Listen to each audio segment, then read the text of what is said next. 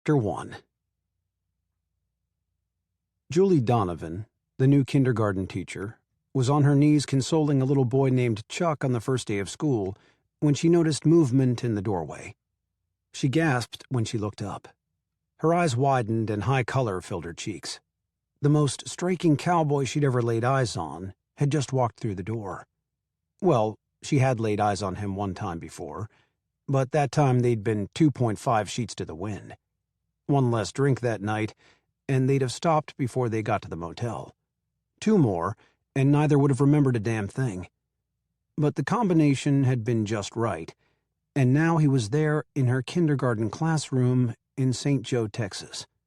Her first thought was, damn, he looks even better with hair. Her second was, what in the devil is he doing here?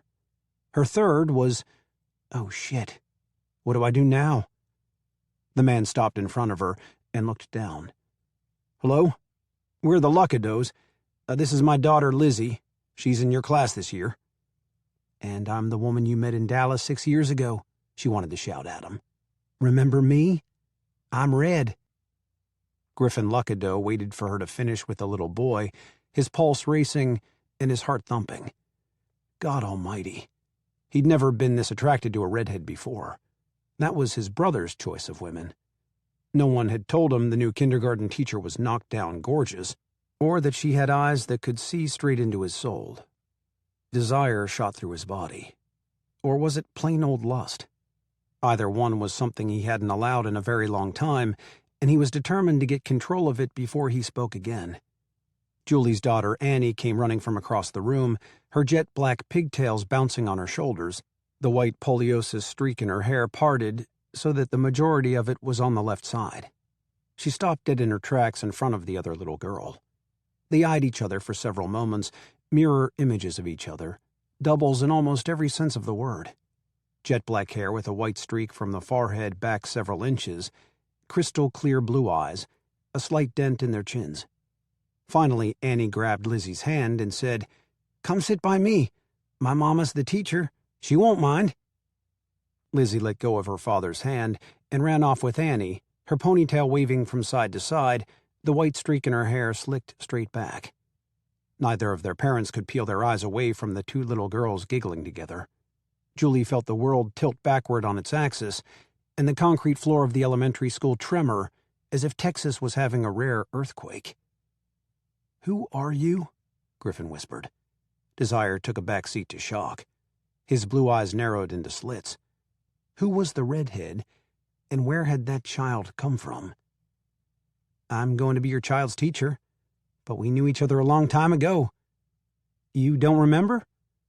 He shook his head. "I've never met you before in my life, but that little girl could be my Lizzie's sister, with that white forelock." "It's time for school to start. We'll have to discuss this later."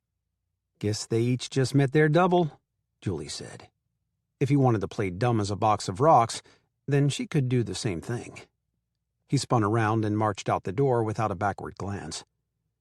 Julie would have liked nothing better than to follow him, screaming like a fishwife, but she had a classroom of kindergartners waiting. However, if G. Luckadeau thought he'd gotten off easy, then he'd best think again. And this time with the head on his shoulders, instead of the one behind his zipper. That visual sent her staggering backward to hold onto her desk and look out over more than a dozen little children, all looking to her with a bit of fear in their eyes. She had to get her raw nerves under control and teach a class. She had to put aside the multitude of sinful thoughts, the foremost of which was homicide at that point. Not far behind it was anger, and running a close race was the urge to pick up Annie and run as fast and as far as she could. "Okay, class, it's time for us all to meet each other," Julie said. Her words came out as though she'd just run a mile, but she took 2 deep breaths and composed herself. "This is Chuck Chester, and he's 5 years old. Can the rest of you stand up beside your desk and tell me what your name is?" She led Chuck to the desk directly in front of hers and settled him in. She always had one child in her classroom like Chuck, backward, dressed poorly, almost malnourished, but not enough to call the authorities, unsure of himself. It broke her heart, but it happened every year. Both Annie and Lizzie turned to look at the little boy, Lizzie on his left, Annie on his right. Annie popped up from her seat and said, "I'm Annie Donovan, and that is my mama." She pointed at Julie. "But in the classroom, I'll be Miss Julie, won't I?" Julie's naturally lovely smile was strained amid the turmoil in her chest. She tried to control the inner chaos tearing up her nerves like a Class 5 tornado ripping across Texas, but she was so pissed off it was impossible. She wanted to strangle Mr. Luckadeau until his pretty blue eyes popped out and rolled around on the floor like ping-pong balls. How in the hell had he come to live right there in St. Joe, and more importantly, why? He had to live close by for his daughter to be enrolled in Julie's classroom. How many more little white forelocked kids were running around the county? And how many more women had he sweet-talked into sleeping with him?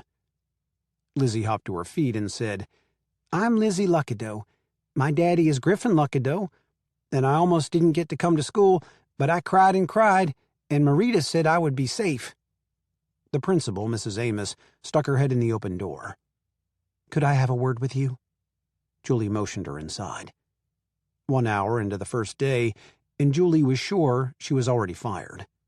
G. Luckadeau had most likely gone straight to the big dog in the office when he saw Annie, and insisted that hussy mother of hers be fired on the spot.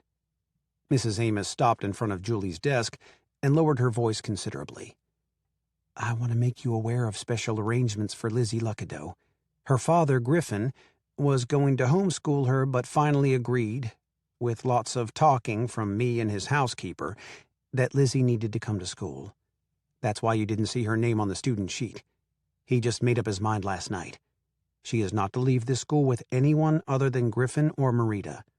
I'll point her out to you if she comes to pick up Lizzie. And Lizzie is never to ride the bus home." "May I ask why?" Julie asked softly. "Nervous, father.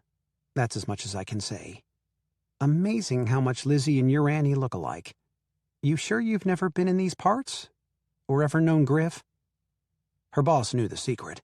Her twinkling eyes said it all. The very thing Julie was running from had circled back around and taken a huge bite out of her ass when she least expected it. "No, ma'am.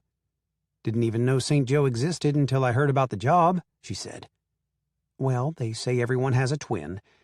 Guess those little girls found theirs early on in life," Mrs. Amos said, as she left the room. By the end of the day, Lizzie, Annie, and Chuck were inseparable. When the last bell sounded, a thin woman with dyed blonde hair and 4 inches of dark brown roots appeared in the doorway and yelled at Chuck to hurry.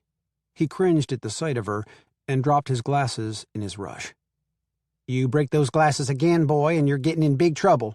The insurance company said that if you have to get another pair, we'd have to pay for them. So if you break them, you won't be able to see. Now get a move on. We've got places we need to go." Chuck rushed out, and they were gone. Julie wanted to mop up the floor with that woman. She smirked when she realized the woman's hair looked like it had been left out on the clothesline to dry. The look changed when her eyes went back to the little boy.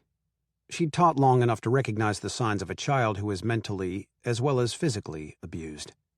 She'd barely cooled down from that episode when the light was completely obliterated in the doorway by one Griffin Luckadeau. Would the day never end? From lust to shock to anger, and now back to lust. Damn. He was every bit as fine a cowboy as he had been the first time she'd seen him. That time he'd been a soldier. And still, he had a puzzled look in his eyes, as if he'd never seen her before. Well, he'd best think hard and long, because he'd seen every square inch of her, and they'd done a hell of a lot more than exchange phone numbers. Annie was proof positive of that. Lizzie ran to his side, grabbed his hand, and started to chatter about Chuck and Annie being her new friends. Griffin picked her up and hugged her close, then shot one more look over his shoulder at Julie. He'd remember someone that pretty, even if it had been a long time ago. He'd racked his brain all day, and not one memory had surfaced. Why would she think she'd known him? Julie hoped he'd choked to death when Lizzie went running into their house, telling her mother about the little girl in the classroom that looked just like her. Mr. Griffin Luckadeau was fixing to find out just what it meant to face off with a madwoman. His wife would never believe that he hadn't been unfaithful when she clapped eyes on Annie.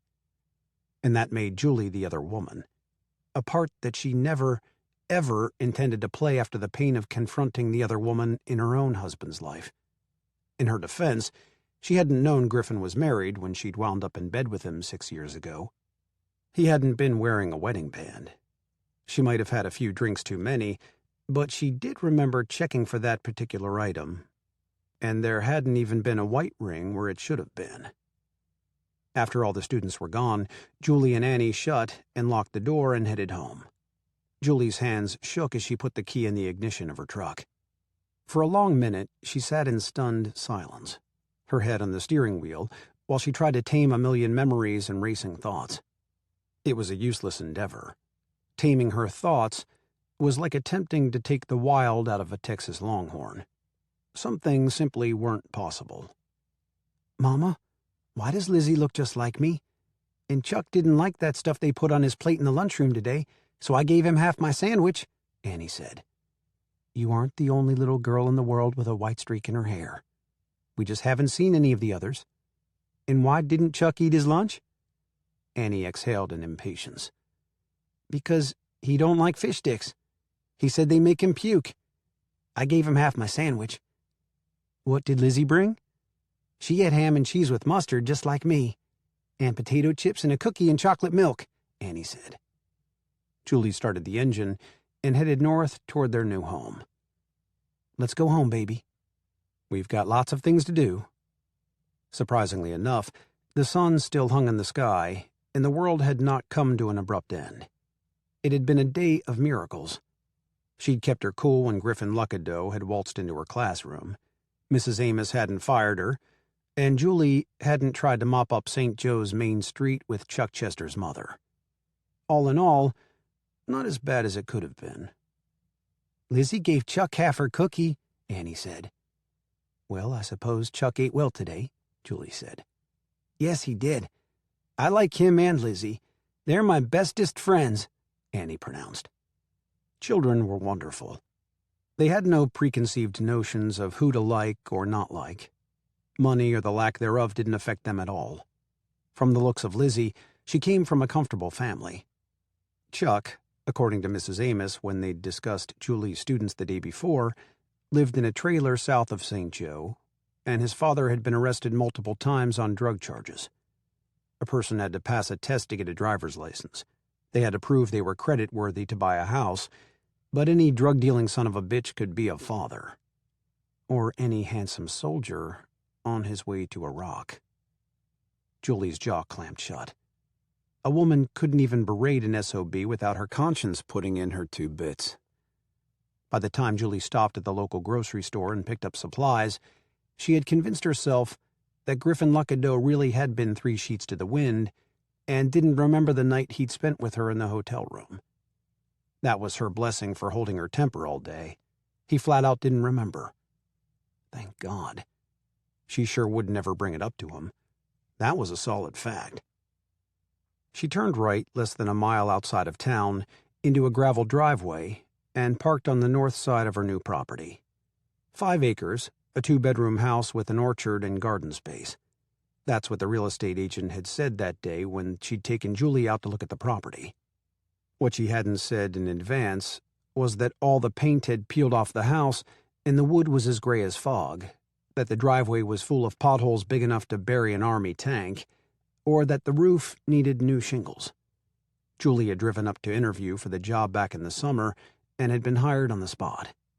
When she went to the only realtor in town to ask about an apartment to rent, the lady had taken her to this place on the outskirts of town to look at purchasing rather than renting. Her argument was that the payment would be far less than an apartment, and she'd have lots more room. Julie had taken a look at the place and fallen in love with it at first sight, despite its worn appearance. She couldn't believe the low asking price until the realtor explained that the estate was to go as it sat, and cleaning it out wasn't going to be an easy job. The money from the sale was going to the Methodist Church in St. Joe, where Edna Lassiter, the former owner, had attended. Julie had written a check for the total price, and gone home to Jefferson, Texas, to pack. "Mama, are we going to sit here all day or get out?" Annie asked. "I'm sorry, I was thinking," Julie said. "Me too. I was thinking about Lizzie. When do you think her birthday is?" Annie asked. "The papers they sent to me say that it's 2 days before yours. So she was 5 in May, just like you," Julie said. "You big enough to help me unload groceries?" "Yes, I am," Annie said seriously. Julie picked up the bags holding milk and soda pop. Since she'd bought the house as is, she had been surprised the day before, when she and Annie had arrived to find the cabinet stocked with staples and the freezer full. She'd known the furniture would be there, and all the closets would be full, but she hadn't thought about food. Her mind went back to the fact that there were only 2 days between Lizzie's and Annie's birthdays. Griffin had to have had sex with his wife just before he left for Iraq. One thing for sure, Julie really had been his good luck charm, because he had returned home all in one big sexy package. Just exactly what kind of man was he anyway? Having sex with his wife, going off to war, and having sex with a stranger on the way? He's probably wondering the same thing about you. Are you a schoolteacher by day and a sleazy 2-bit hooker on weekends, who doesn't even ask a man if he's got a wife at home before she falls into bed with him? But he didn't have a wedding ring, she argued with her conscience. She shook off the voice inside her head and set the groceries on the porch, found the key in her purse, and opened the front door. The living room was small, with a kitchen through an archway straight ahead. An orange floral sofa sat on the north wall under a window covered with lace curtains. Tables on either end were covered with crocheted doilies, on which sat orange ceramic lamps. An old black dial telephone was on the end table nearest the kitchen, a covered crystal dish full of hard butterscotch candy on the other. Fairly current copies of Ladies' Home Journal, Southern Living, and Better Homes and Gardens were neatly arranged on the coffee table, which didn't match the end tables. The walls were painted a soft yellow and decorated with watercolor paintings all signed E. Lassiter in the corner. A leather recliner on the west wall faced a floor model television set from the 80s, but it still worked, and that was all that mattered to Julie. It had all reminded her of Mayberry when she'd looked at it the first time. Now she felt more as though it had segued into the Twilight Zone. Mother and daughter carried their bags to the kitchen, the only modern room in the house. It was as if Aunt Bee from Mayberry had put together the house, and Martha Stewart had designed the kitchen. New wood cabinets, stainless steel stove with a double-door refrigerator to match, dishwasher, trash compactor, heavy-duty mixer and blender. The wood table and 4 chairs looked as out of place as a kitten at a dogfight, though. The white paint was chipped and the chairs were mismatched, so Martha Stewart must have lost the fight for something made of glass and brass. Julie put the food away and sighed. The house had looked like a blessing when she first saw the place. She wouldn't have to move furniture or think about things like towels and bed linens. She could paint the outside of the house herself, and it was so small the roof shouldn't cost too much to repair. She loved to garden, and it was still producing. And they'd be away from everyone. People who kept looking at Annie, their eyes betraying their thoughts. What had happened? Julie was such a good girl. Did everything right and married well. When had she had the affair that had made her husband divorce her? And where was Annie's father anyway? It had to have been his genes that gave her that white streak in the front of her coal-black hair.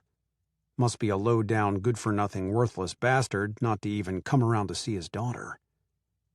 Julie had wanted a baby so badly, had tried every fertility drug known to doctors, and was thinking about adoption when suddenly after that weekend in Cancun, she was pregnant. It seemed as though God was telling her that she belonged with Derek after all, and working out their problems had been the right answer. It didn't take long for her to figure out it was Lucifer, not God, meddling in her life. Julie put thoughts of the past away and faced the present. She had boxes to unpack, closets to clean, cabinets to rearrange. "Mama, can I change clothes and go play with the kittens?" Annie asked. "Sure you can, but stay in the backyard and don't go near the road." Annie giggled. "Mama, there ain't no road in the backyard. That's in the front yard." Lizzie said she's got some kittens, too. Did you know that? Julie hugged Annie. Okay, I stand corrected. Go play with the kittens. Take that quilt from the back of the recliner in the living room and spread it out to sit on. And no, I did not know that Lizzie had kittens at her house. Not house, Mama. Ranch. Lizzie lives on a big ranch, and Chuck has goats in his yard. Can we get a goat, Mama? Julie shivered. No, ma'am, we are not having goats. They'd eat up my garden. Your mother cat and those kittens are enough livestock for us.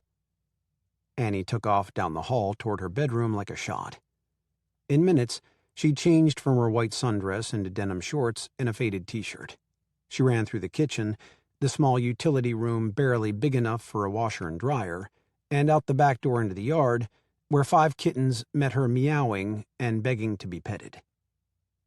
Julie headed down the hallway, which had a doorway on the left to one bedroom, one on the right to the second, and a bathroom at the very end. Annie's bedroom had an old full-size iron bedstead painted pink with white daisies on the headboard, a 6-drawer oak dresser, and a matching chest of drawers that would probably bring more at an antique auction than Julie had paid for the house. A pale blue chenille bedspread with a basket of pink flowers covered the bed, which had been made up with iron sheets and pillowcases. Enjoy the wrinkle-free linens, my child, Julie mumbled, because this lady doesn't iron sheets or pillowcases, even if Miss Edna did. Julie's bedroom had a 4-poster oak bed with a matching 10-drawer dresser and 5-drawer chest, one nightstand, and a modern lamp that looked as out of place as a pig at a Sunday afternoon social. An off-white chenille spread covered the bed. The pillowcases were embroidered with peacocks and matched the doilies on every piece of furniture in the room. Straight out of the Sears and Roebuck catalog in 1958. Why did it all look so charming to me 2 weeks ago? She mumbled, as she changed into a pair of cut-off jeans and an orange tank top with bleach stains on the front. She pulled her thick, naturally curly red hair up into a high ponytail and wiped sweat from her face. She'd had central air in her previous apartment, so she'd have to get used to adjusting window units in each room.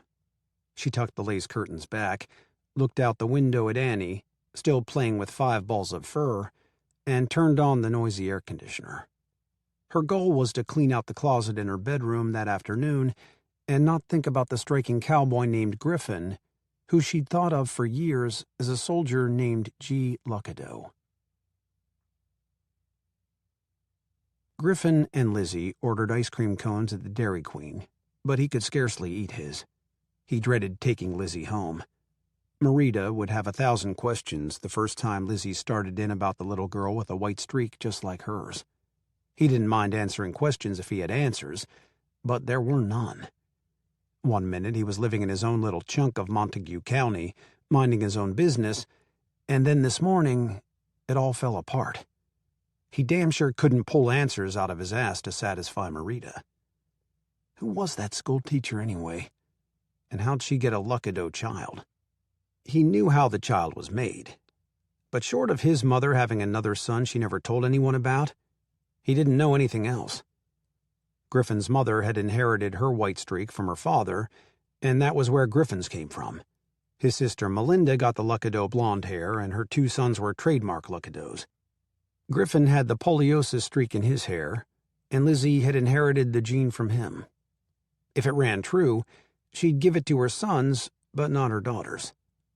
It was a rare birthmark, and when Lizzie was born with it, he'd had her tested just to be sure.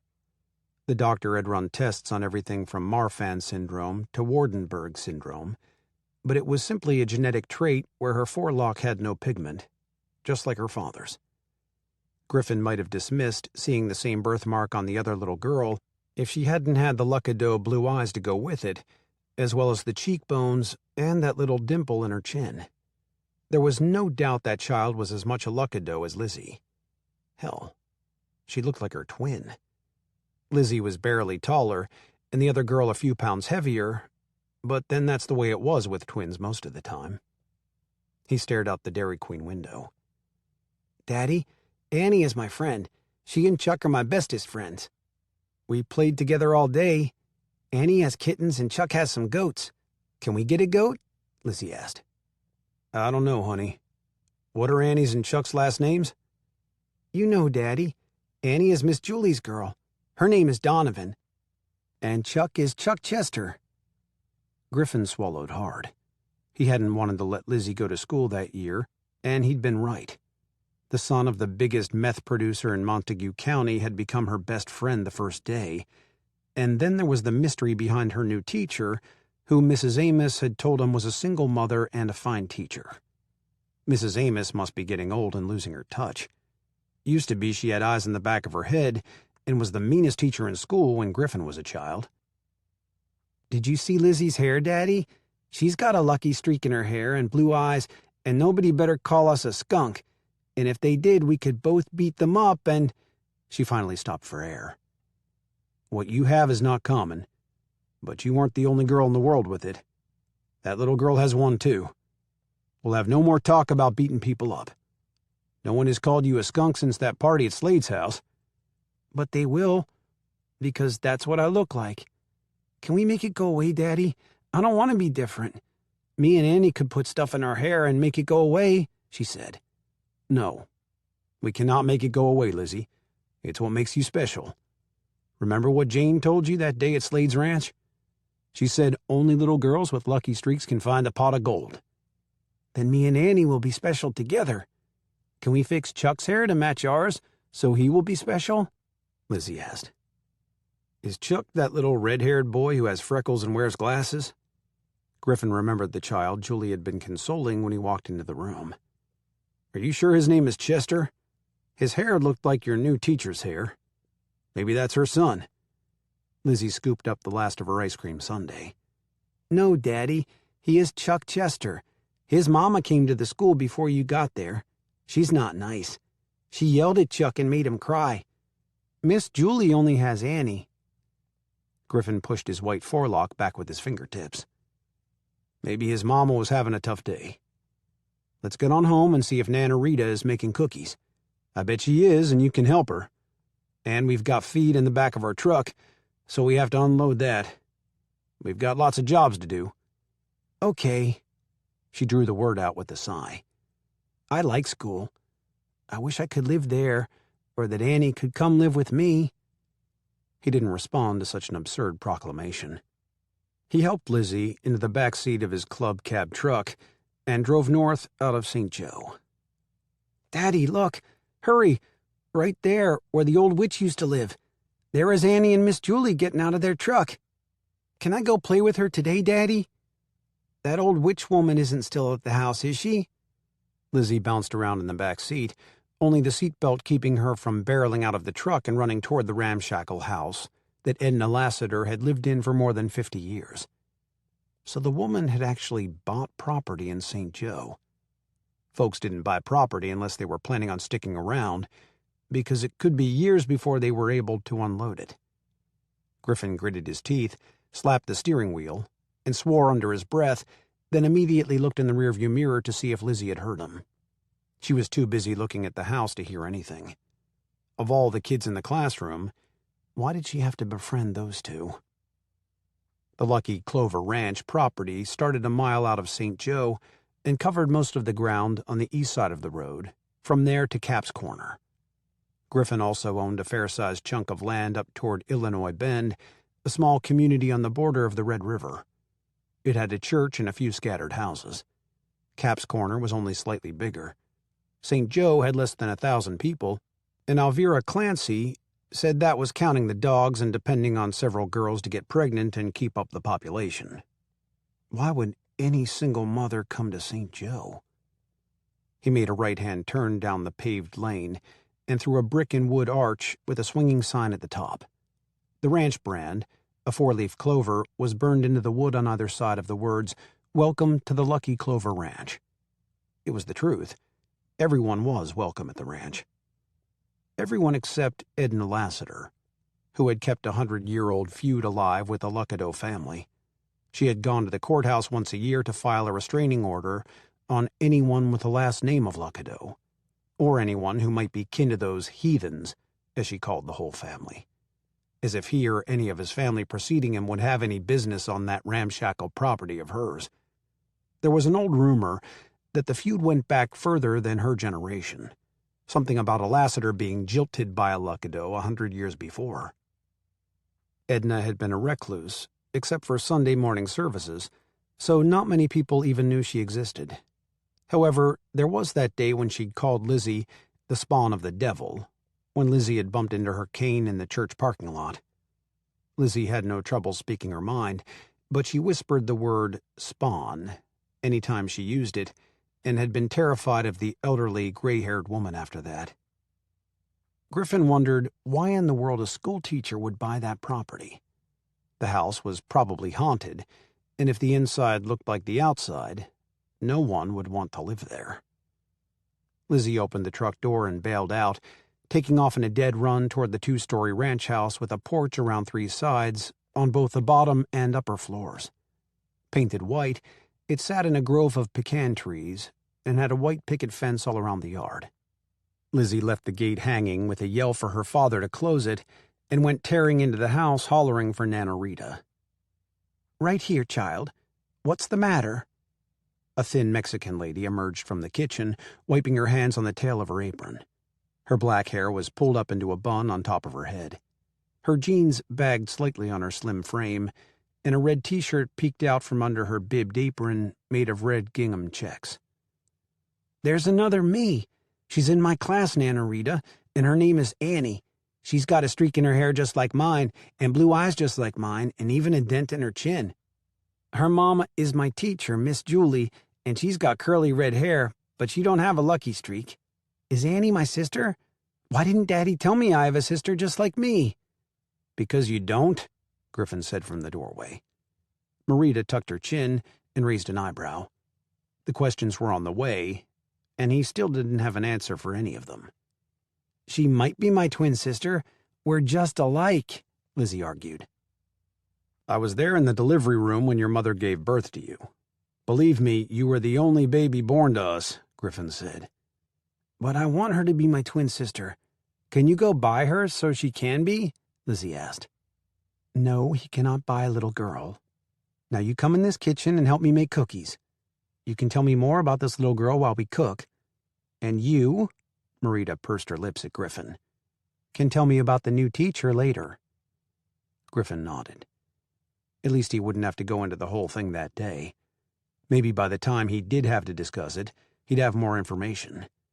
He'd heard that everyone had a double somewhere in the world. Evidently, Lizzie had found hers on the first day of school.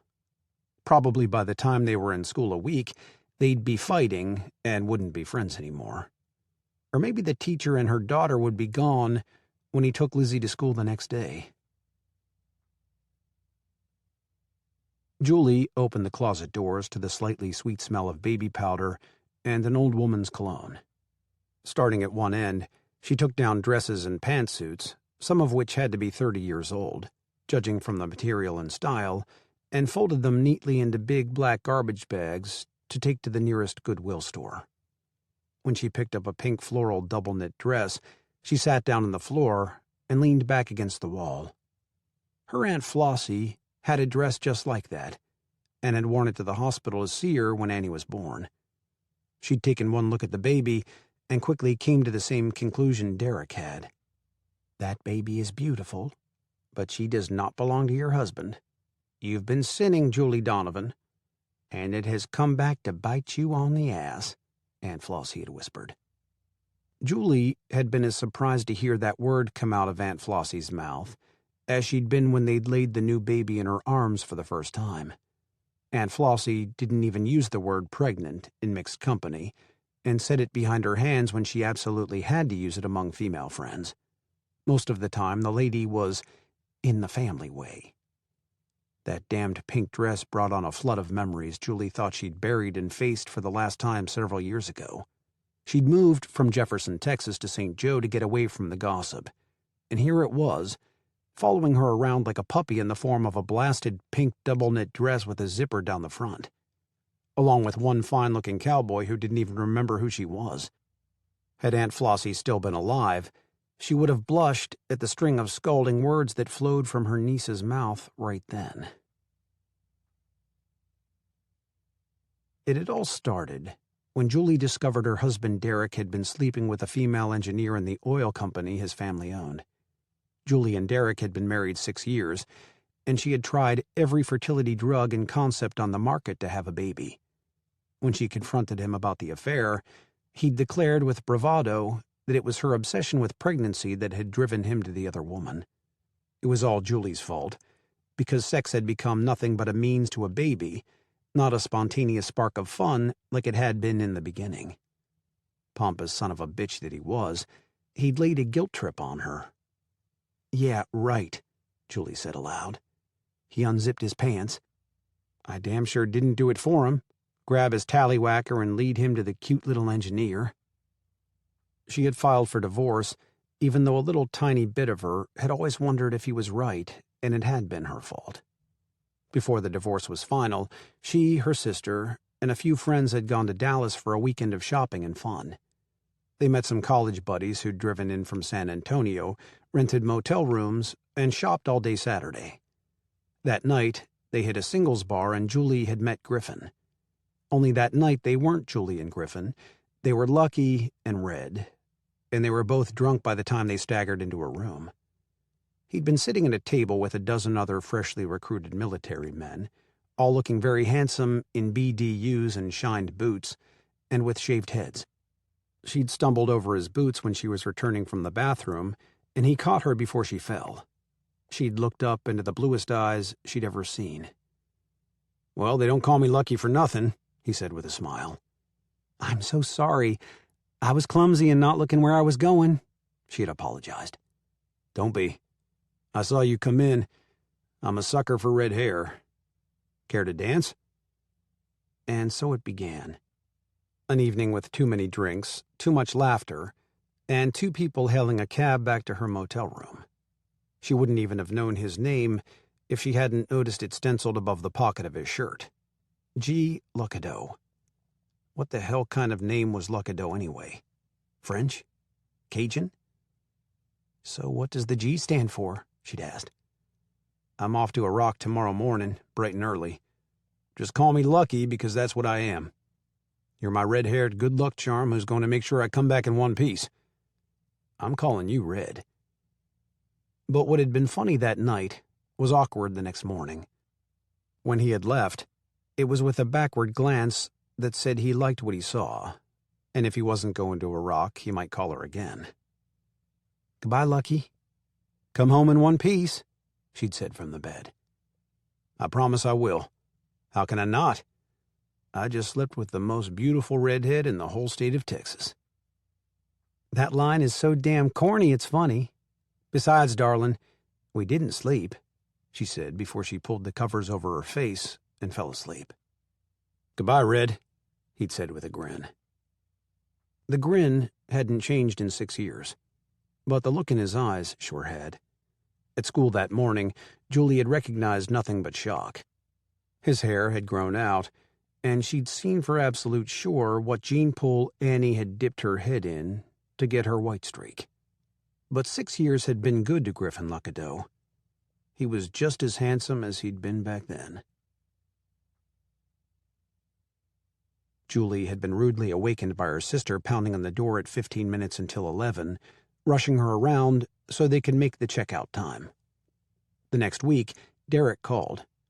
Honey dripped from his words. He missed her. He was sorry. They shouldn't throw away a 6-year marriage because of his mistake. He was willing to take full blame, and it would never happen again. Please give him another chance. Guilt had caused her to set aside the divorce. To celebrate, Derek had taken a week off work, and they'd flown to Cancun. "There's a sucker born every second," Julie said aloud, as she kept packing Edna's clothes. Her thoughts went back to 6 weeks after she and Derek had gone to Cancun. She'd found out she was pregnant, and although he was reserved about the news, she was ecstatic. The day Julie gave birth to Annie, he'd taken one look at his daughter and ordered a DNA test. "I'm willing to wait for the proof, Julie, and if the child is mine, I will admit I'm wrong, but she's not. I see now why you were so agreeable to take me back. I won't be home until the DNA test results come in. That will give you time to move out. I'll be filing for divorce on grounds of adultery as soon as I know for sure." Julie had nodded numbly. One look at the baby they'd pulled from her, and she'd immediately known who the father was. G. Luckadeau. She'd even bet dollars to donuts that had his head not been shaven slick as a baby's butt, he would have had a white streak in his dark hair.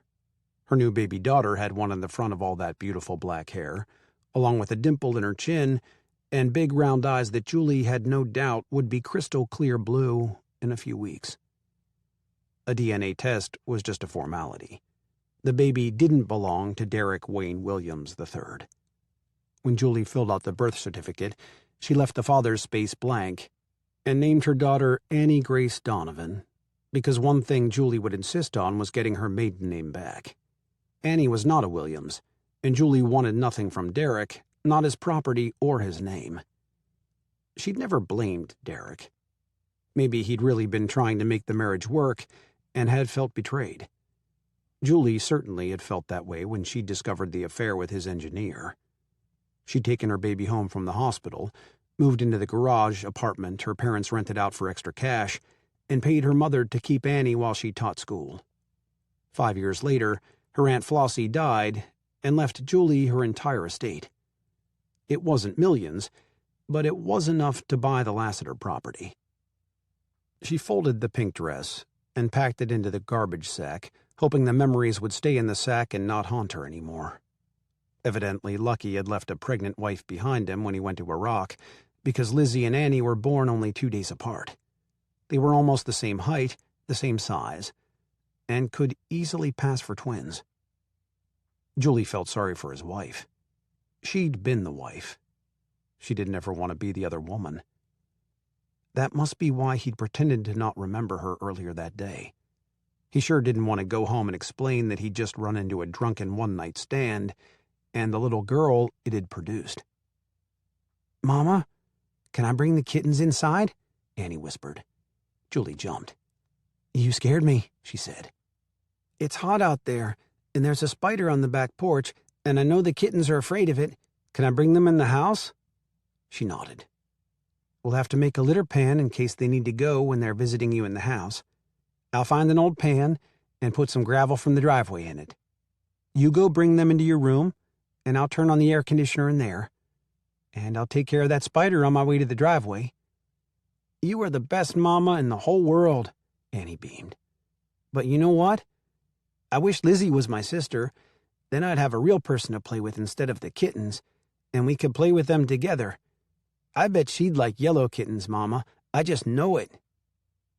"I've been thinking some about that little girl, Annie. Some folks say that everybody has a double. Do you know what that means?" Annie shook her head. "It means somewhere in the world there's a little girl who looks so much like you that it was like you were looking in the mirror if you looked at her. I think Lizzie is your double." Annie hung her head. "Can she be my sister if I wish real hard?" "I don't think so. Now you go get your baby kittens, and I'll get them a potty box."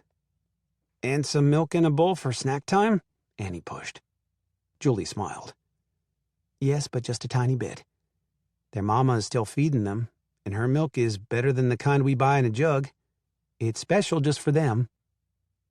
A while later, Julie hauled the garbage bag out to the storage shed and brought in a box marked Julie's stuff on the side.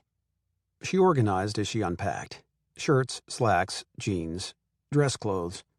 Looking at her closet, she felt peace. She'd made the right decision when she bought the place. She was home. Griffin Luckadeau could just stay out of her way, and she'd do her best to grant him the same favor.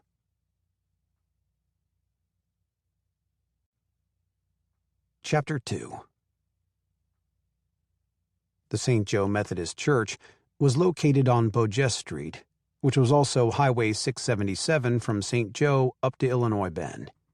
It was an old red-brick two-story church with 2 entrances at the front, a peaked roof over part of it, and a corner that looked as if kids had been playing with Lego blocks, built to square piece 3 stories high, and glued it to one side. It was considerably smaller than the church Julie and Annie had attended with her parents in Jefferson, but she wanted a small place with no history where she and Annie could put down roots. Annie was dressed in a powder blue dress with white lace trim around the neck and hemline. Her long black hair with a white streak had been pulled back into a ponytail with a blue ribbon around the base.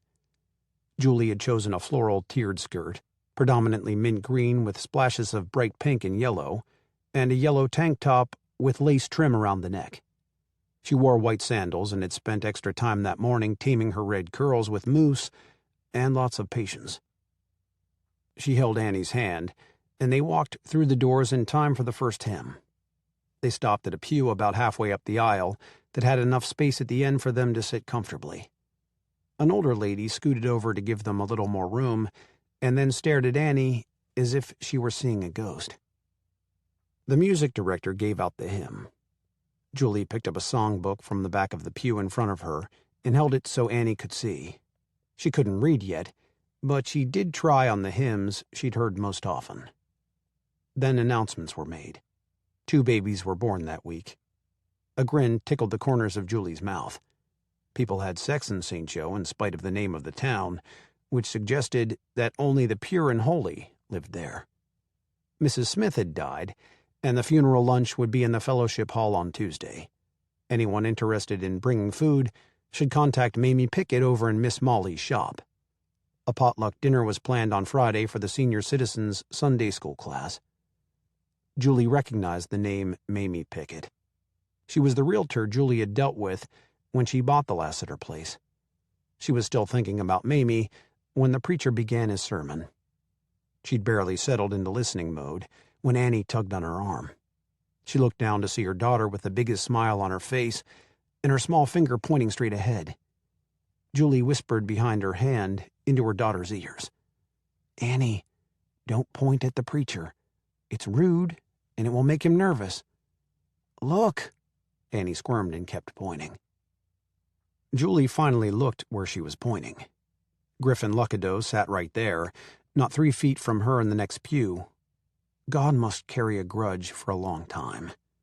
She'd expected bad things to happen after Derek had divorced her, but life had gone on the same as always. Now, when she thought she'd been forgiven, she was being punished. Lizzie had turned around on her knees in the pew, right in front of them, and was smiling at Annie.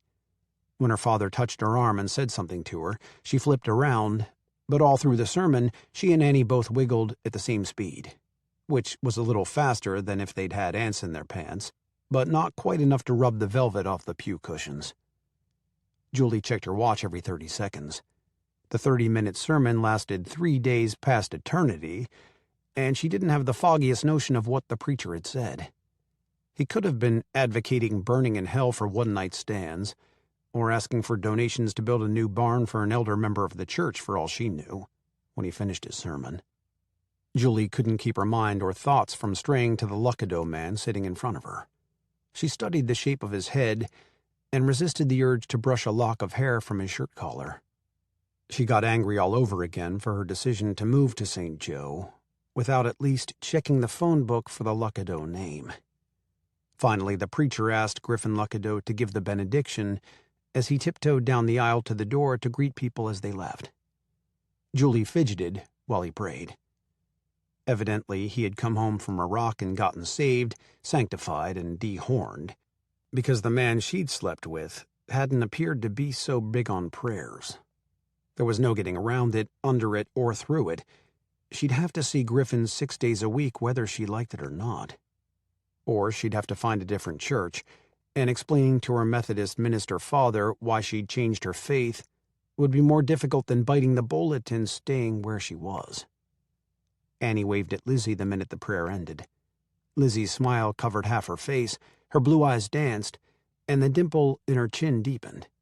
She tugged on her father's arm, but he was in conversation with a man to his left. Julie grabbed Annie's hand, moved toward the front door, and every few seconds glanced over her shoulder to see if he was looking her way. She shook the preacher's hand and told him she'd enjoyed the sermon and was out the door long before Griffin ever finished his conversation. "Mama, I want to go to Sunday school next week so I can play with Lizzie. And maybe I can sit with her next week? And ain't that wonderful?" Annie prattled on without coming up for air. "Can we please sit with her and her daddy next Sunday? I can't wait to see her in school and tell her we can sit together in church. And maybe we'll be together in Sunday school." Annie bounced in the pickup seat.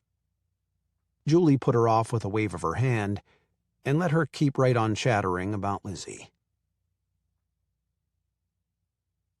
Griffin kept talking, blocking Lizzie's way into the aisle with his tall, strong body and his back to Julie. Finally, he stopped talking and looked down at Lizzie, who was fidgeting. "Daddy, she was right here behind me in the church, and when I go to school, I'm going to tell her to come to Sunday school next week, and we can sit together in church."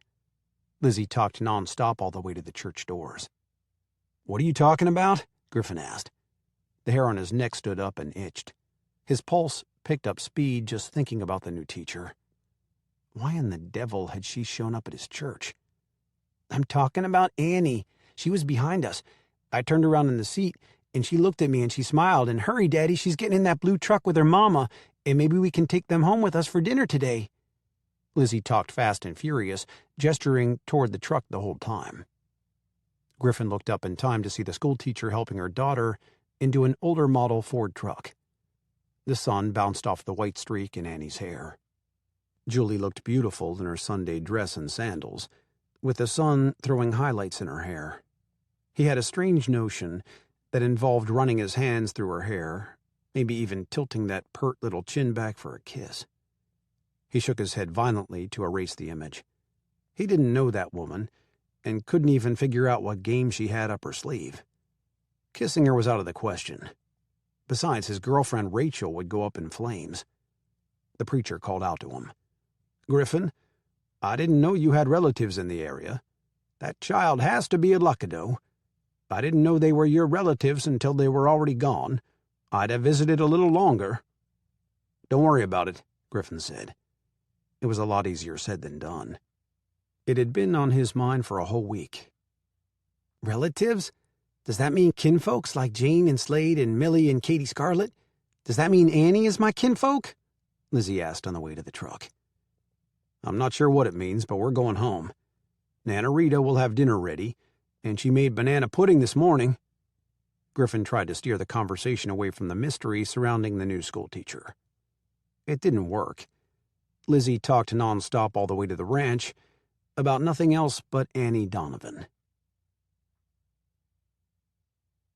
Julie made grilled cheese sandwiches and tomato soup for lunch. She'd set a quart of frozen peaches out to thaw that morning before they'd gone to church, and had looked forward to them right up until the time she'd realized Griffin was sitting in front of her.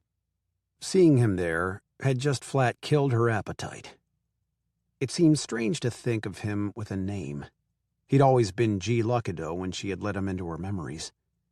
Annie rattled on while she ate all her soup and sandwich, asked for more, and polished off the last half of her mother's. Julie managed a few bites, but she might as well have been eating a sawdust sandwich. The peaches didn't even look good to her. They'd barely finished lunch and were thinking about cleaning out Annie's closet when the knock came to the front door. Julie jumped. She wasn't prepared for the showdown, but if Griffin wanted a fight, then she wasn't running from it either. She would tell him exactly what she thought, and without a single stutter. She took a deep breath and swung the door open to find Mamie Pickett standing there with an apple pie in her hands. "Welcome to our neck of the woods in Montague County," she smiled brightly. "Did I come in a bad time? You look like you saw a ghost." "No, not at all. Please come in. Thank you for the pie. Bring it into the kitchen and drag up a chair. I'll make us a glass of tea and we'll share the pie," Julie said. Mamie followed Julie into the kitchen, set the pie on the table, and smiled at Annie. "Well, hello. You would be Annie? I'm Mamie Pickett, the lady who sold your mother this place. Think we could be friends?" Annie nodded. "But my best friend is Lizzie, and then Chuck. Are they your friends?" "That would be Lizzie Luckadeau and Chuck Chester?" Mamie asked. "Yes, those are my friends. I'm glad we came here because this is where Lizzie and Chuck live. Mama, can I go play with the kittens and can I take a quilt? I think they're ready for me to tell them a story." "Yes, you can." But you know the rules. Stay in the backyard and—" Annie rolled her big blue eyes and intoned, "Don't go into the front yard where there's no fence."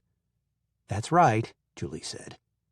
She slammed the old wooden screen door when she took off into the backyard. "I thought I'd like that door when I bought this place. It reminds me of one in a parsonage where we lived when I was just a little girl. I love the way the slam sounded. It's not as nostalgic as I thought it would be," Julie admitted. "I hear you and understand. There was one on the house where I grew up, too. Maybe that's why I was always told not to slam the door," Mamie said. Julie poured tea into 2 recycled jelly glasses filled with ice and set one before her first guest. Mamie had light brown, shoulder-length, straight hair she wore feathered around her square face, thin lips, and deep-set green eyes. She wore pink seersucker capris and a T-shirt and sandals. "I wanted to welcome you to our part of Texas, but I also came for a couple of other reasons, Julie. I own and operate my late grandmother's shop on the town square, Miss Molly's shop, but most folks just call it Molly's. I do the realty business right out of the shop. In a town this size, you've got to diversify. Anyway, my grandmother died years ago, but she and Edna were friends of a sort.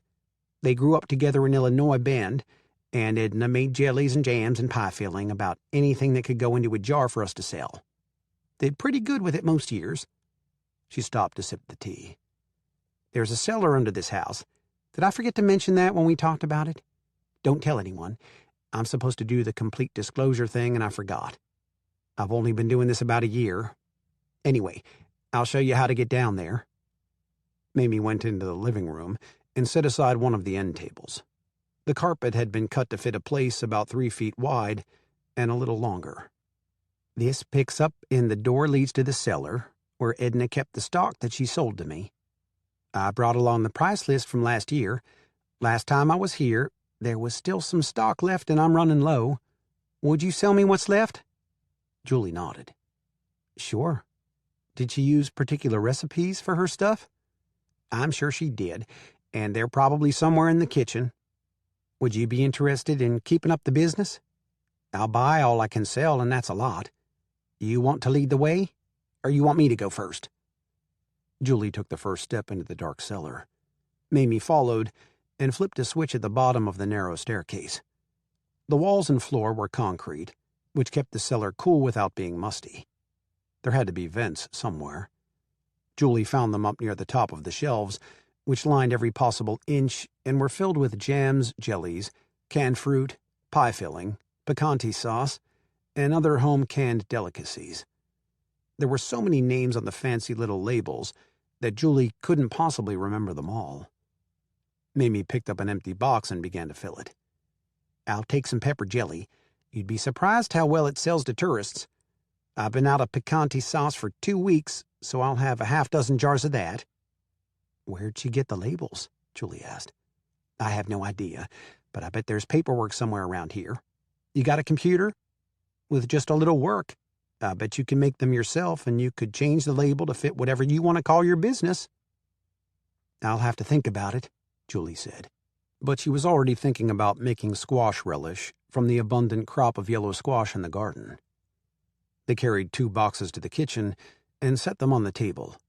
24 quart jars of merchandise. Mamie wrote her a check for $180.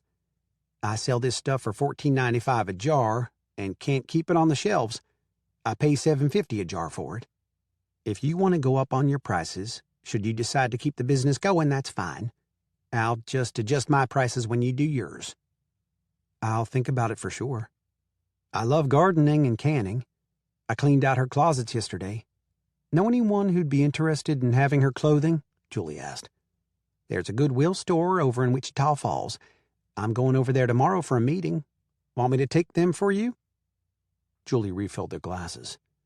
"That would be great. Cute kid out there. She looks just like Lizzie Luckadeau. She's so excited about having someone else around with that streak in her hair. But it's all I hear about," Julie said.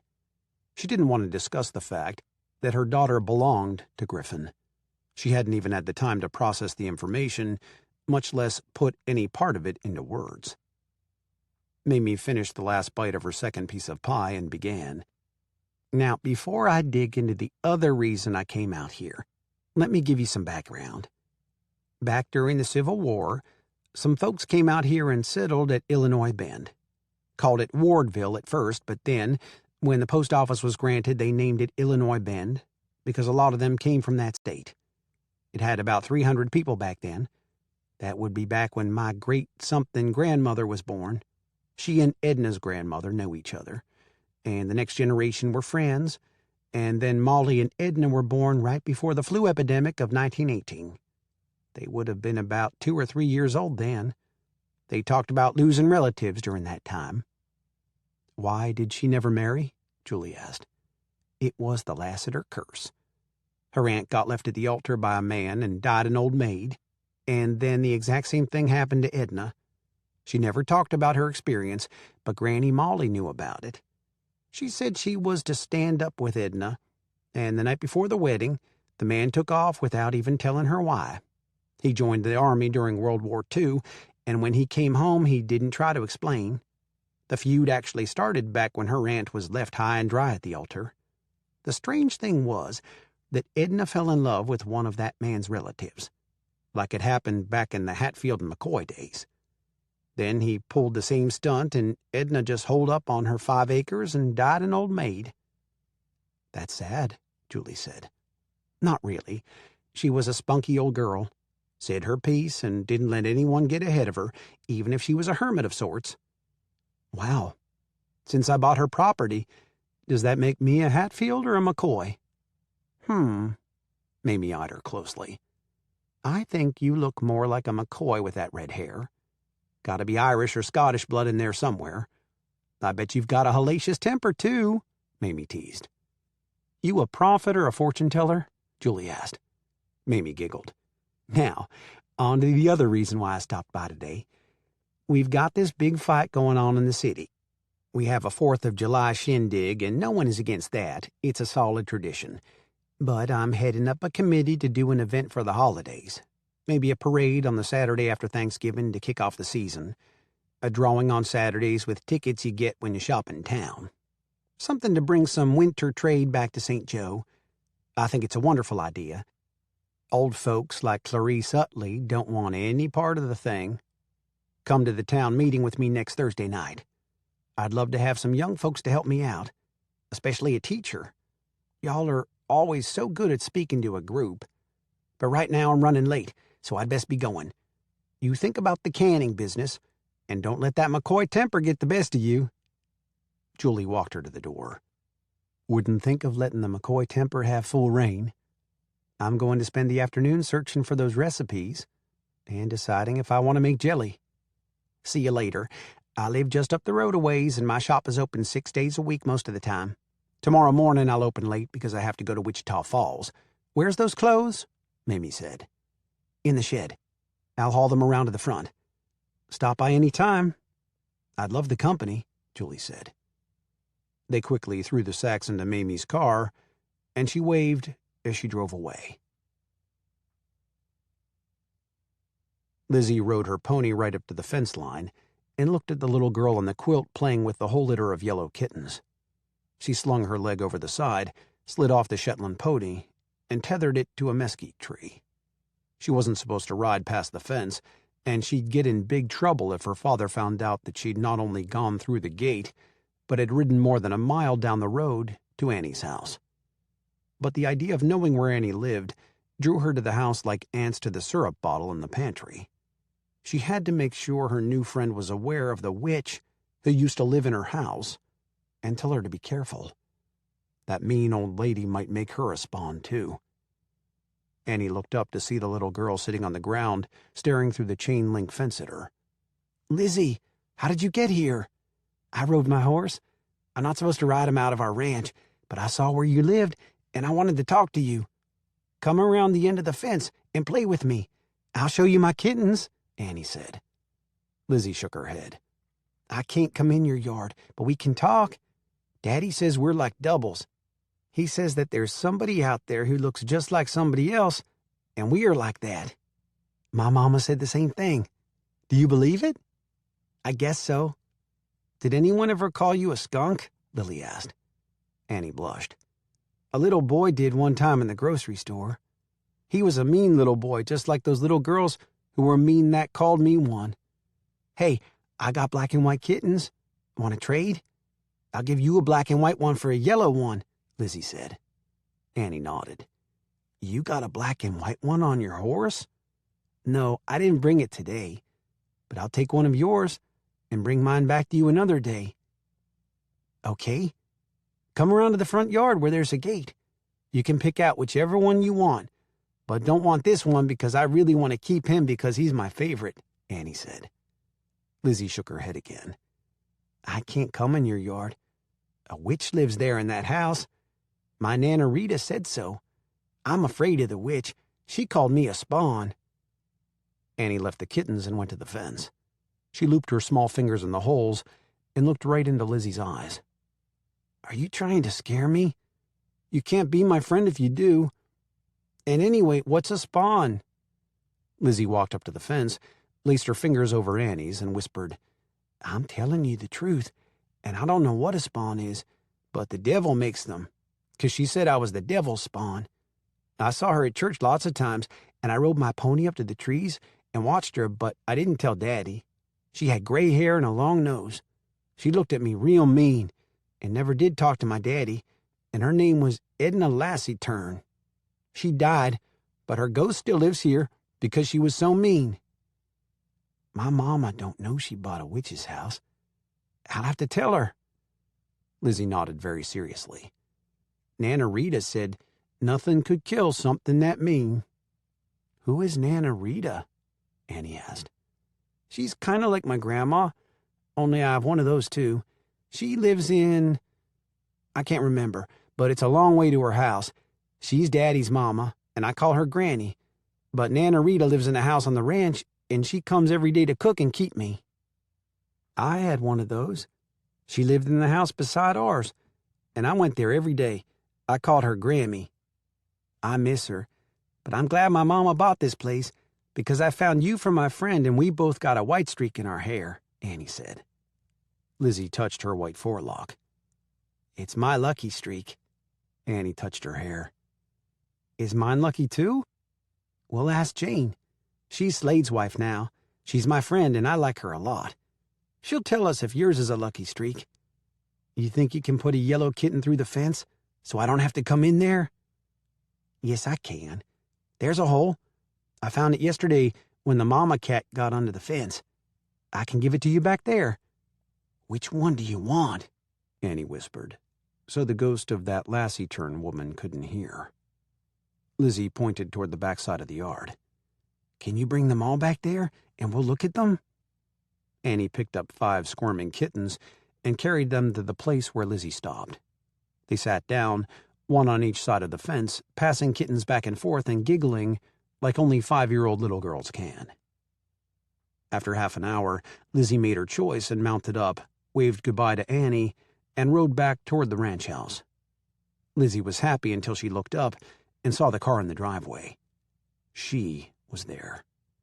Lizzie determined she'd stay in the barn until she was gone.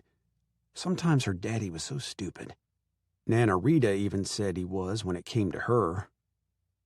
She stayed out in the barn with the mama cat, who accepted the yellow one right in with her 3 black and white babies, without so much as a slap or a meow. Lizzie played with all of them until her stomach started growling, and she had to go inside. Where have you been? Griffin asked. We were ready to come looking for you. I was playing with my kittens, Lizzie said. Well, get washed up for supper. Rachel is staying with us. Isn't that nice? Lizzie dragged her heavy heart back to the bathroom without answering. She could think of nothing worse than Rachel staying for dinner.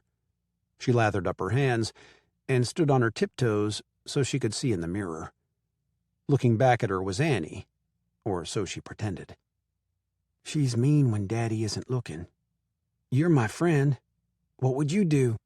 Lizzie giggled at what came to her mind, which she was sure came from Annie in the mirror.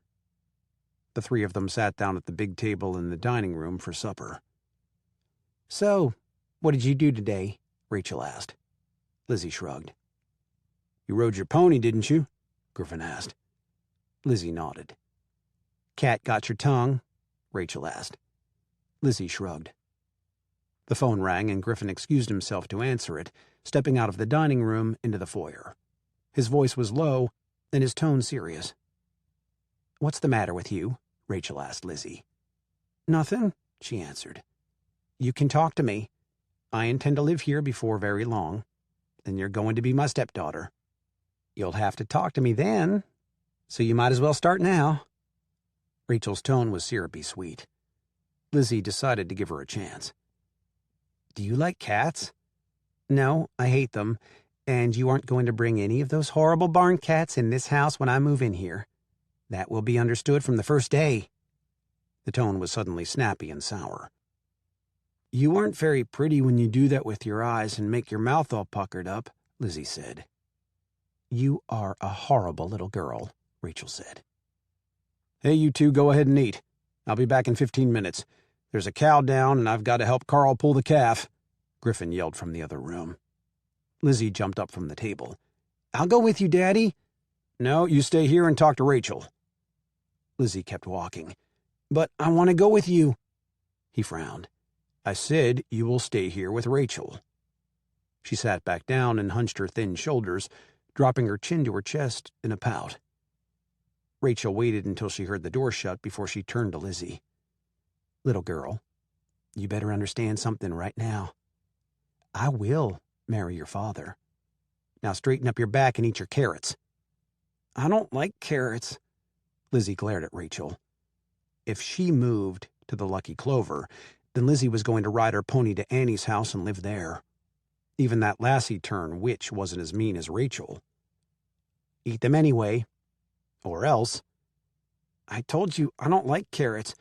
Daddy never puts them on my plate, and he won't make me eat them, Lizzie said. Do you like a spanking?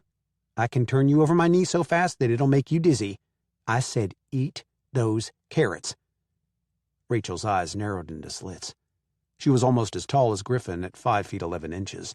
Her black hair came straight from a bottle, and her eyes were dark brown. No little girl was about to refuse to do something she told her to do. Lizzie shook her head. Rachel jerked her up by the arm, bent her over her lap, and swatted her twice. She plopped her back down in the chair hard enough to make a thud. So, that's what a spanking feels like, Lizzie thought, but she didn't cry. She'd heard about spankings, but she'd never had one. She'd asked Nana Rita about them, but Nana Rita said spankings were for really bad things. Little girls who just did something a little bad had to stay in their rooms all afternoon, or sometimes they didn't get to ride their ponies or play with their kittens. Lizzie couldn't wait to tell Annie all about it tomorrow at school. I still hate carrots, she said. It doesn't matter. If I tell you to eat them, then you will eat them, Rachel said. I'm going to my room, and I'm not eating them carrots. You can tell my daddy that you whipped me. Rachel pointed her finger at Lizzie. I'm not telling him anything, and neither are you, or you'll get twice as many swats next time. I'm coming back next Saturday to spend the whole day because Marita and Carl need to be away from the ranch. You'll learn to mind me, little girl. Lizzie raced up to her bedroom and slammed the door. Julie had trouble getting to sleep that night. She'd found Edna's recipes written neatly in a notebook, along with last year's price of sugar, spices, and jars that she bought at the Walmart store in Gainesville. It wouldn't be so difficult to keep the business going, and it would give her a little extra income. She finally drifted off at midnight and woke to hear Annie screaming. Fear glued her to the bed for a moment before the adrenaline rush set in. She ran to the bedroom to find Annie as white as a sheet, sitting straight up in bed, her eyes opened so wide they were frightening. What is the matter, baby? Julie tried to soothe her. It's a witch. Her name is Edna, and she won't die. She's a mean old woman, and she hates me because I look like Lizzie. She said she was going to put me in a dark place and never let me out, and she said I was a spawn like Lizzie. It was just a dream, Julie said. You must have overheard Mamie talking today. Edna is dead. She died and is buried at the cemetery here in St. Joe. She can't put you in a dark place because she's not here. Promise? Annie asked. I promise. Will you sleep with me?" "Only tonight." "Lizzie would sleep with me, but she's afraid to come in our house because of that mean old witch," Annie said. It must have been a hell of a nightmare, Julie thought, as she crawled into the bed and cradled her daughter in her arms.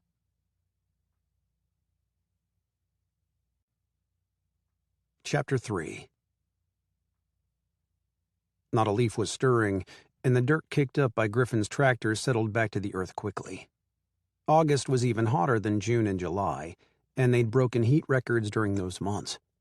It had been weeks since they'd had rain, and there was none in the next week's forecast. The temperatures had been over the 100-degree mark for days on end. Over to his right he could see Paul, one of his hired hands, driving the John Deere to the barbed wire fence. He made a turn and started another round. Griffin did the same thing in the pasture on the other side of the fence. Thank goodness for air-conditioned cabs on his tractors, or he'd have been spitting dust for a week. While he plowed, his thoughts went to Rachel, who was back at the ranch house keeping Lizzie. Griffin was thinking about taking their relationship up to the next notch. Lizzie was getting to the age when she needed a mother. The past 5 years had passed like a blur. Before long, she'd need a woman to talk to about things like sex and boys. Griffin's brows knit into a solid black line. His little girl and boys? He was frowning when his cell phone rang. He groped in the pocket of his bibbed overalls for the phone. It rang 3 times before he fished it out of his pocket. "I know it's dinner time. I'm on my way." "Dinner is on the bar. I put it out there 20 minutes ago, just like the instructions Marita left me said to do. Several of the hired hands have already been in and eaten. I'm just calling to remind you and Lizzie to come on home to eat," Rachel said. Every hair on Griffin's neck stood straight up. "Lizzie isn't with me. Isn't she there with you?" "Haven't seen her all morning. I figured she'd beg to go with you, and you let her. You know you spoil her too much, Griff." "When did you see her last?" Griffin asked. "I haven't seen her.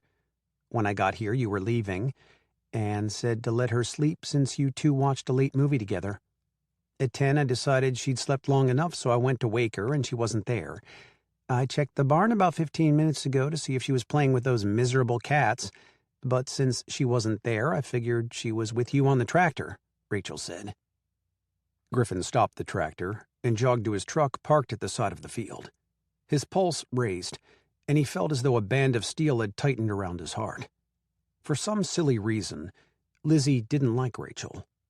He'd asked her about it the night before, when they were watching a movie, and she'd only shrugged. The ranch was safe, and everyone knew Lizzie. No one could steal her right out of her bedroom, could they? She'd been told that she could not ride her pony except when Griff told her it was okay, and even then she was never to leave the property. "Diane?" he said aloud, then discarded the idea.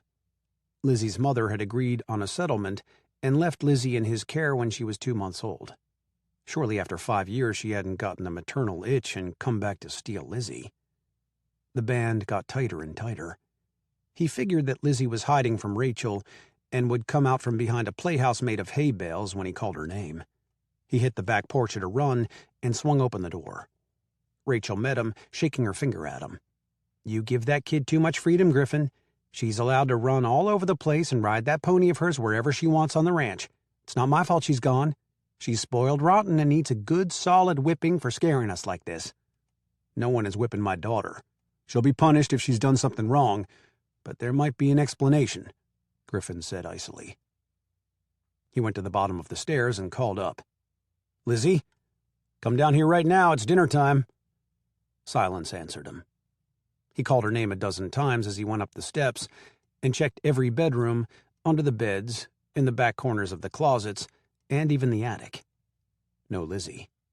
By the time he checked the basement, fear had his heart in a vice grip.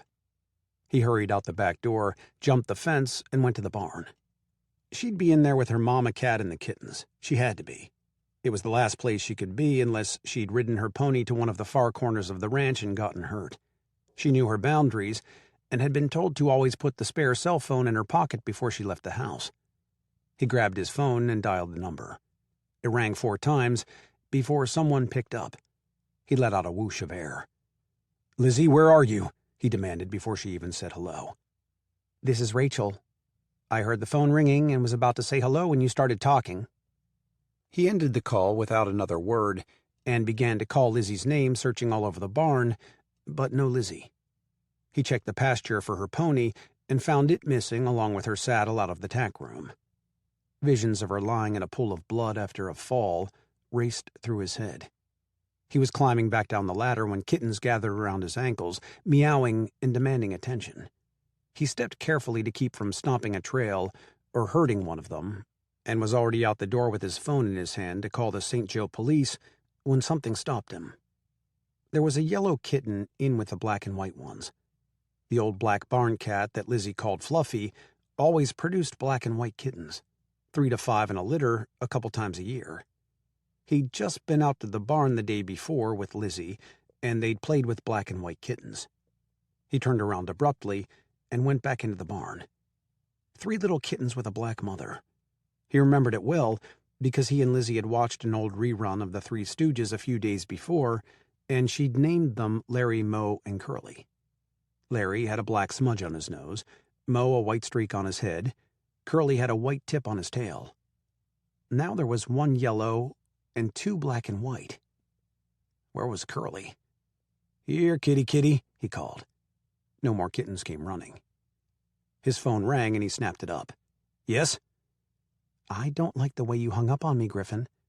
It hurt my feelings, and you owe me an apology," Rachel said. "I'm sorry. I'm worried about Lizzie." "Well, so am I, but she'll turn up. Come have some dinner, and then we'll both go hunt for the little runaway." He hung up again and called Marita's cell phone number. "Hello?" she answered. "Lizzie is missing," he said bluntly. "And there's a yellow cat in our barn with the black and white ones." "Did you call the police? Was it Diane? Did she steal her? Have you gone looking for her? Did she ride her pony?" "I don't know what's going on. Her pony and saddle are gone, so she's out riding somewhere. The only thing I can find that's weird is that yellow kitten." "Edna had a yellow cat. She had a notice up in the grocery store for 3 yellow kittens the week before she died. Didn't you tell me that schoolteacher bought her place?" "But it's almost a mile from our property line to the Lassiter place, and Lizzie knows better than to ride her pony on the road." "She knows better, but Annie is all she talks about. Check that house, and when I get home we'll comb the rest of the ranch. I'll call the police if you haven't located her in an hour. Diane could be mixed up in this." "I'm on my way to the Lassiter place. I'll call if I find her." He didn't go through the house, but around it, and left a trail of dust behind him as he took off in the truck. He drove to the end of the lane and headed south toward town. Surely Lizzie hadn't disobeyed him and ridden down the country road that far. Just this past month, he'd let her ride the pony out of the yard, and that was with the promise that she'd always have the cell phone in her pocket. It was a hot Saturday at the end of August. Not warm, not merely hot, but stinking hot. Julie had been outside with a hoe weeding Edna's garden most of the morning. In spite of the heat, the garden was still producing. The squash had golden blossoms the size of saucers, which meant in a few days there would be a crop to make squash relish for Mamie. New cucumbers were 2 inches long, just right for bread and butter pickles. Dust settled into the sweat pouring off her face and neck and found its way into her bra. She wiped the sweat from her brow with the tail of her t-shirt, which had only a few dry patches left. She'd always loved getting her hands dirty, even as a child, so she'd fallen right into taking care of the garden.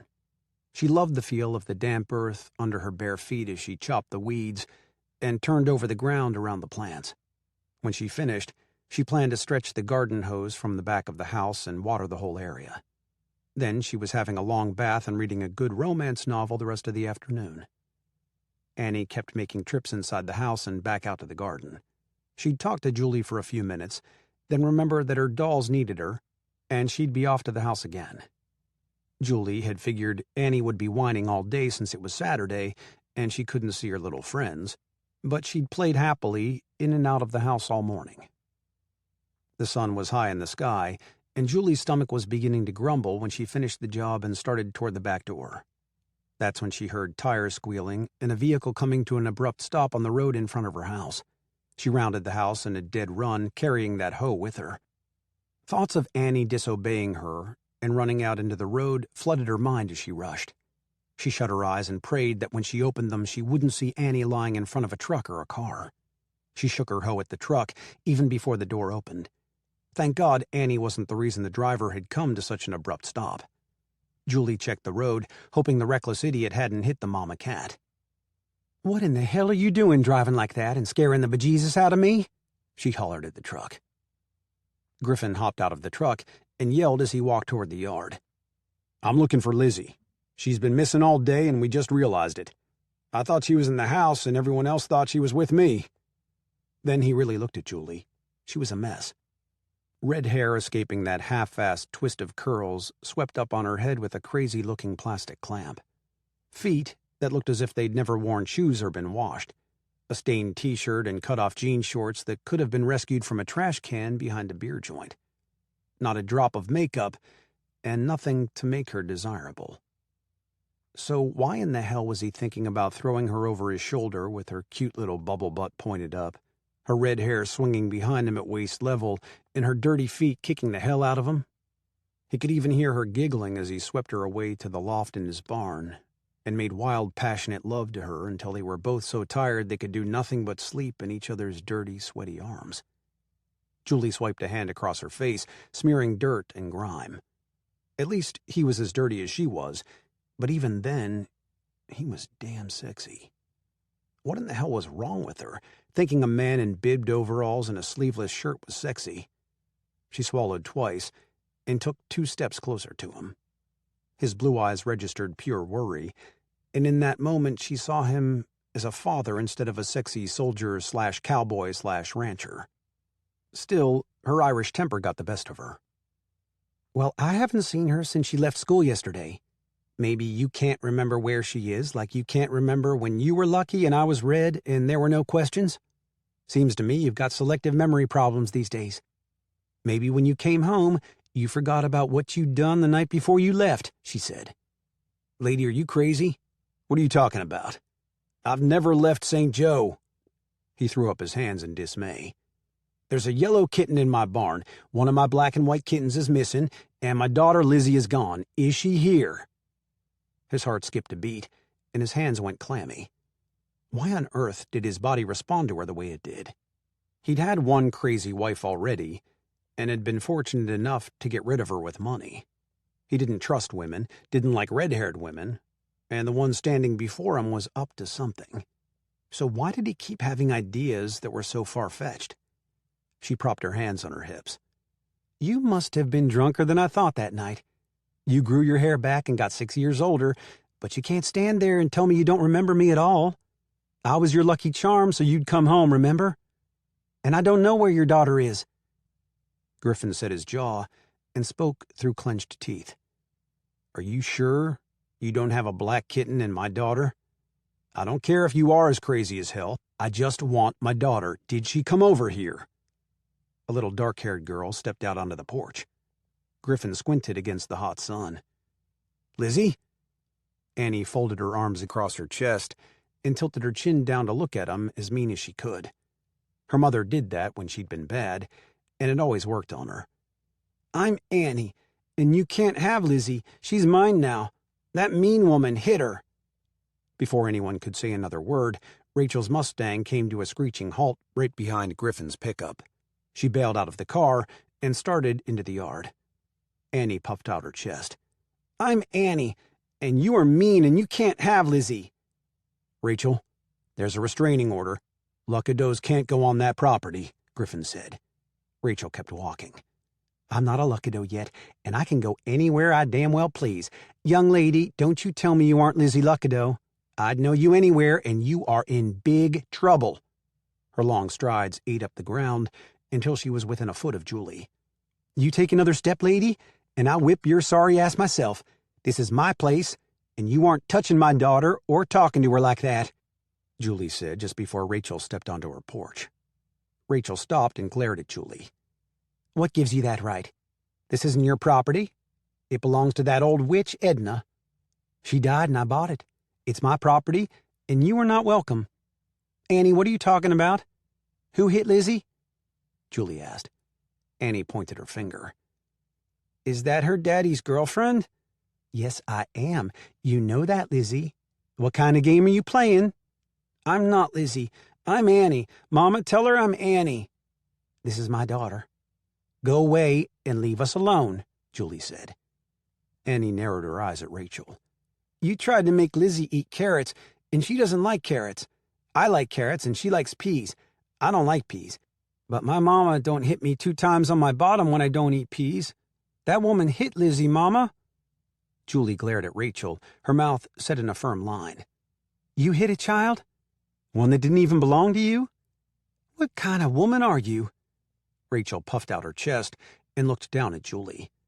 "She'll be my child before long, and it's none of your business." Griffin watched from the corner of the yard. Everything was moving like slow motion in an old television movie. Rachel had spanked Lizzie because she wouldn't eat her carrots. Rachel was screaming at Julie, and Julie was protecting a child that wasn't even hers like a mama cougar. It was all surreal. "Could you two stop your fighting long enough to tell me if Lizzie is safe?" he yelled. "Where is Lizzie?" Julie finally asked Annie. "She rode her pony to the fence, and we put it behind the shed. She's hiding in my bedroom. I took her some crackers for breakfast, and we've been playing all day, but we're hungry. Can we make a sandwich now?" Annie answered innocently. "Will you please tell her to come out here?" Julie asked. "Please, Annie." Griffin exhaled loudly. At least his daughter was safe. Rachel frowned. "That is Lizzie. She's playing some kind of crazy game with you. Are you stupid, woman?" "Lady, I'm not known for my patience, especially when it comes to child abuse, so you'd do well to hush and let me get to the bottom of this," Julie said hotly. In spite of the 100-plus-degree weather, Rachel wrapped her arms around her body as if to stave off a chill. That sawed-off, filthy woman looked as if she was about to wield that hoe like a lance in her direction. Lizzie stepped out of the doorway and reached for Annie's hand. "Hi, Daddy. I don't like her, and she hit me." Rachel stared blankly at the 2 little girls. "There's 2 of them?" "Griffin, you've got some explaining to do." She turned on him. "Lizzie, why did you run away?" Griffin asked. Lizzie's chin quivered. "Because she was going to keep me today, and I don't like carrots, and she said I had to eat them. She said I was spoiled, and I don't like her, and she already spanked me one time, and I don't want her to whip me again because I don't like carrots." "Griffin Luckadeau, that woman isn't even Lizzie's mother, and you allow her to whip her?" Julie joined the girls on the porch.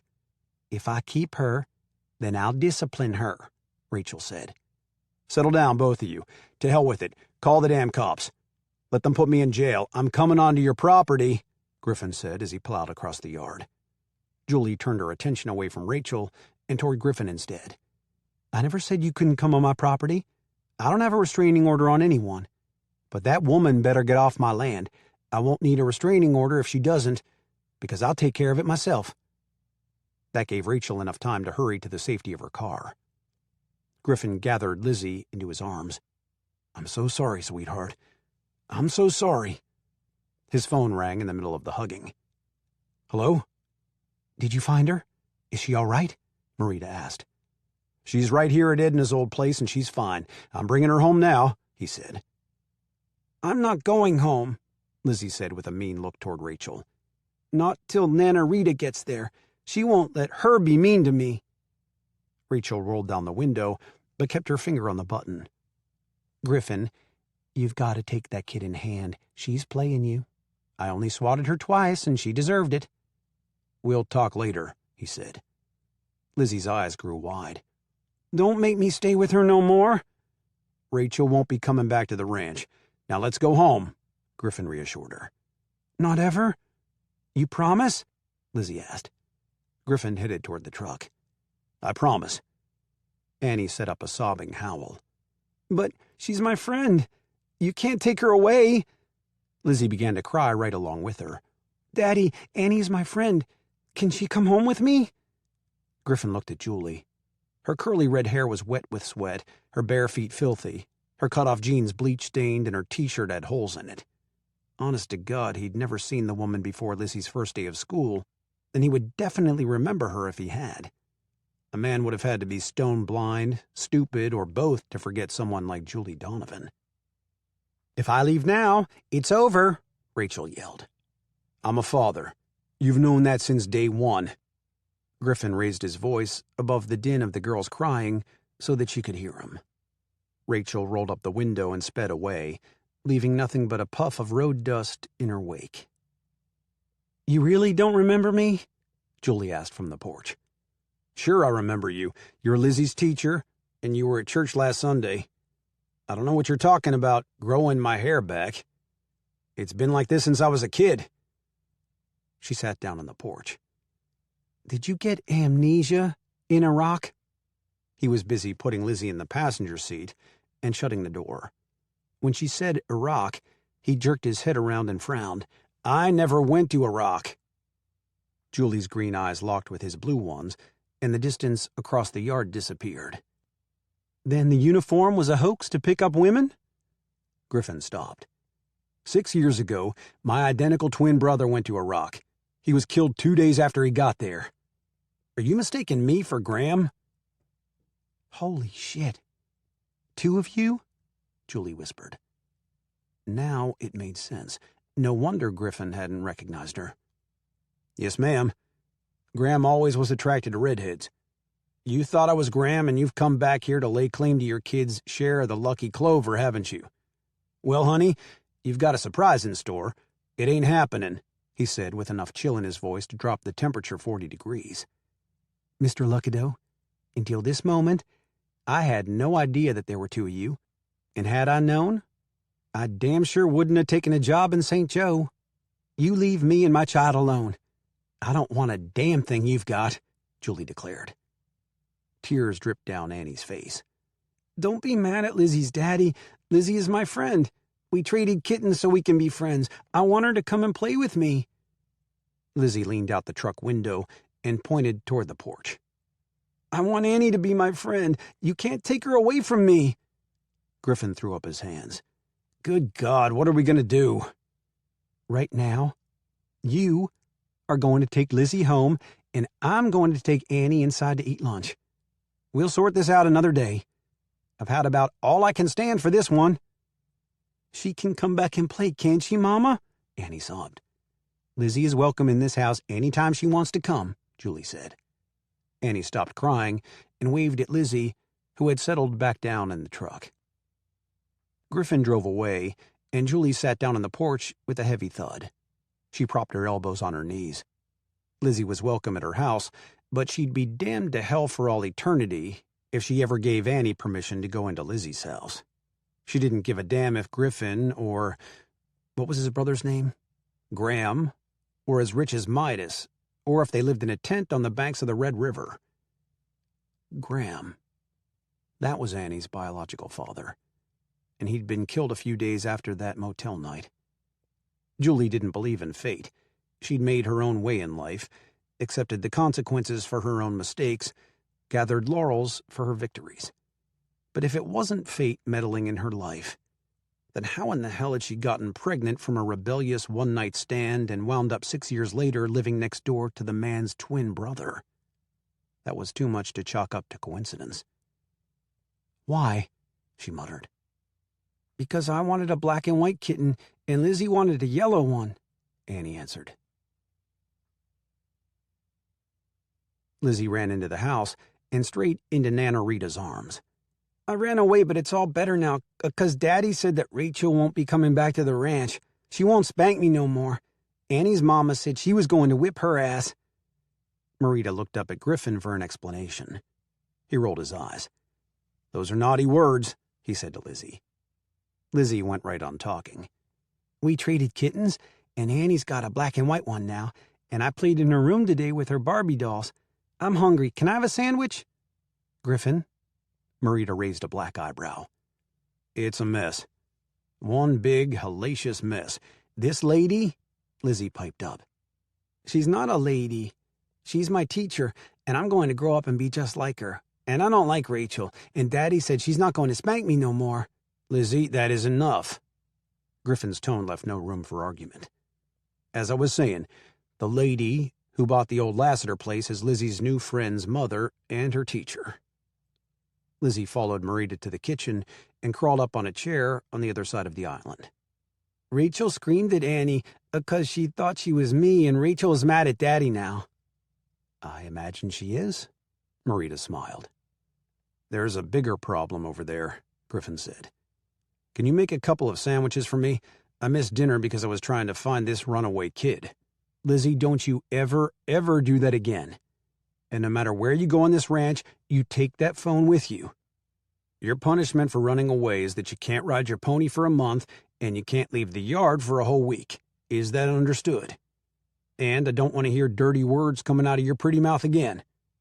She nodded seriously. Then Annie will have to come play with me since I can't go play with her. Did you get her phone number so I can call her up and tell her that? I did not, he said. His world was listing to one side, and he wondered if it'd ever be right again. Her mother's name is Julie Donovan. Just call the parader on the phone and ask for the number, Lizzie said. I think you've had enough excitement for one day. We certainly have, Marita said. I expect you want to talk to me without little Corn's big ears, Griffin said. Marita nodded. Bring your sandwich to the backyard, and I'll clean up this mess your woman left behind after we talk. Next time I'll take Lizzie with me. It's less trouble than having a heart attack or cleaning up after a messy cook, she fussed. I want to go too, Lizzie said. You eat your sandwich right here at the bar, young lady, and then you're going to put on your bathing suit and play in your little pool where I can see you all the time, Marita said. When they got to the backyard, Griffin was glad to sit and let the adrenaline settle down. He bit off a chunk of sandwich and chewed slowly. Too much had happened too fast. His nerves were frayed worse than the hemline of that Donovan woman's shorts.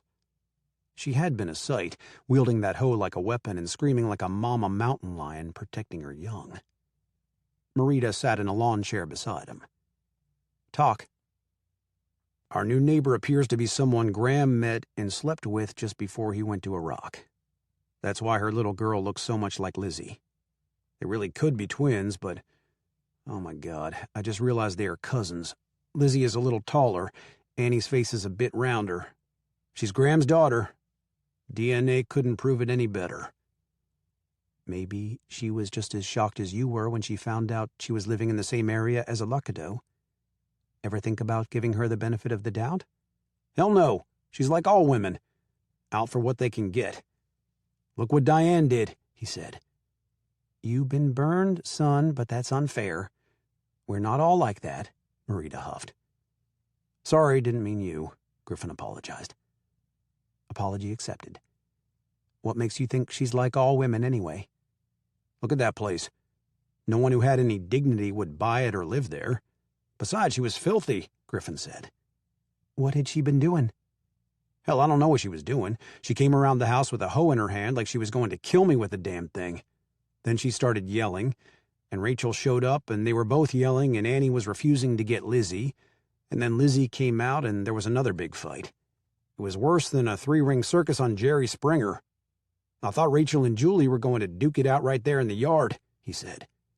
No way was he about to admit that he'd been attracted to the schoolteacher, even when she was a sweaty mess. Marita laughed so hard her face hurt. I would love to have seen that. It wasn't pretty, Griffin said, a smile finally tickling the corners of his mouth. Who gives a hoot? It would have been a beautiful sight to me because it got rid of Rachel. How big is this redhead? Little old bitty thing. She might weigh 120 soaking wet, and she was sweating like a boar hog. I was glad I was upwind from her. She looked like she would have smelled horrible, Griffin said. She must have a dose of Irish in her with a temper like that, plowing into a big old horse of a woman when she's that little. It would have been a hoot to see Rachel get her ass whooped by a little woman. And she was carrying a hoe? Must be a working woman, huh? I bet she'd be weeding the garden in the backyard. What set her off and made her so mad? Griffin rubbed his aching forehead with the palm of his hand. After me, it was the idea that Rachel had whipped Lizzie. Marita pointed her finger at Griffin. Let me tell you, if that woman ever lays a hand on Lizzie again, Julie Donovan won't have to touch her. I'll take care of her myself." "Now why is it that you formed an opinion without giving her a chance?" "Because in order for her to have Graham's daughter, she had to have been with him at least once. He left here for Dallas one day and left the next day for Iraq. She must have been a one-night stand." Marita started back into the house. "She's raising her daughter and has a respectable job. Sounds like she'd fight a circle saw for her child or yours. Your wife left her child and hasn't been back to see her since. Don't even care enough to call her on her birthday or send a Christmas present. Who's the bad person here and who's the good mother? You best be rethinking your judgment, son." Griffin threw up his hands in defeat. "This has been a hell of a day. I'm going to the field to sort it all out." "Might be a good idea," Marita threw over her shoulder.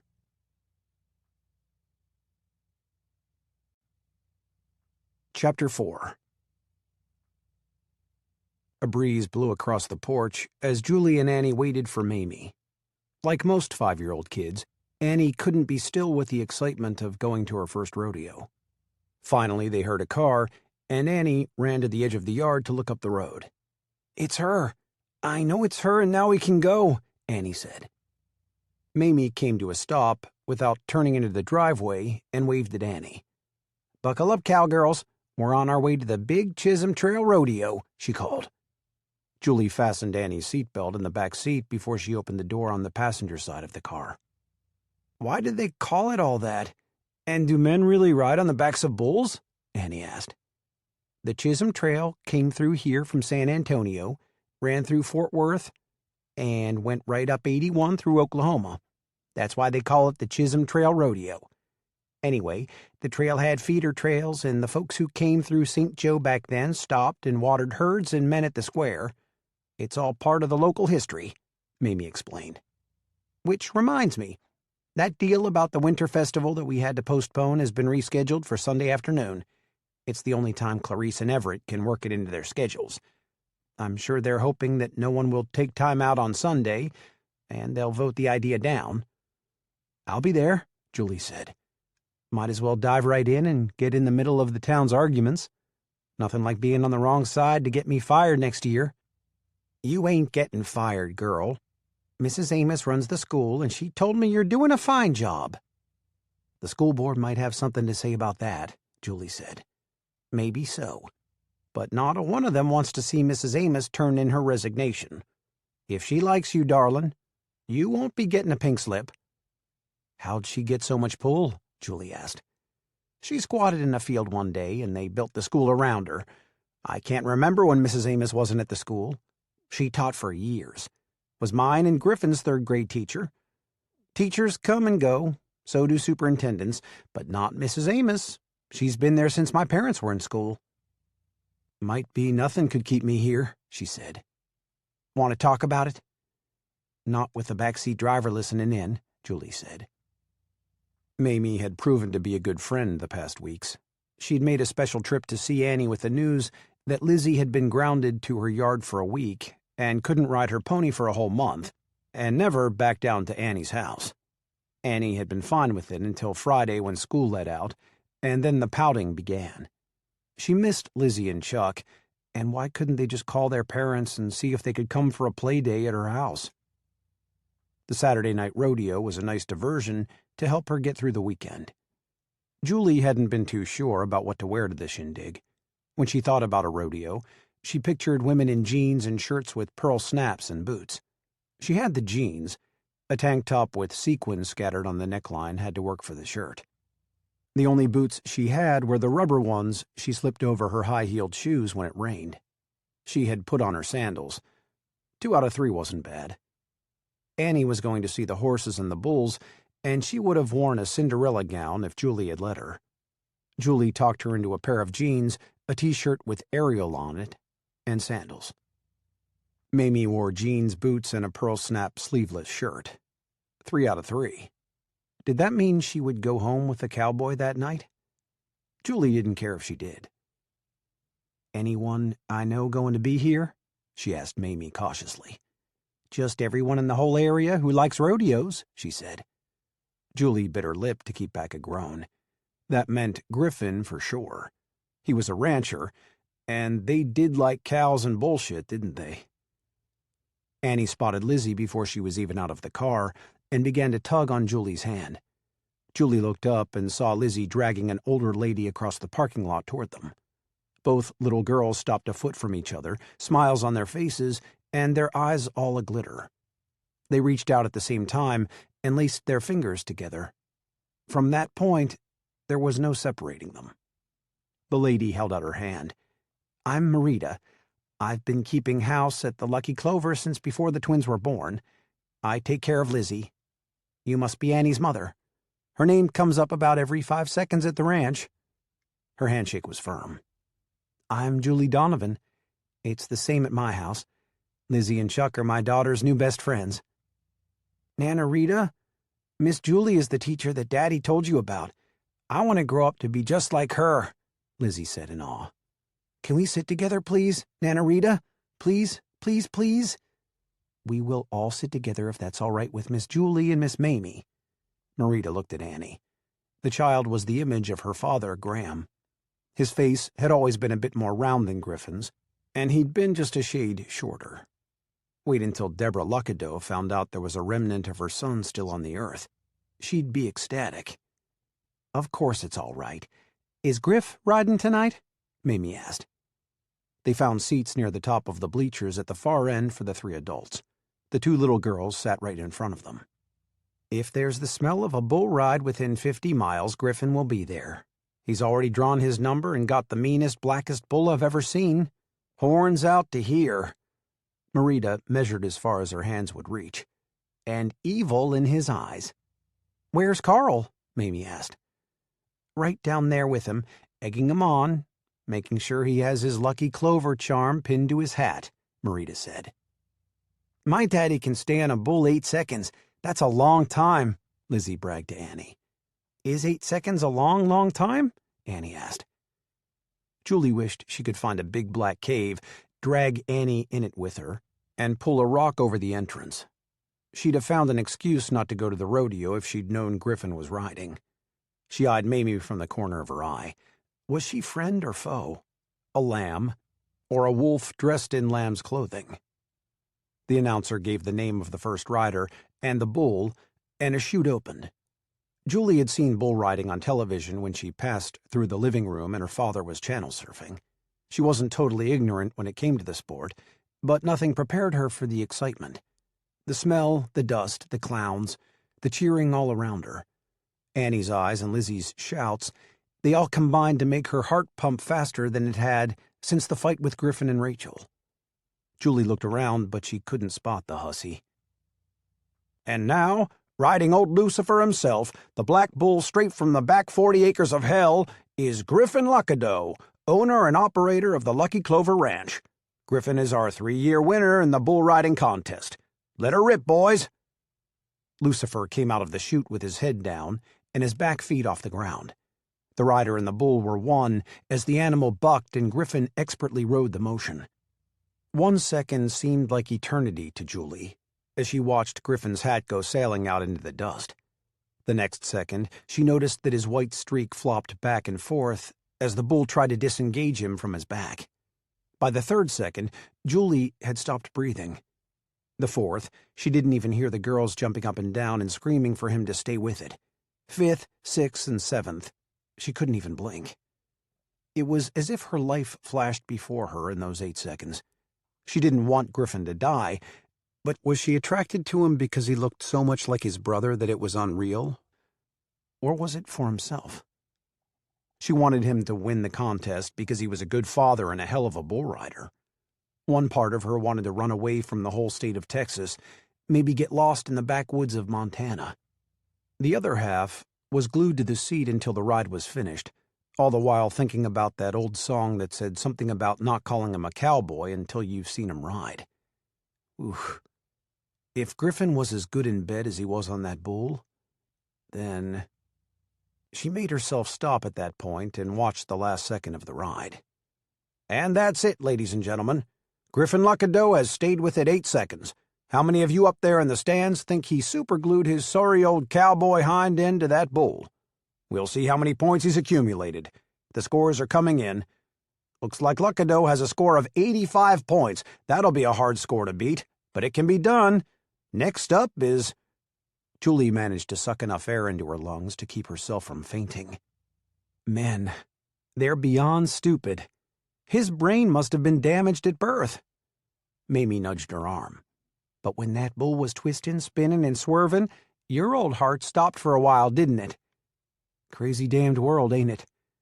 We know they're stupid, but it excites us when we watch something like that, Marita said. No wonder so many women chase after the rodeo, like— She stopped dead when she noticed both little girls looking up at her and taking in every single word. "Did Daddy win?" Lizzie asked. "He's got the most points right now. We'll have to see if anyone makes more," Marita answered. "That bull had big old horns. Does the one me and you ride have horns that big? And where did you get them boots?" Annie asked Lizzie. "I want a pair just like them." "Me and you don't get to ride bulls. Daddy said I could ride the sheep, but I didn't want to. Tim and Richie, that's my cousins, they ride the mutton," Lizzie said. "What's a mutton? And does it have horns?" Annie asked. "It's a sheep, and no, it don't have horns. And you didn't live on a ranch, did you?" Lizzie asked. "I grew up at Grammy's house. Mama, is Grammy's house a ranch?" Annie turned around. "No, it's in town. We don't know much about ranches or rodeos," Julie answered. Her eyes were glued to the cowboy with a white streak in his hair coming up the bleachers straight toward them. Was she never going to have a peaceful moment again? Everywhere she went, there he was, his scowl reminding her that he trusted a Texas rattler more than he ever would her. "Well, where'd you get them boots?" Annie asked again. Lizzie held her foot up and yelled when Griffin was halfway up the stands. "Daddy, Annie needs some boots like me. Where did we buy these boots?" "At the Western Wear store in Nakona," Griffin said. Good Lord. What was that woman doing at the rodeo, and why was she sitting with Marita and Lizzie? Had the whole world gone mad? He slapped his leg with his dusty cowboy hat, more out of anger than to knock the arena dust from it. Tonight, she looked like a rodeo woman in her tight-fitting jeans and her hair all fixed. All she needed was a pair of boots, and she'd fit right into the scene. He didn't want to find her attractive. It would make her job of fleecing him too easy. But his eyes wouldn't look away from her sitting there with the two little girls. Life sure had gotten complicated in the past few weeks. Mamie scooted away from Julie, making a space between them. "We'll make room for you to sit. You did good out there. Bet nobody can beat that score." Griffin had two choices: sit down or refuse to sit beside the woman. For the latter, Marita would have his head on a paper plate for being so rude, so that actually left no choice at all. His arm brushed against Julie's when he sat down, and his stomach knotted up worse than when the chute opened for the bull ride. "Hello?" he said stiffly. Julie pulled her arm tighter to her side. She had to stop letting her mind wander to forbidden places because his touch was so damn hot. "Hello, Mr. Luckadeau. Just to set things straight, I called the courthouse, and there's no restraining order now. Lizzie can come over any time she wants." "Thank you. You are welcome." "Now see there? That didn't kill either of you," Mamie said. Julie shot her a dirty look. Mamie had known all along that Griffin was riding and had probably told Marita to wait for them. She knew the story of what had happened when Lizzie ran away, so why had she put her new friend in such a pickle? Griffin sat erect, his back straight, and his arms folded across his chest. Julie looked a damn sight better than she had the last time he saw her. She'd tamed that kinky red hair. Her waist was small, her hips rounded, and she filled out the top of that knit shirt really well.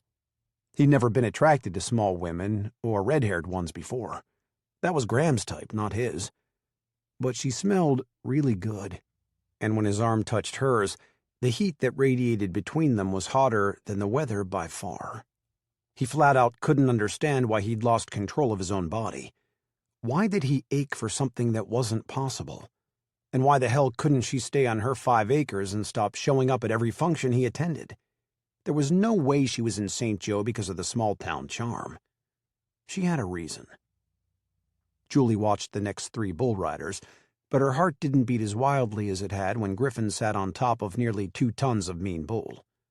Though she kept her eyes straight ahead, she was more interested in keeping at least an inch of space between any of her body parts and Griffin's.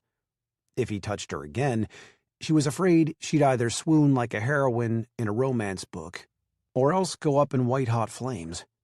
He smelled like aftershave, mint gum, and sweat, the combination a bit too heady for her, and when his arm touched hers, it created a warm, gushy feeling down deep in her gut. She determined that she wouldn't lose control again, especially with a man who looked at her like she was beneath him. She'd finish out the year at the school and then move on.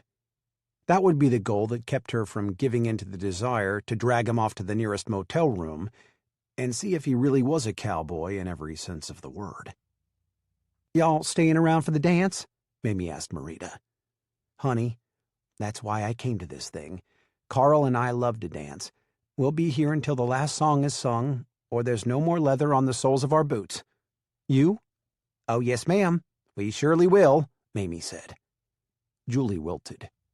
She'd had no idea there was a dance after the rodeo, or she would have brought her own vehicle. Now she had to stay, or it would inconvenience Mamie. "Yippee!" Lizzie yelled.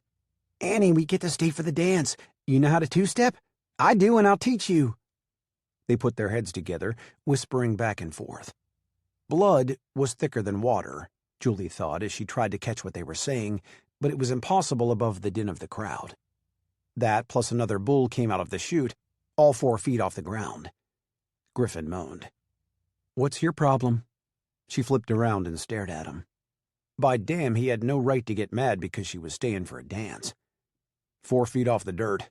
That's extra points. If he stays on 8 seconds, he could beat my time. "Poor baby," she said. "Don't you take that tone with me," he said. "And so the piece ends," Mamie said. He pointed his finger at Mamie. "You stay out of this, Mamie Pickett." Mamie slapped his hand away. "The little girls are behaving better than you two. Am I going to have to put you in a corner?" Marita teased. Julie almost blushed, but got it under control. Griffin grunted and went back to watching the ride. When it was all said and done and the points tallied up, he lost his 3-year title to a 19-year-old boy from Munster and gave it up with a wave of his hat from the stands. The kid beat him by 1 point, and that was only because the bull had had all 4 feet straight up. It didn't keep Griffin from feeling old at 28. Lizzie reached back and patted him on the leg. "It's all right, Daddy. You done good." Annie patted him on the other one. "Yep, you done good." He looked at Julie. "Hey, Cowboy. I don't know anything about bulls or riding them. If that boy beat you only by 1 point, I'd say you're doing good for your age," she said. "Ouch." "Well, how old are you?" she asked. 28 last birthday, he said. She blushed. She'd had no idea 6 years ago that Graham had been that much younger than she was. Good grief. He'd been just a year past the legal age to buy beer. And here she was entertaining notions of jumping Griffin Luckadeau's bones. Well, that just ended that idiotic idea. He was 6 years younger than she was. Not jailbait, but too damn young. "Just a baby," she muttered. "And how old are you?" he asked. "You don't ask a woman that," Marita asked. 40? He asked. "Ouch," she said. "Do you need a Band-Aid, Mama?" Annie asked. "No, I'm fine," Julie said. When the rodeo ended, the band set up and the dance began. Marita left Lizzie in Griffin's care and went to find Carl to dance with her. Mamie told Julie she'd meet her at the car when the last song ended and disappeared into the crowd. "I want to dance, Daddy, and you can dance the first one with me and Annie both," Lizzie said. "It's a deal. You going to sit up here and watch or dance?" he asked Julie. "Oh, honey, I'm not into spectator sports except bull riding. I'm a participator. I'm dancing. It'll be my favorite part of the night," Julie said. Griffin Luckadeau wasn't about to get 1 step ahead of her, not even if she had to lie. 40 indeed. "All 4 of us on the first dance. Come on, Annie." Lizzie grabbed her hand, and they ran down the bleachers like little mountain goats headed for a watering hole. The band geared up with Gretchen Wilson's Redneck Woman. "Seems fitting," Julie said, as they walked up to the girls on the arena floor. Annie and Lizzie each grabbed one of her hands and one of Griffin's and began to wiggle and dance, moving as though they had no bones in their little bodies, and giggling all the while. Julie stood to one side and moved with the beat of the music, but spent more time laughing at the girls than she did actually dancing. When the song ended and the band went right into an oldie, I Can't Stop Loving You, Lizzie dragged Annie off to see her two cousins, Tim and Richie. "We got to show them your lucky streak," she said. "But Jane didn't see it yet, and she didn't say it was lucky," Annie said. "Jane?" Julie looked at Griffin. "That would be my cousin's new wife. She and Lizzie hit it off from the beginning. Want to dance?" She took a step forward and put her arm on his shoulder. He tucked her hand inside his and drew her closer. He was so tall that she could lay her head on his chest and listen to his heartbeat. She shut her eyes and tried to let the music soothe their nerves, but it was a useless endeavor. Griffin threw off an aura that surrounded her with wanton desire, and even though she hadn't danced in years, she wanted something more. Griffin Luckadeau could dance even better than he could ride a bull. His hand on her back would leave a burn mark, but waltzing around the arena was worth it. The singer talked about living her life in dreams of yesterday. Griffin was guilty of doing that, at least until he'd met Julie. Now he wasn't so sure where his dreams were. She had to have a hidden agenda for moving to St. Joe. Anything else was too much coincidence, and he didn't believe in fate. He'd just have to enjoy the dances and then be very, very careful. "Where are the girls? Are they all right?" she asked, but didn't look up at him for fear he'd see the color in her cheeks and know it had nothing to do with the warm summer Texas wind. "Lizzie knows her boundaries, and believe me, she's finding out what happens when she goes past them. Besides, I can see them over there talking to my cousin's kids." His voice was soft and low, almost sexy. His breath kissed that soft spot on her neck, and it took all her willpower not to think about sex, or the lack of it. She wouldn't. She forced herself to think about the children. Lizzie's cousins were also Annie's. Annie had been hers alone from day one, and Julie wasn't ready to share. A woman tapped Julie on the shoulder. "Hey, can I cut in?" Julie stepped back and into the arms of a tall blonde cowboy with Luckadeau eyes. At the same time, a petite brunette started dancing with Griffin. "Hello, I'm Slade Luckadeau from over in Ringgold. I'm Griffin's cousin. That'd be my wife, Jane, dancing with Griff. Don't remember seeing you around here." "Just moved to St. Joe. I'm a schoolteacher there." Annie tugged on her mother's jean leg. "Mama, I gotta go to the bathroom." "Hi, Miss Lizzie," Slade said. "I'm Annie. I gotta pee real bad, Mama." "Excuse me," Julie said, and walked away with Annie, leaving Slade with his blue eyes bugged out.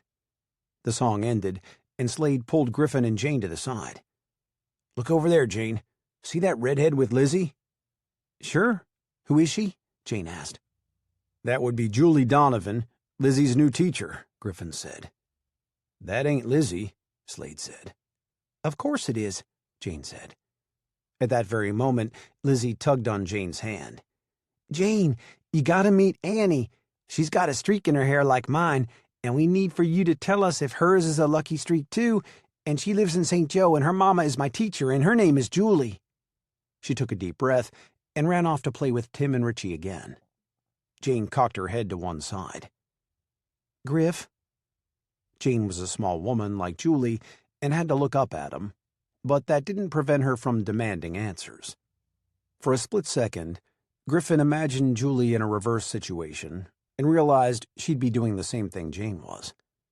"It's a complicated story," he said with a sigh. "Then you'd better start talking," Slade said. Griffin tried to condense it into one sentence, but it took 3 to cover the whole story. Strange when he thought about it at home. It took him in the never-ending circles that had a lot more detail and description. "Apparently Graham had a one-night stand, and as you can see, it produced a child. The woman bought the Lassiter property, and you can't tell me it's a coincidence that she showed up here. She probably found out who we were and is here to try to get half the ranch for that child." Slade clapped him on the shoulder. "You be careful, Griffin. Remember that schoolteacher who had her eye on Beau's ranch? She was all sugar and spice, but when push came to shove, she just wanted his property. Julie is probably thinking she'll wind up with her daughter's half of that ranch. That's exactly what I said. Marita got all up in my face about it, said I should give her a chance. I just can't do it. It was Graham who liked red hair, not me. It was Graham who was the wild child, and I don't think for a minute that her showing up in St. Joe is fate or a coincidence," Griffin said. Jane watched Julie walk back across the grass with a careful eye. The woman looked harmless, and the little girl was a Luckadeau for sure. But the Luckadeau men weren't always smart when it came to women. Slade had sure enough had his stupid moment with a woman before Jane married him. Then there was the schoolteacher that had almost ruined Beau Luckadeau's life. She and Millie would have to keep a close eye on the new woman. She had to have a reason for moving to St. Joe, and Millie and Jane were just the women to find it out. "Don't you go pretending to be the good boy and Graham the wild one." Slade punched Griffin on the shoulder. "Want me to give dates and times about when you weren't a good boy? Don't forget we're the same age." Jane smiled at Julie. "I'm Jane Luckadeau. This is my husband Slade. He's one of a gazillion of Griff's cousins. We live over in Ringgold." Her words were pleasant, but her tone was something else, and only another woman could understand. Julie nodded. "I'm pleased to meet you. So, there are more Luckadeau men than just Griffin and Graham? I had no idea there was but one Luckadeau in the world until I moved to St. Joe. Excuse me while I go find Mamie," she said. The music started up again, and Slade and Jane danced off to the other side of the arena. Griffin reached out and touched Julie's arm before she'd taken 2 steps. Heat flowed through her, and sparks lit up the night like it was the 4th of July rather than September. "Might as well dance with me," he said. "Mercy dance for the old woman?" Julie asked. "Mercy dance for the bull-riding loser?" he shot right back. She melted into his arms, and they 2 stepped around the arena. With her head against his chest for the 2nd time that night, she finally admitted how easy it would be to give in to her emotions. Griffin was a fine-looking cowboy, and dancing with him was next door to heaven. Her thoughts went around and around like a merry-go-round, and she got dizzy just trying to make sense of them. "So tell me how you met my brother," Griffin said. Something about his tone brought her out of the clouds and down to earth with a thud. How dare he take that high and mighty judgmental tone with her? All the heat she'd been feeling from his proximity boiled into fury. "I was in the process of a divorce, and I really don't owe you an explanation. I don't give a damn what you think of me. I'm a decent person." "So you were married, and you still slept with Graham?" Griffin asked. "I was getting divorced." "Why'd your husband divorce you?" "He didn't. I was divorcing him." "Why?" Griffin asked. "You're just full of questions, aren't you, cowboy? Where's your wife?" "Hey, now, that's personal." "And your questions aren't?" Julie asked. "Touché, honey." She looked up to find his blue eyes trained on her face. "So the bull rider knows a big word. Don't call me honey. If it's an endearment, you don't have the right. If it's sarcasm, I damn sure don't want to be hearing it. I'm not a hooker or a whore. I slept with your brother one time. It might have been wrong, but it brought me the biggest joy of my life. If I hadn't, I wouldn't have Annie, and she is my world, so I do not regret my decision to go to bed with Graham." Griffin nodded. "Okay. My wife left when Lizzie was tiny. For $10,000, she signed all rights over to me, and she's never come back. Her name was Diane.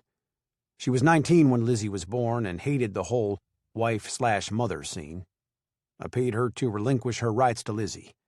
The court called it a final settlement, but in all honesty, she sold the baby to me." Julie laid her head back on his chest. "My husband Derek was cheating. I caught him and filed for divorce. I had a one-night fling with a soldier that I let pick me up at a bar. The next week, my husband begged for a second chance, and I gave it to him. For 9 months, I thought that my baby belonged to him, never even gave it a second thought. When Annie was born, it was very evident she didn't belong to my husband. He divorced me that time." "I bet it was pretty damn evident," Griffin chuckled. Julie changed the subject. She didn't want to remember Graham. She wanted to forget him. But how could she when his duplicate held her in his arms in a slow country dance? "Where'd you get that white streak? Slade is so blonde." "All the other Luckadeaus are blonde and blue-eyed. Graham and I got the Luckadeau blue eyes from our father. Mama has the poliosis streak. Her father had it, and his mother, and on back. It must run, at least in our family, from mother to son to daughter to son. My sister, who is one of the few female cousins in the clan, is blonde. Luckadeaus mostly throw male children, so there are lots of boys." "And you're the only black-haired one?" "Me and Graham. Yes, ma'am. But Graham's gone now, so that just leaves me." "And Lizzie and Annie," she whispered. "I'm going to be up front and honest, lady. I don't believe in fate one damn bit. So if you're here to run DNA and claim part of the ranch for your daughter, it won't work." Julie stopped dancing, dropped her arms, and took a step back. "Mr. Luckadeau, I don't want a teaspoon of your dirt. You can bet your sweet ass that I'm not interested in you or anything you've got. Let Lizzie be Annie's friend. They never have to know they are kin. I'd just as soon they didn't. I've given Annie that old fable about everyone having a double somewhere in the world, and she believes me. I don't want her to know that Lizzie is her cousin. She's too young to understand." "They'll find out soon enough. Everyone already thinks they look like twins," Griffin said. Life was not one bit fair. The one woman he'd found attractive and desirable since his wife had left him would have to be the very one who'd been to bed with his late brother. He didn't give a damn about the differences in their ages. What ate at him was playing second fiddle again to his brother. Graham, the flamboyant Luckadeau, who drew women to him like flies on honey. Griffin, the quiet, reserved brother. Graham with a devil-may-care attitude. Griffin, the responsible one who was always there to get him out of trouble. That, plus the fact that she had a hidden agenda, made them as compatible as a rattlesnake and a field mouse. He had no doubt she was the snake, waiting until he poked his head out of the tree stump to strike. He'd have to be very careful with his heart and his ranch. "May I cut in?" A tall blonde cowboy tapped Griffin on the shoulder. Julie found herself in the arms of yet another Luckadeau. She could spot them now, and they were everywhere. Blonde, tall, sexy, broad-chested with big biceps, nice smiles, and a dent in their chins. Just like Griffin, only Griffin had dark hair with a sexy white streak instead of a full head of blonde hair. She wondered if there was a single ugly duckling sitting in the family tree. "I'm Bo, Griffin's cousin. Live up by Ardmore, Oklahoma, on the Barham Ranch. My wife is Millie. Daughter is Katie Scarlett. She'd be that little blonde out there dancing with Lizzie." "You that other little dark-haired girl's mama?" "I am that. Her name is Annie." "When did you and Griffin know each other?" "Didn't until a week ago. I'm a schoolteacher here in St. Joe." "You got to be kidding," Bo said. "About being a teacher, or not ever knowing Griffin?" "Griffin." The song ended, and a short, dark-haired, dark-eyed Mexican beauty grabbed Bo's arm. "I'm Millie, Bo's wife. So, you are a schoolteacher?" "That's right. It's nice meeting you. If you'll excuse me, I'm going to go buy a beer. Dancing works up a thirst, doesn't it?" She disappeared before Millie could say anything more. One Luckadeau woman was enough for one night, and two was way too many. Julie passed the refreshment stand and went to the bathroom, where she put the lid down and sat. Luckadeaus must reproduce like rabbits. Everywhere she turned there was another one. She leaned her head against the cool metal wall. Did she believe in fate? It had to be either that or the worst damn luck in the whole state of Texas. She remembered her sister coming to Jefferson to visit back in the middle of the summer. Sally had been all excited about a job 5 hours away from Jefferson. "Hey, sis, I met a lady at a party this weekend in Dallas. She was a friend of a friend of a friend, etc. Said there's a last-minute kindergarten job opening in St. Joe. You've been saying you want a fresh start before Annie starts to school. You ought to drive over there and look into it. I'll watch Annie for you." Julie tried to remember if she'd ever shown Mamie a picture of Annie before Mamie told her about the property. Yes, she had. She remembered taking it from her wallet. Mamie had known from day one.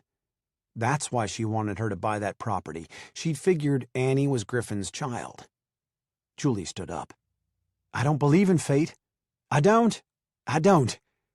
Millie and Jane were just coming in the door when Julie swung open the wooden stall door. "Hello again," Julie said.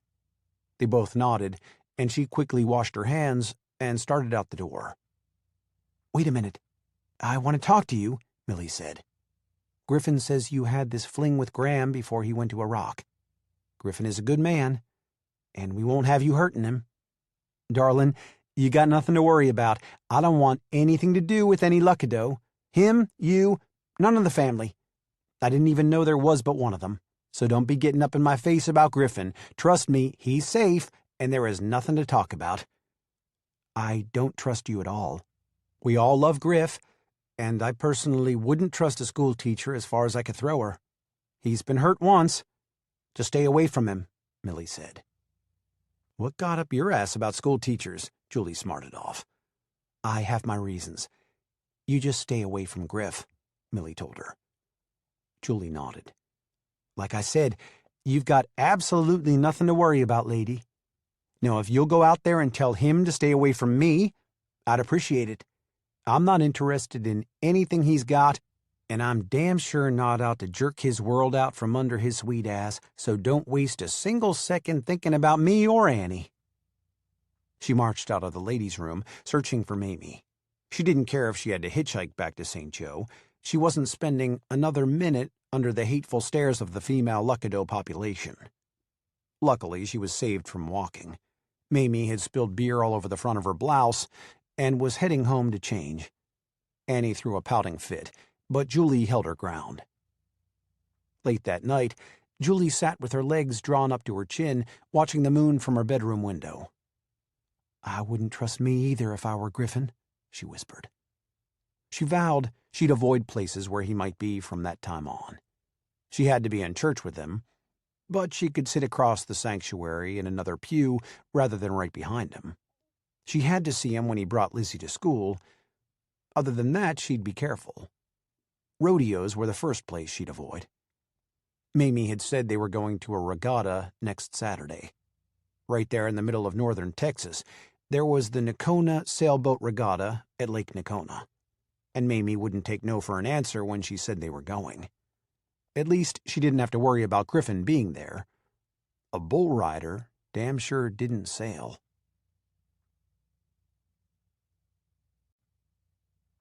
Chapter 5. The committee meeting of the tourism group met on Sunday afternoon on the lawn in the center of the town square in front of Molly's. At 2:30 that hot September afternoon, Mamie stepped up into the gazebo and called the meeting to order. "We're here to discuss putting plans in motion for a holiday theme, somewhat like the one we have on the 4th of July. We need to make our decisions now so I can contact the vendors who are eager to come back with their fall merchandise," she said. Julie stood on the fringe of the crowd of maybe 40 people. Some had brought their lawn chairs, but she and Annie stood to one side of the gazebo. She was there to support Mamie, although after her stunt concerning the rodeo, she'd had second thoughts about it. Mamie had admitted on the way home that she had indeed known that Griffin would be at the rodeo, but in her opinion, Julie needed to see more of him, not less. And that she'd wondered about Annie when she'd seen her picture. Her opinion was that Julie should be Griffin's friend, since he was Annie's biological uncle, and they should work together for the girl's sake. Julie had set her straight when she told her that Annie was a Donovan and would never fit into that Luckadeau bunch. Mamie had told her to look at Annie's hair. She was a Luckadeau no matter what name was on her birth certificate. "This is an open forum. Does anyone have anything to say?" Mamie asked. Julie had plenty to say now that she'd slept on the idea, but it had nothing to do with a hoorah for the winter holidays. Most of it had to do with the sleepless night she'd had and the grumpy mood she'd awakened in that morning. Griffin had haunted her dreams. It was definitely him and not his brother. Griffin had hair in her dreams. Graham never did. The few times she dreamed about Graham, he'd been leaving the hotel room, closing the door behind him. When she dreamed about Griffin, she awoke in a sweat, aching for a man's arms around her. "I've got 2 bits to put into the pot." Clarice left her chair and marched up to the gazebo. Julie looked at the older woman and guessed by the way she was walking and the tilt of her chin that she must be the head honcho of St. Joe, maybe of all Montague County. Hopefully, she'd be for the idea, not against it. Mamie stepped aside and let her have the soapbox. Clarice took control instantly with a dirty look toward Mamie. "I'm against this silly notion. We've had the 4th of July festival for as long as I can remember, and that's a long time. It brings in people and money, but it also brings in riffraff and bad things. I'd be for canceling it in a heartbeat. I damn sure won't vote for any such tomfoolery around the holidays. We've already got more dope in Montague County than we need, and that's the kind that comes to these things. Y'all are crazy as hell if you think it'll bring money into the town. We'll lose things out of our stores and our homes with all that foreign trash coming in here. We'll lose money because the jail will be full of shoplifters and drunks, not to mention drug dealers. It'd be a perfect place for them to snatch away the kids or sell them dope. No, I vote that this damn crazy idea be abolished." She clapped her hands together in a dramatic gesture and snapped her mouth shut. "Well, that's negative," Julie muttered. Clarice squinted at her. "What did you say? You got something to say about me, you just march up here and deliver it. Don't be mumbling under your breath." Julie stepped right up to the gazebo with Clarice. The woman wasn't nearly so intimidating when she was standing beside her. She had dyed hair the color of a black stovepipe, wore a long-sleeved black polyester pantsuit in the middle of the summer, and her nails had recently been done in a bright red enamel to match toenails peeking out from her black sandals. At least all of her nails but the thumbs. They were shiny gold. "Now, what did you say?" Clarice glared at her. Julie already had a chip on her shoulder labeled Luckadeau. She didn't give a royal damn if the one on the other shoulder bore Clarice's name. The woman had no right to look at Mamie like that, or to talk down to Julie either. "I'm the new kindergarten teacher in St. Joe. I came to this place because it's small and a nice place to raise my daughter Annie. But anyone can see that the town is about to dry up and blow away. Without some planning, it's going to be listed on the ghost town registry for the state of Texas. It needs money put back into it.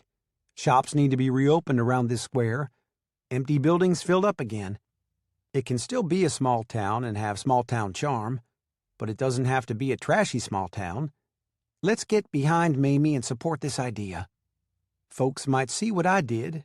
If they come around for a parade or a festival, they'll see potential for growth and could come back and invest in opening a store or putting in a cafe." "I disagree," a masculine voice said from the back. Julie would recognize that voice anywhere.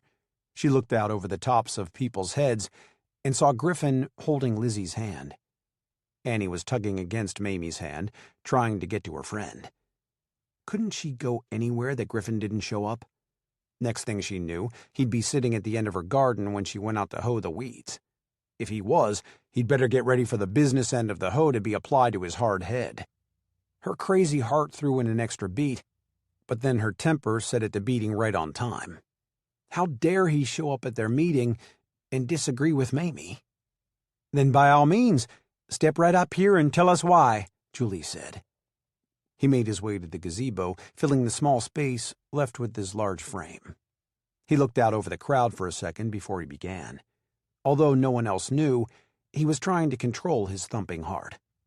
One look at the woman, and all he wanted to do was take her home to his bed. He hadn't been so intrigued by a woman in his whole life. Not even his ex-wife. Was in every waking thought and haunted his dreams at night, too. Finally he spoke. St. Joe won't ever be a ghost town. Don't let this new citified schoolteacher tell you anything like that. She came from a bigger town, and if she don't like the way we do things, she can go back to it. Our little town can only support one festival a year. We have to hire extra help to pick up trash, and we have to bring in the porta potties for that day. It'll just be an extra expense to have another festival, Griffin said. Julie propped her hands on her hips and debated with him. Jefferson was about to dry up and blow away, somewhat like this town. But the merchants rallied around, and now it's one of the best little bed and breakfast in tourist towns over near the Louisiana border. You like it so well, then go back there and help them keep it that way. Griffin looked down at her. That was his biggest mistake of the day. He should have kept his eyes on any old rancher in the crowd and never looked at her. One look into those daring green eyes had him ready to pay for the whole festival himself if she wanted it. But he'd taken his stand, and no woman was going to lead Griffin Luckadeau around by the nose ever again. Julie shot him her meanest look. He was making it personal and trying to knock her out of the saddle every time she put a foot in the stirrup. She inhaled deeply. The policeman standing back there with a toothpick in his mouth would take her to jail if she picked up the nearest empty lawn chair and bent the aluminum frame over Griffin's head. But that's what she wanted to do. I've stated my opinion. I rest my case. I'm supporting Mamie. Those naysayers who think it's a bad idea should go on home. The rest of you stay, and we'll put our ideas for the festival together. It won't hurt to try it 1 year. If it puts everyone in the red, then cancel it next year, she said. I'd be willing to give it my vote for one time, Everett Mason said from the front row. Everett, you old fool. You came here to side with me, Clarice said. And I do. I think it's tomfoolery, but let these foolish young'uns try it their way. When it's over and they're having to dig in their pockets to pay for this crazy idea, they'll be running back to us with their tails between their legs, he said. Clarice glared first at Julie, then at Mamie, who was keeping an eye on Lizzie and Annie. You'd think Griff's word would be more important than these two. Mamie just wants to get people in her store. This schoolteacher ain't got the sense the good Lord give a pissant. Griff was born and raised here. He knows how things has been done and how he need to keep them the same. Julie had had no intention of getting into the middle of a city argument.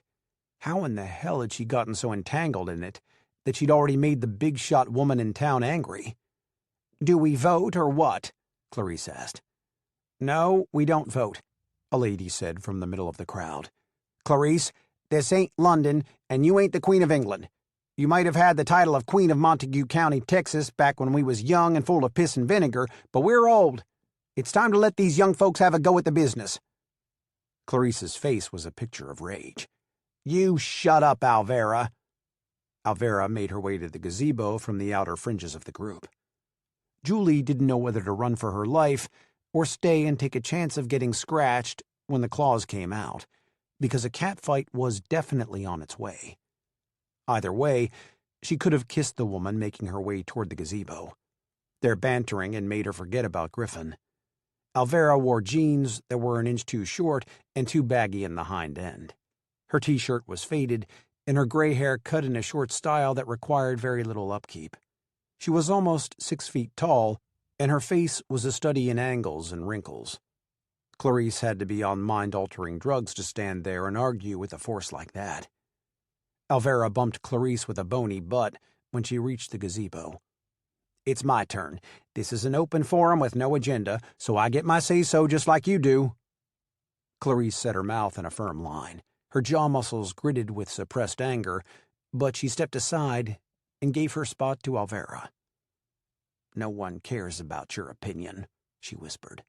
And everyone gives a shit about yours, Alvera whispered back. She raised her voice so everyone could hear.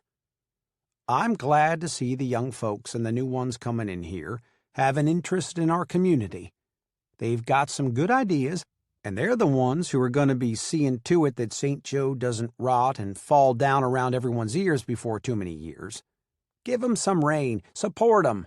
We need to stand behind these kids as they try to fill our boots. How in the hell are they going to succeed if we knock them down every time they come up with an idea? And that's my opinion." "You are an old idiot," Clarice said out of the side of her mouth. "And you are an old idiot with dyed hair," Alvera shot back as she left the gazebo. "Mamie," Griffin said from the other side of the gazebo, where he'd retreated when Alvera started up the 2 steps into the gazebo. He was grateful for the few feet of space and the few minutes of time away from Julie. Just being in close proximity to her was making him sweat. "There's no vote to it.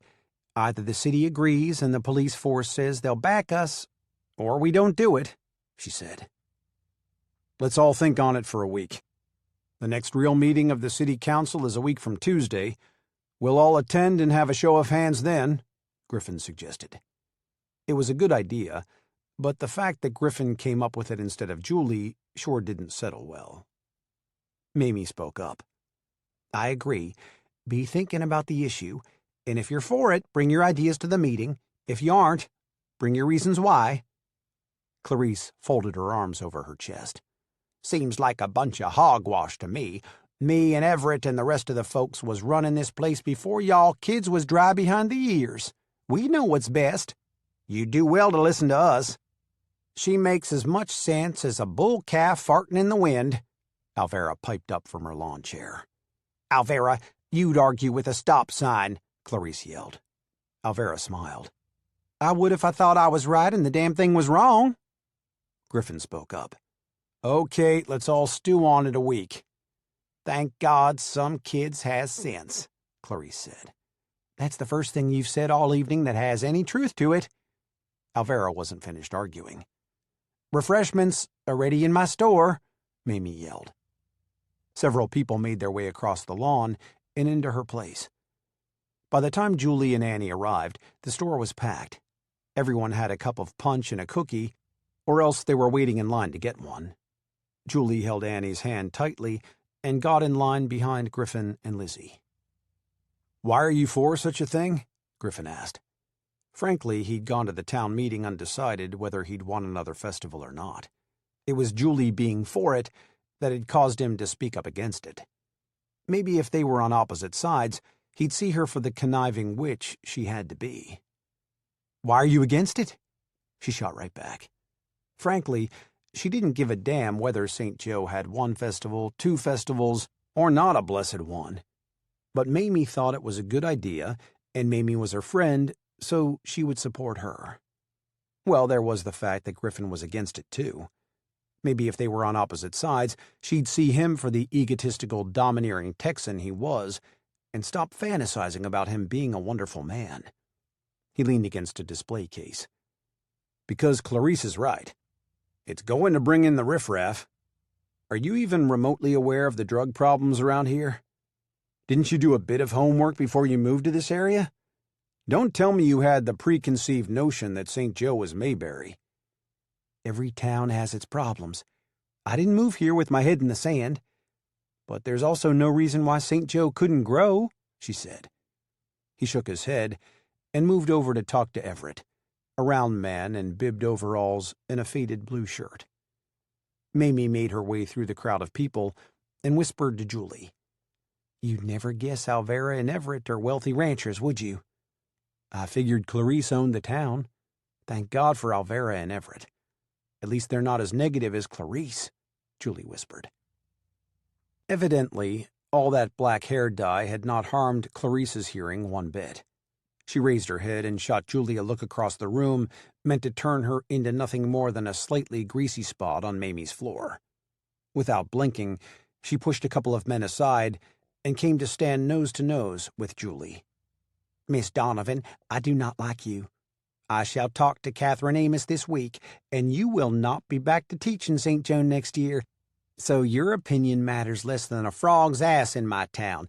Don't get too comfortable, and don't be thinking to take any of Griff's money just because his brother went to bed with you and you have a Luckadeau child. I've heard all about you, and your kind is the riffraff we don't need in St. Joe." Alvera spoke up from near the refreshment table. "Clarice, that's enough of your mudslinging. You want to taste a little mud? I can give you a mouthful. Eat your cookie.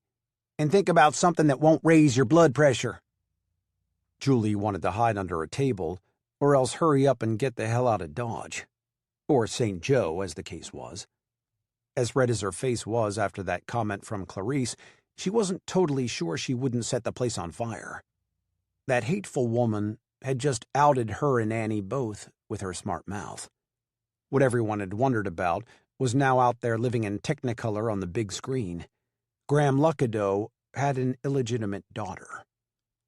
"What have I gotten myself into?" Julie whispered. People stole sideways glances at her, and then at Annie and Lizzie sitting side by side on a bench beside the cash register. So much for keeping Annie's parentage a secret. She might as well stand up on the display case and give them intimate details of that night she'd spent with Graham Luckadeau. Alvera made her way through the crowd to Julie's side. "Don't listen to that old bag.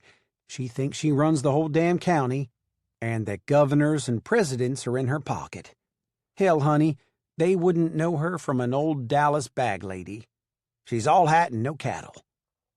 "Thank you," Julie said. "So that's Graham's daughter, is it? Nice that she's back around her family. You're a fine asset to our community. And don't worry about Catherine. She's my sister. You ain't going nowhere."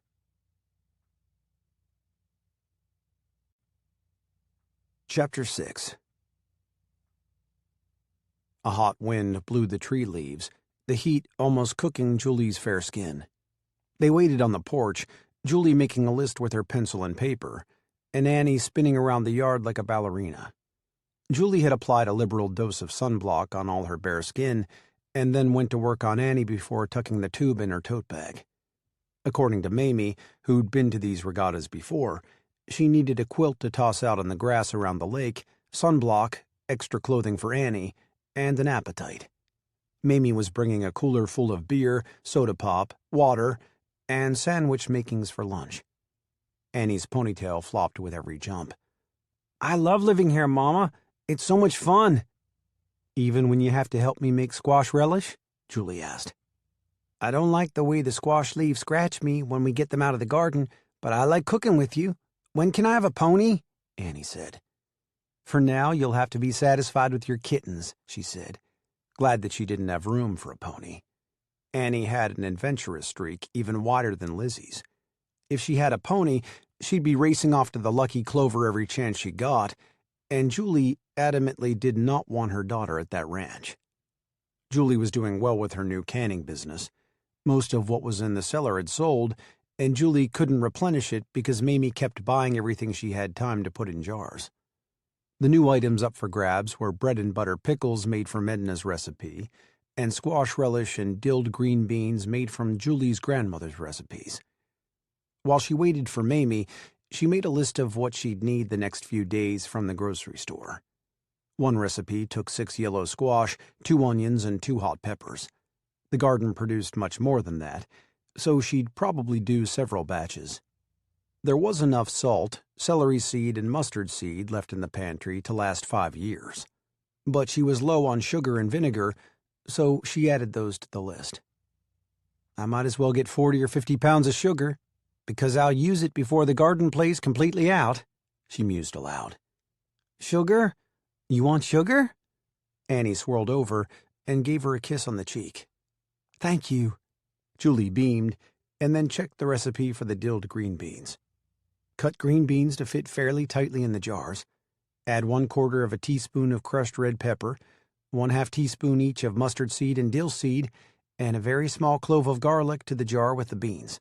Heat 5 cups of vinegar, 5 cups of water, and a 1/2 cup of salt to the boiling point, and pour over the beans. Adjust jar lids. Process in boiling water 5 minutes. Remove and cool. "Vinegar and lots of it. Might as well buy several gallons if I'm going to get through a whole week," she said.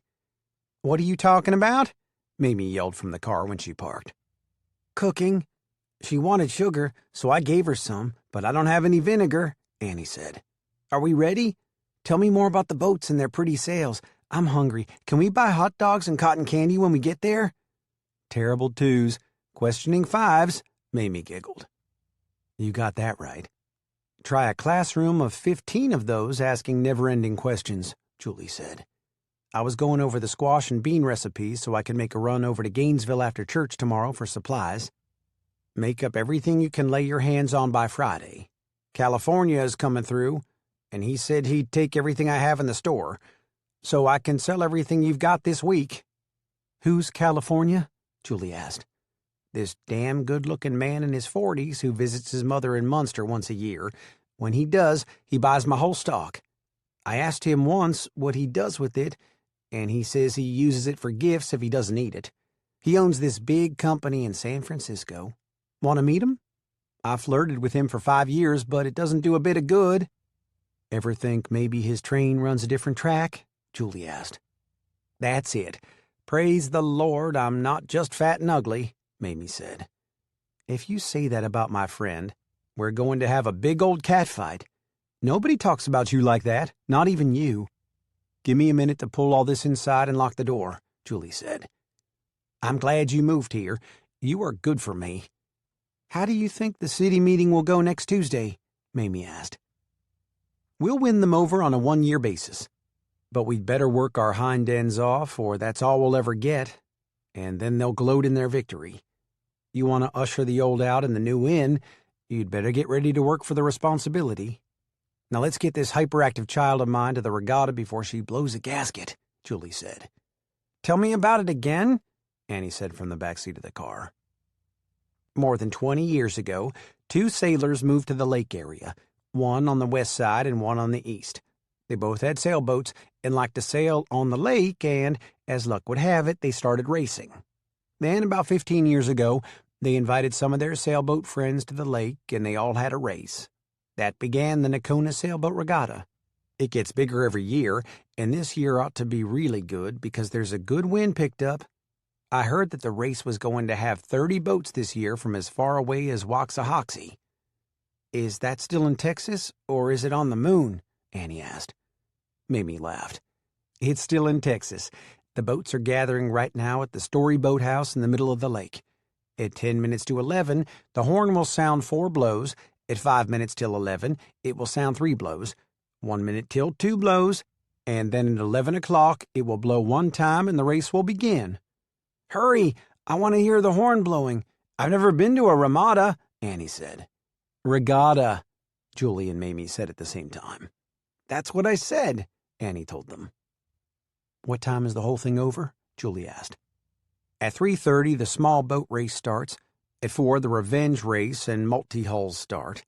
After that, we'll dash back home, take showers, and get cleaned up for the dinner served up by the Nakona Rural Volunteer Fire Department. Awards and music after that, then the auction." "All day! Yippee!" Annie said. "Auction?" Mamie nosed her car into a parking place. "The regatta has an auction. Donated articles, but pretty nice most of the time. The money goes to the Nakona Rural Fire Department." "Why Nakona? Why not St. Joe?" "It's like this. Cap's Corner is 13 miles to Nakona and about 9 to St. Joe. We support both volunteer fire companies. If a wildfire starts, you'll see why. When pastures start burning, we need all the help we can get out here in the middle of nowhere." "I see," Julie said. "I donated a dozen jars of your squash relish to the auction. I'm dying to see how much it sells for and who buys it." "But California could have bought that," Julie said. "California couldn't put out a fire if it's licking at my door." "In more ways than one," Julie said. Mamie busted out laughing. "You are a naughty girl, my friend." "Sometimes." Annie was bouncing like a rubber ball on concrete. "Let's go. I see the pretty colors. They look like my bathtub boats.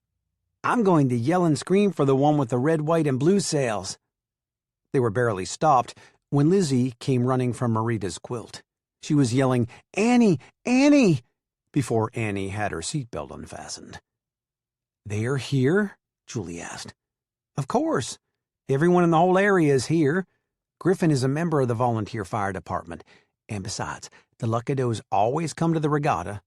Come on, let's get the quilt spread out before the race begins," Mamie said. Marita waved her over. "Hey, Julie, come put your quilt next to ours. Those girls are going to want to spend their time together anyway."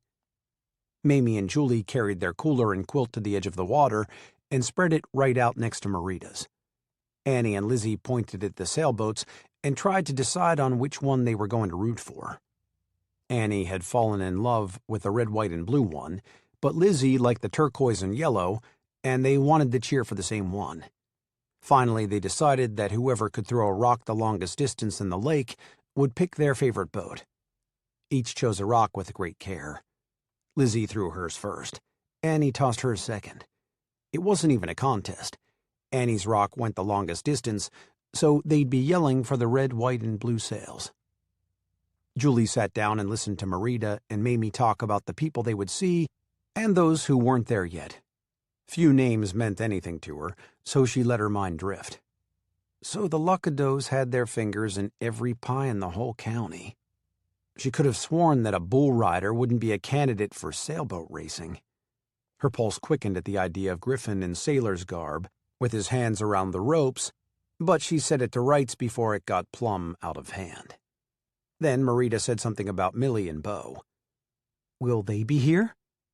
Julie asked, hoping her voice didn't give away her aggravation at having her day spoiled by an interfering Luckadeau wife. "No, Millie has gone to visit her parents in Hereford out in the Panhandle. She has her own little airplane and takes the kids with her once a month to spend a night with her folks. Bo is knee-deep in hay and wheat," Marita said. "You'd love Millie. You ever got to know her. She's a hoot. Let me tell you, anything Bo can do, she can do just as well." Julie didn't answer.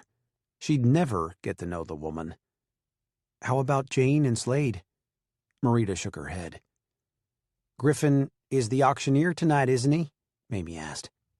"Yes, he is, and he's going to say words so fast I can't hear them all. Wait till you hear it, Annie. He talks so fast it sounds funny," Lizzie answered. Julie almost groaned out loud. Mamie explained. "The Luckadeaus have always been involved in the town events. Griffin went to auctioneer school when he was still in high school, so he helps out with things like this. Graham was the sailor. Had a boat with a 4-leaf clover on the sail. He won the race when he was 16. Damn, that boy could sail like he could... Well, let's just say he could do a little better than California." "Mamie," Julie whispered. "We were kids. He was pretty. I was..." She stopped. "I'm going to hush now. Some things don't bear remembering, at least not out loud. Suffice it to say that nothing really happened. Not that I wasn't willing, but he had a girlfriend, and what goes on in a boathouse stays in a boathouse. Kind of like Las Vegas. Or Dallas," Julie thought. 4 blasts let everyone know the race was getting serious. Lizzie counted the honks on her fingers and told Annie what was happening. Annie held up her fingers on the next series and told Lizzie there were 3 this time. When the boats really set off, both girls began to hop up and down and yell for the red, white, and blue sailboat. "Hi, y'all got an extra beer? I'm spitting dust." Alvera Clancy settled onto their quilt without an invitation. Mamie popped open a long neck and handed it to her. She downed a fourth of the beer without coming up for air and burped loudly. Both girls giggled and sucked hard on their juice packs and waited, but no burp was forthcoming. "How are you today?" Alvera looked right at Julie. "I'm fine. It's a lovely weekend for a regatta, isn't it?" Alvera smiled. "Yep, it is that. You got your ducks in a row for the big fight on Tuesday? That Clarice has been calling everybody in the area to come to the meeting. God almighty, but that woman likes to meddle. I told my brother when he married her he was going to be sorry.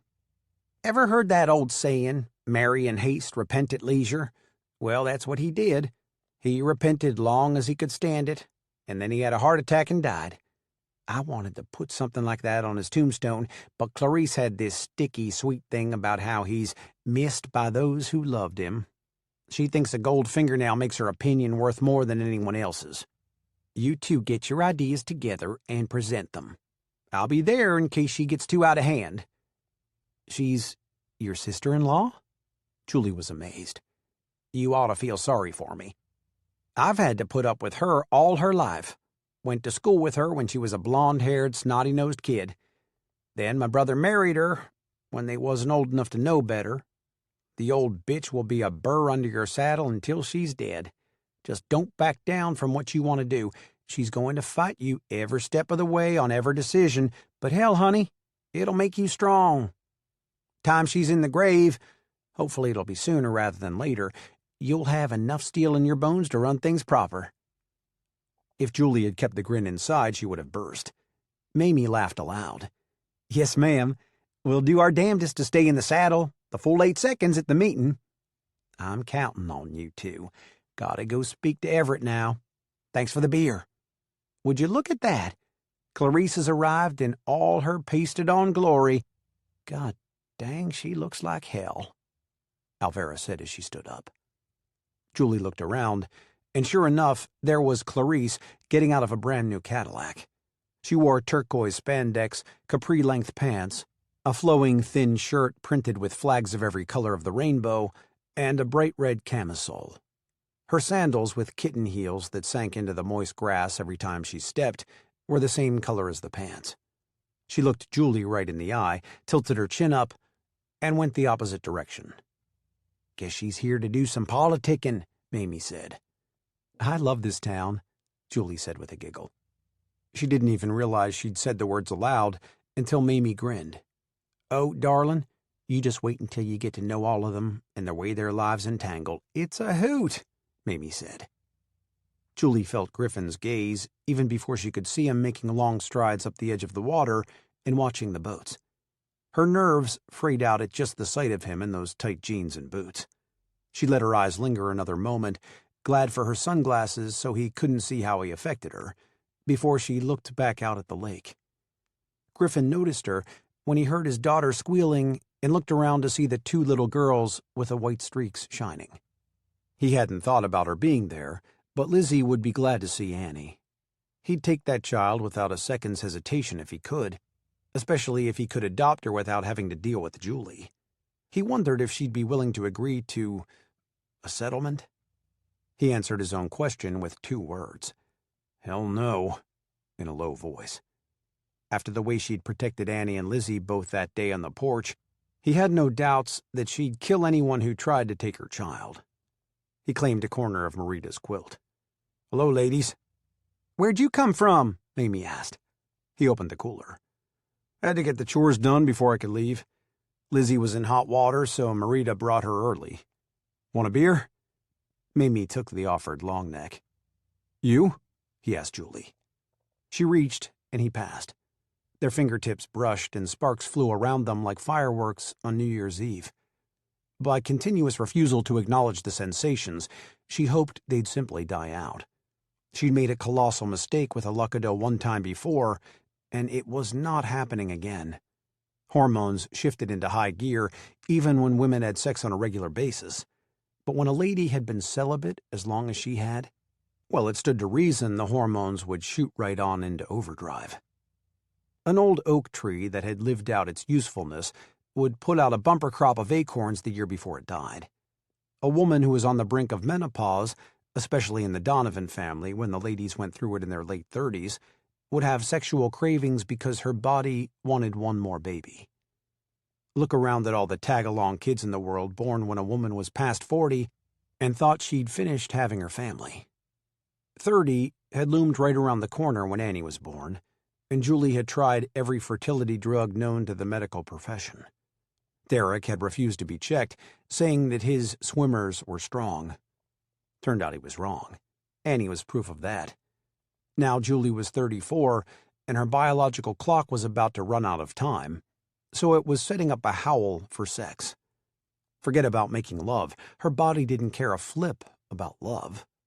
It was trying to procreate, and by damn she wasn't letting it have its way, even if her decision would cause the governor of the great state of Texas to go blind, or Clarice Utley to be nice for a whole day. Yeah, right, her conscience argued. If Griffin Luckadeau gave you a push, you'd fall backward and take him down with you. Wake up, lady. It's move or be miserable. You can't live in St. Joe and have a moment's peace in your heart. Griffin stole glances at Julie, who was looking especially pretty today. She seemed more pensive than usual, and much less prone to get her hackles up. He studied her from behind mirrored sunglasses and liked what he saw. No wonder his brother had been attracted to her. Mercy, but she was a fine-looking woman. But she'd slept with Graham, and that threw up a block so big Griffin could never climb over it. "Want another beer?" Griffin asked.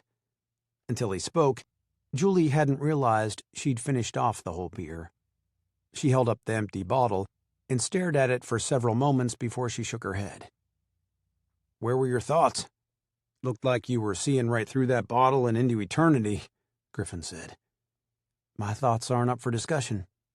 "Why don't you sail?" Julie asked. "That was Graham's thing. Every time I get on any kind of boat, even a canoe, I get sick. I can't imagine going on a cruise. I'd spend all my time in the bathroom hugging the toilet and upchucking." "And yet you can sit on a bull for 8 seconds? That doesn't make sense," she said. "Graham tried bull riding one time. Got so nervous he almost had a heart attack," Griffin said seriously. "It's the twin thing. We looked exactly alike, but we had very different tastes. In all things."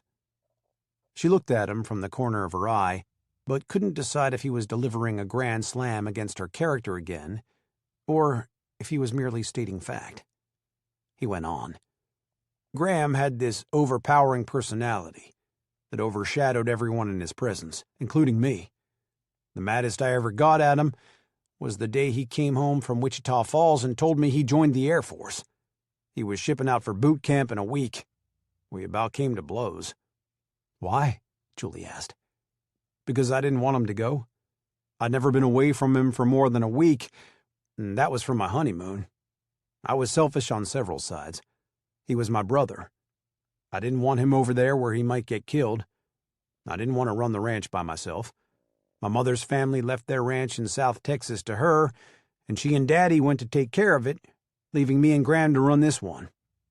I didn't want to do it all by myself, and I wanted him to be here with me to share the good times as well as the not-so-good," Griffin said. "And besides all that, you didn't want him to go have all the fun, did you?" Mamie teased. "Look what all that fun got him," Griffin said. Mamie scooted across the quilt and put her arm around him. "I'm sorry, Griff. I didn't mean to be ugly. I was just teasing." Julie started to stand up. "I'm going now. I'll find somewhere else to sit after a remark like that. I don't even care if you think I'm being insensitive." Griff laid a hand on her arm. The feel of her bare skin against his calloused fingertips created a heat from one end of Griffin to the other. "Don't go. I was the one who was insensitive. I wasn't thinking about you or Annie. I was thinking about his fun taking him to a rock and getting him killed.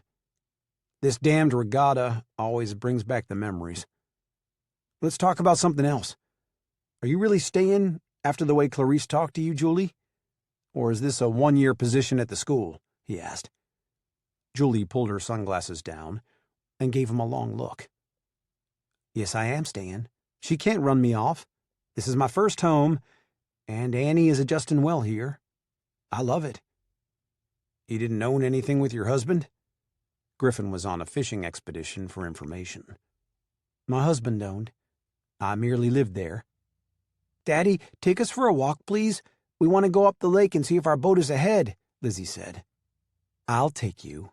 I'm getting stiff from sitting." Marita didn't show any signs of stiffness as she popped up and got each girl by a hand.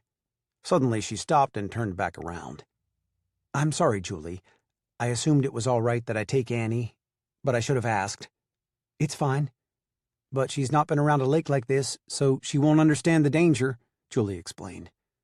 "Annie, listen to Marita, and don't try to run off." "I've got to go too," Griffin said. Another 5 minutes, and he'd never leave.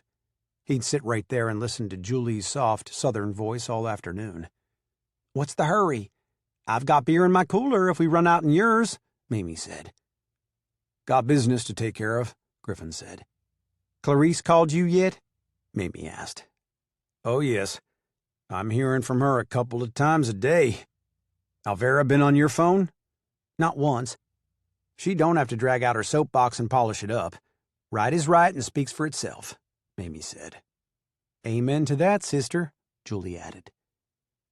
"I'm not talking shop with you women today. Suffice it to say we're running this election on different platforms. he said as he left. So, you got a thing for Griffin? Julie asked Mamie, as soon as he was out of hearing distance. Hell no! Griffin is my brother figure. Now, if Graham was here, it would be a different story. Why? They look exactly the same, Julie said. Don't have a damn thing to do with looks. Griffin is the sweetheart. He's the good twin versus Graham, who was the evil twin. There wasn't a woman in Montague County who wouldn't have fallen over backward and had their clothes off by the time they hit the ground for Graham. Passion oozed out of him, and he was so confident. He'd walk into a room and take his pick for the evening, and we all wished he'd pick us. But Griff was the one we went crying to when we broke up with our boyfriends. He was our big brother figure. Julie remembered the way Graham had looked at her, as if she were his pick of the evening that night in the bar. From the time she literally fell into his arms until they fell into bed, he'd had eyes only for her. Past that, she remembered little, except one hell of a headache the next morning. He must have been good in bed, or she would have remembered that he wasn't. Or maybe he wasn't, and she wanted to forget. So, Graham was the resident bad boy of Montague County? Julie said. I'm not sure he wasn't the resident evil boy of the whole state, just before he took off for the service. Didn't ever understand that. One day he's running a ranch at the age of 22, and the next he's in Iraq. Then we're all at his funeral and weeping because we didn't find a way to go to bed with him. Those who did wept the hardest. I've wondered why, if it was because he lived up to his reputation, or because he didn't. I've got another confession to make. When I saw Annie's picture, I thought she belonged to Griffin. That's why I pushed Edna's house so hard, Mamie admitted. Can't hide it in these parts, even though hiding was the reason I came here, Julie said. You'd have to understand Griffin Graham, Julie. It was like Graham got all the sex appeal, and Griff got the brains. Graham could work on the ranch, but he hated it. Griff loves it. Graham just wanted out. He wanted to see the world beyond St. Joe, Texas. I'm not faulting him or Griff. They looked alike, but that's where the twin stuff ended. Julie shrugged. I never wanted to understand either of them, Mamie. I didn't love Graham. I was mad at my husband, freshly divorced, or as good as, horny as hell and wanting a good time. I got it, and Annie out of the deal. I don't give a damn about Griffin or his ranch, his attitude, or his money. I just want to raise my daughter and be left alone. I wasn't asking if you had a thing for Griffin for you to feel like you had to tell me anything. Hey, lady, don't pick a fight with me because Griff left, Mamie said. Julie stared at her a moment before a grin finally split her delicate face. You're damn good. You'll bear watching. Just a good people reader, Mamie grinned. I'm not matchmaking, honest. I don't care if you fight with him every day or kiss him every night or both. I'm comfortable with you. It was there from the beginning.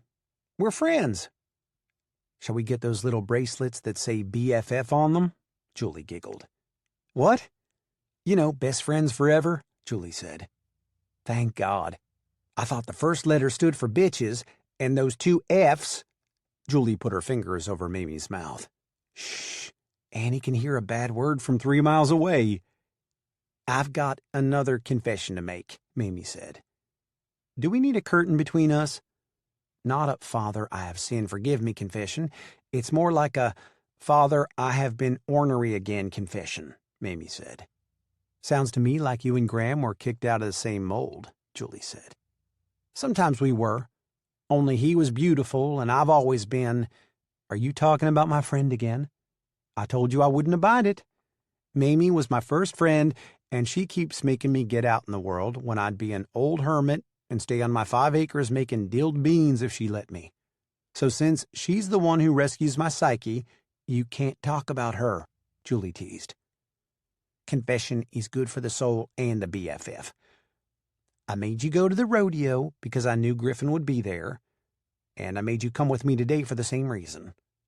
At first I thought Annie had to belong to him, and for that to be true, then he would have had to have cheated on his sorry wife. I wanted to put you two together and see what happened." "Good grief," Julie whispered. "Sorry," Mamie said. "Not you. Everyone in the county must think the same thing when they see those two little girls together. I really did jump from the frying pan straight into the damned fire." There was nothing she could do to hide it or keep it quiet. One look at Lizzie and Annie, and the whole county knew they were either half-sisters or cousins. BFFs explain everything. Talk it to death, actually. Look at Annie and Lizzie. I don't think they've hushed since they got together this morning. So what in the hell are you talking about? "Let's talk it to death," Mamie said. Julie sighed. "If you thought that, then everyone else must think the same. I left Jefferson because it's a long, long story. Give me the old Reader's Digest version." "Okay. Married 7 years to Derek and wanted a baby very badly, so I went on fertility drugs. Found out Derek felt pressured and sex was just an automatic thing when the thermometer was right, so he went off and found a mistress who liked things spontaneous. I guess she was giving it to him in the office closet or traveling with him," Julie said.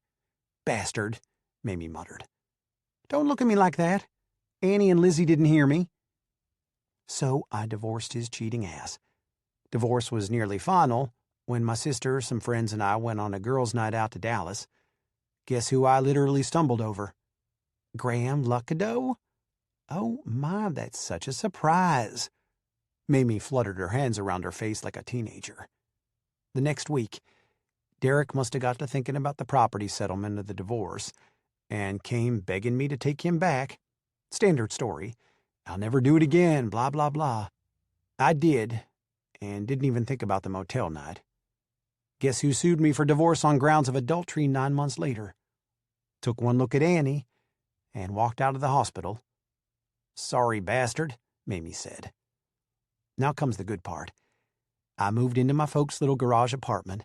Mama babysat Annie for me during the day while I worked.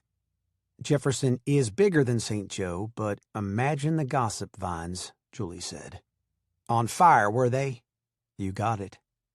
I thought if I moved away before she started school, maybe she'd just be the little girl with a white streak in her hair. Different, but not a child that would be called names at school because her white trash mama slept with a man while she was married to the richest man in Jefferson County. Poor, poor Derek. Julie Donovan did him so dirty." It took Mamie several minutes, but finally she pieced the puzzle together and had the picture laid out before her in Technicolor as bright as the sails on the boats racing laps around the lake. "Damn."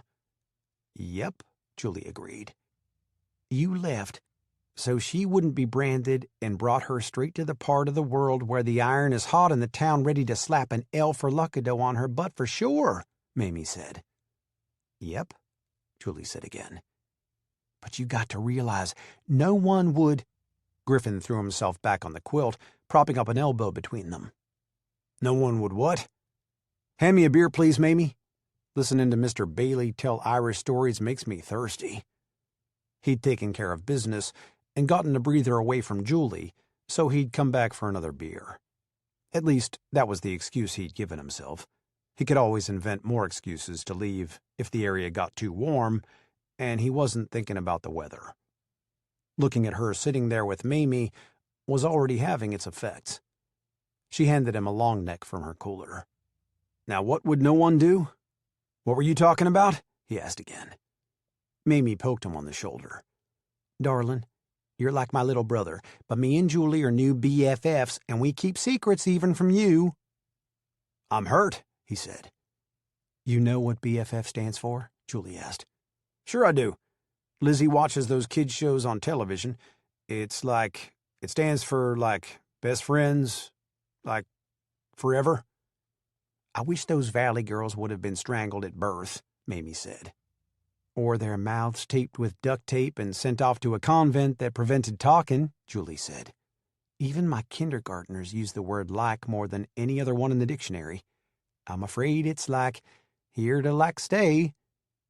Marita arrived at that moment, both thirsty girls in tow. She opened the cooler and brought out 2 juice packs and a bottle of iced tea. "They'd wear an old woman out," Is Chuck going to be here? Annie asked. No, he don't get to come to these things, Lizzie said, then squealed. There he is! His mother had him by the arm instead of the hand and was dragging him across the grass toward a pickup truck several men were leaning against. Chuck, come sit with us, Lizzie yelled. His mother stopped and pulled down her sunglasses. She slowed her pace and let go of his arm. She wore a tank top that was 2 sizes too small and cut-off jean shorts. A barbed wire tattoo circled both of her upper arms, and vines ran from her ankles to her knees. Julie wished she had the hoe and an opportunity to use it on the woman. For what those tats cost, she could buy decent clothing for her child and feed him nutritious food. Could we take care of Chuck for you for the rest of the day? Julie asked. I'm his teacher, and I know who you are, and I know that kid of yours belongs to Griffin Luckadeau. His wife was my good friend, and it looks like she wasn't the only one playing around. Funny, ain't it, Griffin? Guess what goes around comes around. So you want to take care of the kid the rest of the day. I ain't got no problem with that. You know where we live, so you could bring him home tonight? I do, Mamie said. I reckon you do. Well, boy, you're staying with these people. They'll bring you home come bedtime. I reckon I'll be there by 10, but don't hurry yourselves none. Don't be too quick to jump to conclusions, Griffin said stiffly. Griffin is not Annie's father. His brother Graham was her father, Julie said. Well, I'll be damned. Don't the world turn around for the rich folks, she said with a harsh laugh. Chuck stood there with a grin splitting his face from one side to the other. His jean shorts were worn, and smudges of dirt on his knees and elbows said he probably hadn't had a bath the night before. His shirt had stains on the front, and his glasses needed to be cleaned, but he looked so happy Julie almost cried. You mind your teacher, his mother said as she thumped him on the back, hard enough to send him sprawling forward, barely catching himself before he tumbled into the lake. Then she joined the men beside the truck. You didn't have to do that, Griffin said as he turned to Julie. I ain't running from the truth. Tried that. It didn't work, so I'll just be honest, Julie said. Down deep, she wondered if he'd ever believe she was an honest woman, or if he'd always see a one-night stand when he looked at her. Lizzie was already fumbling in the cooler. Come over here, and we'll get you a juice box. Are you hungry, son? Marita asked. Chuck nodded. Then we'll have some crackers while we wait on lunch. I've got a box of cheese crackers that should taste pretty good with that juice. Let me have those glasses, Chuck. I'll use some of this bottled water and clean them, Julie said. Chuck removed his black-rimmed glasses and handed them to her at the same time that she and Griffin reached for the water. Their fingertips brushed, and sparks lit up the whole area, but only Julie and Griffin could see or feel them. Were all the Luckadeau men so magnetic, or just the ones with dark hair? Griffin figured it was time to find some other business that took him away from Julie. Something about the woman kept drawing him back to her side. Something about his common sense kept pulling him away. Julie was trying to get past the awkward moment when Everett Mason popped his lawn chair open and sat down beside their quilt. He wore rubber flip-flops with his overalls and yellow t-shirt that day. His hair was a thin rim around a shiny bald head. Hi, y'all. Griff, I didn't know you had twins, he winked. Don't look so stunned. I done heard about the little girl. My wife was telling me something about Graham and a baby, but he never did marry, did he? I don't listen to these old women much as I should. Now tell me about these girls, and open me up a beer. I'm dry as dust. I'll tell you, Lizzie said. Me and Annie are bestest friends. This is our other friend. His name is Chuck, Lizzie said. Everett winked at Griffin again. Funny how kittens don't always look like the mama cat, ain't it? Julie didn't know whether to laugh or cry. It really didn't matter which one she did. The truth was out.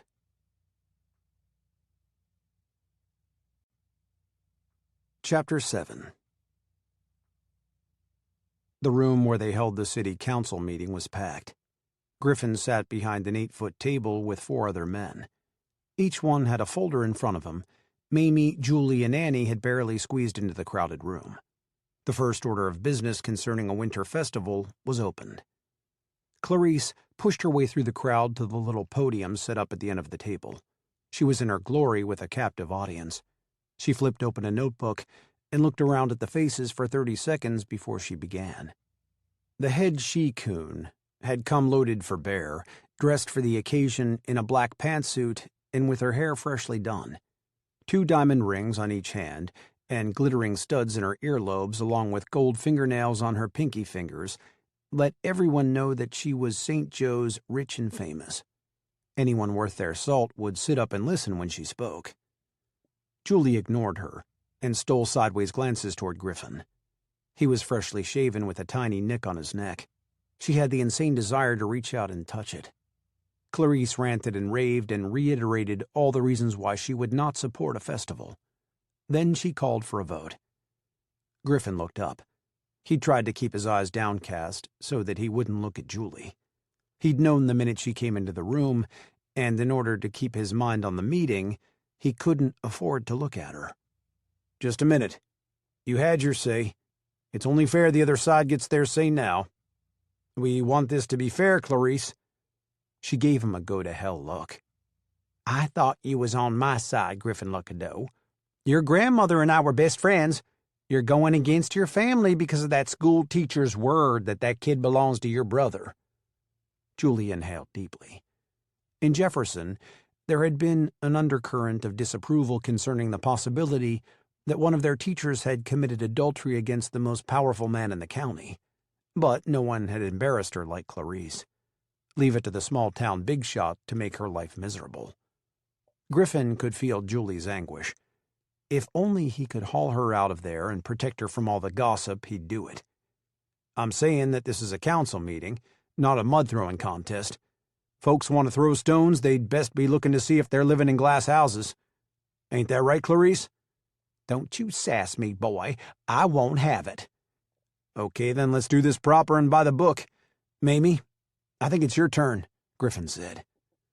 Mamie gave a prepared 10-minute speech. She would have liked to have had a place to show a PowerPoint presentation so everyone could see what similar festivals in other towns looked like, what kind of revenue they brought the city, etc., but there wasn't time for all that. "The floor is open now for anyone else to speak. 5 minutes. Anyone?" Griffin was about to put it to the vote when Alvera rushed through the door. "I'm late," Alvera panted. "Had a cow down and had to pull a calf, but I'm here. And yes, Griffin, I want to talk. You say I've got 5 minutes? Hit the watch and tell me when my time is up." She talked as she made her way to the podium. A dark stain dotted her chambray shirt, and what was on her boots didn't appear to be mud. "I'm looking at a bunch of you old-timers. Remember back when this square was a booming place? Remember when we used to go to town on Saturday night, and if we wasn't early, we had to park a block away? Remember when us kids played on the lawn in the square, and our mothers talked recipes and how to get grass stains out of our clothes, and our fathers talked about cows and crops? The stores all stayed open on Saturday night until 8 o'clock, and in the summertime we could buy a snow cone if we had a nickel. Now them was the good old days. I ain't saying this one festival will bring it all back in 1 year, but these kids that's willing to put in the work and try to build St. Joe back up is just trying to make it look like it did back then. So before you go shooting them down, think on it and give them a chance. Is my time up, Griffin?" He checked his watch. "You got another minute." "Good. Then I'll use it to talk to the older folks in the room. That would be Clarice and Everett, and y'all that are about our age. We won't be here in 50 years, but these kids will be. Let 'em do their best to make things better, and I'll guarantee you that they'll have an example for the next generation after them to do the same. To hell with the porta-potties and the police force. I'll write a check myself for the extra money to support Mamie's idea," she said. "Time's up now," Griffin said. The issue went to the vote. 3 councilmen were for the festival. 2, one of which was Griffin, were against it. The people in the room voted next. It was marginal, but still the pro vote outnumbered the con vote. "Mamie, are you going to spearhead this like you do the 4th of July? Griffin asked. "I'm willing to take it on. Julie says she'll help," she said. "Then I guess it's your baby. It's going to be a lot of work to get it ready for this season. You sure you don't want to wait until next year to kick it off?" I'm sure, Mamie said. Okay, then it's on to the next item on the agenda. Those of you who came for the festival controversy can go now, or else stay for the rest of the meeting. The place cleared out quickly, with only a handful of people left behind. Did we win, Mama? Annie asked. I think we did, but when you consider the work ahead, maybe we didn't, Mamie answered for Julie. No one told me Griffin was a councilman, Julie said. What was that woman talking about? She said your kid, so that's me, isn't it, Mama? What did she mean when she said something about Griffin's brother? Julie sighed. We'll talk about it later. Mamie, you got time for a Dairy Queen sundae before we all go home? Honey, I've always got time for ice cream. My little fat cells threaten to go on strike if I don't have at least a cone of vanilla once a day, Mamie laughed. Alvera caught them in the parking lot. That was more fun than I've had since the time me and Clarice got into it over the damn Thanksgiving turkey wishbone. We decided to play poker for it, and when I won, she threw a bitch fit that lasted a whole year. God, I'm hoping she don't speak to me for 2 years over tonight. You kids need a donation, you call me first. I'll be glad to help out. Thanks for everything, Alvera, Julie said. Alvera grabbed both Julie and Mamie in a three-way hug. Thanks, hell, I want a hug. I thought I did a fine job up there bringing 'em around to our way of thinking. Can you think up something else to make her mad? I'll stand with you. Between the three of us, we might make her blood pressure go up so high she'll have to go to one of them spas and stay a year or two. Oh, she don't want to go to no spawn. That's what that mean woman said about Lizzie, that she was a spawn. Is that a dirty word, Mama? Annie asked. Alvera's laughter rang up the streets. I like that kid. She'll be sure to make some changes in this place when her time comes. I'm going home now and see about my new baby calf. Y'all have a nice night. Mine is wonderful just knowing that Clarice can't even bite her fingernail 'cause it's gold. She's a piece of work, Julie said when Alvera was in her truck and on her way home. A good piece.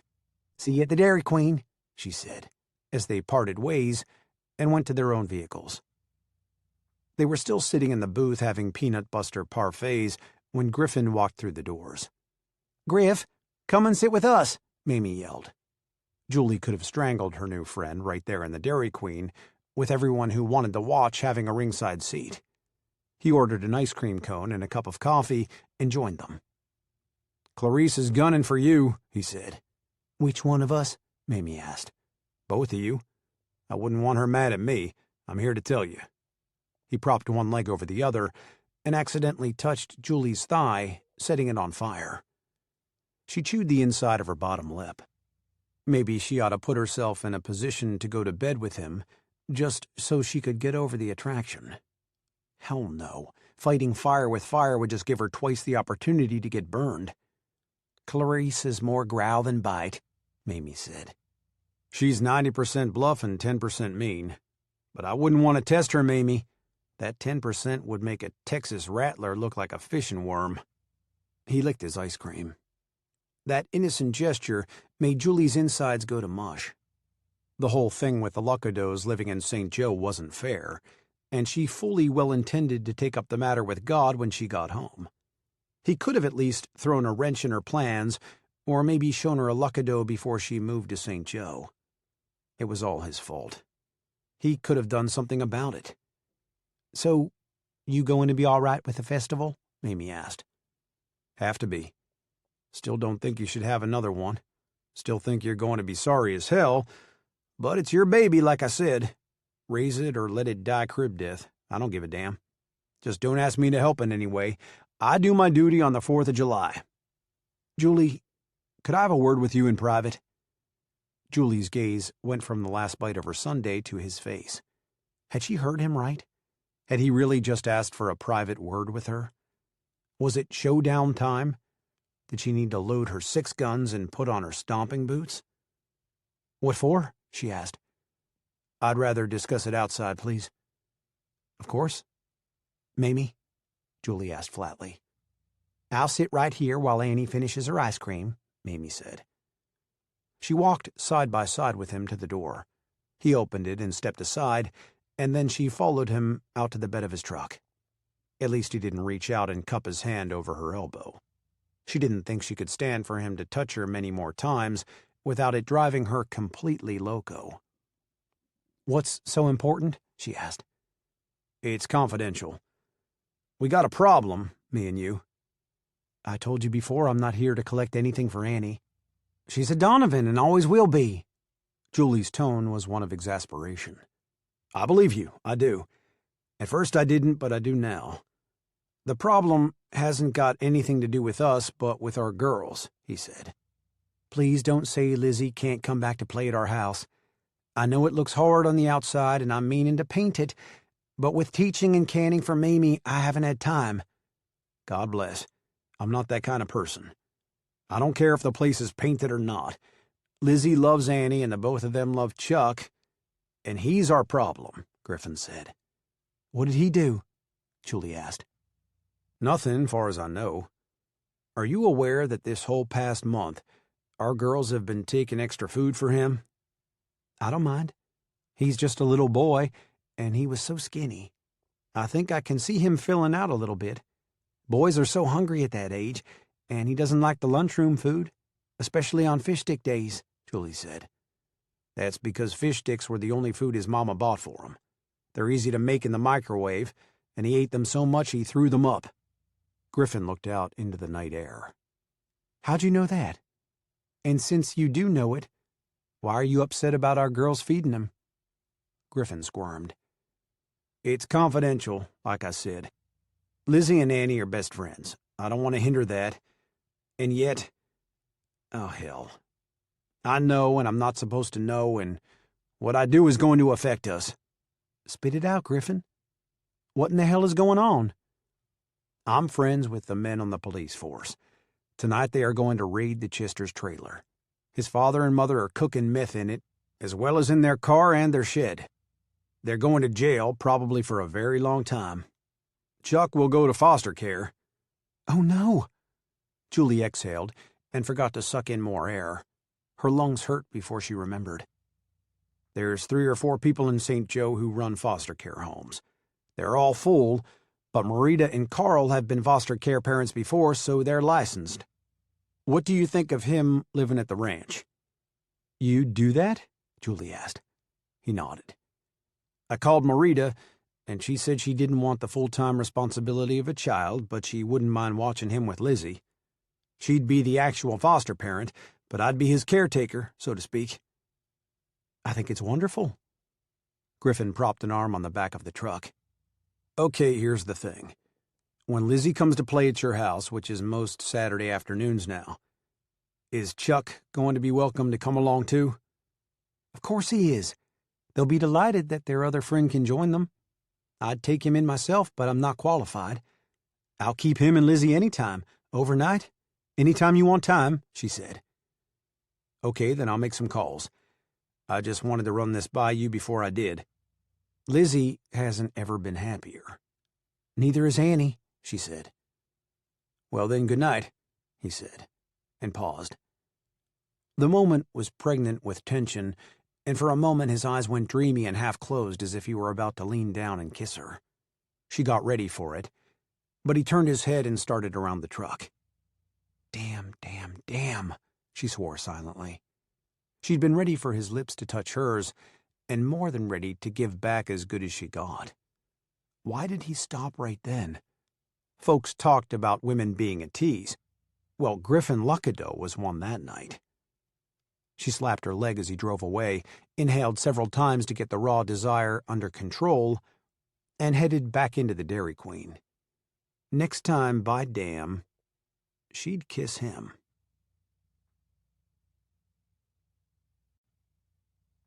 Chapter 8.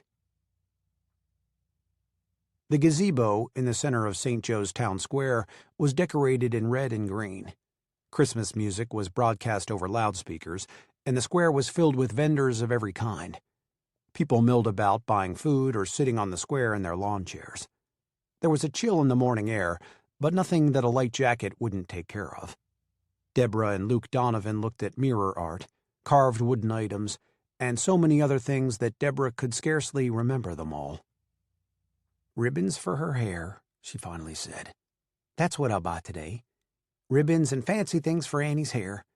Red and green ones, so she'll have them for the Christmas play at church." Luke pulled out his wallet to pay for her purchases.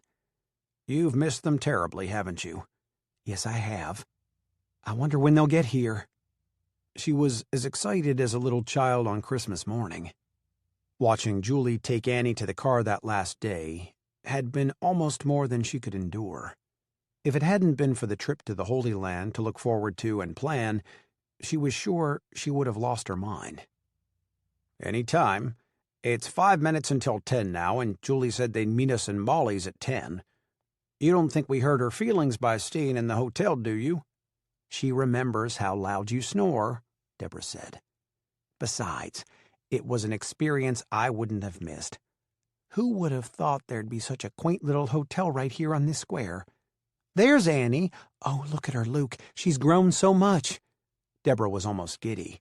She'd never gone 3 months without seeing her daughter or her granddaughter before.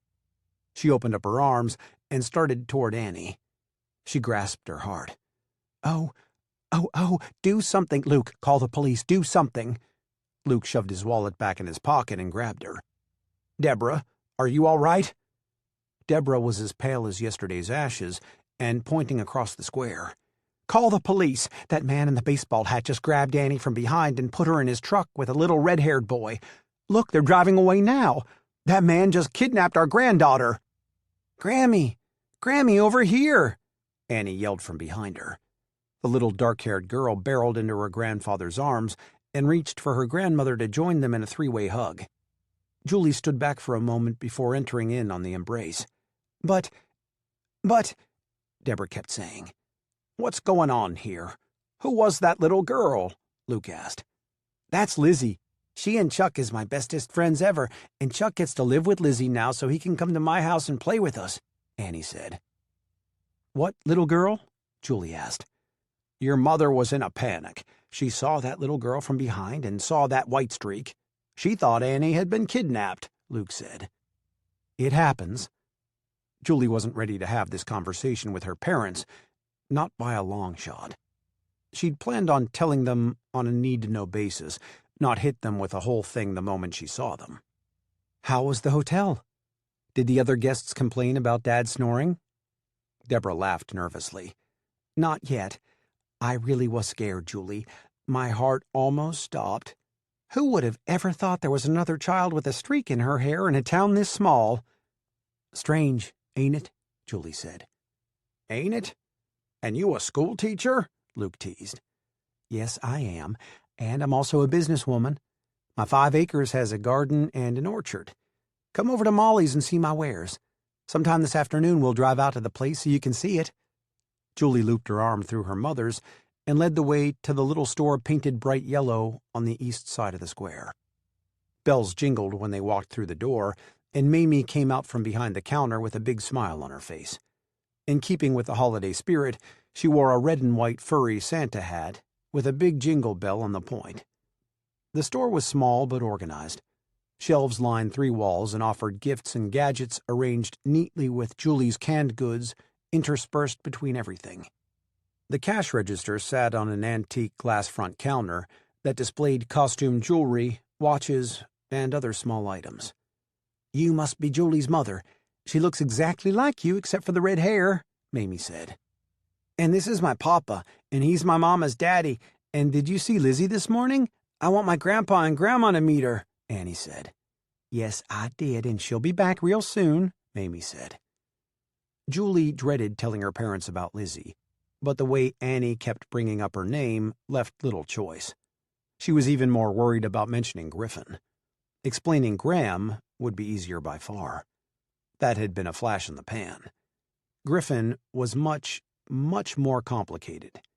More like a slow-burning ember in a fireplace. Julie tried to push her worries away and make introductions. "Mama, this is Mamie. Mamie, this is my mother Deborah and my father Luke." Hands were shaken, pleasantries exchanged. Mamie raised an eyebrow, but Julie pretended she didn't notice. She was more nervous than she'd ever been in her life. Her hands were sweaty, and her pulse was racing.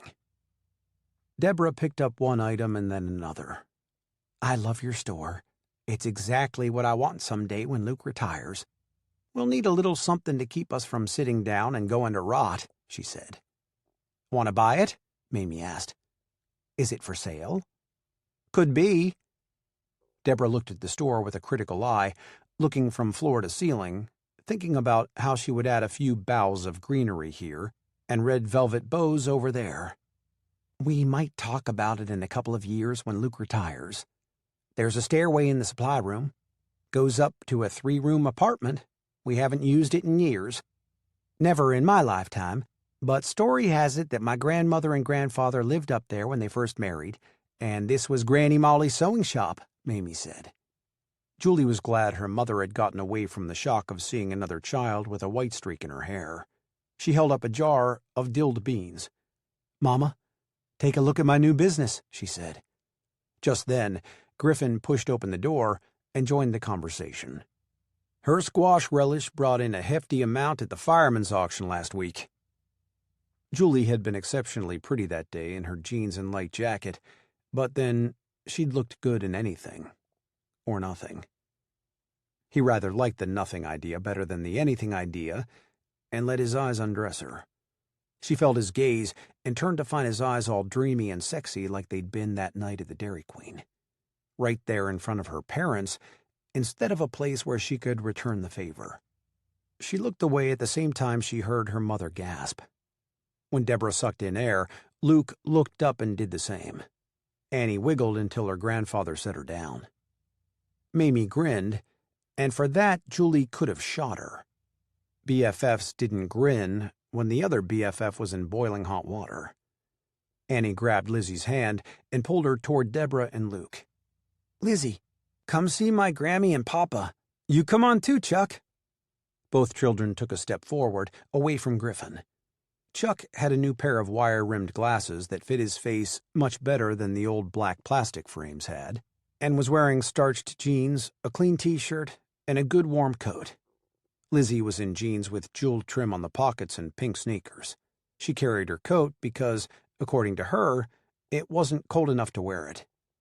Tension filled the room as each person tried to process the scenario. Did someone toot? Lizzie asked. Lizzie, Griffin said. Well, everyone had a funny look on their face like this. She sucked air noisily into her nostrils and held her breath. And I wondered if someone tooted. Annie cocked her head to one side, the exact same way that Griffin did at that very moment. I don't smell anything. I think it's that candle Mamie is burning. It smells funny. Chuck sniffed the air. Smells good to me, like gingerbread. Mamie saved the day when she started introducing everyone. Griffin, honey, meet Julie's mom and dad. They drove over from Jefferson for the festival. This is Deborah and Luke Donovan, and this is Griffin Luckadeau. Luke extended his hand. Pleased to meet you. Luke was shocked, but determined he'd give the man the benefit of the doubt. Griffin's handshake was firm. He was clean and a cowboy. It could be the Lord's strange way of working, bringing his daughter together with the man who'd produced his grandchild. And that imp is Lizzie, Griffin's daughter, and the boy is Chuck Chester. He lives with Griffin and Lizzie, Mamie continued. Luke jerked his hand back. What in the hell was going on? Everything was so complicated. I can see where Julie gets her looks, Mrs. Donovan. She's the image of you except for that red hair, Griffin said in a slow drawl. It was evident that Julie's parents had already put two and two together and come up with the magic answer. The wrong one, but he didn't know anyone an explanation about anything. That was Julie's job. Got that from her great-grandmother Donovan, my husband's grandmother, Deborah said nervously. She didn't wring her hands, but she sure wanted to. Griffin Luckadeau had fathered those two little girls, and Julie had a lot of explaining to do, and it wouldn't wait until later. Luke raised an eyebrow. Julie.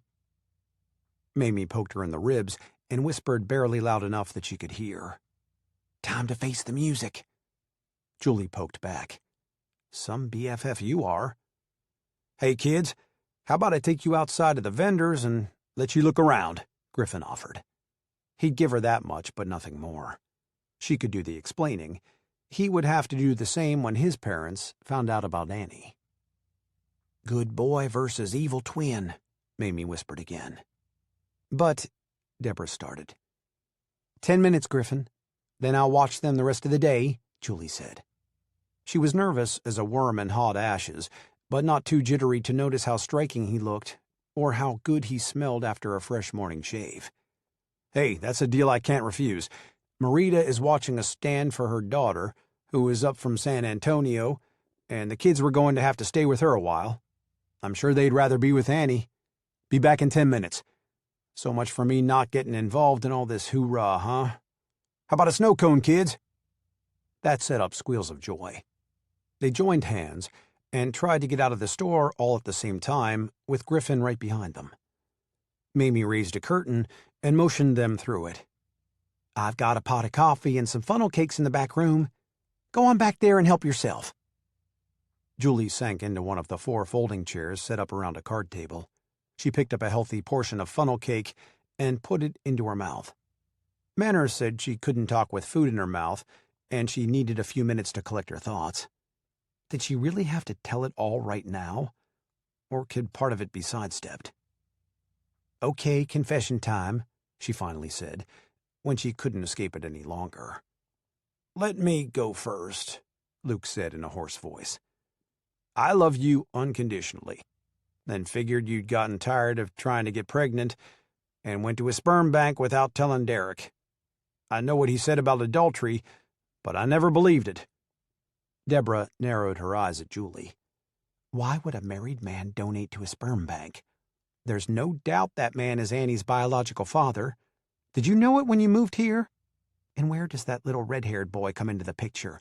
He looks more like he could belong to you than your own child." Julie slowly shook her head. "First, I didn't go to a sperm bank. I was divorced, although it wasn't final. Remember the weekend Sally and I went to Dallas? The week before Derek came begging me to take him back?" "No, I don't," Luke said. "Well, I went to Dallas with the girls, and I did a stupid thing, and slept with a man I only met that night and got pregnant.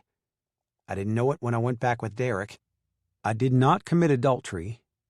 We were as good as divorced." "You slept with a married man?" Deborah asked. "No.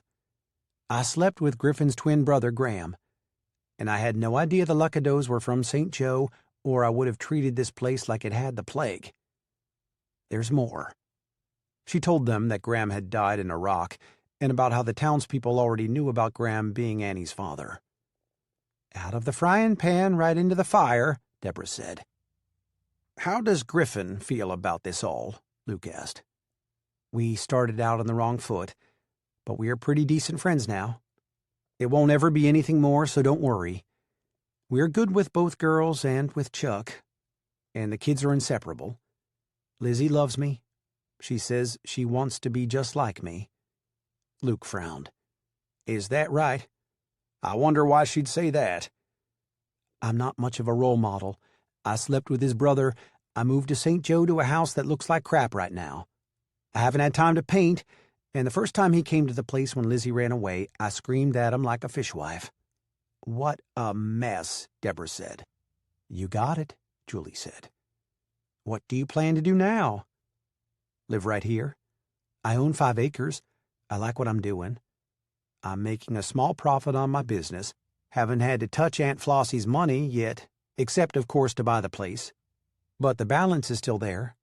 The canning business and my paycheck are supporting me and Annie for food and bills so far, and I'm even saving money.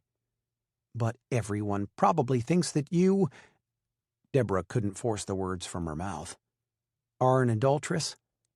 I'm sure some of them do, but I'm not running. We tried that, and it didn't work. We'll just sit our ground and take our blows," Julie said. The bell rang at the front of the store, and Mamie asked the customer if she could help. Her friend's tone had a lilt to it that Julie recognized immediately as Mamie's flirting voice. Maybe California had arrived to buy out the stock. "I hope so," a masculine voice said. "My mother and father were supposed to meet my sister, Julie Donovan, in this store. Have they been in? Do you know them?" "Eli!" Julie screeched and shoved back the chair. The curtain waved in her wake as she ran into the store and into his arms. "This is such a wonderful surprise. How did you get here?" Eli pushed her back and looked at her for a long minute. "By car, little sister. I might be a preacher, but I can't sprout wings like an angel just yet." Griffin poked his head in the door and turned 2 dark-haired tornadoes and 1 red-haired one loose. "They're all yours." He stopped midway in the process of shutting the door and stared at the man holding both of Julie's hands. Jealousy shot through him in a white-hot flash. Had her ex-husband returned to beg for another chance? "This is my brother Eli," Julie explained. "Eli, this is Griffin Luckadeau, and this is Lizzie, Annie's new best friend. And this little red-haired fellow is Chuck, who is their friend too. And they are all 3 my students in kindergarten." Griffin exhaled slowly and extended his hand. Eli was speechless, but he shook hands with the man. Deborah and Luke chose that minute to fan through the curtain. "Shocking, isn't it?" Luke said. "I'm off to take care of business," Griffin said. "Pick them up at what time?" No need for him to stick around, and he did have business. A cup of coffee was calling to him from the Texas King's hotel lobby. "When the day is finished, if they get too tired, I'll beg Mom and Dad for the key to their hotel room and put them down for a nap," Julie said. Eli cocked his head to one side and then the other as he studied the little girls who were almost twins. "Uncle Eli, you look funny," Annie said. Eli regained enough composure to scoop up the child talking, hoping he was truly hugging his niece. "That's because you didn't hug me yet." "Now hug Lizzie and Chuck," Annie said. Eli stooped down on one knee and opened his arms. Annie pushed her friends toward him. "It's all right. He's my uncle, and he's a preacher," Annie announced. Julie felt like a one-legged chicken at a coyote convention, and sure didn't want to explain it all a second time in less than half an hour. She looked to Mamie for help, only to find her grinning like she'd just won the lottery. "He's gorgeous," Mamie mouthed. "Who?" Julie asked. Mamie pointed discreetly toward Eli. "Eli?" Julie checked out her brother. He hadn't changed. Same brown hair, light brown eyes with a few yellow flecks, round baby face like her father's, heavy beard that had been shaved very recently, under 6 feet tall, and just slightly overweight. Eli gorgeous? Mamie needed to put her contacts in or lay off the funnel cakes. All that sugar was affecting her vision for sure. Lizzie and Chuck both hugged Eli, and then the children ran to look out the front window to make sure they weren't missing a single minute of the festival. "Julie?" Eli stood up. "I'd like you to meet my new friend Mamie, who owns this store," Julie said. Eli nodded toward Mamie. "Pleasure, ma'am." "Okay, short version or long?" Julie said. "I don't care which one, but you'd better start talking. My brain is working overtime," he said. Mamie giggled. "For that little giggle, you get to tell him. I'm taking the kids for a stroll over to the hotel, where I'll meet you in half an hour," Julie said to Mamie. Mamie tugged at Eli's arm. "Come on back here and have a seat. I'll tell you how all this came about while you have some funnel cake and coffee." Eli was glad to sit down. His head was spinning out of control, and he couldn't grasp a single thought, much less make sense of it. "We're going to follow Julie," Luke said. "Come on over to the King's Hotel when Mamie gets through, and get ready for a shock." "I've already got the shock. Now I want the story," Eli answered. Julie's heart had settled down to a slow, steady beat by the time she walked across the square to the hotel. The lobby was reminiscent of a hotel right out of the last century, with an ornate pool table sitting atop an off-white and mauve rug that looked as though it had been designed after a patchwork quilt. The hardwood floors were as shiny as a freshly polished mirror. The bar had a brass footrest that had seen lots of cowboy boots. The walls were papered in stripes, and tables for 4 offered seating space. Comfortable leather chairs and a sofa begged for people to get cozy and have a visit. It was in one of those chairs that Julie found Griffin. Damn his good old boy heart and all that surrounded it if he hadn't just lied to her. Said he had a meeting and rushed off to leave her holding the bag. Lizzie ran over to him and crawled up on his knee. Chuck claimed the other one, and Annie put her hand on his shoulder. Julie sank down into the chair next to him. "So, you got any more family that's likely to tar and feather me this day?" he asked. In the few minutes he'd been sitting, everything had come clear. Julie moving to St. Joe had been like the luck of the draw. She hadn't known about the Luckadeaus, and she wasn't there to fleece him. Not one of her relatives had known about him or his family. He'd been wrong about that part, but it wasn't enough for him to truly let his feelings have free rein. Not by a long shot. "Hey, I had to meet yours after the rodeo, and they still haven't come back around. They put a big old A on my chest, so don't be giving me a hard time," she said. "It's not all you with my family. It's the fact that you're a schoolteacher. Bo was engaged to one before Millie came back into his life. That schoolteacher was ready to take him to the cleaners. Remember Rachel?" Griffin asked. "I'd like to answer with a no, but yes, I remember her. She reminds me of Clarice," Julie said. "She should. She's her granddaughter. Well, Amanda was the schoolteacher, and she'd make Rachel look like a humble little housewife," Griffin said. "Whew, no wonder they turned up their noses at me." "Didn't you tell them we're only friends? And that's using the term loosely?" Julie asked. The look on his face said he hadn't told them anything but the bare bones of the story.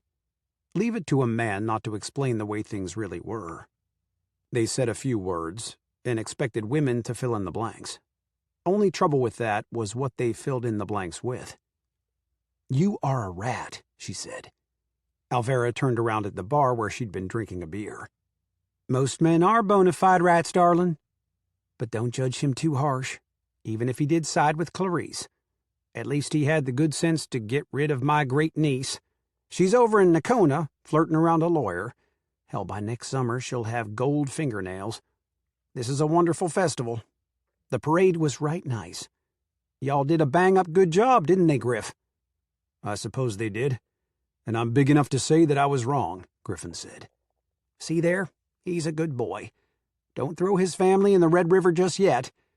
I'm going over to Ringgold this week to see a bull Nellie is thinking about selling. I'll put in a word with her and Ellen," Alvera said. "Who in the devil are Nellie and Ellen?" Julie asked. "Your daddy don't like you to cuss, does he? I caught that hell that was on the tip of your tongue. To answer your question, Nellie is Slade's grandmother. Ellen is her sister. They're wonderful old girls. You'd like them. They're just like Alvera," Griffin said. "They aren't like Clarice, then, are they?" Clarice came through the door. "Did I hear my name? Oh, it's you. I'd hoped you'd be gone by now. Griffin, honey, you'd best be calling Rachel and apologizing for hurting her. She's got a date with a lawyer over in Nakona. Looks like you might be losing your footing waiting around like you are." She ignored Julie and poured on the charm for Griffin. "Reckon I'm content to lose my footing, Clarice. I hope she's happy with a lawyer," Griffin said. "You Luckadeau men. Ain't a one of you got a lick of horse sense." Clarice huffed her way to the bar and ordered a pina colada. "Daddy, I'm hungry," Lizzie said. "There's a taco stand and a hamburger wagon on the square, plus about anything else you could want. Shall we go find food?" "It's nice to see you, Clarice. We were wrong about the festival, weren't we?" Griffin said. "No, we were not. Next thing you know, this school teacher will be wanting to have another one in February. Give 'em an inch and they'll want a mile. Good day, Griffin." Clarice didn't even look back. Julie wrapped her fingers around Griffin's upper arm and squeezed. Her touch caught his attention, and he jerked his head up to look into her mossy green eyes. Julie let go of his arm and said, "The kids are mine for the day, so you're not taking them to the vendors for lunch. You said so, and Annie is looking forward to spending the day with Lizzie and Chuck so her grandparents can get to know her friends. So suck it up and go on about your business." Griffin nodded slowly. "Then I get Annie one day at the ranch. Lizzie's been asking, and you always say no. The kids have been coming to your house every weekend and whining when they can't. So?" Custody rights. Something she never thought she'd have to think about when Derek flatly denied that Annie was his and divorced her. Annie was hers and hers alone. She hadn't even shed a tear when Derek made his dramatic exit out of the hospital. But right then, she had to swallow hard to keep from crying at the idea of going without Annie for a whole day. "Please, Mama. Lizzie has a pony, and I want to see it, and she has a Princess Barbie with dark hair, and I want to go, and she gets Chuck all the time," Annie pleaded. "Sunday afternoon after church," Julie said. That would only be half a day to start with. No doubt there would be other times. He'd want her all day to repay for the times when the children spent the day at Julie's place. "I'll settle with that for a beginning," Griffin said. "Yippee! This is the best time ever. Let's go eat," Lizzie said. Griffin pulled his wallet from his hip pocket. Julie grabbed his arm again. What would it be like to have those big, strong arms around her in the bedroom? She blushed all the way to her toes. There were 3 children right there, and her parents had just walked past the hotel lobby window. How in the devil did that thought about him holding her in the bedroom sneak its way into her consciousness right then? "Put it away," Julie said hoarsely, "or else I'll send Annie's dinner with her on Sunday." "Are you fighting?" Annie asked. "Of course not," Griffin said. "Yes, we are, and I'm winning," Julie said. Her father and mother entered the hotel and joined them in the lounging area. "Winning what?" She's a mean redhead.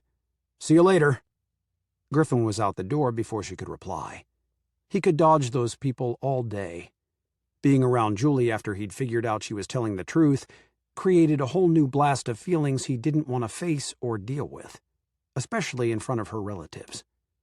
"Grammy, we get to eat lunch together. Do you want to eat with us?" Annie asked. "You bet I do. And I found a vendor with some hair ribbons I think would be just lovely in your hair. So we'll go there too." "And some for Lizzie?" Annie asked. "Of course. We'll buy them just alike, so you can match. And I bet we can find some cute socks for Chuck," Deborah said. Julie mouthed a thank you to her mother. When they passed by Miss Molly's, Mamie still had Eli cornered behind the counter.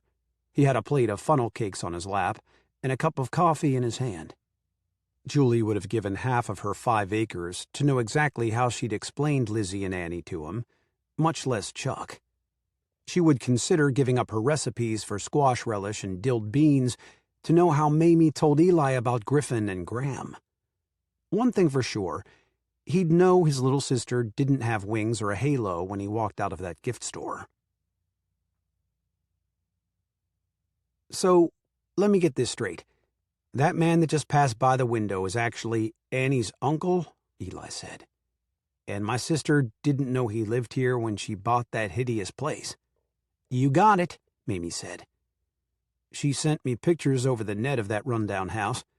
She didn't live in a mansion, but our parsonages were nice." "How can she live like that?" he asked. Mamie fired up angry. "Did you come here to rescue her out of her miserable life?" No, I'm sorry. That came out wrong. You should be sorry. She's very happy. The place where she lives needs paint, but that's all. The inside is very nice." "My mistake. Thank you for the explanation," Eli said. "Come on, I'll show you around town," she said. "But your store?" "It's my store, and there's a lock on the door. I won't make a lot of money today anyway. People spend their hard-earned cash at the vendors out on the square. California can come find me." "Well, I guess you just did," Mamie said, when a tall, dark-haired, well-tanned man opened the door. "Miss Mamie, how delightful to see you." He crossed the room and planted a quick kiss on each cheek.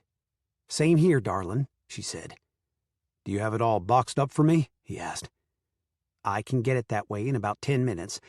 Look around. See if you want to buy anything else. I wasn't expecting you for a few more days." "Oh, hello." He eyed Eli up and down. "Is he for sale?" Eli chuckled nervously. "Sorry, but that chunk of Texas stays in Texas. And he's a preacher," Mamie said. California clucked his tongue against the roof of his mouth. "Too damn bad." Eli actually blushed, which endeared him to Mamie even more. "Come on out from behind there and help me get these jars into the boxes. This man is my best customer today." They loaded a dozen jars into each box, and California carried them out the back door to his van, parked behind the store. When he had stripped the shelves of anything with a checked piece of fabric on the lid, he paid with a credit card. "If you get tired of that Texan, kick him over the border to me. I'll play nice," he said, as he signed his name with a flourish. "Sorry, it ain't happening," Mamie said. "Some days you just can't win." California sighed and left by the front door. "What in the devil was that?" Eli asked. "You almost used a dirty word, didn't you?" Mamie responded with another question. "But I didn't. Answers?" "He comes in once or twice a year and buys my merchandise. Actually, it's Edna's and Julie's merchandise. And he takes it to California and sells some of it, and uses the rest for presents and eats the rest, I suppose. I know. Julie figured it out for me." "I'm beginning to think I don't know my sister." "Oh, yes, you do, darling. She's still the same Julie you always knew. She's protected you from the ugly because of your preaching," Mamie said. "Julie never protected me from a thing. She was a tattletale. You ever hear of the preacher's son? Every story is true, and I've got the T-shirt to prove it," Eli said. "Someday, darling, you'll have to tell me those stories." Mamie locked the door and looped her arm through his. Preacher or not, she liked those brown eyes and the way he looked at her. In the middle of the afternoon, Deborah and Julie took the kids up to the room the Donovans had rented at the Texas King's Hotel. The renovated hotel only had 5 rooms upstairs over the saloon and kitchen. Julie had no idea that her parents had rented the Rose Room way back when she first moved to St. Joe, and had made plans even that far back to visit her the Saturday after Thanksgiving. That the town was having its first ever holiday festival celebration just added to the fun. Julie washed all 3 kids' sticky faces and then put them to bed for a nap. Of course, it wasn't called a nap, not at 5 years old. It was called a resting period. They could hold hands and talk for 10 minutes, and then they had to shut their eyes for 5 minutes without talking. They were all asleep within 30 seconds from the time they shut their eyes. "They look like twins at first glance, but I see a difference. Annie is a bit shorter and her face just slightly rounder. Is Lizzie older or younger? And that Chuck, I could take him home myself. He looks so much like you did at that age." They're all 5 and go to kindergarten. Chuck is the youngest by a couple of months. Lizzie was 5 on May 20th, Annie on May 22nd. Chuck's birthday is July 10th. They sat side by side on chairs with burgundy velvet upholstery at a small table. "This must have been a shock to your system." "Only you can imagine how much," Julie said. "Why didn't you tell me?" "Because you've looked forward to the Holy Land trip for years. I wouldn't spoil it just so I could talk about my own affairs." Deborah nodded at the children. "They're good together, especially for only children. I'm glad Annie found Lizzie. That streak has always been a cross for her to bear. Now she won't be alone in it. And Chuck is their brother in spirit, even if he's red-haired. But I think it's a good time now for you to tell me about Griffin." "Nothing to tell. We are friends.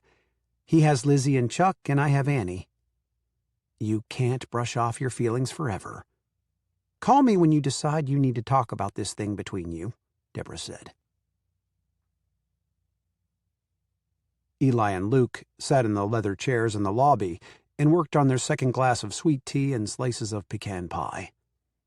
"Who'd have thought I'd find something like this when I came to visit you and surprise my sister?" Eli said. "All secrets surface at some time," Luke said. "Noticed that shop owner cornered you pretty fast. You looked good wandering around the square with her on your arm." "I didn't have much choice. She grabbed my arm and took control," Eli said a bit too quickly. "Pretty woman. And your sister's good friend," Luke said. His brown hair had red highlights, and his face was round. He wore glasses that made his green eyes look bigger than they really were. "It's that latter that scares me," Eli said. "It's time you let go, son. Teresa was a wonderful wife to you, but she's been gone for 10 years now. It's time to get on with your life. It doesn't have to be a proposal." Mamie's eyes said that she liked what she saw. "Ask her to have dinner while you're here." "I'm leaving in the morning," Eli said. "I know that. Where are you staying tonight?" On Julie's couch, if she'll let me. Tomorrow I'm going to preach at the Bowie Church. You already know that, but don't tell Julie. I don't want to get my hopes up, much less hers. If they ask you to preach there, consider it, Eli. Take a look at the map, son. It's all of 23 miles. A perfect distance. You can see her. You're already matchmaking, Dad. Let it go. I'm not so sure I'm ready, even after 10 years. Son, it's past time to let it go. I know, but it's not easy. Mamie might make it a lot easier. You are matchmaking, Eli laughed. Griffin started into the hotel to get a cold beer at the bar, but changed his mind when he saw the Donovan men discussing something very serious in the corner. He went back outside into Molly's, where he found Mamie having a cup of hot chocolate in the back room. I miss my kids, he said, taking the cup of hot chocolate she handed him without asking. So Julie will miss Annie. I heard she's given her up on Sunday afternoon. It's like they were all hatched from the same egg, Mamie. 2 dark-haired girls and 1 light-haired boy. I'm not so sure I like it, he said. It ain't up to you to like it or not like. What's done is done, and the past is caught up to the future. Chocolate making you philosophical, is it? Fate, Griffin, whether you believe it or not, is a strong thing, she said. He tilted up the cup and finished it off. I'm going home for a nap. Enjoy. See you later at dark when we light up the Christmas tree. After sharing hamburgers at the Dairy Queen, everyone checked out the antique car show. Annie declared that someday she would own a 1958 Studebaker Hawk, only she didn't want it black like the one on display. She wanted a red one. Lizzie opted for a 1965 Mustang convertible in bright yellow. Chuck's eyes glistened when he looked at a shiny red pickup truck with yellow flames painted on the side. Griffin showed up for the Christmas tree ceremony with folding lawn chairs, a cooler full of soda pop, and a quilt for the kids. Lizzie was glad to see him, but not ecstatic. Chuck was the one who ran to him for a hug. Julie got ready for the same reaction from Annie on Sunday. Good grief. What was she supposed to do with herself for a whole afternoon without her daughter? It was different with Griffin. He had a ranch to run, business to take care of, people to see. Julie had Annie. This is a bit awkward, Luke said when Griffin sat down between him and Julie. Little bit, Griffin agreed. It's a tangled web, Eli said. But I didn't deceive. I just didn't tell, Julie protested. And don't you go getting all self-righteous on me. Remember, I'm the one who tattled on you all your life. A tattletale knows things you might not want aired on the public address system. Huh, Griffin grunted. I thought she was just mean to me. Luke explained. It's the red hair. They say my great-grandmother came from County Cork and married a descendant of Daniel O'Donovan. Eli is actually named for that ancestor. His name is Eli Daniel. It's said that her temper was the talk of County Cork, and her brothers paid her husband to marry her so they wouldn't have to share the house with her anymore. That's the reason I never liked red-haired women. Their tempers get in the way of their good sense, Griffin said. Luke threw back his head and guffawed. Julie slapped her father's shoulder. It's not funny. Look at that white streak. Doesn't it make him evil? Annie pointed at her hair with one hand and Lizzie's with another. We got white streaks, Mama. Are we evil? No, you are not evil. You are very sweet little girls. But you'll have to be very careful that they don't make you ornery. Julie didn't even hesitate to say. What's ornery? Lizzie whispered to Annie. I don't know, but I bet it'll get us put in a corner if we do it, so be very, very careful, Chuck whispered back.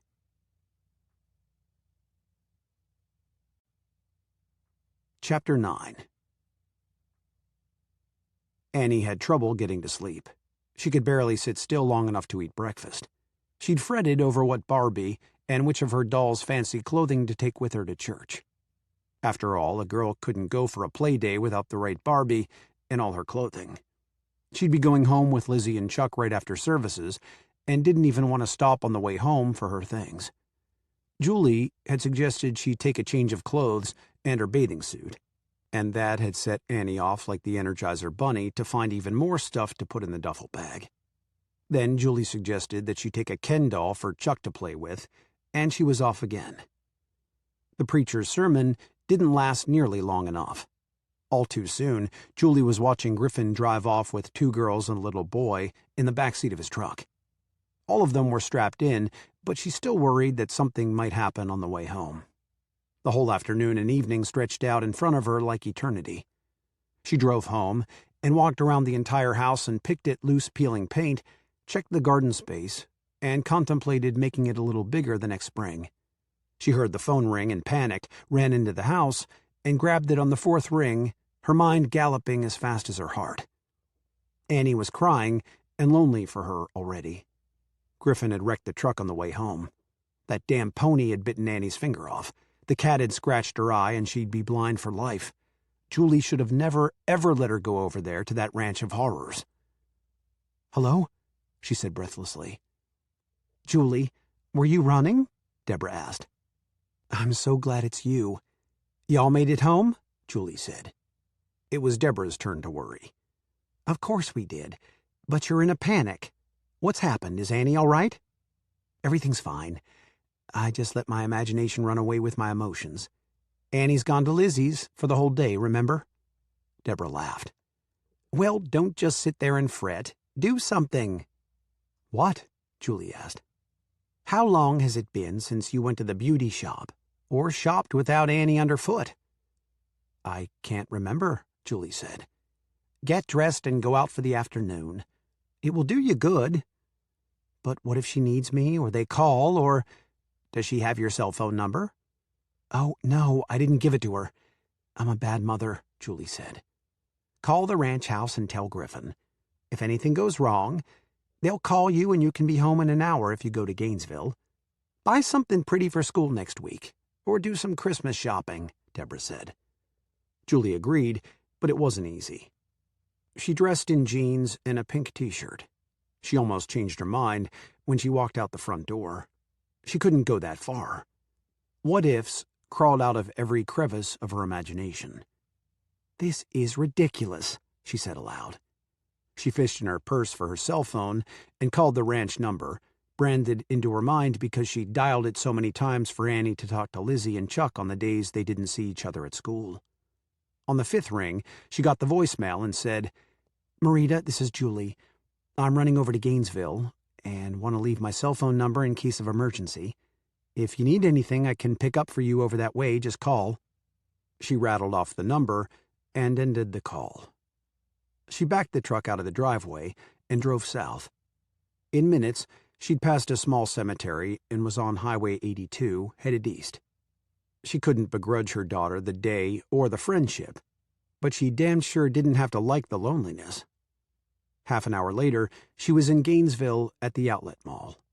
She spent 2 hours in Burke's buying 5 outfits, a nightgown with the Disney princesses on it, and a pair of new sneakers for Annie. Then she found the sleepwear rack, and there was a Barbie nightshirt with a purple dot on the tag, which meant it was on sale, so she tossed it in the cart.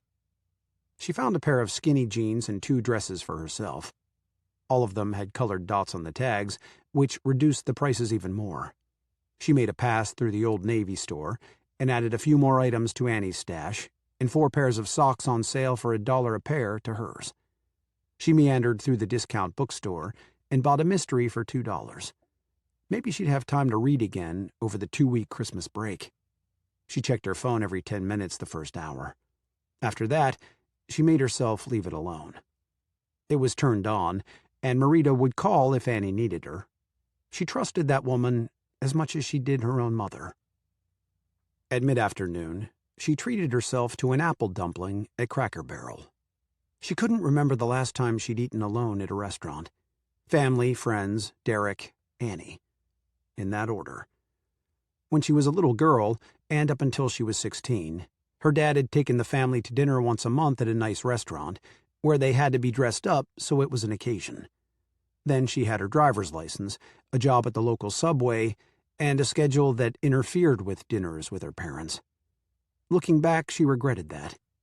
She should have made time for them, even if she had been going through an independent streak. In those days, she went with her friends to McDonald's or hung out with them at Dairy Queen. Then high school was over, and she was in college. Dinners weren't part of the program in those years. Pizza ordered in, if someone had a few dollars, and ramen noodles cooked in the microwave if they didn't. Dramatic problems solved over a six-pack of beer. Then there was college graduation and a wedding the same summer. Derek was 5 years older and had been courting her for a year. They'd met at a party, and 6 weeks later had fallen into bed at the Jefferson Inn in a room that had a jacuzzi tub. Dinners with Derek were always dress-up affairs, with cloth napkins and wine in crystal stemware, followed by sex in the Jefferson Inn with a bath afterward in the fancy tub. While she soaked in bubbles and jet sprays, he set up his laptop and conducted business. Annie's dinners out started with her in a high chair making embarrassing-sized messes at first. At 3, she'd look at the menu with Julie, and they'd decide together whether she'd have macaroni and cheese and carrots or a hamburger. Never peas. She hated peas. Right then, Annie would be having snacks with the Luckadeaus, her relatives. That brought Julie up short. Annie was really kin to those people. When she was 34, would her dinner memories include the Lucky Clover Ranch and Lizzie and Chuck? Would she start calling that man who owned the ranch Uncle Griff? When Julie thought of all the Luckadeau relatives that would come out of the woodwork, she shuddered. As she ate, she wondered briefly what her life would have been like if Annie had been a boy. If Griffin was right, and only the girls he and his brother produced would have the white streak, then a son would have had blonde hair and blue eyes. Derek might not have ever known the child wasn't his, but Julie would have. Derek was one of those men that blended in with the surroundings. When he walked into a room or a bar, the women didn't give him a second glance. Graham's son would have that Luckadeau magnetic force when he entered a room. She ate slowly, paid her bill, and went to Walmart, where she meandered through the store to kill time. She bought shampoo, deodorant, and a big jug of bubble bath for Annie. When she checked her watch, it was only 4 o'clock, so she went to the Dollar Tree and bought 6 coloring books and a new package of crayons for the kids. Chuck was actually better at coloring than the girls. He took his time and went about it slowly, while they hurried and often went outside the lines. At 6, she started home, stopped in Munster for an ice cream cone at the Dairy Queen, the official stop sign in Texas, according to their advertisements. As she was leaving, she heard an elderly man ask another if he'd heard about the fires up north. She thought that was strange. Fires were raging out west in California. People were being evacuated by the hundreds in Northern California. It had been a dry winter so far all across the United States. She wondered about Mamie's buyer. Had any of her squash relish wound up in the fires? Griffin got the call right after lunch. He and the kids were playing in the backyard on the swing set when Marita called him about a wildfire that had jumped the Red River north of them and was wiping out everything in its path between there and Cap's Corner.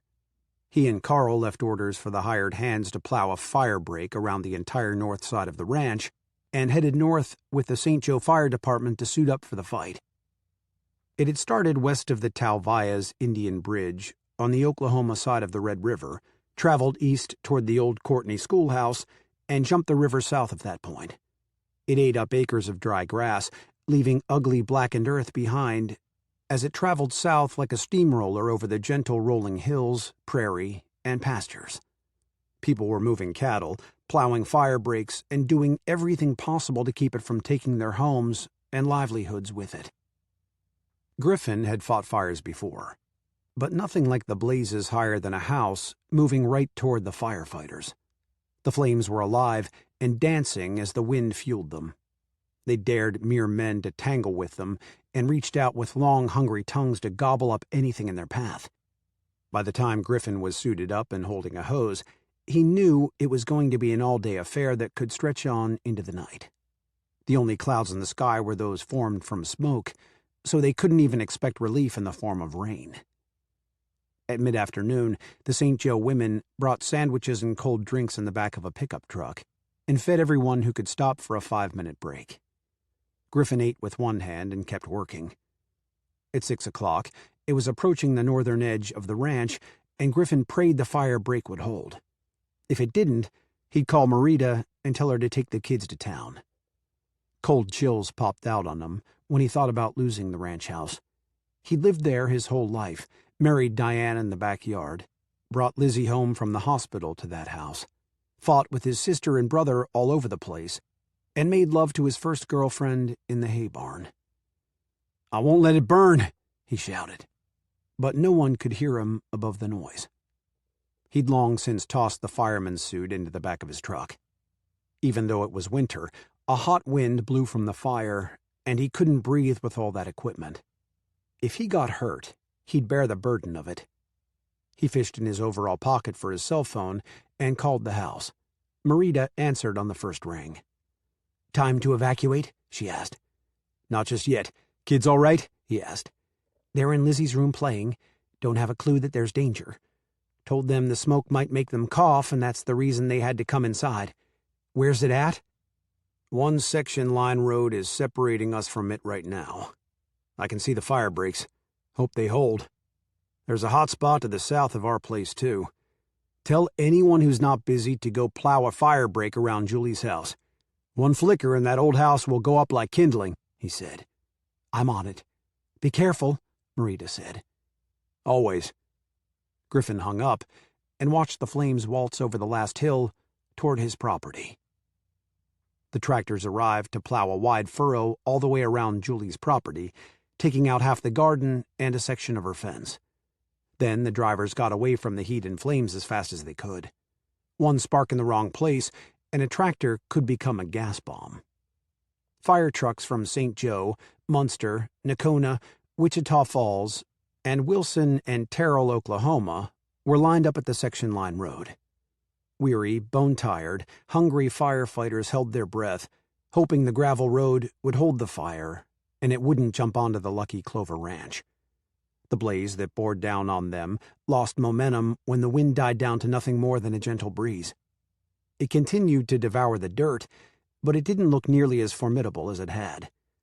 When it had reached the road, it had sated its hunger and stopped.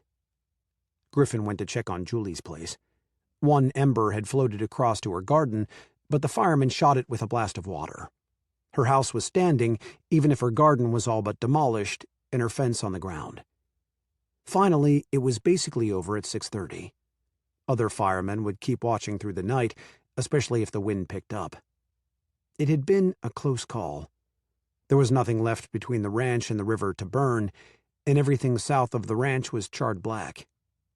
When he called Marita to tell her it was under control, she said that the buildings at Illinois Bend were saved.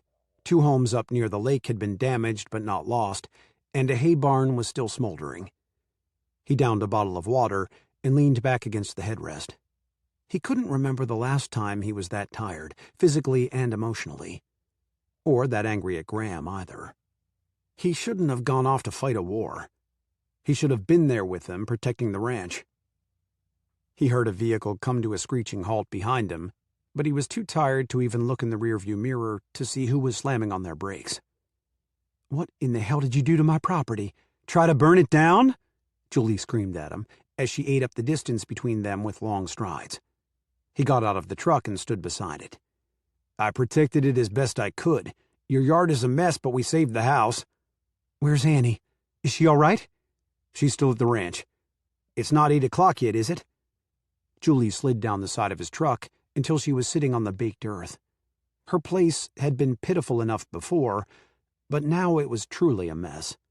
Smoke still hung in the air, as if the whole county was a cheap 2-bit bar on the wrong side of town. Half the fence was mangled under plowed ground. Her house was standing, and the cats were huddled together under the porch swing. But everything else looked as though it had barely survived a nuclear attack. Across the road to the west, the land still smoked. Small fires kicked up when they found a mesquite tree sapling still left on the buffet table. 2 rattlesnakes slithered from her yard into the underbrush to the east. A cottontail hopped to the pasture on the other side of Julie's 5 acres, and a feral cat carrying a kitten in her mouth followed it. "I should have stayed home," she mumbled. Griffin sat down beside her. "You ain't that powerful. You couldn't have stopped that fire no matter how mean you are." "Why in the hell didn't Marita call me? I left my cell phone number on the answering machine." Julie leaned toward him, and he wrapped an arm around her shoulders. "You ever been in the ranch house?" he asked. "You know damn well I haven't," she snapped. "Hey, don't be hateful to me. I didn't start the fire, and barely got it put out before it leveled your place. I didn't know if you'd been over there when I was out in the fields on some other day. But if you had been, you'd know." "Know what?" she asked. "The answering machine is on the phone in the library. Marita seldom goes in there except to clean." Julie groaned. Then if something had happened to Annie, she wouldn't even have known where to find me. I should have stayed home. It was the last straw. She broke down and wept, burying her face in his shoulder. Julie crying was almost more than he could bear. Fighting him, arguing with him, tempting him, that he could endure. But to see her broken tore his heart apart. "It's all right," he said, as he patted her back. "No, it's not." She moved back, putting distance between them. "Your house is saved," he said. "But I was gone," she said stiffly. Griffin's phone rang. He fished it out of his overalls and put it to his ear, hoping all the while that no one was calling to say that the fire had jumped the road on down the section, and the trucks were returning. Marita was crying. "Griffin, come home right now. I don't care where you are." "Lizzie?" he asked. "It's Carl. The boys brought him in from the field where he went to check on the brake. The ambulance is on the way. I can hear it. I think he's had a heart attack." All the color left Julie's face. "What is it?" "It's Carl. Marita says he's had a heart attack. I've got to get home. Get in. You're coming with me until we see what's going on, all right?" The truck was already moving by the time she rounded the front end and hopped inside, ignoring her vehicle parked on the side of the road. "Is she sure?" "No, but the ambulance is on the way." Griffin's face was a map of worry. All places led to his eyes, which were a study in anxiety. What would he do without Marita or Carl? Granted, they were both in their mid-60s, but he'd never thought of them aging. Carl was his right hand on the ranch. Marita, more than that, in his house. When they arrived, they met the paramedics taking Carl out of the house. Lizzie was crying. Annie was trying to comfort her. Chuck was as white as fresh snow as he watched the men take the stretcher to the ambulance. Marita had a bag in one hand and a purse in the other. She told the men about to shut the ambulance doors to move over she was going with them. When they started to argue, she slung one leg up and was sitting beside Carl before they could finish the first sentence. Marita pointed at them as the doors closed. "I'll call. Don't be rushing over there until I do. Run this ranch. You help him, Julie. That's an order, not a request." Julie stood there speechless and dumbfounded. Everything in her world was supposed to be laid back and calm in sleepy little St. Joe, Texas. It had been anything but that, and right then, everything was happening too fast for her to digest. "Mama, we're scared," Annie said behind her. "Daddy, you stink," Lizzie said. One turn and 3 steps later, Julie had 3 children gathered up in her arms and was consoling them, saying that Carl would be just fine, and Marita would bring him home as soon as possible.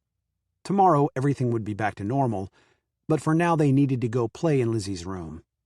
There had been a big fire up north, and the smoke was still in the sky.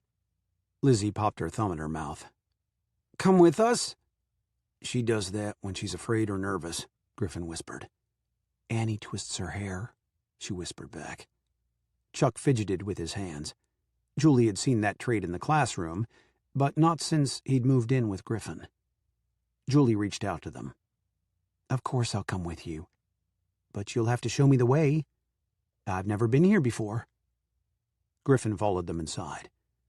"I'm taking a shower. I've been wading through smoke all day. Afterward, I'll expect my hugs." "From all of us?" Lizzie's head around her thumb. Griffin felt heat crawling up his neck. "From the kids." "Come on, Mama. I'll show you where everything is." Annie took her hand and led her inside. The front door opened into a foyer, which had a massive staircase leading up to 6 bedrooms and a doorway to the left that led into a great room with a den and kitchen all in one big area. Whoever had built the house had intended to raise lots of children in it. The downstairs had a formal living room, dining room, and library, in addition to the great room. The laundry room was beyond the kitchen, with a full bathroom off of it. Julie was given the grand tour. The den had thick plush carpet the color of milk chocolate, making it mud and kid-friendly. The sofa and 2 chairs flanking the stone fireplace were microfiber, soft, inviting, and very cleanable. Behind the sofa, a big Barbie dollhouse had been set up, and at least 5 Barbies were in various stages of dress for a ball of some kind. Ken was wearing camouflage, so evidently he wasn't invited to the ball.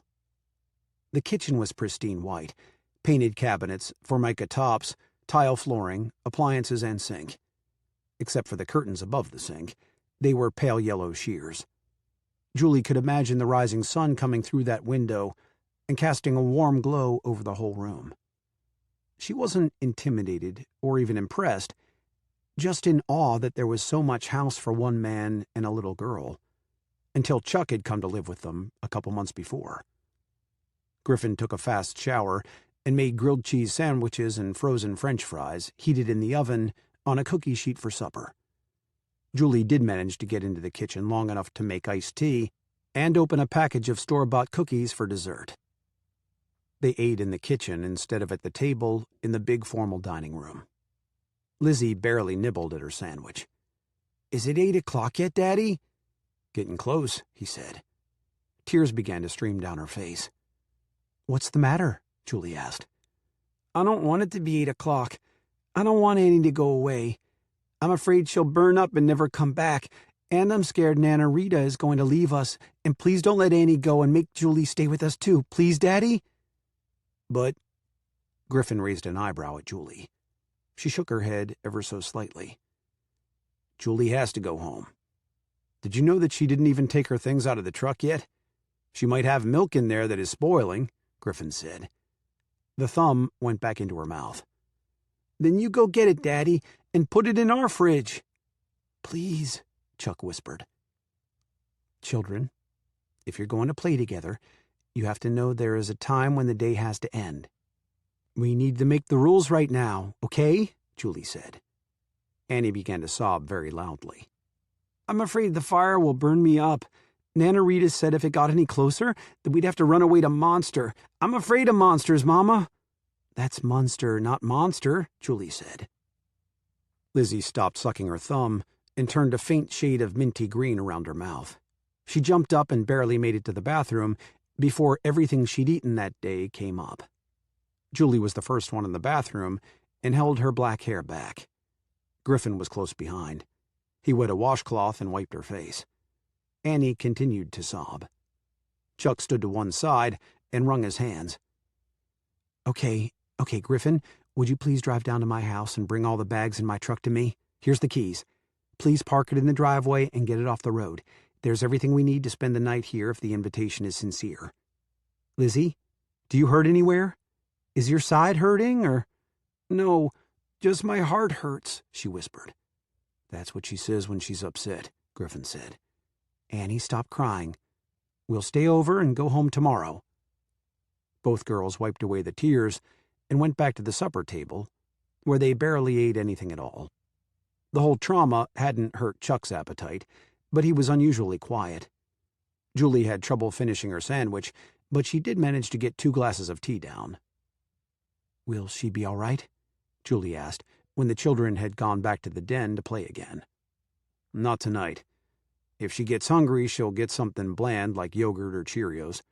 Tomorrow morning she'll come up out of bed screaming for sausage and eggs with the appetite of an Angus bull." "How often does she do that?" "Maybe once a year. It's always if there's turmoil in her life. I was surprised she didn't have an episode with the Rachel ordeal," Griffin said. "I should have slapped that woman just to make myself feel better." Julie narrowed her eyes. "Put the claws away, and tell me again what it is you want out of that truck, and I'll go get it."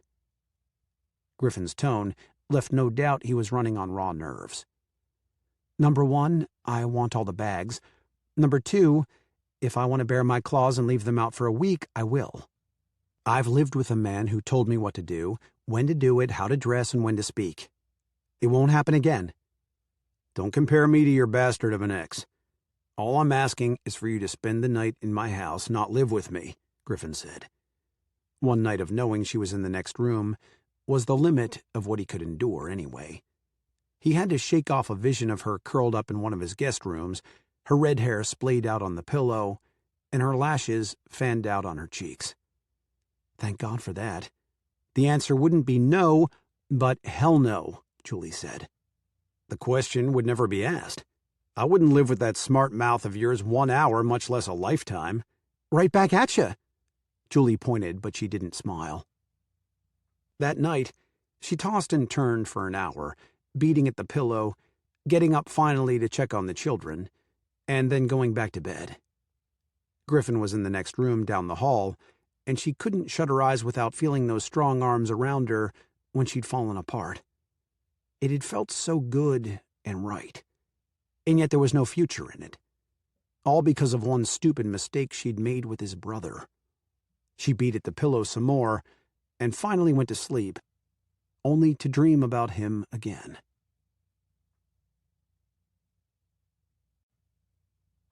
Chapter 10. Julie awoke with a headache, and all 3 kids in their pajamas sitting on the bed staring intently at her. For a moment, she thought she was seeing double, but a blink or two brought her into reality. She was in a spare bedroom at the Lucky Clover, and there really were 3 children on her bed, and she had to get them all to school that morning. She looked at the clock. 6:30. At least she hadn't overslept. "Good morning," she said. All the kids shook their heads in unison. "It's not a good morning?" she asked. "Daddy is sad," Lizzie said. "He won't tell us why. Can you come downstairs and find out?" Annie asked. Chuck picked up her hand and pulled. "Griffin is almost crying, Miss Julie. Come and make him all better." Julie sat up and pushed the sheet back. She reached for her jeans and jerked them on over her bikini underpants and didn't bother with a bra under the tank top she'd slept in. All the way down the stairs, she prayed that Carl hadn't died during the night.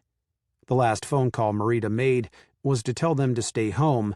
The doctors were still ordering tests. Carl really didn't feel like visitors, and their daughter was on the way from Austin. Griffin sat at the kitchen table, a cup of cold coffee in front of him, elbows on the table, face in his hands. Julie came to a halt inside the room and eased down into a chair beside him. He looked as if he bore the weight of the galaxy on his broad shoulders. "The girls are worried. Lizzie says you won't talk and that you're sad. You're scaring them, Griffin. Tell me what's going on?" "You want the bad news first or the good news?" he asked. "With or without the children. They're right behind you," she said. "Could you go on up to your room, Lizzie, and please take Chuck and Annie with you? Julie and I need to have a big people talk." "I'm just fine, but I'm very, very tired," Griffin said. They sounded like elephants thundering up the stairs. "Good news. I want that first," Julie said. "I talked to Marita a little while ago. Carl isn't dead, and the kittens are in the barn. I saved every one of them and the mama cat." "Okay." She drew out the word to have 6 syllables. "Carl had heat stroke, but the tests revealed heart problems. He needs open heart surgery, and he needs to retire. His youngest daughter lives in Austin, and she got there early this morning, but Carl and Marita have talked all night. It's a tough decision. They've lived on this ranch since they were first married, but they're going to Austin when he gets out of the hospital. Their daughter and her husband raise horses, and they've got an extra house on their ranch. Marita was crying, but it needs to be done.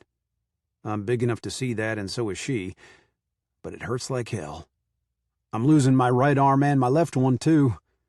I don't know what to do." "What are you going to do?" Julie could barely stand to look at the anguish on his face. If she could help, she would.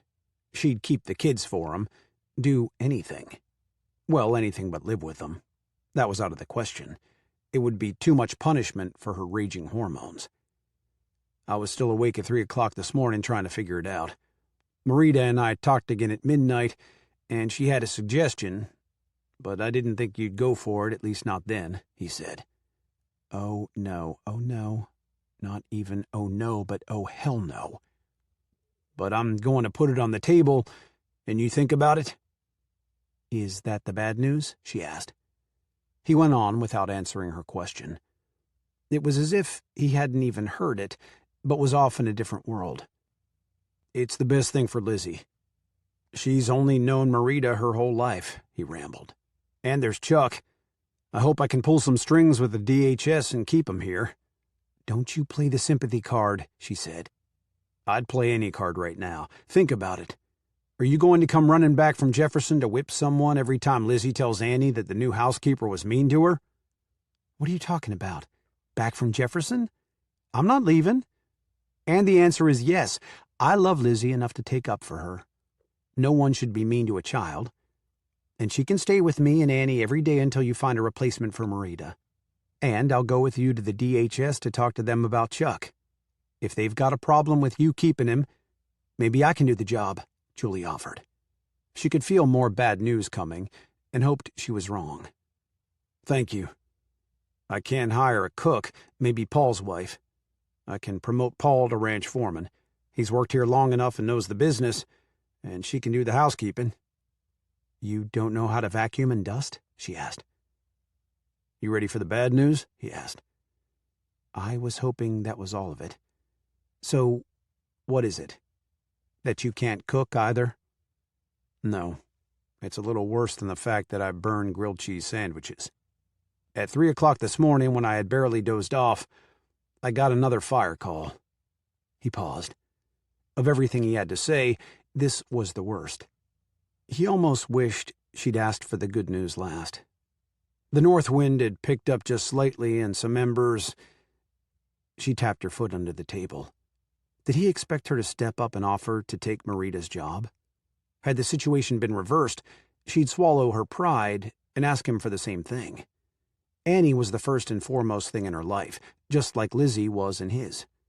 Add Chuck into the mixture, and she might have begged, not just insinuated.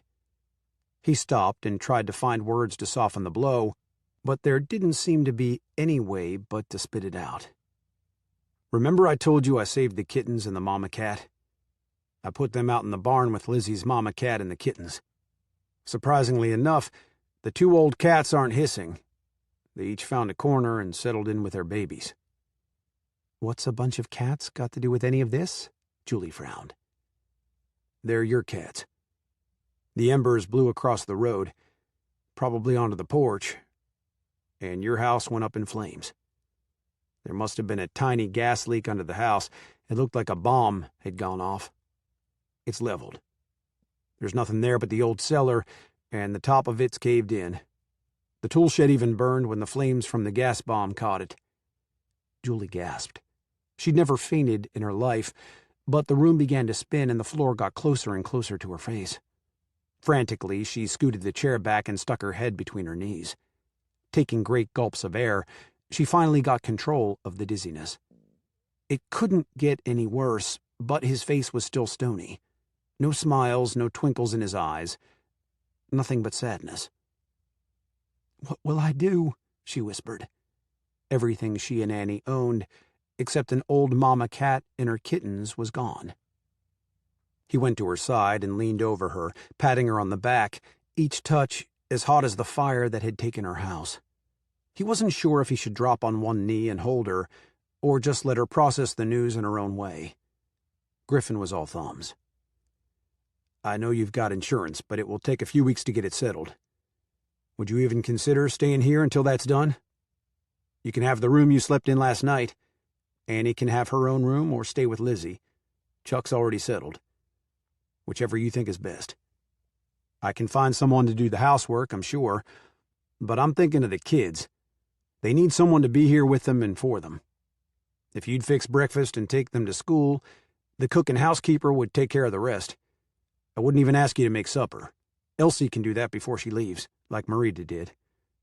It's just that—" He talked as he patted her back. She stood up and threw herself into his arms.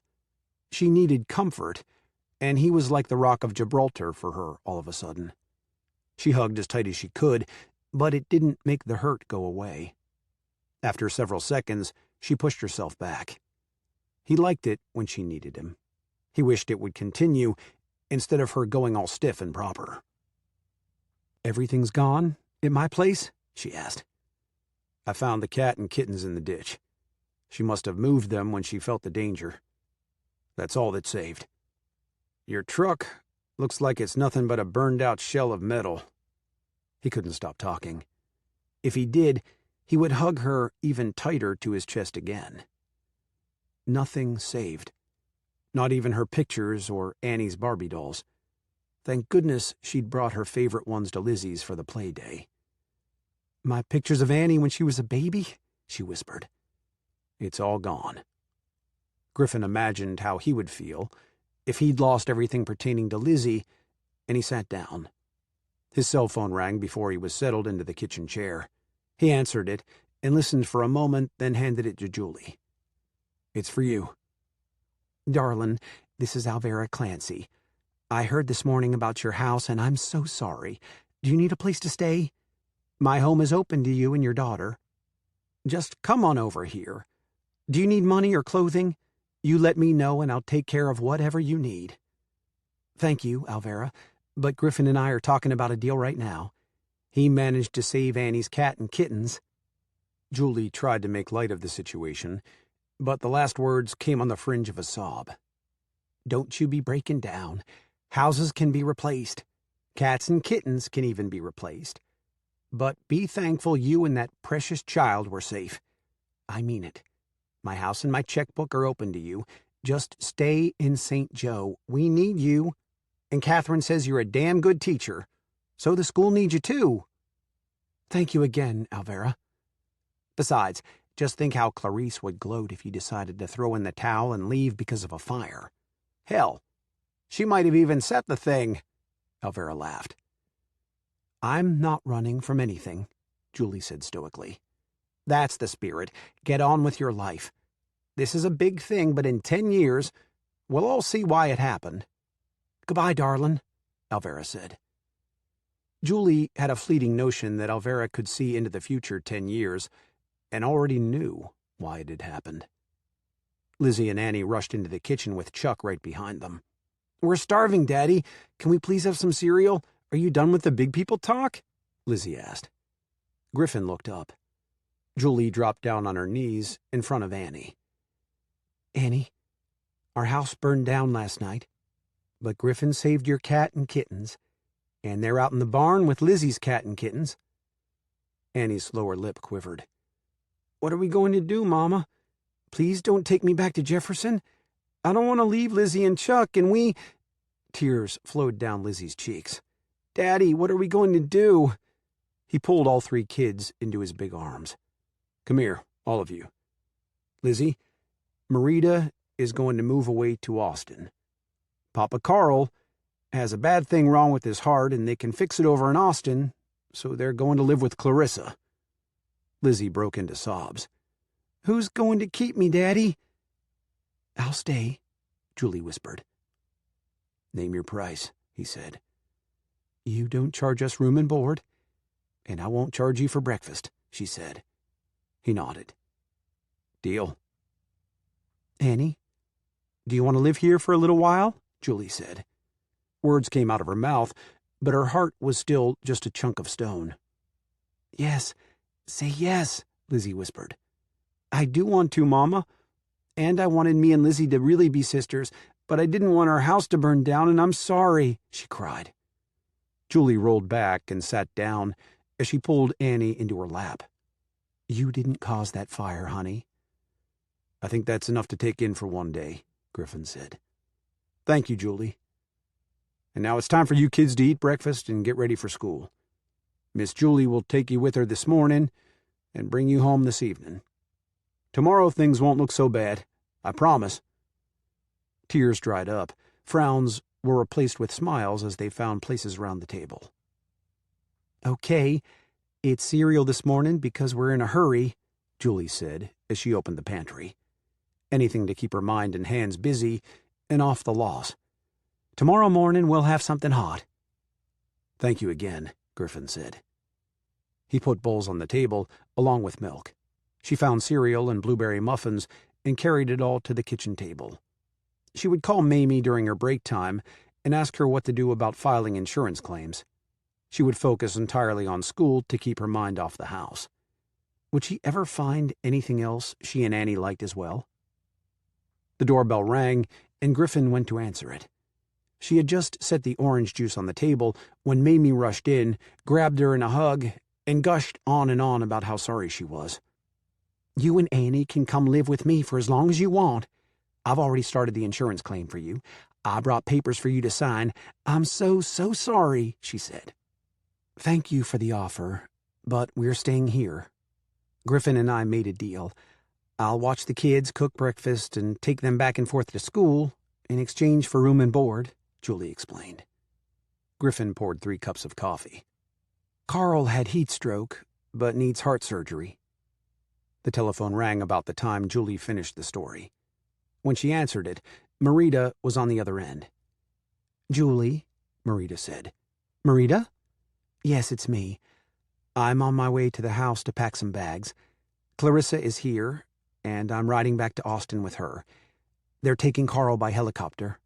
Surgery is tomorrow morning. It's not good, but they say it can be repaired. The heat stroke was actually a blessing. Did Griffin put you to work like I told him?" "He gave me a job." "My house burned down," Julie said. "I know, and I'm sorry. But I'm glad you're there. Lizzie knows and loves you. It will make my leaving at least bearable. He can hire someone to do the work. She just needs a mother figure." "It's a pretty big job," Julie said around the lump in her throat. "You'll do just fine.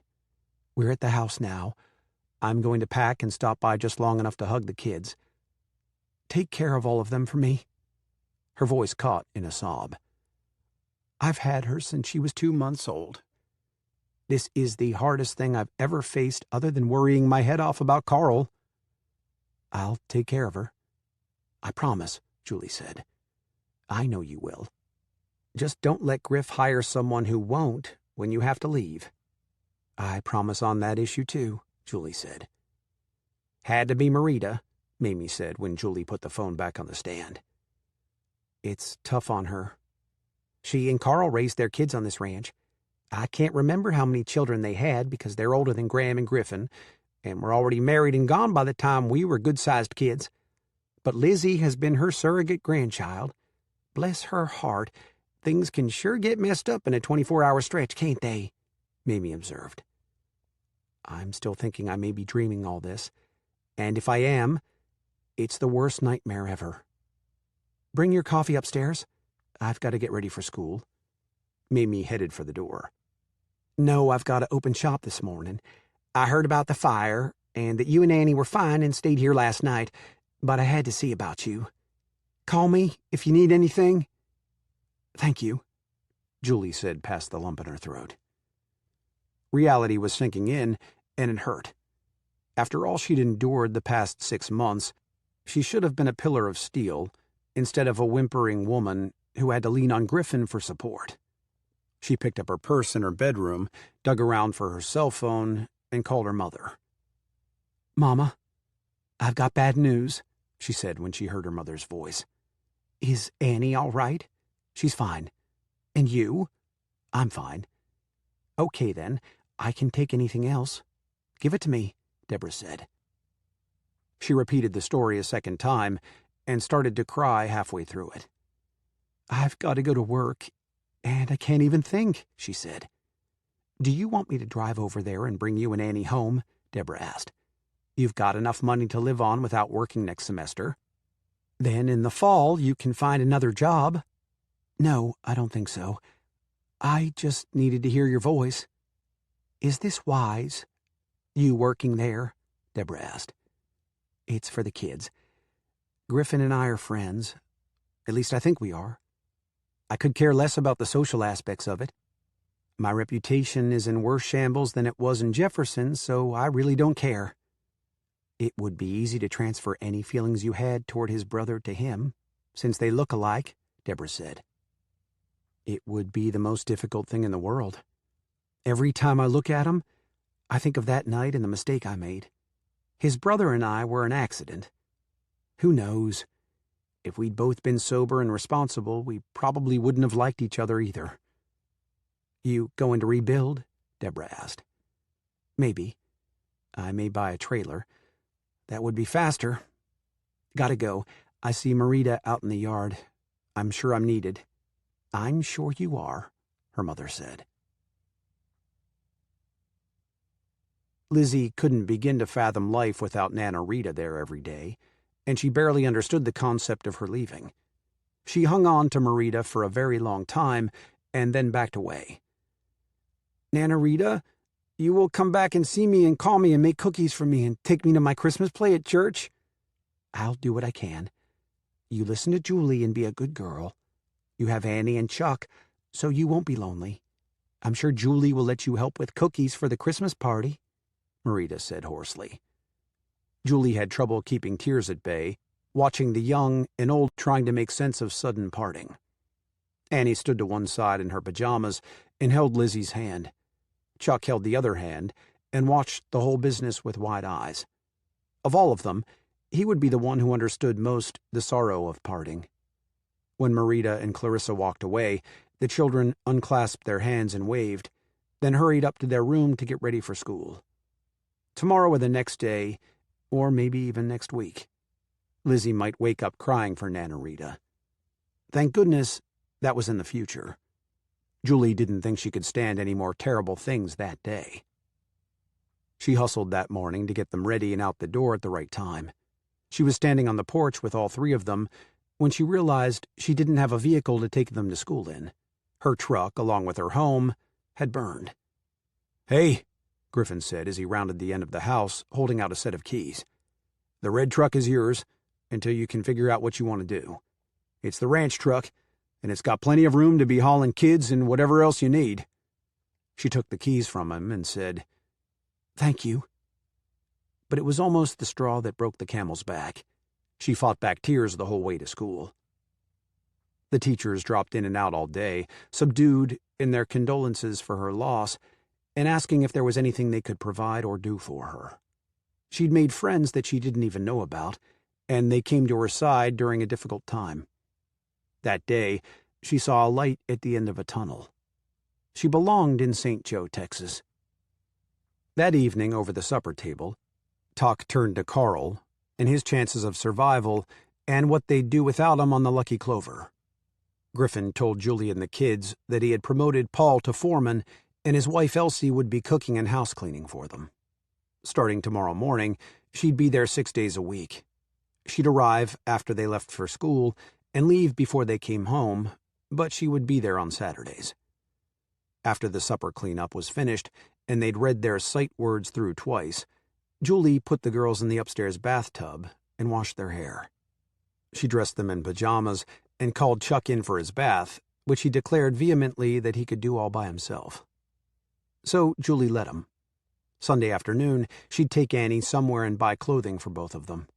Thank goodness for Aunt Flossie's money, or she would have had to borrow until the insurance check came. The few pieces she'd purchased in Gainesville, and the things she'd bought the Lizzies for the play day, were all that they had.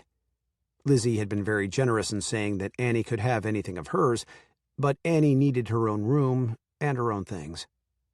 After the kids were tucked in, Julie fell back in a deep recliner and felt like crying, but there was no way she'd let Griffin see her fall apart again. She was a tough woman, and she'd hang on to that with tenacity because right then it was all she had. Griffin took a shower, letting the tepid water beat against his weary muscles. Dinner had been good, and Elsie would work out just fine. Lizzie was already fitting into her new world.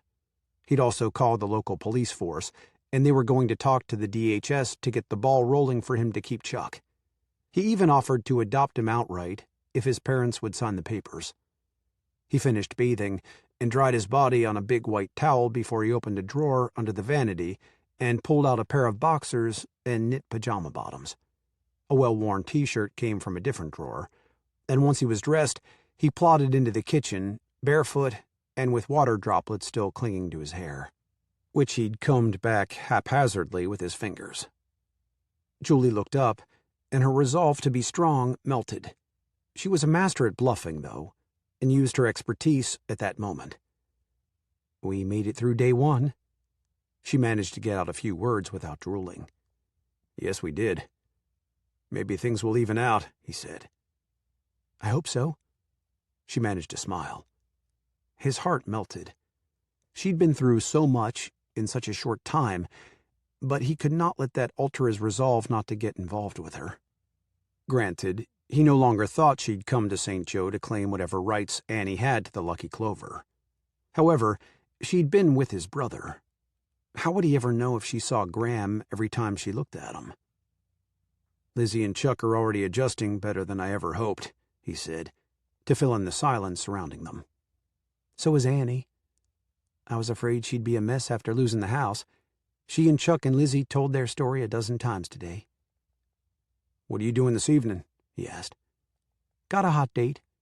The John said to meet him at the end of the lane, and he'll have me home by daylight. Figured I can make a little extra money on my own time." "Do you mind watching Annie?" she said. His black brows knitted together into one solid line. "What?" "It's my red-haired humor. Sometimes it surfaces," she teased. He grinned. "You had me there for a minute.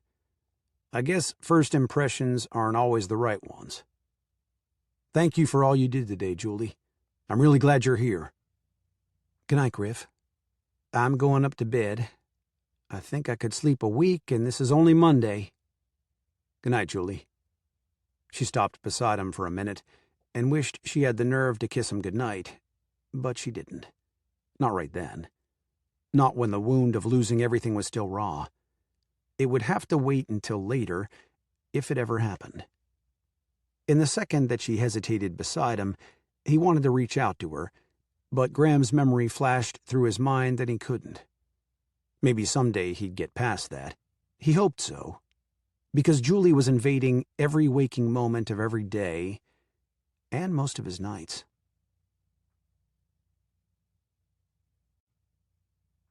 Chapter 11. Julie settled into the routine as if she'd been born to live on a ranch. After school, she drove the 3 children home, and he did whatever Elsie had left on the stove or in the refrigerator for supper. She graded papers or worked on her lesson plans while the kids played. After baths, she helped the children get ready for bed, and she or Griffin, or sometimes both of them, read a story to the kids or let them watch an hour of television. She and Griffin had a daily talk about the kids, worried about whether the DHS would let them keep Chuck and how it would affect the girls if they didn't. And then it was off to bed for Julie. Mornings were breakfast, making sure teeth were brushed, hair was combed, backpacks ready with lunches and books. Then it started all over again. It wasn't so very different from the days when it had been just her and Annie. The biggest change was that now, Annie had someone to play with and depended less on Julie for entertainment. And nowadays, there was the inner angst every evening when Griff walked into the kitchen in his pajama bottoms and t-shirt with water droplets still hanging on his jet black hair and smelling so sexy that all she could think about was hauling him off to bed. It wasn't because he looked like Graham either. She'd put that issue to rest weeks before. Graham had been a smooth-talking, good-looking soldier.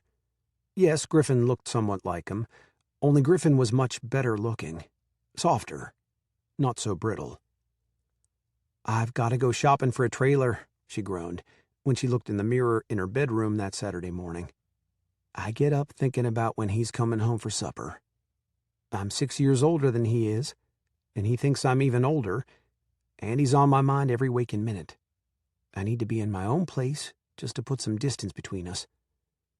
"Who are you talking to, Mama?" Annie asked from the doorway. "That old woman in the mirror," Julie said. Annie peered around her mother's leg and into the floor-length mirror on the back of the closet door. "Where? I don't see an old woman. I see my mama and me." "You are a sweetheart. What are you doing already up and dressed?" "Me, Chuck, and Lizzie, we waked up early, and Elsie said to let you sleep, so we did. She made us some oatmeal with brown sugar in it, and we got to play outside," Annie said. Well, that was very sweet of Elsie. Is it cold? No, Elsie said we had to wear our jackets and I forgetted mine. Annie took off in a run out of Julie's room and into her own. Julie saw a blur run past her as she started down the stairs, and before she reached the bottom, Lizzie came up in a dead run. "Where are you going so fast?" Julie asked. "Chuck is going to play Barbies with us out in the yard. Elsie said it's warm enough if we put on our coats, and we weren't supposed to wake you up because you looked tired last night when she went home. And Chuck needs the Ken doll because he says we're going to play like we're in the jungle, and Ken is going to save Barbie from getting eat plumb up by the snakes," Lizzie said, finally coming up for air, sucking in twice before she went on. "We've got some leaves and sticks, and Chuck is building us a jungle. And oh yeah, I got to pee-pee." Lizzie crossed her legs and wiggled while she talked. "Looks like you better hurry," Julie said with a smile. She checked out the kitchen window to see Annie and Chuck busy making their jungle out in the middle of the yard. It was a nice sunny day, and in the middle of December, they might not have many more. Annie had a Barbie in each hand and carried on a dialogue between them. She shook her head, nodded, smiled, frowned, and at one time shook her finger at one of the misbehaving Barbie dolls. Chuck held a Ken and had a stern look on his face. Evidently, Barbie wasn't obeying the commander's orders. "Now that's a sight I'll have to tell Griffin about later," she murmured. Lizzie came through the kitchen and stopped dead in the middle of the floor. "Oops, I forgot the Ken doll, 'cause I—" She didn't finish the sentence, but ran back up the stairs. Alzheimer's wasn't always to blame for forgetfulness, Julie mused. She picked up the morning paper and scanned the front page headlines. She was getting milk out of the refrigerator when Lizzie shot through the kitchen like a blaze, out into the backyard, and then back into the house. "Annie? Annie?" Lizzie shouted over the top of the noisy vacuum cleaner Elsie was pushing around in the den. "Chuck, where's Annie?" "I don't know. I come inside to see what was taking you so long. I bet she's hiding from us. Let's go find her," Chuck yelled back. Julie heard the conversation, but she didn't pay attention. "Lizzie? Lizzie?" or "Chuck? Chuck?" was commonplace when one child lost the others. The back door slammed, and a flash of lightning with dark hair flew through the kitchen and back up the steps. "Annie, are you up here?" Lizzie called. It was followed by a streak of red hair and the thundering steps of a little boy hurrying up the stairs and yelling the same name. Julie poured cereal into a bowl and added milk. Elsie finished vacuuming and put a big cast-iron skillet on the top of the stove and set about browning hamburger in it. The note card Julie found on the bar listed the items Elsie planned for lunch: Mexican lasagna casseroles, corn on the cob, pinto beans, and sliced cucumbers and tomatoes. She'd already made 3 pans of homemade brownies. Julie would rather have had Mexican lasagna for breakfast. Maybe if there were leftovers, she would have it the next morning. "Looks good, Elsie," Julie said. "The men like good, heavy food in the winter. You like living here?" Elsie asked. "I do. I'm trying to make up my mind about whether to rebuild or buy a trailer." Elsie wiped her hands on a towel and carried a cup of coffee to the table. She was a medium-sized woman with dark hair and brown eyes, maybe 60 years old, but it was hard to tell. Her eyes sparkled with life, and she could have been anywhere from 50 to 70. "Think on it. There's no hurry. My sister has cooked for Alvera Clancy for years. She says that Alvera would do anything to keep you in St. Joe." "Someday I'm going to grow up and be just like Alvera," Julie said. "I can see it happening," Elsie said. "She's a nice woman. My sister loves working on her ranch." Lizzie peeked around the corner. "Julie, where's Annie? I can't find her." "Is she in the bathroom?" Julie asked. "No, I checked them both in your room and the den and the front porch, and I can't find her, and where is she?" Julie's heart skipped a beat. "Annie? Annie, where are you? Don't you play hide-and-seek with me, young lady." Julie yelled up the stairs and out the back door. She and Lizzie ran all the way around the house together, and Chuck took off to the barn where the cats were located. No Annie. Her pulse thumped in her ears as she picked up the phone in the kitchen and called Griffin. "Annie's gone. I can't find her. She never leaves the yard, Griff. She's not in the house, and Chuck checked the barn where the kittens are, and she's just vanished." Her tone was frantic. "I'm 5 minutes away. Keep hunting. I'm on my way," he said. By the time Griffin arrived, Lizzie was in hysterics, Julie was hoarse from screaming, and still there was no Annie. Griffin hurriedly made one more check, and then called the police to report a missing child. Then he wrapped his arms around Julie and hugged her close, promising that they would find her. The warmth of his embrace gave her the strength she needed to keep from falling completely apart in front of the children. Annie had been having a conversation between two dolls. They were deciding what they'd tell Chuck and Lizzie when they came back from the house. Then the lady showed up, as if she had floated down from the trees. She was very tall with funny hair. It had a pink streak in the same place she and Lizzie had white streaks. Annie looked up at her and wondered if her streak was lucky. "Lizzie, come on. You're going with me," the lady had said. "I'm Annie. I'm not Lizzie," she had said. "Don't you play games with me, little girl. I'm your mother, Diane. And you're going with me." "No, I'm Annie. Lizzie had to go to the bathroom." "I know my own child, and you are Lizzie, so don't tell me shit like that." "Julie is my mama, and she's in the house, and my mama is—" That's when the lady reached down, jerked Annie up from the quilt, put her hand over her mouth to stifle the screams, and carried her to her car parked beside the house.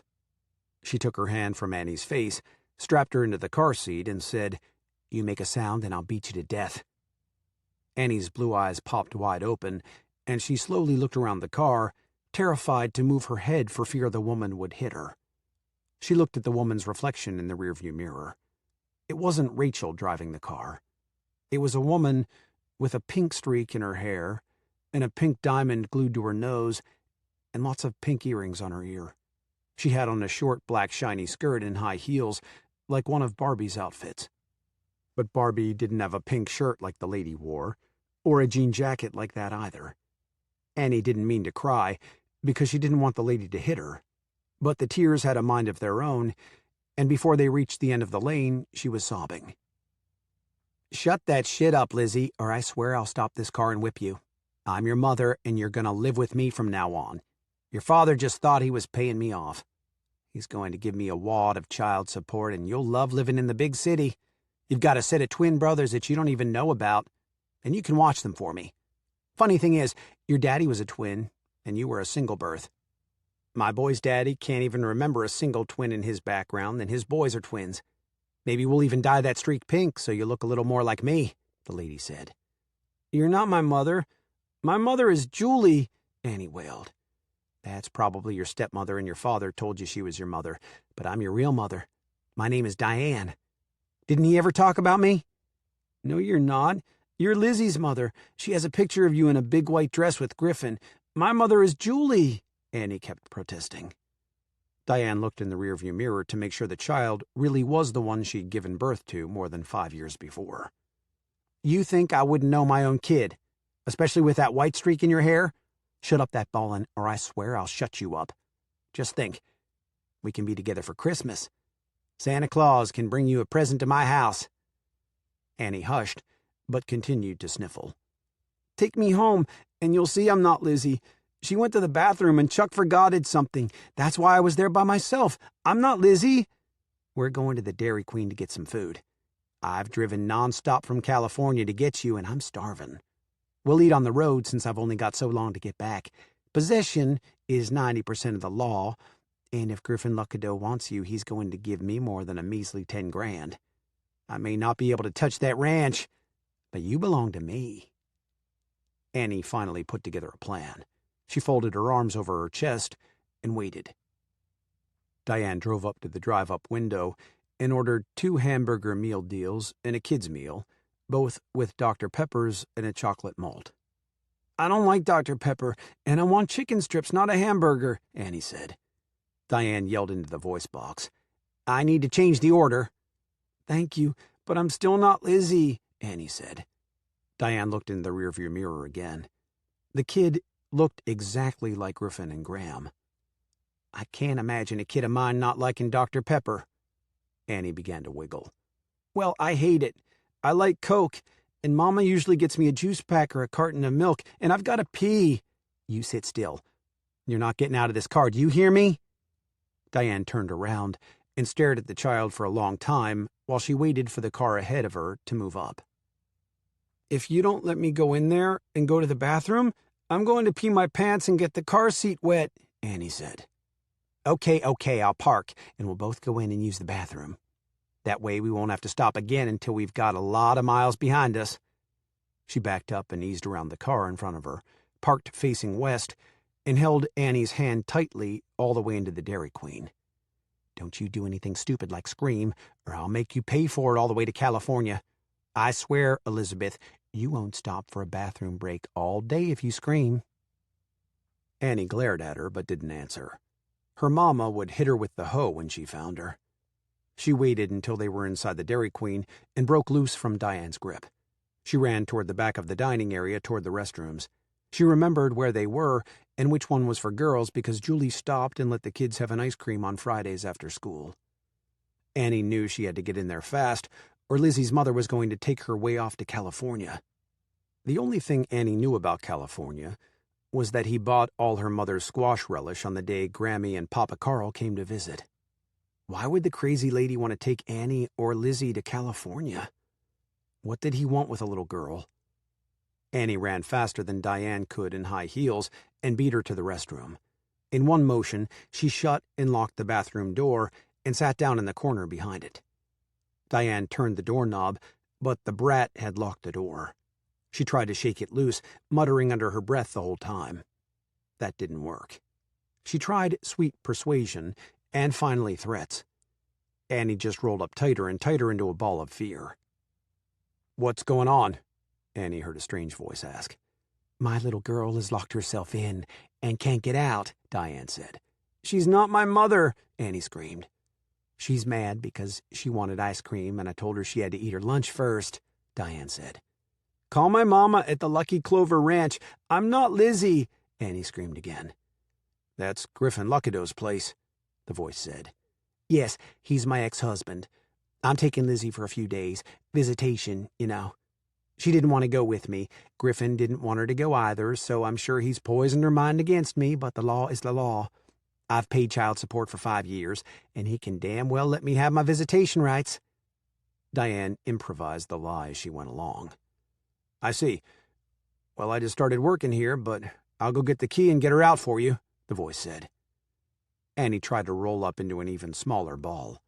If Lizzie and Chuck were there, they'd all three run like the wind and get away.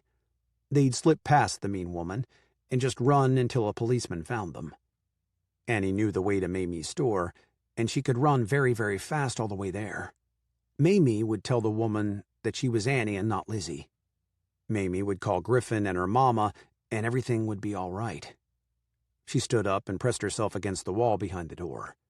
When the knob turned, she took a deep breath and waited. When Diane rushed into the bathroom, Annie sped out from behind the door. The woman in the hallway tried to grab Annie, but she slipped from her grasp, took off across the dining room, and was out the door before either of the women could get their balance.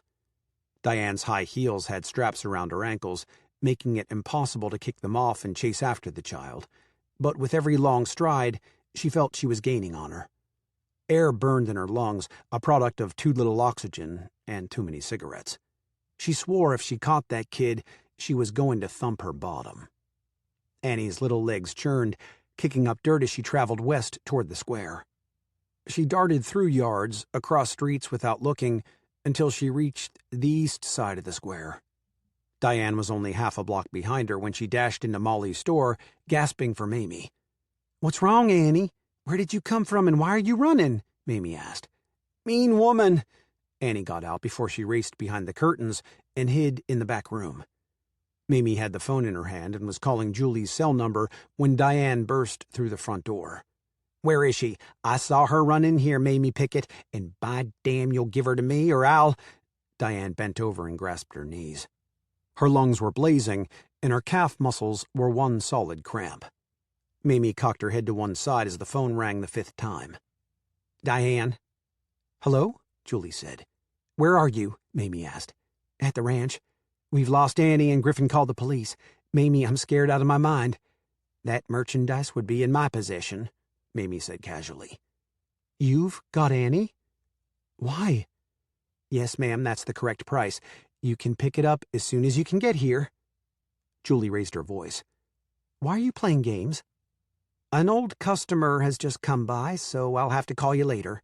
Diane, can I get you something to drink? I'm on my way, Julie said.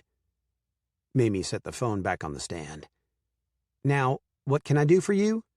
I saw the little bitch. She ran into this store, Diane said. Who?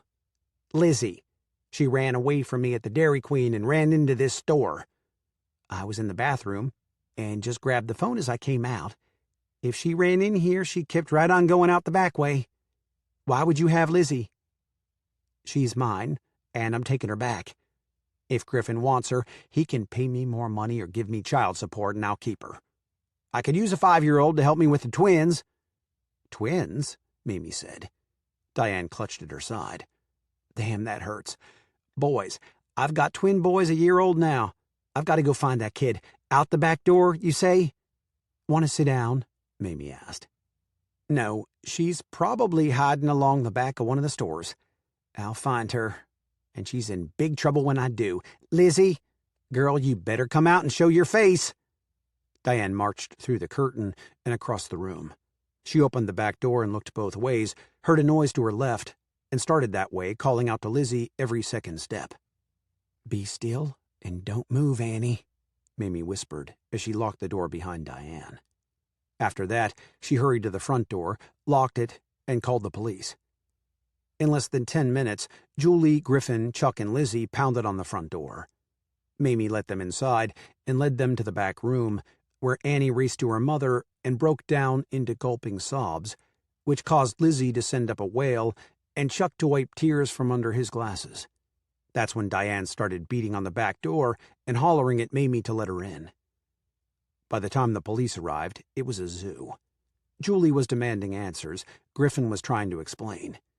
Diane hadn't gotten far until a policeman confronted her, and now she was in cuffs, yelling and kicking the poor man.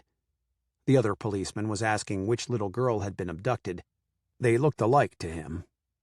The officer who'd cuffed Diane brought her back in the back door when Mamie unlocked it, and the place took on the ambience of a catfight in a barroom just before closing on Saturday night. Diane took one look at Griffin and Julie comforting Annie and went up in flames. What in the hell did you tell her that bitch was her mother for? You should have at least told her I was her mother, and you got off too damn easy, Griffin Luckadeau. I'm taking her back.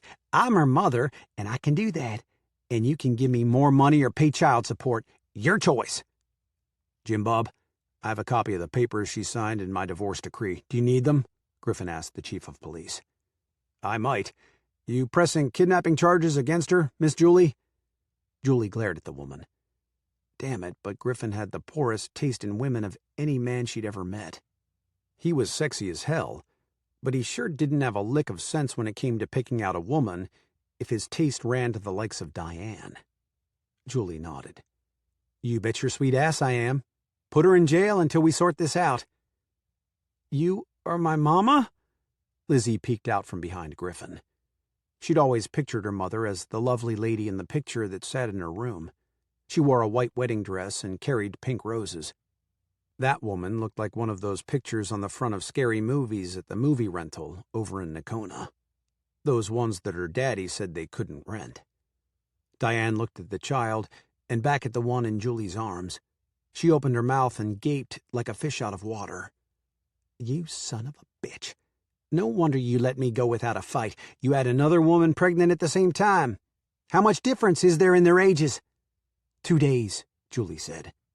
Not that it's a bit of your business. Annie isn't mine, Griffin said. Diane wiggled against the restraints. Don't tell me that. You think I'd believe she's not your child, Griffin Luckadeau? I'm not blind. How could she not be yours? She's the spitting image of you. You were cheating on me all along. I thought she was Lizzie with that white streak and those blue eyes. Get these damned cuffs off me. We going to call this a domestic dispute or take it on to the county? Jim Bob asked. You get these cuffs off and I'll show that bitch a thing or two. Diane yelled loud enough that Chuck clapped his hands over his ears and buried his face in Griffin's leg. Julie was so mad she could see flashes of red light reflecting off that stupid pink hairdo. Why in the hell had Griffin ever married such a wench in the first place? First of all, don't call me a bitch. And second, stop accusing me of sleeping with Griffin. How'd you get that kid if you wasn't messing around with my husband? Diane sneered. He did have a twin brother, remember? Julie said. She hated to have this conversation in front of Lizzie and Annie. Diane sucked air and turned pale gray. He wouldn't. He left because he loved... Would you kids all three come up front with me for a little while so these big people can get this all straightened out? I've got a new shipment of candy, and I could sure use you to sample it for me. I can't decide whether to buy more of the chocolate or the caramel next time around, Mamie said soothingly. I can't leave my mama, Annie clung harder. Is she really my mama? Lizzie asked again. She can't make me go with her, can she? Julie handed Annie over into Mamie's arms. Go with Mamie and let us visit for just a minute. I'll be right here, and the policeman won't let this woman hurt you. See? She's got her hands behind her back in handcuffs. She's not going to hurt me or Griff. And yes, she is your mama, but she's not taking you with her anywhere, Griffin told Lizzie. Me either? Chuck whispered. You either, son. Go on with Mamie. It's going to be all right, I promise, Griff said. Mamie carried one and ushered the other two out of the room. Okay, come on, and we'll see about that candy. Diane turned on Julie the minute they were gone. You're a lying bitch. Lady, that is enough, Jim Bob said sternly. Graham wouldn't sleep with her. He was in love with me. That's why he enlisted and went away. He said I was the only woman he could ever love, so I know she's lying. That brat belongs to Griffin. Well, darling, Graham Luckadeau lied to you because I met him in Dallas the night he left St. Joe, Julie said. Griffin's jaw worked in anger. Did you? Did he? Hell no. Graham wouldn't touch me because I belonged to you on paper. I was willing, but all I got was a few kisses, and even then he felt guilty. Annie belongs to Graham, Griffin said. And you can't prove it, can you? DNA, he said. Which is the same for identical twins. So now, what have you got? Diane changed her tune and began to bite her lower lip. I've got to get back to California. My mother's keeping my boys, and she said she could only watch them for a week. Come on, Griffin. Let me have her for 1 week. I'll bring her back, I promise. I'm not filing charges on her, Jim Bob, with the stipulation that she leaves St. Joe right now, Julie said. Diane snarled at Julie. This isn't your business. I thought she was Lizzie. This is between me and Griffin. Julie headed through the curtains into the store. I'm finished. Take her to jail. You can hold her 24 hours on disturbing the peace. I'll be in tomorrow morning to press charges for kidnapping and child endangerment, and anything else my lawyer can think of between now and then. Diane sidled up to Griffin. She could sweet-talk him into anything now that the red-haired bitch from hell was gone. She couldn't imagine Griffin with a redhead. It was Graham who liked red hair. That's why she dyed hers dark auburn just before he came home from boot camp. Okay, I'll leave. But come on, Griff. She's got 2 little brothers. Twins. A year old. She needs to know her kin. Lizzie has everything she needs. You better take Julie's offer and leave town. She's pretty protective of those kids. She will press charges, and you will go to jail. Then who's going to take care of your other children? Your husband? Child services? Griffin asked. Wake up, Griffin. She's got one that looks like you, and that boy can't be a year younger than her daughter, and he looks just like her. Looks like she'll sleep with anything, Diane said, smarting off. I'd say none of that is your business, he said. He felt absolutely nothing akin to love or lust, either one. He'd envisioned her coming back home for the first 2 or 3 years, and in the dream she'd been sorry that she'd left him, sorry she'd deserted Lizzie, repentant and ready to be a wife and mother. In the past 2 years, she had scarcely crossed his mind. Looking at her that sunny December day, all he could think was that she wasn't worth the time he was losing on the ranch that afternoon. I never did love you. I just married you because Graham and I had a big fight when I wanted him to propose to me, so I dated you to get back at him. I married you to get back at Graham, Diane spat out. The past is like Las Vegas, Diane. What happened there stays there, he said. Jim Bob raised a hand. What's it going to be, lady? I ain't got all day to listen to you insult my friend. I'm going home. Undo these damned cuffs. I'm leaving. The policeman unlocked the cuffs, and she flounced through the curtain. Goodbye, Lizzie. You have 2 little brothers you should get to know. A real family that you'll never have here with her 2 kids. Here's my phone number. Call me if you ever want to come live with me. She pulled a card from her pocket and handed it to Annie. Annie handed the card back. I'm Annie. I told you. I'm not Lizzie. She's over there with my mom and Julie. Give your sister the card, and don't believe a word they're telling you, kid. Griffin is your daddy. Diane tossed the card on the floor and slammed the door behind her as she left. Mamie picked it up and handed it to Julie. It was a Mary Kay Cosmetics card. Diane Withers was written on the baby pink card below the Mary Kay logo. It had a cell phone number beside her name, but no address. Is my daddy really Annie's daddy too? Lizzie asked. That woman is crazy, Lizzie, Annie said. She thought she was my mama. Now she thinks your daddy is mine. I don't have a daddy. Is she really gone, Mama? She won't come back and put her hand over my mouth again, will she? No, she won't be back again. It's all over. Now let's go home. I bet Elsie is worried, and I bet dinner is almost ready. Julie was amazed that her voice sounded normal. I don't have a daddy, do I? Is Griffin my daddy? If he is, why didn't you tell me? Annie popped her hands on her hips, just like Julie did when she was upset. We'll talk about all of that when we get home, Julie said. Mamie sighed. I wouldn't want to be in your shoes today. Annie giggled, and her face softened. Mama's shoes wouldn't fit you. No, they wouldn't, Mamie agreed. Jim Bob and his deputy poked their heads through the curtains and told Julie they were escorting Diane out the back door, taking her to the Dairy Queen in the squad car, and would follow her all the way to Nakona, where they'd radio ahead for a police car to follow her to the western edge of Montague County. Are you ready to go home? Griffin asked Julie. As ready as I'll ever be. She dreaded what lay ahead, but the time had come for Annie to know the truth. The children whispered in the back seat all the way home. Griffin was quiet. So many skeletons, so much deception. He'd never known that Graham and Diane had dated. The whole story left him drained and riding a guilt trip. If Griffin hadn't dated and eventually married her, then Graham wouldn't have gone into the service where he got killed. When they were all safely inside the house, Julie poured each of the kids a glass of milk and set a platter of cookies in the middle of the kitchen table. Elsie worked around them, getting lunch ready for the hired hands. Griffin melted into the chair at the head of the table and sighed loudly. Julie set a cup of steaming hot coffee in front of him and poured herself one. She sat down on the other end of the kitchen table and sipped the coffee, not knowing where or how to start the conversation. How much to tell? How much to leave out until Annie was older? I can see y'all got things to talk about. I can go somewhere else, Elsie said softly. No, you can stay. You already know most of what we're going to tell them anyway, Julie said. Elsie nodded and kept working. You're going to have a visit with us, aren't you? Annie said seriously. Yes, we are, Julie said. Annie took a deep breath. I didn't do anything wrong, Mama.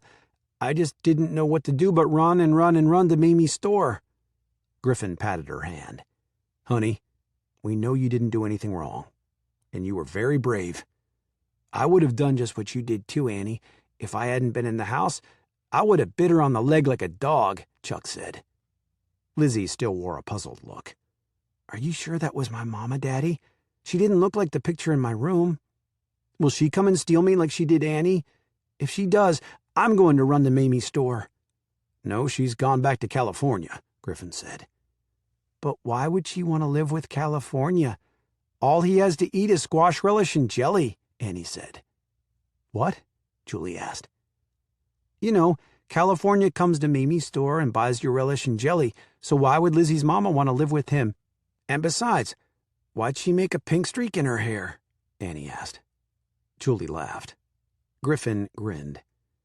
The innocence of children, they thought at the same time. The California that Mamie talks about is a man with a real name, but she doesn't ever remember it. California is also the name of a state way far from here, and that's where Lizzie's mama lives. It's two very different things. Annie wrinkled her brow. Okay, I just didn't know. I was scared, Mama. I cried. I would have too, Annie, Lizzie said seriously. Not me, Chuck said. I would have fought her, and she would have had to let me go. I'll teach you girls how to fight so it won't happen again. Okay, Chuck, Lizzie said, but I'm not going to bite her on the leg. Did you see all that stuff on her leg? It looked like wire. It might hurt my teeth. Ah, it's just tats. My mama had them on her leg. She had a rose. It's just pictures. You can bite them and they won't hurt you. Did you bite the rose? Annie asked. Uh-uh. She would have kicked me against the wall. She was pretty mean when she didn't have her medicine, Chuck said. Annie looked at Julie and changed the subject. Why'd she say Griffin was my daddy? Julie took a deep breath, but Griffin touched her hand to stop her from speaking. The warmth of his fingertips on her palm sent tingles flying up and down her arm. Let me, please. Annie, I would just love to be your father, but I'm not. I'm sure Julie would love to be Lizzie's mother, but she's not. When I was born, I had a twin brother, and we were wonderful friends just like you and Lizzie. Then we grew up, and my brother, who was named Graham, went to the war over in Iraq. That's way, way far away, Griffin explained. Even more than California? Lizzie asked. Even farther than California. My brother got killed over there in Iraq, right after he got there. He's dead? Like Great-Granny Bessie? He's got a grave and a piece of rock on it, and all that stuff, and they put him in the hole and put dirt on him? Annie asked. She'd been to one funeral in her 5-year lifespan, and it had had a profound effect on her. That's right. That's exactly what they did. But before he died, he was your father, Griffin said. So I did have a daddy, but I don't now? That's why you said my daddy was dead, right, Mama? But why didn't you tell me about Griffin and Lizzie? That's right. Your daddy is dead, and I didn't tell you about Griffin and Lizzie because I really didn't know about them until we moved to St. Joe. Your daddy, Graham, didn't tell me he had a brother, and that his brother lived in St. Joe. Annie accepted it all with a single word. Okay. Does that make Annie kin to me? Lizzie asked. That makes Annie your cousin, Griffin said. Well, hot damn, Lizzie squealed. Lizzie, Griffin chided. You say it all the time. Come on, let's go play in the backyard again. Now we're cousins, can you believe it? We're kinfolks like Tim and Richie. Wait till we go to the party at Granny Nellie's. I'm going to tell them I've got a cousin, and if they play with those mean girls that called me a skunk, me and you can whip those girls' asses. Lizzie, Griffin raised his voice. Okay, I won't say bad words no more. Chuck ducked his head. Can I be their cousin too? Julie gathered him into her arms. Of course you can. Actually, you can be their brother if you want to. Don't you think you look like me with that red hair? Ms. Alvera and that woman today thought you were my son. He grinned. I'm your cousin, too, and I'll help you whip anybody's ass who calls either one of you a skunk. Chuck. Griffin shook his head. Well, I damn sure will. I'll throw them down on the ground, and I'll hit them until they say they're sorry, Chuck said. No more bad words, or the bunch of you are going to play in your rooms all day alone, Julie said. Yes, ma'am, Chuck said, but the grin didn't fade. Mama, will you be watching out the window when we go out and play? That mean woman won't come back, will she? Annie asked nervously. The police are making sure that woman has gone back to California, and I will watch out the window, Julie said. They ran together, hand in hand, back out to their jungle, and began to play as if nothing had happened. Their world was back to normal. Hopefully it would remain that way for the rest of their lives. Julie and Griffin sighed at the same time. That went fairly well, Julie said. Thank you. Yes, it damn sure did. And we've got to stop cussing if we expect the kids to quit, he said.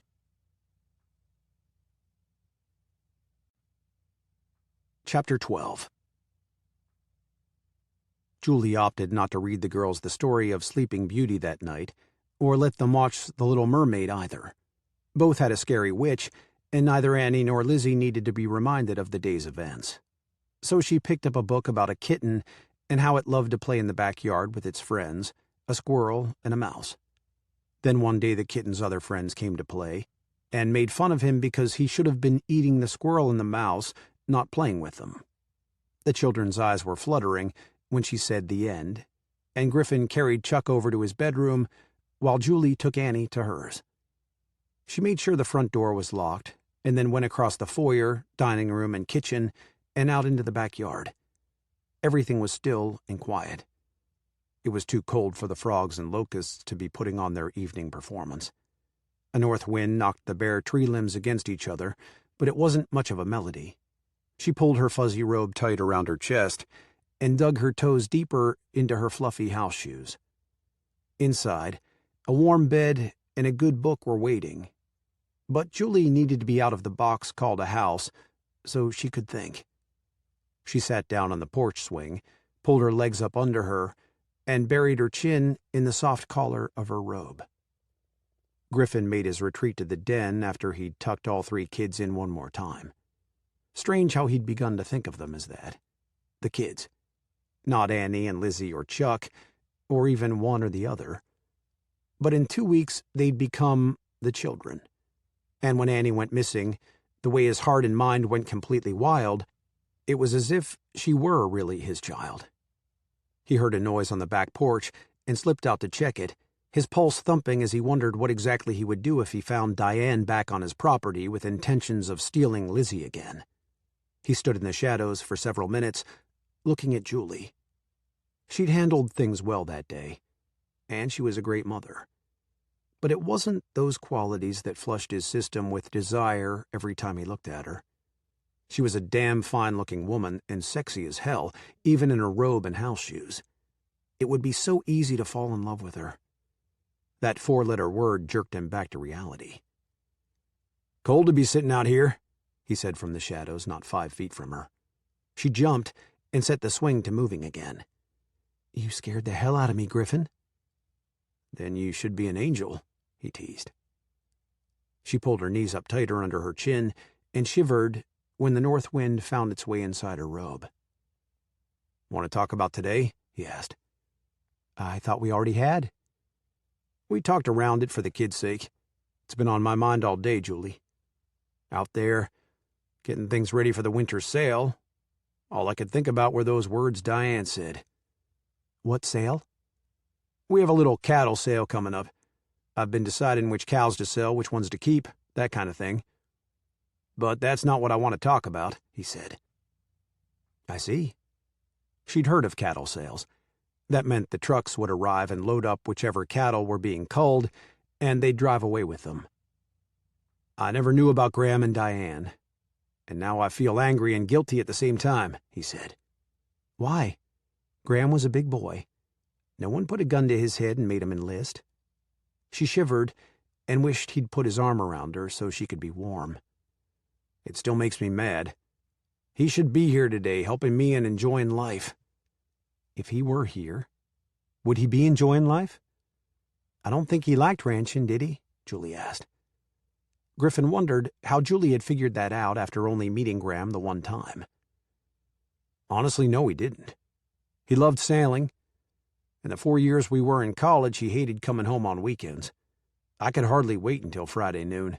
He could hardly wait until Sunday after church when we could go back. He should have been a professor." "Then what makes you think he'd be enjoying life if he were here?" Julie asked. Griffin thought about that. She was right, but it damn sure galled him to admit it. Graham never did like the ranch, hated getting his hands dirty, and the day his parents turned the ranch over to them, he'd gone to Wichita Falls and come home so drunk he could barely stagger up the stairs to bed. "And if Graham had stayed," Julie went on, "what would have happened between you and Diane? She had a heat for him, and he liked women. Would you have given him the ranch and your wife?" Griffin stared at the stars sparkling through the tree leaves.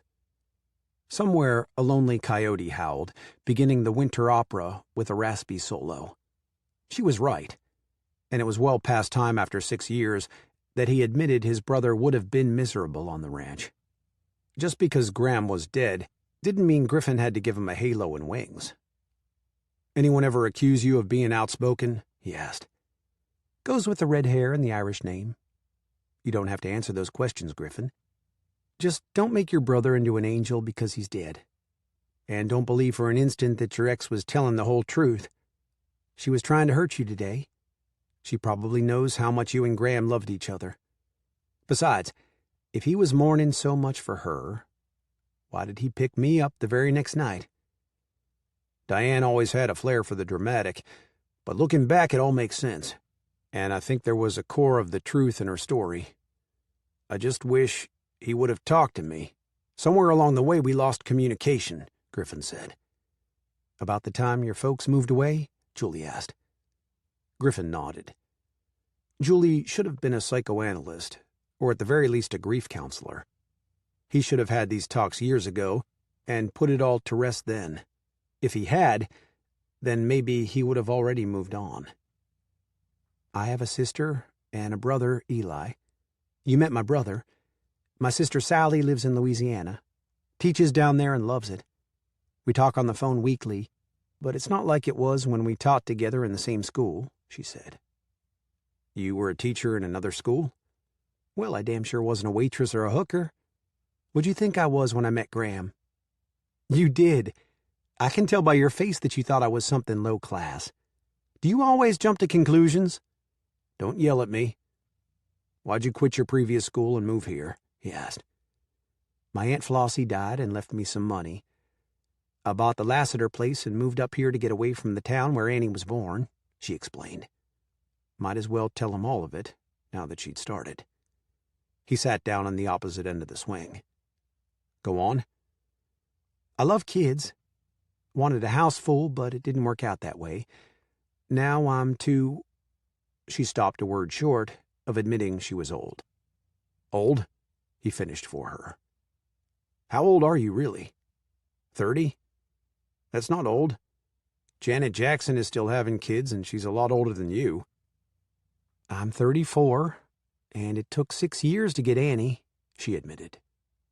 "It took one night to get Annie," he said. "Okay, point taken. Jefferson is bigger than St. Joe. My father is a preacher there, and has been for a long time. Can you imagine the gossip when I brought Annie home with that white streak in her hair, and my husband divorced me on grounds of adultery? I couldn't fight that at City Hall, so I quietly signed off. He got to keep everything. I got my maiden name and sole custodial rights to Annie. It didn't work. Everyone thought she was a bastard anyway. So I moved to where no one would know us or the circumstances of her birth. Guess what? That didn't work either." 34 isn't old, Julie. It's not old at all. It's been a long day and tomorrow comes early. I'm going to bed. Thanks for listening to me and for the honest opinions, he said gruffly. "You are welcome," she whispered. Shock of shocks. Griffin appreciated her honest opinion about his brother. Graham, who'd been raised to angel status because he died, who'd always been the outgoing extrovert. She hadn't said anything that wasn't the truth according to what she'd understood. The longest walk Griffin ever took was from that swing up to his bedroom. He slung himself back onto his bed and stared holes into the ceiling. It might be best if Julie moved out of the ranch house after the holidays. If she weren't right there all the time, maybe, just maybe, he could move on with his life now. She sat on the swing a while longer. When she stood up, her leg had gone to sleep, so she had to stomp the feeling back into it. She stumbled into the house, locked the door, and went to the kitchen where she ate a piece of leftover coconut pie before going up to bed. The day had held too much excitement. She hoped the next 13 days of Christmas vacation were so boring that she was ready to go back to school when they ended. Monday morning, a new routine started, breakfast for Griffin, with extra coffee in his thermos for him to drink throughout the morning. Julie had given Elsie the day off without consulting Griffin when Elsie mentioned that she hadn't had time to do a bit of Christmas shopping for her grandchildren. Julie sautéed several rump roasts with onions, put them in the slow cooker, set the temperature to 300, and went about making a triple recipe of yeast bread. She rolled 40 potatoes in aluminum foil for the oven.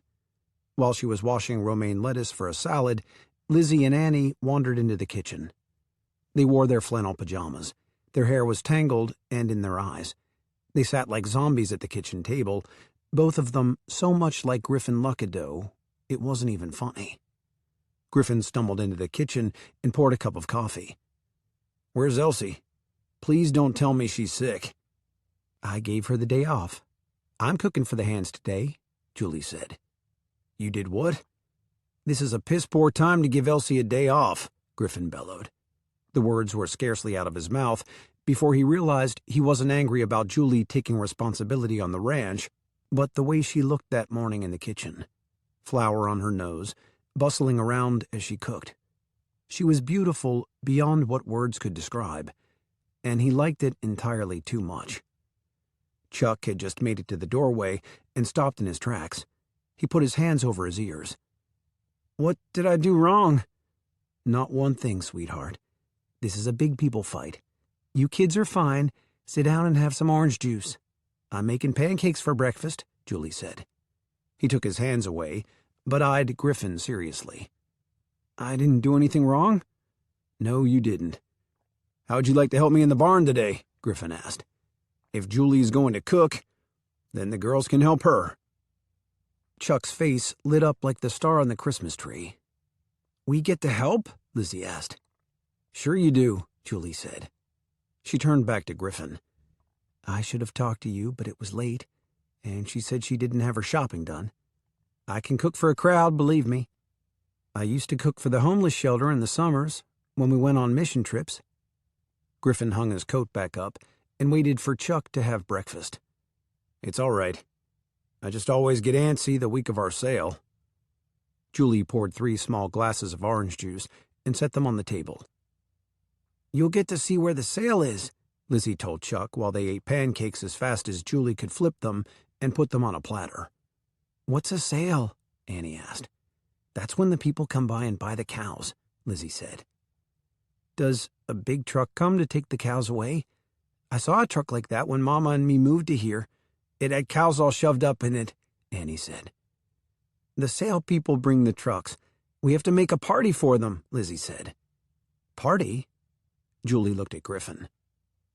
"Don't worry. Elsie knows what to do and it won't interrupt your schedule at all," he said.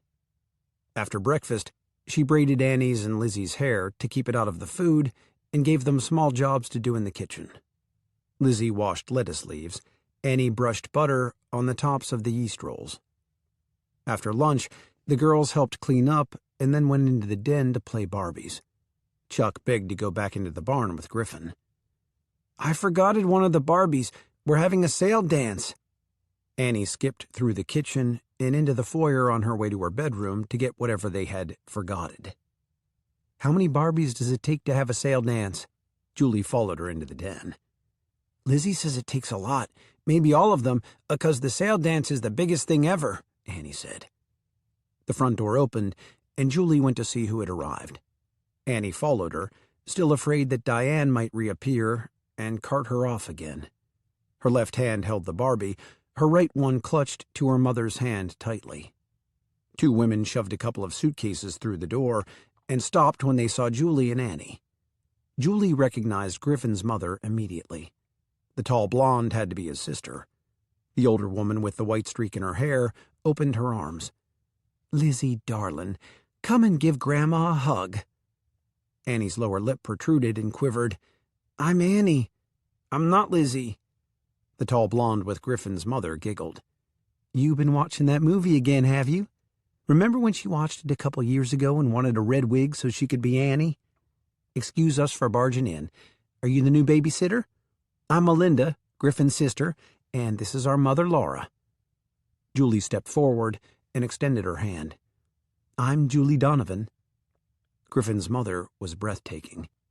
She wore jeans and a short-sleeved denim shirt over a red tank top, and there wasn't an ounce of fat on her. She scarcely looked old enough to be Griffin's mother. And his sister, blonde, blue-eyed, model-pretty, and slim with long legs. Julie felt unkempt in her faded tank top, her unruly red hair up in a ponytail, wearing no makeup. "You look surprised. Didn't Griff tell you we were coming?" Laura asked. Julie shook her head. "Isn't that just like a man?" Melinda asked. "Okay, here's the deal. The big sale is Friday. We always come to the Lucky Clover to help Marie to get things ready. This year I guess we'll be helping Elsie. It'll take the whole week, trust me. With the cooking for the crew and getting the barn decorated for the dance. It's a big, big job, and we won't get in your way, but we might enlist your help." "I see," Julie said. Just when she thought she had it all under control, another flying saucer came hurling toward her. Griffin might be hanging from the nearest pecan tree come evening. He'd best talk fast, or tonight's would be the last meal he ever had. Lizzie came out of the den and threw herself into Laura's arms. "Grandma, I knew you'd be coming. I knew it because Daddy said the sale was almost here, and you always come, and I wanted you to see Annie, and can we go to the dance for just a little while this year?" Melinda's face went pale. Laura's eyes kept darting from Lizzie to Annie. "Did you see Annie? We're cousins because my mama came yesterday and stole her, and we had to go find her at Mamie's, and my mama had pink hair, and I didn't like her too much, Grandma. Is that a sin?" Lizzie kept on. Laura bent down on one knee and looked long and hard at the child. "I don't think so. I'm pleased to meet you, Annie. I see you and Lizzie and I all have the same streak in our hair. That makes us special, doesn't it? Why don't you girls go on back out to your Barbie sale party? Come on in the kitchen. I'm making dinner today for the hired hands. I gave Elsie the day off. I'll explain what I can. It's a long story, and I've got to get on with the dinner preparations. I can work while I tell it for the 1,000th time," Julie said. Laura and Melinda were glad to sit. Their heads were spinning faster than a ride at a carnival. From the looks of those two girls, Griffin had a hell of a lot of explaining to do in addition to whatever Julie told them. "Annie is my child. Lizzie is 2 days older than Annie. She does not belong to your son Griffin, Mrs. Luckadeau," Julie began. "That would be Laura. Please." "Then Laura it is. Annie is not Griffin's child, even though she and Lizzie look like twins." Laura didn't know she was holding her breath until she let it out in a whoosh. "She does, however, belong to Graham," Julie said. "So even though I never thought of her having paternal grandparents, I guess you are her grandmother." "Damn," Melinda said. "What are you doing here?" Tears built up behind Laura's big brown eyes and ran like tiny rivers down her cheeks to drip onto the collar of her denim shirt. "There's a bit of Graham left in the world. Who are you? And why didn't you bring her around before now?" Laura looked at Julie with accusing eyes. "And what in the hell are you doing here now?" Melinda asked for a second time. Julie explained from start to finish, ending with the Diane story from the day before yesterday. "And you honestly didn't move here to claim her birthright?" Melinda asked suspiciously. "I did not," Julie said. "I moved to the country to get away from everyone and to bring my daughter to a place where no one knew about her. I feel like I've been tossed naked into a rattlesnake den. I think maybe it would be best if Annie and I went to my parents for the rest of the holiday and got out of your way." "I agree," Melinda said. "I don't," Laura said. "Don't go. I'd like to get to know my granddaughter." "Not me." Melinda shook her head emphatically. "She's here for something other than St. Joe sunshine. I bet everyone in town took one look at Annie and thought she was Griff's kid, didn't they?" "They did. So I had to tell them that she was Graham's. I'm tired of hiding and sneaking around. I'll leave. Tell Griffin when he comes in that we'll be staying with Ms. Alvera when we return. I'll get the rest of our things at that time. Dinner is done except for the rolls, $3.50 for half an hour. Surely you two can take care of the rest of it?" Julie started up the stairs. "Tell Griffin what?" He came in the back door with Chuck in tow. One look at Julie's face told him that she was upset and he was in trouble. A second look at the two women sitting at the table told him exactly why. Melinda pointed at Chuck. "That she's leaving? Griffin, what in the hell did you mean letting her squirm her way into the house? Is that her kid, too?" "No, he's my foster child. Julie is not his biological mother, and Julie is not going anywhere. I planned on calling you tonight, Mother. You're here a day early," Griffin said. "It's Monday, isn't it?" "We always come on Monday," Laura said. "Yes, it is. And you've met Annie, and Julie told you the story? I was thinking you came on Tuesday, but I'm glad you're here." Melinda crossed her arms over her chest. "She did, and I'm not believing a word of it." "Frankly, sister, I don't give a damn what you believe. Julie is staying. Lizzie and Chuck have been promised Christmas with Annie, and they will have it," Griffin said. Julie stopped halfway up the stairs. The whole bunch of Luckadeaus were crazy. They had another thing coming if they thought they could tell her what to do. "I'll do what I want. You don't tell me what to do, and neither does your family, Griff." "Mother, do you want to get to know Graham's daughter?" Griffin asked. "Yes, of course I do." "It's Annie and Julie or nothing. They don't separate." Melinda cleared her throat. "Griffin, I thought you had better sense, especially after Diane." He glared at his sister. "Melinda, that's enough." Laura looked up. "Please stay. We apologize. It was just the shock. And after Diane—" "I need a minute," Julie whispered. The lump in her throat refused to budge. Hindsight was the only truly perfect vision in the world. If she could go back, she'd certainly do things differently. When she reached her room, she picked up the phone and dialed her mother's number. "Hello, Julie," Deborah said with a lilt in her voice. "Did you change your mind? Are you coming home for Christmas?" "Right now, I'm not sure what I'm doing."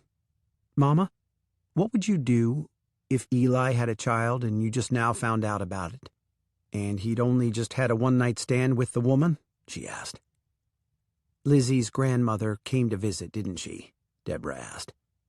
"And did she accept you or throw a hissy fit?" "She appeared with no warning, and if Griffin hadn't asked me to stay, I'd be on my way to Jefferson in 10 minutes, Julie said. "Okay, first thing is that I wouldn't blame the child. I'd try real hard not to blame the woman, especially if Eli was dead. Am I doing all right? Do you need to come home?" Deborah asked. "No. I think I'll stay and put up my dukes. Great-great-grandma wouldn't have let a bunch of Cajuns run her out of Ireland, would she?" Deborah laughed so hard that she got the hiccups. "We named you well. You don't have to prove shit to those people, Julie. Make them prove to you that they are worthy to even look at Annie." Julie held the phone out and looked at it. "Mama, did you just say shit?" "I did. I might pray about it later, but it'll be a hell of a lot later. You are my child, and by damn they can appreciate you for the wonderful person you are, or else they can take their sorry asses on home to whatever rock they slithered out from under," she said. Julie held the phone out away from her and stared at it for a minute. "Don't be so stunned. They're messing with my kid now. How would you feel if Annie called you with the same problem in a few years?" "I'd kick their sorry asses," Julie said. "Okay then, now you understand," Deborah said.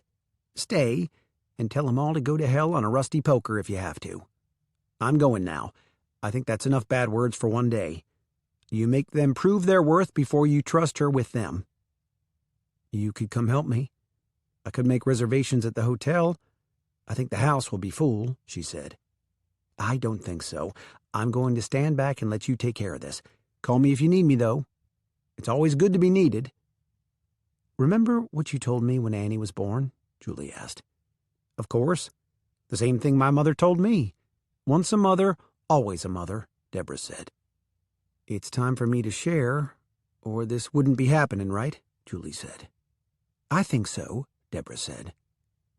"Sometimes I wonder why all this had to happen," Julie said. "Sometimes it's hard to get an Irish lass's attention. Damn my red hair and name. Thanks, Mama. Julie managed a weak giggle. Any time. Goodbye and good luck. Julie went back to the lion's den to face off with the vermin, only to find both Laura and Melinda sitting on the floor dressing Barbie dolls with the girls. Griffin and Chuck had gone back to the barn. Laura looked up. Can we start all over? I'm Laura Luckadeau, Griffin's mother. And this is his older and very much overprotective sister, Melinda, who speaks her mind before she thinks. We are glad you're here. I'm Julie, Annie's mother, and thank you for starting all over, Julie said coolly. Julie went to the kitchen and continued with her lunch preparations. In between jobs, she stole glances at the women with the little girls. Would the Luckadeau grandparents decide to press for grandparents' rights and take Annie away from her for a weekend a month, maybe a month in the summer? The thought gave her chills. Mother, we better get busy and let these girls finish their Barbie ball. We need to call the caterers and check on the guest list, Melinda said. As they walked into the kitchen, Melinda flipped her blonde hair over her shoulder. Mother will boss, whine, and beg for the rest of the week to get what she wants. But when the 2-day sale starts, she'll be as sweet as honey to the buyers. She's damn good at what she does. Diane hated her for it. Oops. Guess I'm not supposed to bring up her name anymore. Don't be catty, Julie said. I don't give a damn if you loved her, and talk about her all the time and to her on the phone every single day. Griffin and I are friends. That's all there is to it. You won't make me jealous talking about Diane, so don't be coy. You sure speak your mind, Melinda said. Always have and always will. Take it or leave it. I don't care one way or the other, Julie said. Diane saw Mother as competition rather than a friend, Melinda said. I don't see either of you as anything other than Lizzie's grandmother and aunt, Julie told them. And Annie's grandmother? Laura said. We'll see, Julie said. Fair enough. Laura got up and went to the pantry. She returned with a notebook and a pen and picked up the cordless phone on the kitchen cabinet. Julie couldn't wait to get Griffin off in a corner and tell him exactly how upset she was with him for unloading all this in her lap without warning, and especially for doing it without telling his mother about Annie. Griffin dreaded going back in the house that evening, even though he hadn't seen his family since the beginning of the summer, and he always loved company. He'd played a dozen scenarios in his mind during the afternoon while he invented reasons for him and Chuck to stay in the barn. He'd meant to tell Julie that they always helped with the sale, but he thought he'd had at least one more day. It wasn't easy talking to her when, every time he looked at her, all that was on his mind was making love to her. The desire he'd been fighting for weeks kept him tongue-tied and confused. He couldn't act on the ache to feel her in his arms, not after she'd been with his brother and had a child to prove it. Yet he couldn't make it disappear. So what? His conscience chided. She's a strong woman, a good mother, and you're damn sure attracted to her now, no matter what happened in the past. It's like Graham used to always say, the past is like Las Vegas. What happens there stays there. He was glad to see the old red truck still sitting in the driveway when he parked his vehicle. So she hadn't let his sister's sharp tongue send her packing. That was good, because she hadn't let them run her off, but it was also bad because she would be gunning for Bear, and he was the bear. She's going to be a handful, he said, as he crawled out of the truck and made his way to the house. What's a handful? Chuck asked. You'll understand when you get older, Griffin said, and went through the gate Chuck had left open. Griffin, Laura said when he walked into the kitchen. You're still in trouble, Melinda sing-songed from behind the bar, where she filled glasses with ice and set them on the table. Shut up and give me a hug, he said. Not until you've had a shower and shave, she said. Daddy, guess what? Grandma is Annie's grandma too, 'cause your brother is her daddy. Lizzie paused and tilted her head sideways. How'd that happen, Daddy? You'll understand it when you're a big girl. Do you mind sharing Grandma with Annie? No, and she's going to share her grandma with me, 'cause I don't have a mama's mama. Honey, you do have another grandmother. She lives in California with your mother, Diane, but you just don't get to see her. But that's nice that Annie is going to share her grandma with you, too." Melinda looked at Julie. Julie stood in the corner of the kitchen, arms folded over her chest, with that look on her face that Griffin had seen twice before now. That day in her yard, when Lizzie had run away, and more recently in the back of Mamie's store when Diane had stolen Annie. He had a feeling that today's look had nothing to do with children and everything to do with him. "Please excuse Julie and me. We've got some things to talk about in the library," he said. "I thought this was a platonic relationship," Melinda said. "What it is happens not to be a bit of your damn business, Melinda," Griffin said. "Mama, she's got him talking like Graham did. Griffin used to be the good twin," Melinda pouted. "Suck up your lower lip. I'm a big boy. I can even go to the potty all by myself," he said. "I'm not so sure," Melinda said. He ignored her and followed Julie into the library. He would have liked a beer, but he'd be damned if his sister saw him getting a little liquid courage. Julie paced from one end of the small library to the other. 3 walls were covered floor to ceiling with filled bookcases. The 4th wall was glass and faced out into a small courtyard where a white rock and cactus garden waited for spring. A wing-back leather chair sat behind an enormous mahogany desk that took up a sizable chunk of floor space in the middle of the room. She was at the far end of the library when he opened the door. She turned and started firing questions at him. "Why didn't you tell me they were coming? And why didn't you tell me what the sale involved? And why didn't you tell them about Annie? And why did you leave once you did tell them and I had to face off with both of them alone?" He sat down in the chair and double-clicked the icon on the computer to bring up his email messages. She crossed the room, reached over his shoulder, and closed the window. "What are you doing?" he asked. "Don't you sit there and play with the computer when I ask you something." She had leaned in so close that a red curl brushed his neck and set off a rush of desire. Yep, she was a handful when she was angry. Living with her would always be a nightmare, so he should get the idea out of his head right now. But what a ride life would be with her. There'd never be a dull moment, and she'd keep him on his toes right up until the time he died. "I was going to tell you they were coming. I thought I had a couple more days. I'm surprised they got here this early. I didn't want to tell you until the last minute, because I didn't want you to take Annie and go home for the 2 weeks they'll be here. Lizzie would drive me insane without Annie around. Even with her grandmother and Aunt Melinda, it would be a nightmare. So if I didn't tell you until it was too late for you to make other plans, then I wouldn't have to deal with that," he said honestly. She propped the hip on his desk. "You've had weeks to tell your mother about Annie and me and Graham. I had to do it, and it damn sure wasn't easy or fair." He grinned, the dimple in his chin deepening. She had the sudden urge to kiss those lips right above the damned indentation, but he wasn't getting off the hook with a boyish grin. No, sir, she wasn't finished fighting at all. "All you had to do was ask me to stay. I'm not so eager to separate them either, you know. They should have been twins. Either mine or yours. It's like they've found their other half," she said. "Well, the way you act, I sure didn't know that. Hell's bells most of the time. I don't know what you'll do or say." "Get used to it, honey. I'll never hold my tongue or my emotions again," she lied. Sitting so close to him set her blood to the boiling point, and it had little to do with anger. "We finished?" he asked. He hoped not. He was alone with her, and he liked that. "For now. We'll talk about this sale thing later. I thought it was a bunch of men who bought cattle and hauled them out in a truck," she said. "Basically, that's right. But it's an auction and a dance and a party.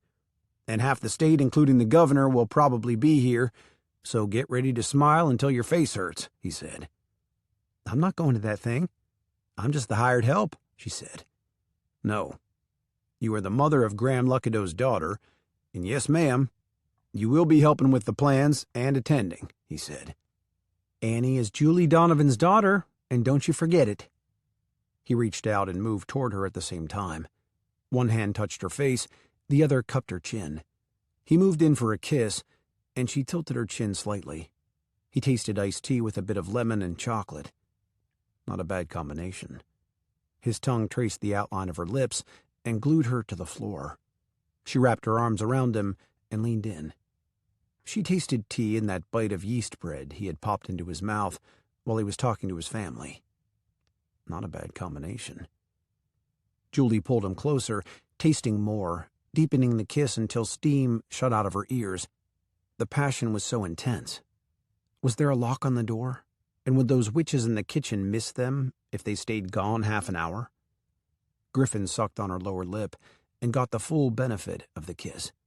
He wished there was a lock on the door and no children or relatives in the house. Living without her after kissing her would be pure hell, he decided just before they broke away. "What was that all about?" she asked the moment his lips left hers. "It was about a damn fine kiss," he said, and stood straight. "I'll see you in the kitchen." When he was out of the library, she touched her lips. They were still on fire, and she wanted more. Griffin was right. It was one damn fine kiss. The best damn kiss she'd had in all of her 34 years, and she would have liked for it to have been more than a damn fine kiss.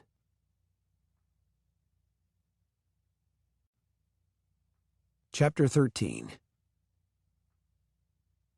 "You get that straightened out?" Melinda asked Griffin when he waltzed into the kitchen as if nothing had happened. "I did." She patted the chair beside hers. "Good. Now let's you, me, and Mama sit down to the table and plan this year's party. We've already called in a band to play at the dance, and we use the same caterer every year. Barbecued everything that don't move, along with beans, coleslaw, cornbread, and every kind of cheesecake under the sun." "Julie, you take that chair. I'll pull up another one," Griffin said as she sauntered in. Melinda shot him a mean look. "I'll go play with the children a while," Julie said, then wished she could take the words back, because Griffin's bitchy sister would count that as a feather in her cap for sure. "I'm asking you to come join us and put your 2 cents in the pot," Griffin said. She walked over and sat down. She touched her lips again and hoped they didn't look as bee-stung as they felt. How in the hell could one kiss turn her insides to a quivering bowl of Jell-O? Derek's kisses had been nice, even passionate at times, and she'd enjoyed them. Graham's had been hot and fiery and sent her hormones on a roller coaster ride. But when Griffin's mouth had touched hers, it was as if her soul had come home. Later, when she was alone, she'd think more about it. But right then, she wished that bitchy sister and mother would disappear so she could cart that sexy cowboy to a bedroom and do more than just kiss him until she couldn't catch her breath. That idea brought her up short. She didn't live in the 19th century, when a woman didn't kiss a man until she was married to him, and damn sure didn't have sex with him until after the vows were said. She lived in the modern-day world. But by damn, she refused to fall for Griffin Luckadeau. There would be too many obstacles in the course from start to finish, beginning with his sister, who was staring daggers at her, and she didn't have the energy to conquer them. "Griffin, I understand that you're angry because we didn't open up our arms and be all sugar and sweet to Julie," Melinda said. "But remember, we've lived through Diane. Not to mention that schoolteacher that almost led Beau to the altar and bankruptcy at the same time. Or how about that witch Slade dated back before Jane came along? We're willing to get past our prejudice, but this is a family thing. It's our sale, not Julie's." "No, sis, it's my sale. If I want Julie's help, then I'll have it. And one other thing, she will be attending the party, as the mother of Graham's daughter, and if you don't like it, maybe you'd better not unpack your suitcases," Griffin said. A grin tickled the corners of Laura's mouth. Her quiet son had finally stood up to his overbearing sister. "Julie, what do you think about a Christmas theme this year? We usually stay away from Christmas because everyone is already about half sick of it, but I was thinking about those little steer figurines with Santa hats for centerpieces." "Mama, that sounds so absolutely horrible," Melinda said. "I love it," Julie said. "I like it, Mother. Call Mamie and ask her where to buy those things," Griffin said. Melinda set her jaw and tapped her foot on the tile floor. "It'll look Like we're a bunch of hicks? Griffin asked with a sideways look at Julie, and they both erupted into full-fledged laughter. Laura and Melinda stared from one to the other, questions on their faces. "Inside joke," Griffin finally said, when he got it under control. "Oh yeah, I forgot to tell you. Marita said to tell you both hello, and she'll miss seeing you this year. She called every day until Carl got out of the hospital. Now she calls every other day. I think she's trying to wean herself away from Lizzie. It can't be easy for either of them. Annie and Chuck help on this end, and I'm sure Clarissa's kids and grandchildren help on that end, but it's still tough." I was so sorry to hear about that. "Now shall we serve barbecue? Ribs, chicken, quail, beef, and pork?" Laura asked. "Sure. We using the same caterers?" Griffin asked. "Yes, that same one out of Fort Worth. They'll arrive in the middle of the afternoon and put cloths on all the tables and make the old barn look as formal as a hotel lobby," Melinda said. "Then what's left for us to plan?" Julie asked. "Decorations. What we'll be wearing as well. It's formal, men in western tuxes, ladies in gowns, so there's some shopping to do. We'll make several trips to Wichita Falls," Melinda said. "Formal? In a barn?" Julie asked. "Of course. If you don't have anything to wear, you don't really have to attend. Does she, Griffin?" Melinda asked. "I assure you, Julie will look just fine. She could come in a burlap bag with a rope as a belt and still look fine. I'm in charge here, Melinda. Get over yourself," he said. "Why are you fighting with me?" Melinda asked. "You never have before." "It didn't matter before. It does now. I mean it. I managed to run this place all year without you. I could put on a party without you, too." "I'm not sure I like you like this. It's as if Graham came back alive and crawled into your body," she said. Griffin shrugged. "Don't you value what you've worked your whole life for?" Melinda asked. "One word. Prenup," he said. "That means the land and the farm equipment. What about the capital to run the place, to buy feed, to buy cattle? That part could sift through your fingers and into her pocket real quick," she challenged. "2 words. Ain't interested," Julie said. "I don't believe you, and I don't believe your ranch material either," Melinda said. "What makes you an expert?" Julie asked. "I happen to own and operate a ranch. Mama is an only child, so when her father died 6 years ago, she and Daddy went over around Belleville, Texas, where she was raised, and took over the management of the Circle R Ranch.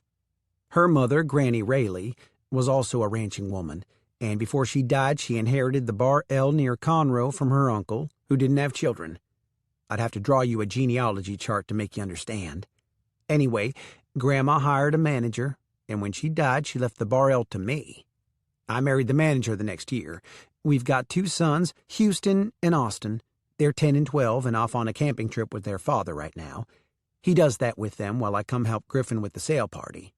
They'll be here the day of the sale, and we'll go home together after we have presents. So I do know ranching, and I am a damn expert, which is something you will never be." "So you're older than Griffin?" Julie asked. "I am 40, Melinda said in a huff. Julie chuckled. If Melinda looked that damn good at 40, then she didn't mind Griffin thinking she was that old after all. "What's so funny?" Melinda asked. "I'd have thought you were just a year older than Griff at the most. And, honey, I'd have pictured you more in the modeling business than the ranching one with those long legs and your looks," Julie said. Melinda's whole face softened with the compliment. Mama had given up ever having another child, and then kaboom, twin boys with her white streak when I was 12. They were my toys. I loved them. But I got to admit, I was partial to Graham. He had this magnetism about him even as a child. By the time he was a teenager, he could sweet-talk the pantyhose off a nun." Julie blushed. "No offense meant there," Melinda said. "I'm not Catholic. I'm a dyed-in-the-wool Methodist, and believe me, we were both drunk enough that neither of us had to do much sweet-talking. And I wasn't wearing pantyhose." Griffin excused himself and went to the living room. Julie's kiss was still warm on his lips, and he didn't want to hear about his brother and her in that hotel room. Melinda went on. "Anyway, it about killed me when he died. Don't get me wrong, I love Griffin. I'd fight a circle saw for him, probably quicker than I would have for Graham. Griffin was always a deeper, more complex person. Graham had this devil-may-care, to-hell-with-tomorrow attitude that said, let's go find some trouble and see if we can get into it.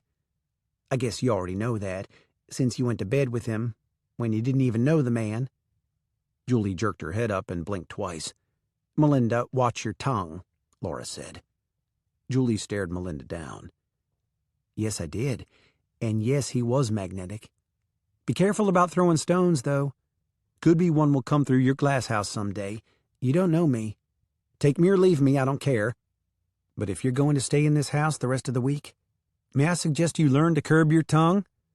My temper can only take so much. So, truce? Or what will you do? Melinda asked. Honey, I will take you outside and mop up the yard with all that pretty blonde hair. I've stood as many slurs and degrading remarks as I intend to, Julie said. Mama? She's right, Laura said. You are my daughter, but I've told you for years that the toughest lesson you'll ever learn is when to shut your mouth. You're taking the part of a one-night stand over your own daughter, Melinda fumed. That's one. You get two more. You'd better pace them, or you're going to find out what a one-night stand can do in a cat fight, Julie said. I'm going up to bed. Good night. Melinda left the room as Griffin came back. Laura fluffed back her hair with her fingertips, then picked up the notebook Melinda had left.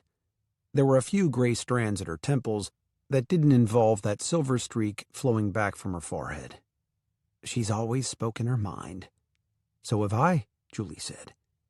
I can see where Graham would have liked you, Laura laughed. Griffin picked up his coat and went right out the back door. For the first time in his life, he wished he'd been born one child instead of a twin. That evening, Julie read the kids a book and then went to her room. She could hear Griffin talking to his mother and sister in the hallway. Their voices floated through the door, but she couldn't make out a single word, only the tone. Once or twice, Melinda swore, and then she laughed. Julie wondered briefly what could be funny, but not for long. She picked up the new Sue Grafton book she'd bought at the bookstore when she was at the Gainesville Mall. Before the fire, she'd owned the whole set, but she hadn't had time to read anything lately. Footsteps came up the stairs. Two sets went to rooms across the hall. One set stopped at her door for a moment, then continued on to Griffin's room. She wondered if he was aching for a fight about that kiss.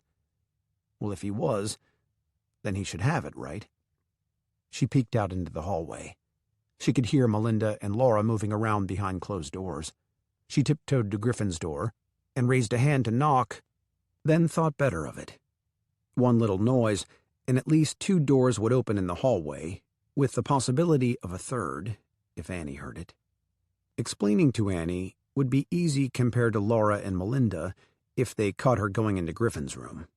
Melinda's temper would ignite into flames, and she'd do a dance right there in the hallway singing about being right about the red-haired, white-trash gold digger. She turned the knob and eased into the dark room.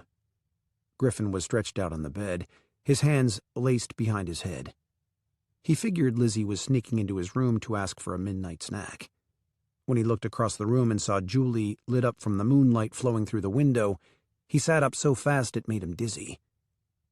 "Which kid needs me?" he whispered. "Nothing is the matter with the kids." "Something is the matter with us," she said. "Please tell me that kiss didn't spook you into leaving St. Joe for the holidays." "I'm not leaving. Wild horses couldn't drive me away. And let your sister win this silly war she's declared on me," she said. He threw himself backward with enough force to make the bed bounce. She pulled up a rocking chair to the side of his bed and slid into it, drawing her knees up, propping her forearms on them and her chin on her arms. "Okay, then what is the problem that you'd invade my bedroom without even knocking?" She was suddenly tongue-tied. What had seemed like a perfectly good idea 5 minutes ago was suddenly sophomoric and silly. She wasn't a teenager, and Griffin wasn't the first man she'd kissed. "It was the kiss, wasn't it?" he asked. She nodded. Well, rest assured, it was just something that happened. Kind of like a knee-jerk reaction to a situation. It won't happen again." "Why?" she asked. "What do you mean?" "Why won't it happen again? Am I ugly? Do I repel you?" He sat up again. "You most certainly do not." He was careful to keep the sheet over his lower body. Just looking at her in that silly nightshirt with Betty Boop on the front had flushed him with desire that wasn't easy to cover up, even with a sheet. "Then why?" "Because you—" he stammered. "Because I was with your brother?" "That and the fact that you and I could never have a relationship, Julie. Number one, you're not my type. Number two, I can't think of what number two is, but give me a day or two and I'll have a whole list." She was on her feet in a flash and put a hand on each of Griffin's cheeks. She leaned forward and kissed him soundly and passionately. When she broke away, she ran her tongue over her lips to get the final taste.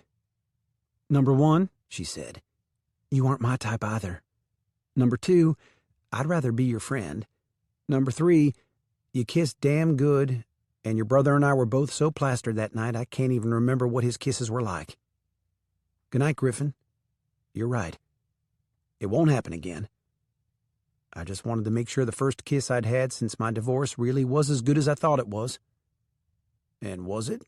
he asked hoarsely. "I don't kiss and tell." She slipped out the door. Griffin's pillow took several beatings before he pounded it into submission enough that he could go to sleep. "Good morning, son. Sit down and have some of Elsie's wonderful pancakes," Laura said, all chipper the next morning. "Griffin has sausage, eggs, biscuits, and gravy," Elsie said. "It's on the stove except for the eggs.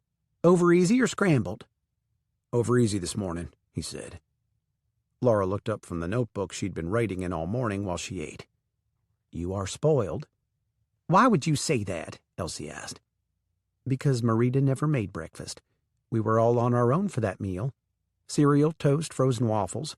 It was grab and run in the morning." "You are spoiling him," Laura said. Elsie smiled. "I usually come to work at the same time Paul does. The children and Miss Julie are already gone to school. But during the holidays, Griffin asked me to come in early while you all are here to give you a hand with whatever you need. The sale party will take a lot of work. It's only for a few days that he'll get my home-cooked breakfasts. I understand Miss Julie does a fine job of making a good hot breakfast when I'm not here." "I see. So that's the arrangement? Julie makes breakfast and you give her a place to live until her house is ready? Is that because of Lizzie's forming such an attachment to Annie? And so Julie can help her make the transition after Marita left?" Laura asked. "It is. And you might have been told that if you hadn't come in here like a bull in a china shop forming opinions before you got the facts," Griffin said. Julie came into the kitchen and poured a cup of coffee. She sat down at the table and looked at the pancakes on the platter. The kids would be happy to see them. She didn't have much appetite. She hadn't slept well, but took comfort in the fact that Griffin hadn't either. The walls were thin enough that she could hear him tossing and turning just as long as she had. Griffin took a sidelong look at her. This business of living with a desirable woman was going to ruin him. She was beautiful in a robe and house shoes. She was sexy in jeans and a t-shirt. She was desirable in a Betty Boop nightshirt. And she could arouse every male part of his body with one kiss. What would it be like to truly make love to her? "What facts?" Melinda said from the doorway. "Is that sausage gravy and biscuits? Give the woman a raise, Griff. Marita never made breakfast." "Want your eggs over easy or scrambled?" Elsie asked. Melinda took a mug from the cabinet and poured a cup of coffee. "Scrambled, please. 6 will do." Melinda sipped her coffee. "On second thought, don't give her a raise. Be mean to her." "Why?" Julie asked. "I want Elsie to quit him so I can hire her. If she makes breakfast." "I can't cook," Melinda said. "You can hush that kind of talk right now," Griffin said, glad to be back on familiar ground that didn't shift with every movement Julie made. "Then you'd better be real nice to her, because I'll be waiting at the front door with a getaway truck any time she wants to leave your sorry ass and work for me. What kind of benefits package are you offering?" Melinda asked. Griffin glared at his sister. I'll give you insurance and 2 weeks paid vacation every summer, plus a bonus at the end of the cattle sale. Ours is in October, Melinda said. You are a funny woman. I wouldn't leave Griffin or the children. I love working here, Elsie said. Elsie slipped Griffin's eggs from the skillet onto a plate and handed it to him. While he split 2 biscuits and topped them with gravy, she whipped 6 eggs into a yellow froth and poured them into a separate iron skillet where several tablespoons of butter had melted. Elsie went on. I like it even better on weekends when Miss Julie is here. Griffin is a very fortunate man that she was willing to stay after Marita left. Lizzie would have gone crazy without her. And that little Chuck. He's lived in such bad places that he loves it here. This ranch is big and would hold even more children. So, you've worked your magic on her? Melinda turned to Julie. Julie held up 2 fingers. No fair. That wasn't mean. It was a statement, Melinda whined. Be careful, Laura said. What's going on? Griffin asked. She said she's going to whip my ass all over the front yard, Melinda said. Guess you better learn to bite your tongue.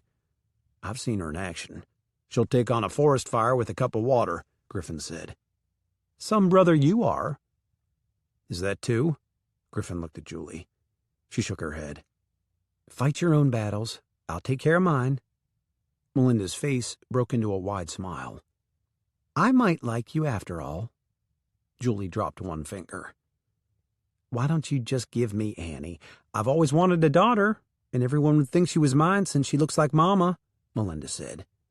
Make your own. You've got a husband and the means to make one, unless you're too cold to hatch an egg, Julie said. Melinda held up 1 finger. Griffin roared.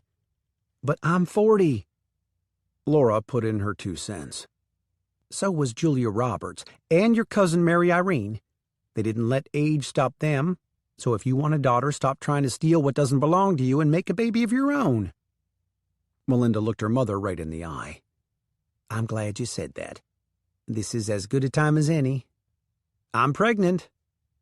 So that's why you're so prickly? Griffin sputtered. I'm due in May, and I'm going to need extra help on the ranch.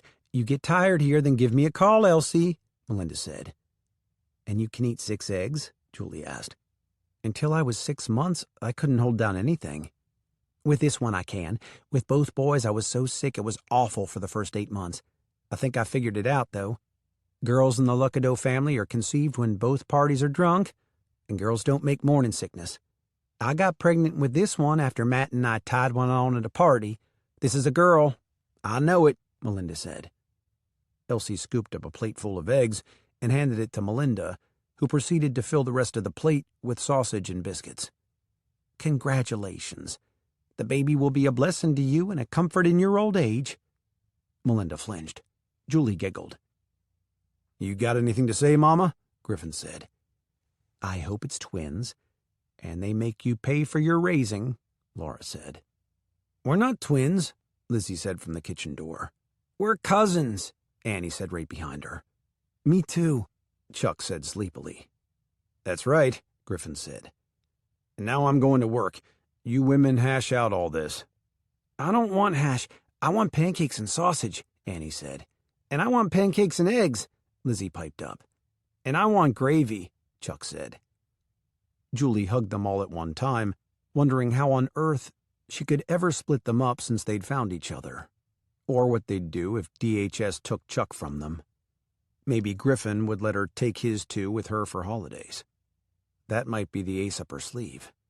Give me the kids for Christmas Eve, and you can have them for Christmas on even years. On odd years, we'll switch.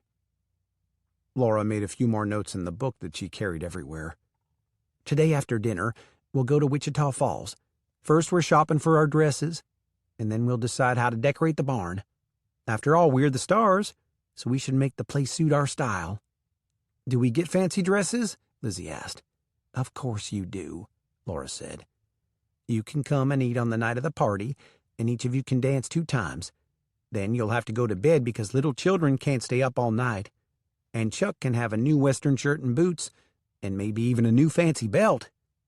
For a split second, Julie thought about arguing. Annie was her child. If she didn't want her to attend a grown-up party, then it was her decision, not Laura's. If she wanted Annie to stay up until the last song was sung, the last two-step danced, and the band went home, then she should say so, not Laura. She opened her mouth but stopped when she saw the way Laura looked at the children. She'd had Lizzie since birth, and now she simply included Annie and Chuck into the mix without even thinking about it. "Okay, now we've all eaten. It's your turn, Julie. What will you have?" Elsie asked. "I'll make you eggs or whatever you want." "Just bacon and toast, please. And thank you for coming in early," Julie said. "You are very welcome," Elsie said. Laura liked Julie after all. She loved the children, and the way she looked at Griffin was amusing. Only friends, huh? Laura figured that would change real soon, and she wasn't so sure she'd be against the change. The attraction was there, and it was plain as day that it was driving them both crazy. Julie's mind ran circles around itself, but she couldn't come up with a single reason why she shouldn't go shopping with the two women from hell. But by damn, she wasn't letting them pick out her outfit, and they'd better get used to the new Griffin. He might have been all sweet and kind and the big brother to everyone before, but that wasn't the Griffin she'd come to know and kiss. That white streak was pure white fire coming out of his head, straight from the hottest parts of hell. Her red hair couldn't match that kind of heat, not in a million eternities. He might have them all thinking he was the good little twin, but he didn't fool her one bit. After those two kisses, she bet he was a true cowboy in bed.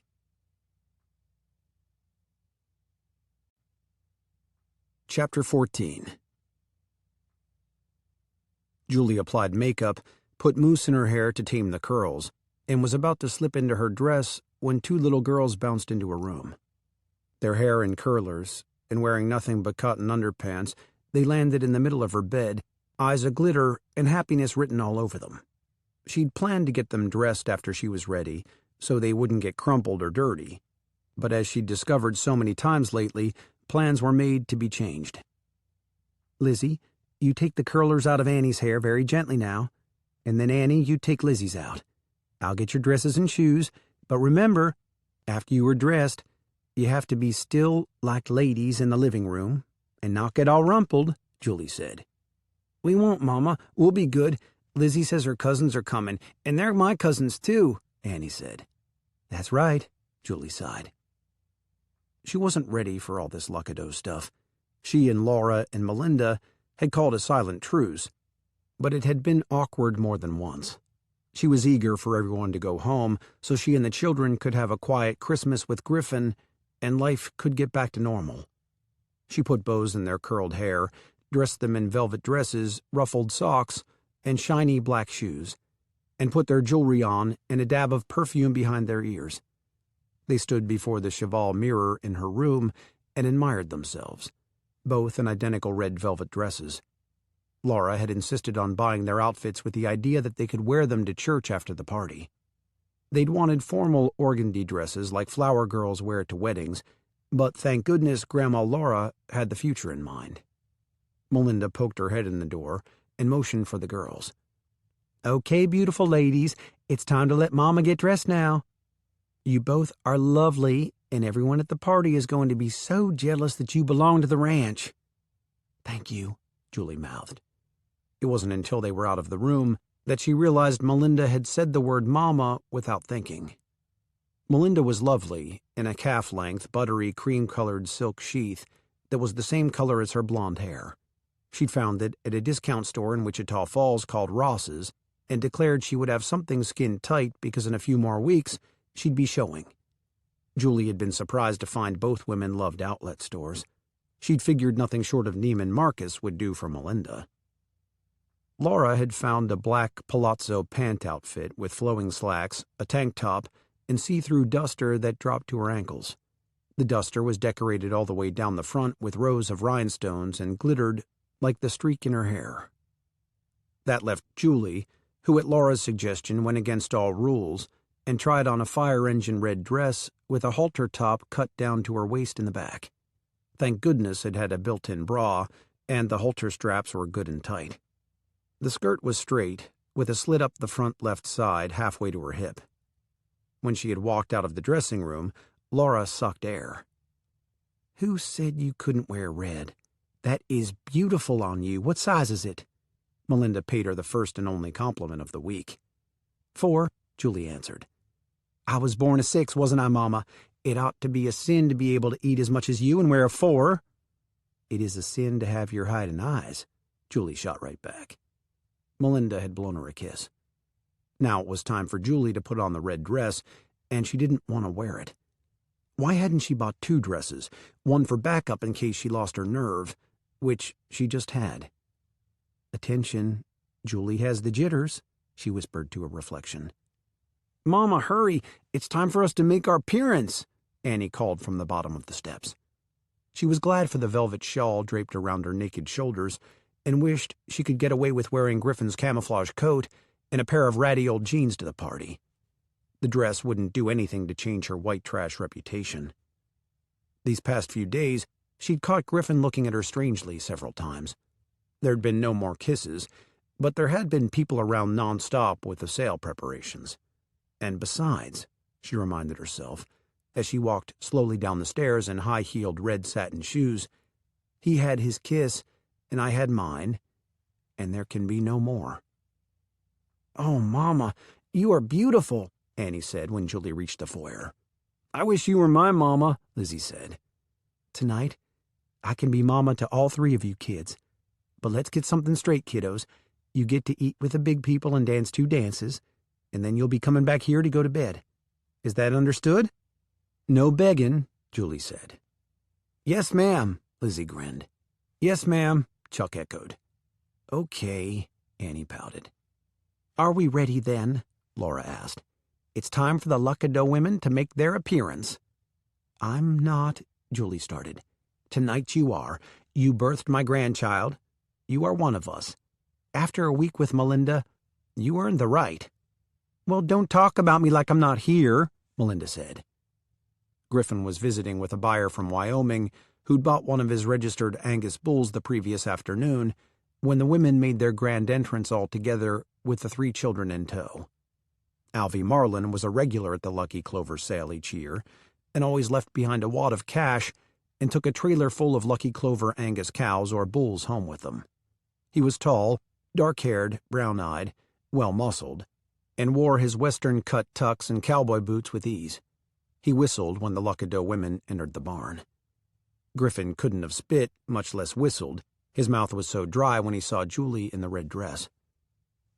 "I recognize the little girls. Didn't realize you had twins, though. Thought there was just one of them running around with all those fair-haired boys.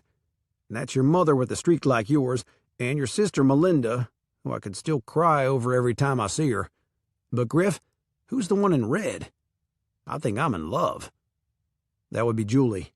I don't have twins. The other little girl is Julie's daughter, who belongs to my late brother Graham," Griffin managed to get out. "I remember your brother vaguely. Sorry to hear the word late put beside his name. I intend to dance every single dance that woman will let me have. I'm serious. I haven't been so thunderstruck by a woman since I was a teenager. She's one fine-looking lady, and I'm a sucker for red hair," Alvy said. On cue, the lead singer for the band took the microphone and announced that the food was ready to be served. The tables were set and the dance floor ready.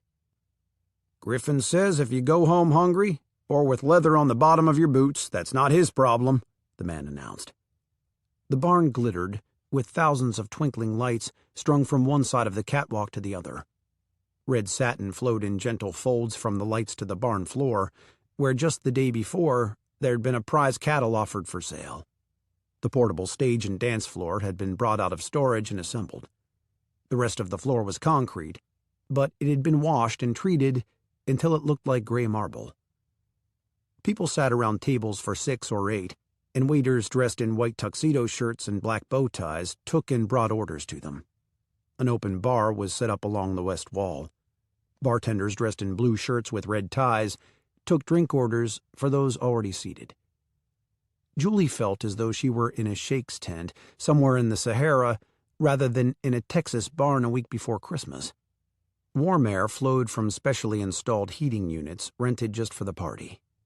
Laura and her husband Jimmy sat at a table with Matt and Melinda, along with their 2 sons. Melinda had asked if the girls could sit with them, and Julie had agreed, even though she'd rather have had all 3 with her. Griffin escorted Julie to a table where Millie, Bo, Slade, and Jane sat with Slade's grandmother, Nellie, and her sister Ellen. Julie felt as if she were a crippled pigeon about to be tossed into a den of hungry wolves.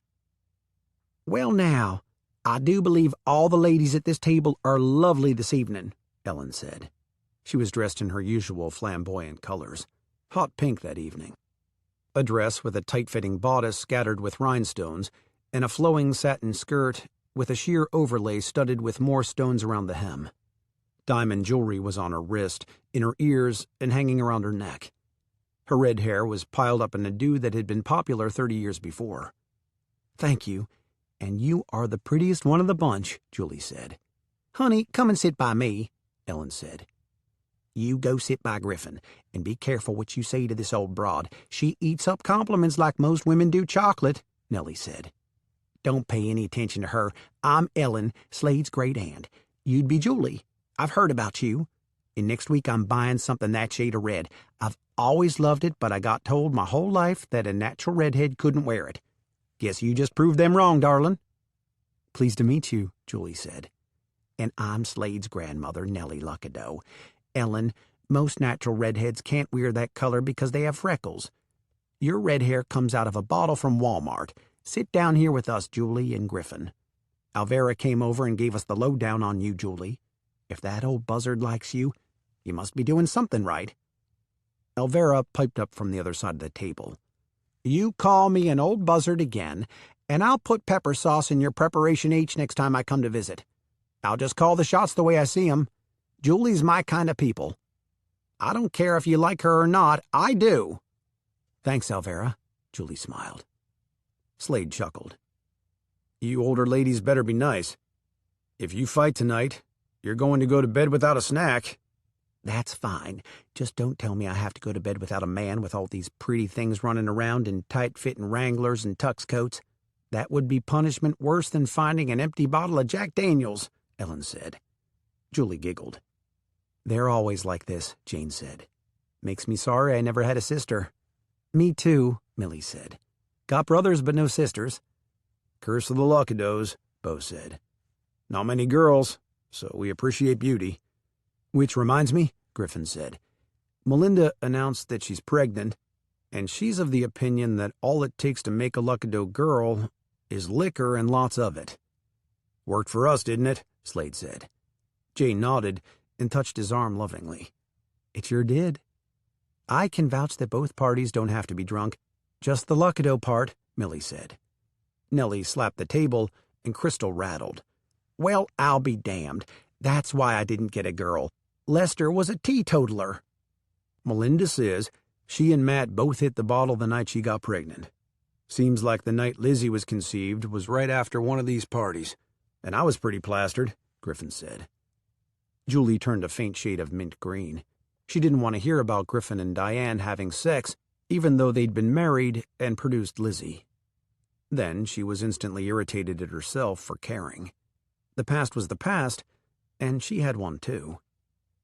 "How about Annie?" Millie asked. "Neither of us were feeling any pain," Julie admitted.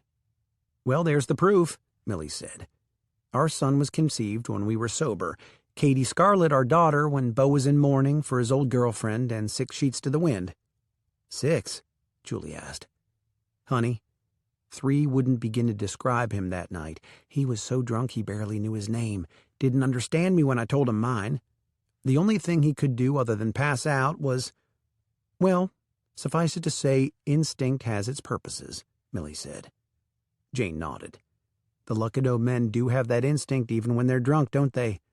Ellie was conceived when we were both piss drunk." Hey, let's not tell all the family secrets," Slade said. Julie listened to the easy banter around the table and ate slowly. At least the women hadn't run her out of the barn with their sharp remarks. Maybe Alvera had a gun hiding in the folds of her rhinestone-studded denim pant set and had threatened to kill the first one who was mean to her. If that was the case, she'd better have lots of bullets, and the first one should have Melinda's name on it. Griffin was so close that she could smell his aftershave, and that alone caused her hormones to jump into overdrive. The black Wranglers, polished eel boots, big belt buckle, and western-cut tux jacket over a crisp white shirt didn't help matters much either. Then there was the little issue of those crystal-clear blue eyes and that rakish white streak flowing back from his forehead. Like Melinda had said about Graham, it all combined to make a nun's pantyhose creep down around her ankles. Only Griffin Luckadeau was just the shell. Griffin was the whole man. The barbecued brisket was tender, moist, and cooked to perfection. The stuffed baked potato was fine, and the salad wonderful, but she might as well have been eating cream of wheat and whole wheat toast. She'd never been so nervous in her whole life, not even the day she walked into court and was accused of adultery. The band played softly while they ate, and then at the signal from Griffin, they picked up the tempo, and the lead singer invited Griffin and Julie on the dance floor. Griffin stood up and held his hand out to Julie. "That would be our cue to start the dancing." "Why?" she whispered as he led her to the dance floor. "Usually Mama and Daddy start it for me. I figured it was time for me to step up to the plate and really take over the sale this year. This is an important time for me, Julie. Don't ruin it." "Ruin it? You pompous snob, I just wondered why," she said. He slipped an arm around her waist. "Now you know." She put her hand in his and laid her other hand on his shoulder. He took a step forward until she melted into his chest and the music began. Dancing with Griffin was almost as good as kissing him. If she hadn't known better, she would have sworn those 4th of July sparklers were real and not just a figment of her imagination. And if dancing with him was this sweet, she couldn't imagine how it would feel to make love with him. The singer crooned, "You can't give up on love," into the microphone. The song said that love didn't come easy and it was hard to hold, so you couldn't give up on it. Near the end of the song, the singer took a moment to invite everyone else to join Griffin and Julie on the floor. In a few seconds, the whole place was crowded, and someone had tapped Griffin on the shoulder. "If I could cut in, please?"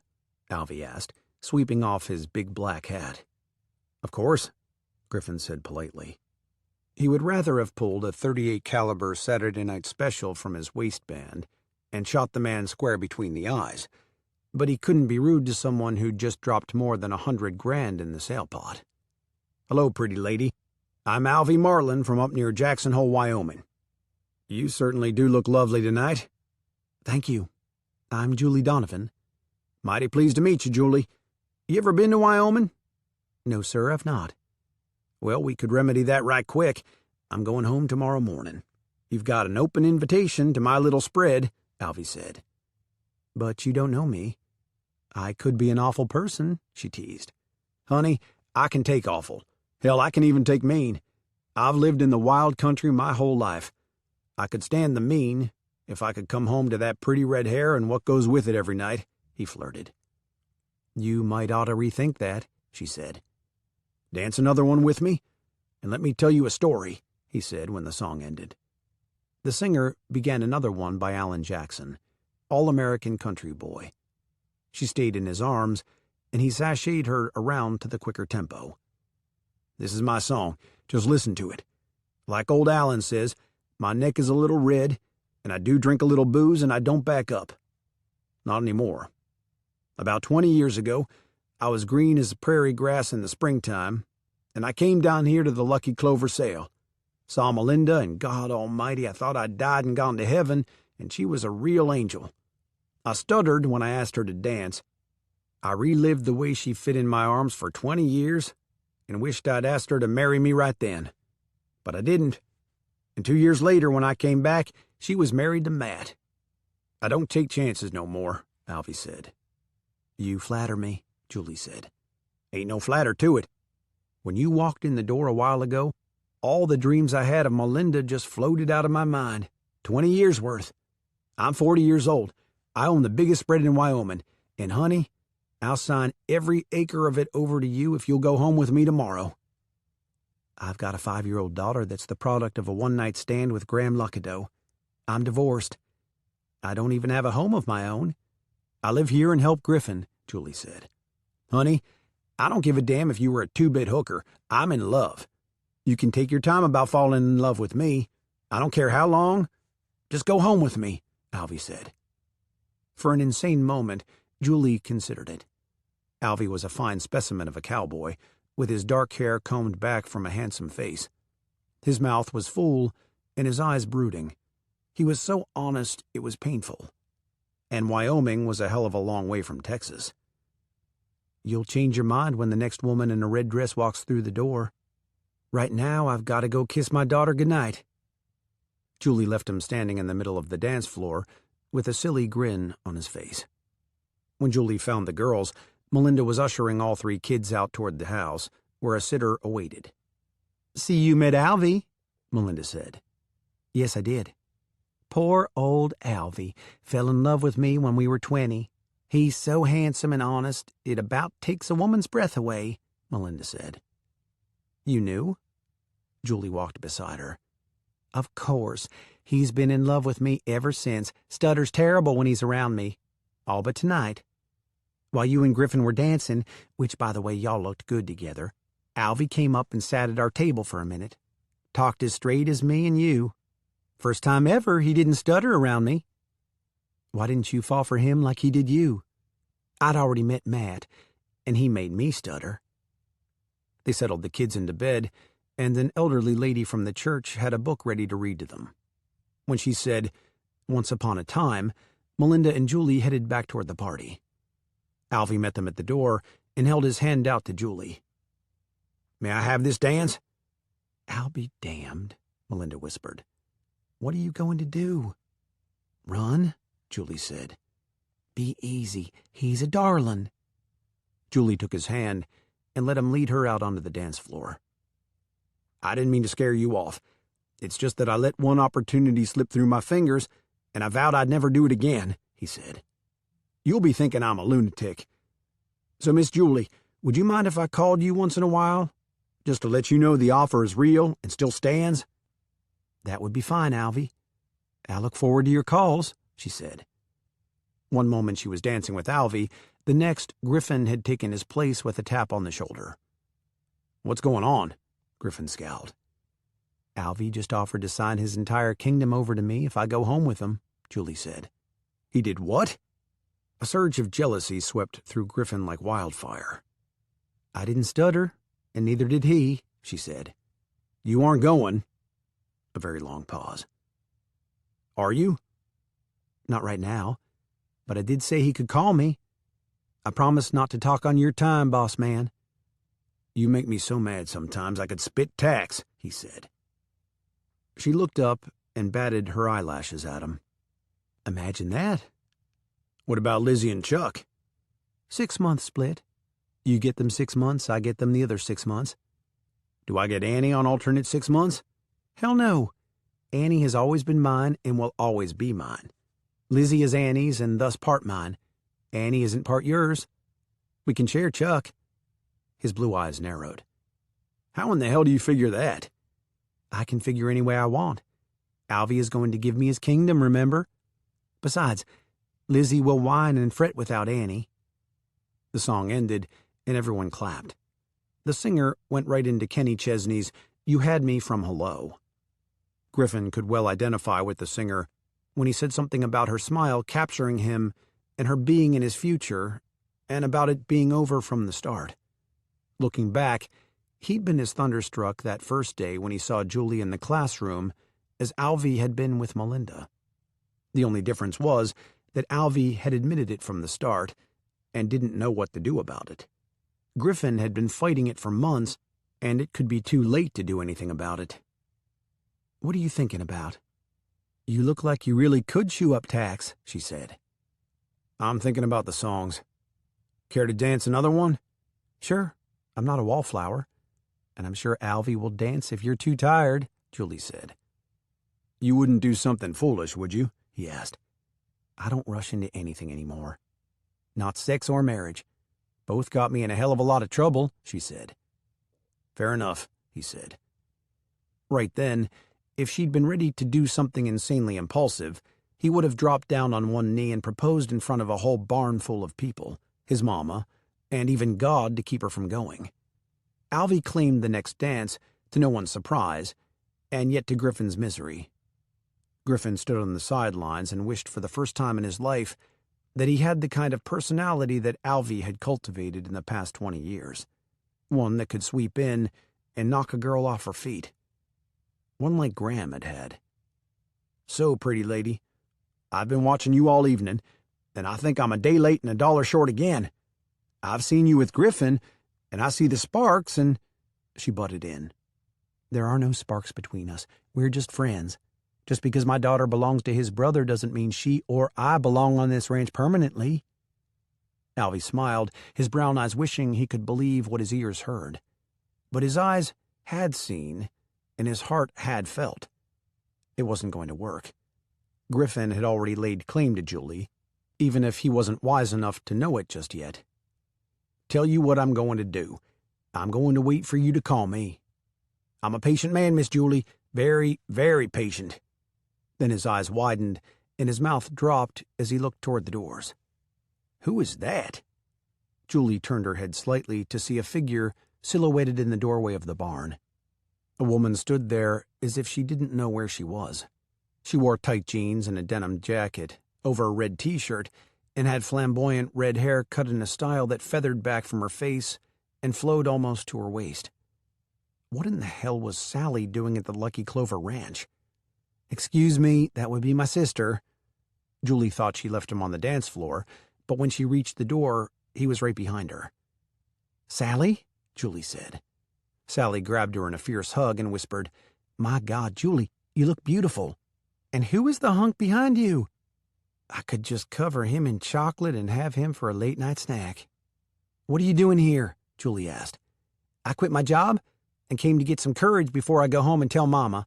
She's going to be furious, but I just couldn't do it another day. I couldn't even finish the year, so I quit after the first semester. I hate teaching," Sally said. Julie kept her arm around Sally's shoulder and ran into a grinning Alvy when she turned around. "We're in the middle of a party. Come join us. The house is full, but you can share my room and stay as long as you like. This would be one of the buyers at the sale, Alvy Marlin, from up near Jackson Hole, Wyoming. Alvy, please meet my sister Sally." Pleased to meet you, Sally," Alvy stuttered. Julie suppressed a giggle. "Maybe you'd like to dance with Sally, Alvy?" Julie said. He nodded, the grin never leaving his face. He'd seen Julie's beauty when she walked through the barn doors in that red dress, but his heart saw Sally. Alvy was in love for real. Even more than with Melinda. He'd just been thunderstruck with all the force that heaven had to offer. "I'm not dressed for a party. I'll just wait in the house," Sally said. "Don't be silly. Have you had supper?" "I ate hours ago, but you know us Donovans. We're always hungry." Julie hugged her again and whispered, "Dance with him. He only stutters when he's truly in love. It's only happened once before, and that was 20 years ago. And when you get tired of dancing, have something to eat." "Please stay," Alvy said. It came out slow and deliberate, but his brown eyes begged. "I'd love to," Sally said. "So Wyoming? I've always had a hankering to see that part of the world. Tell me about it while we dance, Alvy." Griffin was at Julie's side the moment Alvy and Sally moved to the dance floor. "Who was that?" "My sister. Every time she walks into a room, every male's IQ drops 50 points, and the stock in Viagra drops at least that much. Her name is Sally, and she'll be staying a few days, if that's all right with you." "Sally can stay as long as she likes. Come outside with me for a breath of fresh air. I'm getting claustrophobic with so many people around." Griffin laced his fingers in hers. Her first desire was to draw them back and make an excuse that she needed to stay in the barn with her sister, but one look in that direction assured her that Alvy wasn't going to let Sally out of his sight the rest of the evening. Probably not even out of his arms. "Why would the stock in Viagra drop?" Griffin asked. Sally was pretty, and Graham would have moved in on her like flies to maple syrup, but she wasn't as beautiful as Julie. "Because, darling, no one needs it when Sally is in the room. Everything works fine on the male gender when she smiles. She's 2 years younger than me." Interested? Not particularly, but I'm glad she came to visit you. It'll be lonely a few days after the party, kind of like the days after Christmas." Alvy stuttered. A grin split Griffin's face, and the dimple in his chin deepened. "For real?" He did. I think he was thunderstruck. Funny thing is, I'm not so sure she wasn't thunderstruck too, Julie said. "Well, I'll be damned." Griffin didn't care if Sally moved right into the ranch house and stayed forever if she kept Alvy away from Julie. "Is it going well?" Julie asked. "What? Oh, you mean the party? Very, very well. The ranch made enough money on the sale to tide us over until next year without going to the bank. That's one thing Daddy and Mother preached to me and Graham when they gave us the run of the ranch. Don't borrow. I haven't had to yet, and the sale this year is the best I've ever had." "That's wonderful. You going to miss your family when they leave tomorrow? When do they come back for a visit?" "Not so often. They've got their own businesses to run, too. Lizzie and I usually fly down for Thanksgiving, stay 2 days. Christmas, we go for a couple of days. Melinda brings her boys, so we're all together then.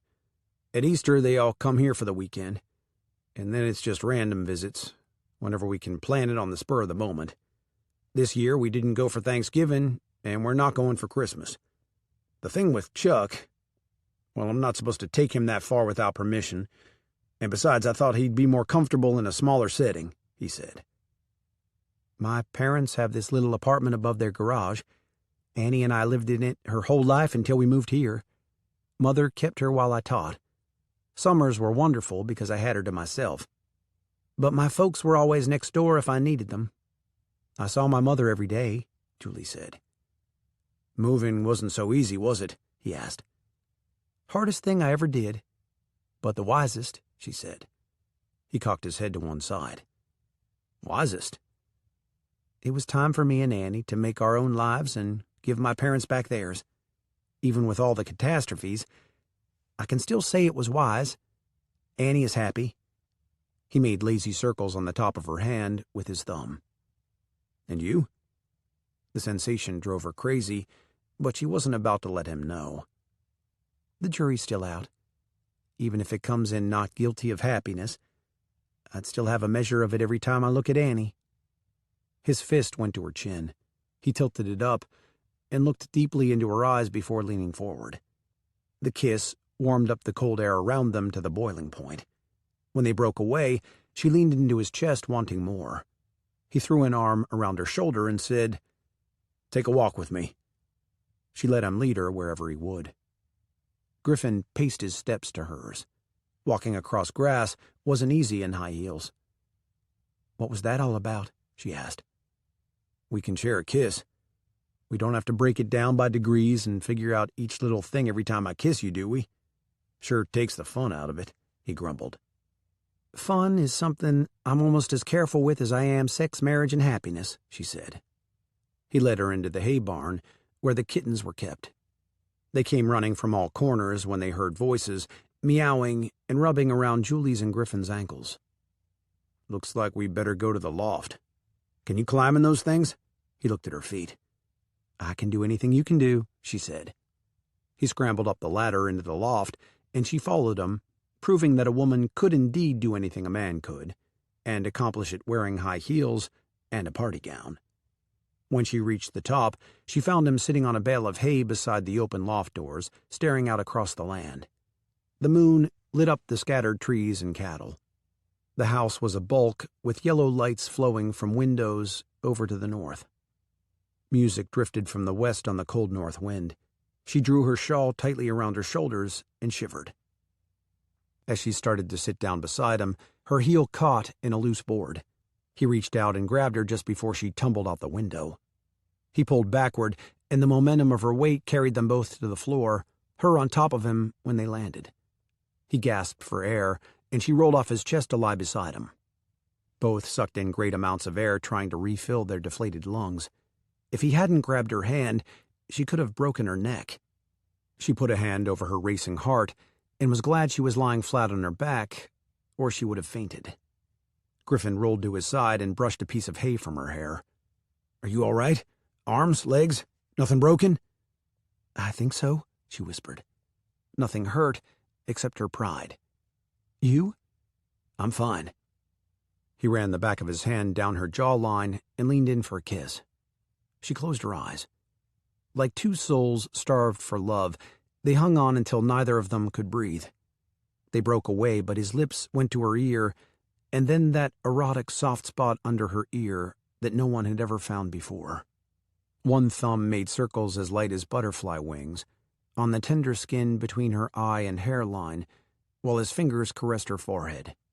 The other arm went around her, touching the bare skin on her back, firing up her hormones until she melted in spite of the cold weather. It felt like the man had 6 hands, and every one of them was touching her. She didn't want him to stop, and yet knew she should. She should tell him that was enough, but she didn't want to.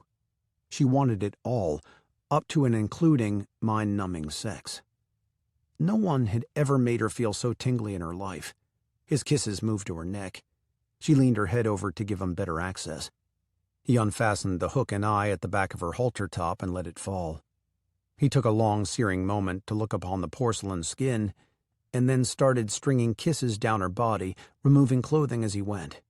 His kisses were alternately demanding and steamy, and then soft and sweet against her skin, his hands rendering touches as soft as cold silk caressing her.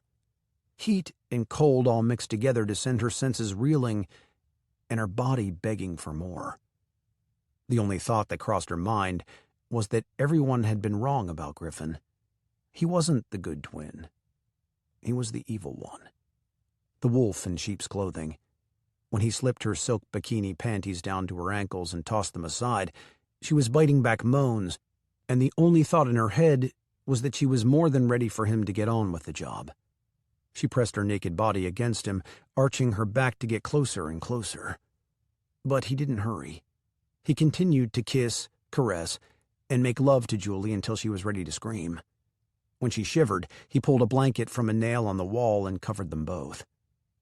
"Don't look at me," she said. "Why?" he whispered. "The stretch marks never went away." He kissed each of them. "They're not to be ashamed of. You're so beautiful, Julie," he murmured. When she begged him to make love to her, he told her that, like her, he wasn't going to rush into anything. His touch created shivers in the weirdest places. She could have sworn her toenails curled and her hair straightened out when his fingertips played with the palm of her hand. The muscles in her legs quivered when he kissed the bottom of her feet. The nerves under her hair vibrated when he brushed his fingers over her breast. At that moment, she realized she'd had sex, but she'd never truly made love, and she enjoyed the passion as it took her right to the brink of heaven and back again. "Please," she begged.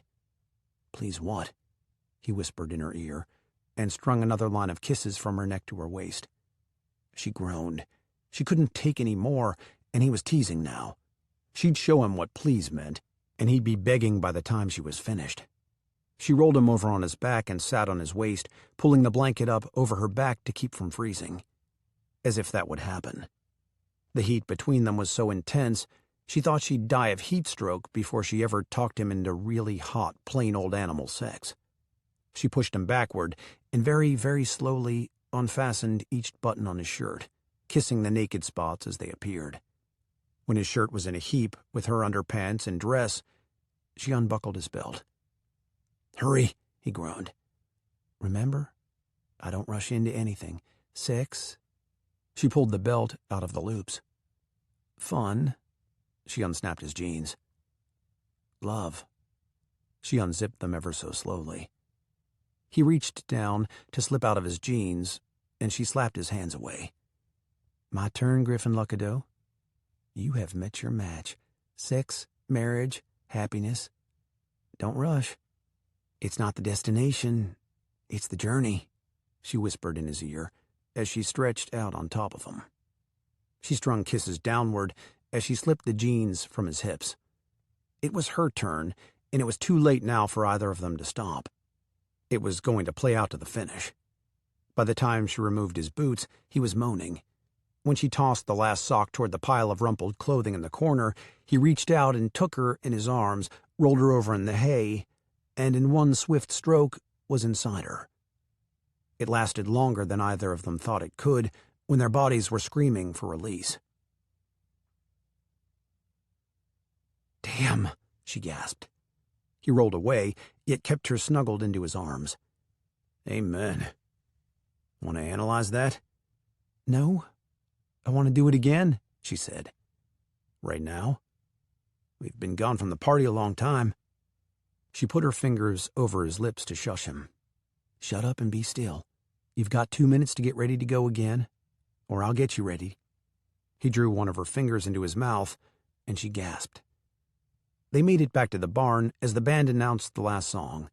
Griffin led her out onto the dance floor, and she swayed in tune with his body. The singer finished up the night with a request from Laura, which was "The Dance," an older song by Garth Brooks. "Fitting," she said. "All of it? Including the hayloft?" he asked. "Every bit of it," she said. "Are you going to say goodbye?" "I don't rush into goodbyes either. Like the man says, our lives are better left to chance. Who knows what tomorrow might bring? I'm tired of trying to figure it out." "Hey, sis." Sally and Alvy danced by them. "Here."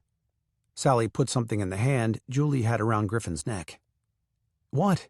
Julie asked. "Just one little piece of hay in your hair.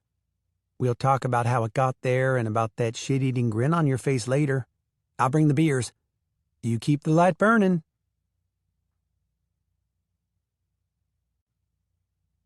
Chapter 15. Sally's wet hair was wrapped in a towel, and she wore a t-shirt and cotton underpants.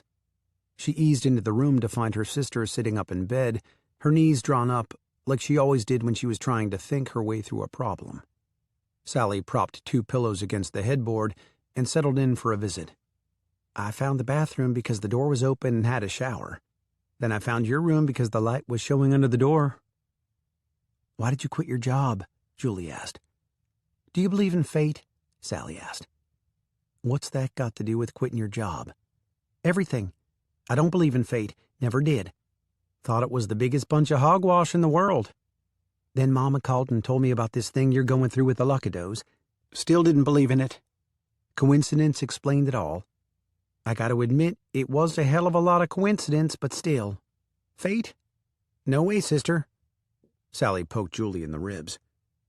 "So, now you do or now you don't?" Julie poked back. "Do you?" Sally asked. "I didn't, but I might be changing my mind," Julie said. "Okay, hear me out. When you moved here, I thought you were crazy like Aunt Flossie. Figured she saw the trade in you, and that's why she left you all that money. I couldn't understand why you'd leave Jefferson, apartment where the rent was never going up, Mama to take care of Annie, Daddy to fix your car or your garbage disposal. Now I think fate brought you here." "Okay," Julie said. "There's more. If you hadn't already been here, I wonder if Eli would have taken that job in Bowie." "Eli is moving to Bowie?" Julie had no idea he was even considering a move from East Texas. "In a month. He preached at the church there a few weeks ago, the Sunday after Mama and Daddy came for your festival. So you came to St. Joe, and Eli got the courage to leave Linden. He met a woman from here, too. I'm not supposed to tell you because she's your friend, and Mama says it might be meddling. Her name is Mamie, and they've been out to dinner 3 times, and he's laughing again." Julie threw up her hands. "Hold on, Eli and Mamie?" So that's why she hadn't seen much of Mamie the past... how long?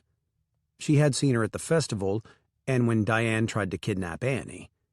But it had been days since they'd talked, what with the sale and the party, and the obnoxious Luckadeaus taking so much of her time. Sally gave her a minute to digest that, and went on. "Yep, Eli and Mamie. It's looking serious from Mama's standpoint.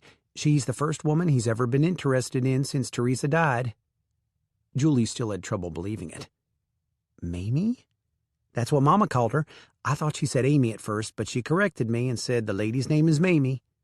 Think I can meet her while I'm here?" "How long you staying?"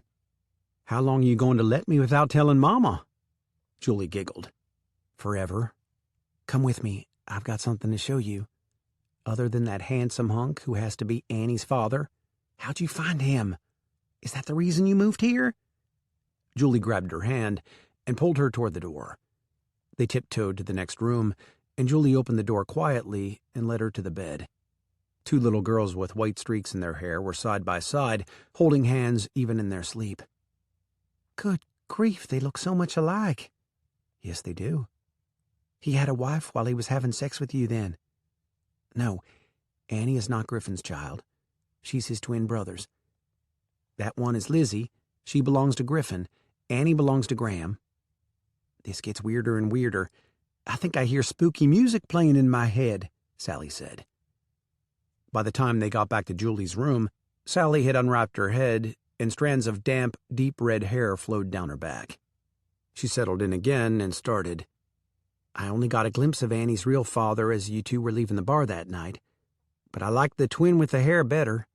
I can see where the white streak came from for sure. And I met the grandmother briefly. Alvy introduced me." "Did he stop stuttering?" "After a while, he apologized to me for offering to run away with you," Sally giggled. "And he's staying in Texas for a week. Be careful. It's fate," Sally said. "Talk to me." "Okay, when summer was over last year and I went back to school, it felt like there was a brick in my chest, something big and black, and I couldn't shake it.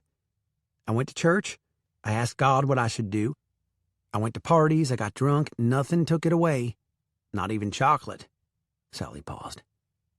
"Go on." "I don't know if I can describe it. It was like my heart was somewhere other than my body, and the two couldn't live that way," Sally said. Julie giggled that time. "Exactly the way I felt when I came to St. Joe and bought the Lassiter property, which burned down. I suppose Mama told you that?" "Yes, but she's kept secrets from us both. Guess she figured we needed to find them out together instead of through her. One morning last week, I woke up and all I could think was, go home to your sister. Then I thought about how utterly crazy that sounded. My home was not at your house. You didn't even have a house. You were staying with a rancher in North Texas." Julie patted her hand. "It can be your home until you get your ducks in a row. So I came home to my sister, and this is the really, really strange part. I think I could fall for Alvy," Sally said. Julie clamped her hand over her mouth. "What? I told you it was bizarre. We danced and talked and sat in the corner drinking the same kind of beer and talked some more. Tonight, I'm a converted believer in fate. He's staying a week at a little hotel in St. Joe. We're going to explore the area. I didn't even know St. Joe was big enough to have a hotel." "Did he tell you that he would sign over his ranch to you?" Julie asked. "No. He said he would give me his heart. The rest was just material possessions and worthless without a heart." Sally blushed. "You are turning red. I can't believe it," Julie said. "He's so handsome, and I never had anyone treat me like that. And Julie, the heavy weight is gone. I listened to my heart. I came home to my sister, and you fixed it.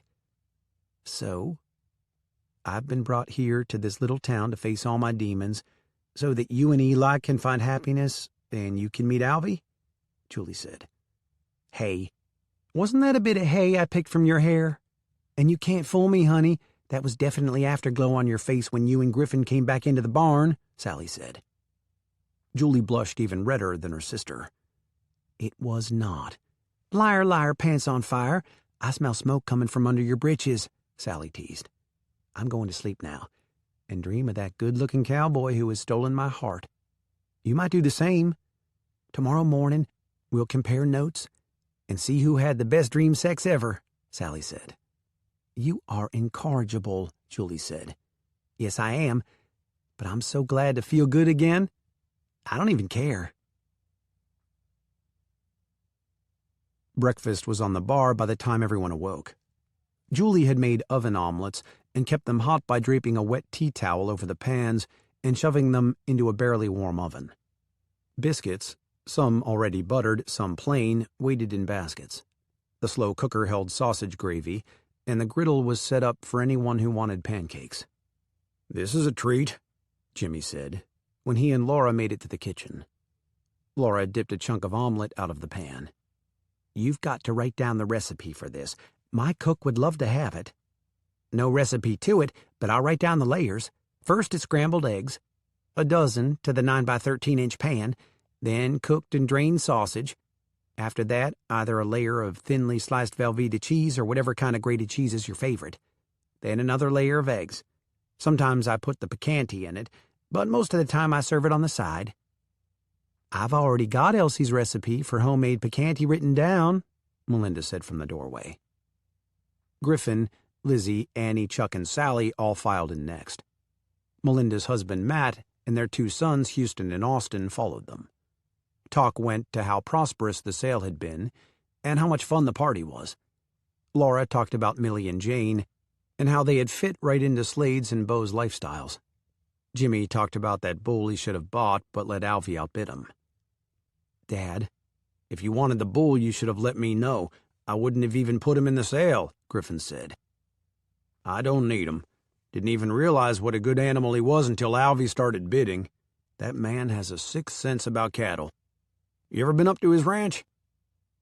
Julie and Sally had been serving breakfast and talking about their family, but now Griffin noticed that they had stopped talking and were listening to his dad. He kept one ear tuned to what his father was saying, but his mind drifted to his sisters. He wondered why men were drawn to Sally instead of Julie. Of the 2, Julie was by far the more striking, to his way of seeing it. And how could Julie act as if nothing had happened the night before? Jimmy went on. "It's amazing. Most beautiful place I've ever seen outside of Texas. House faces the mountains. It's made of logs and glass.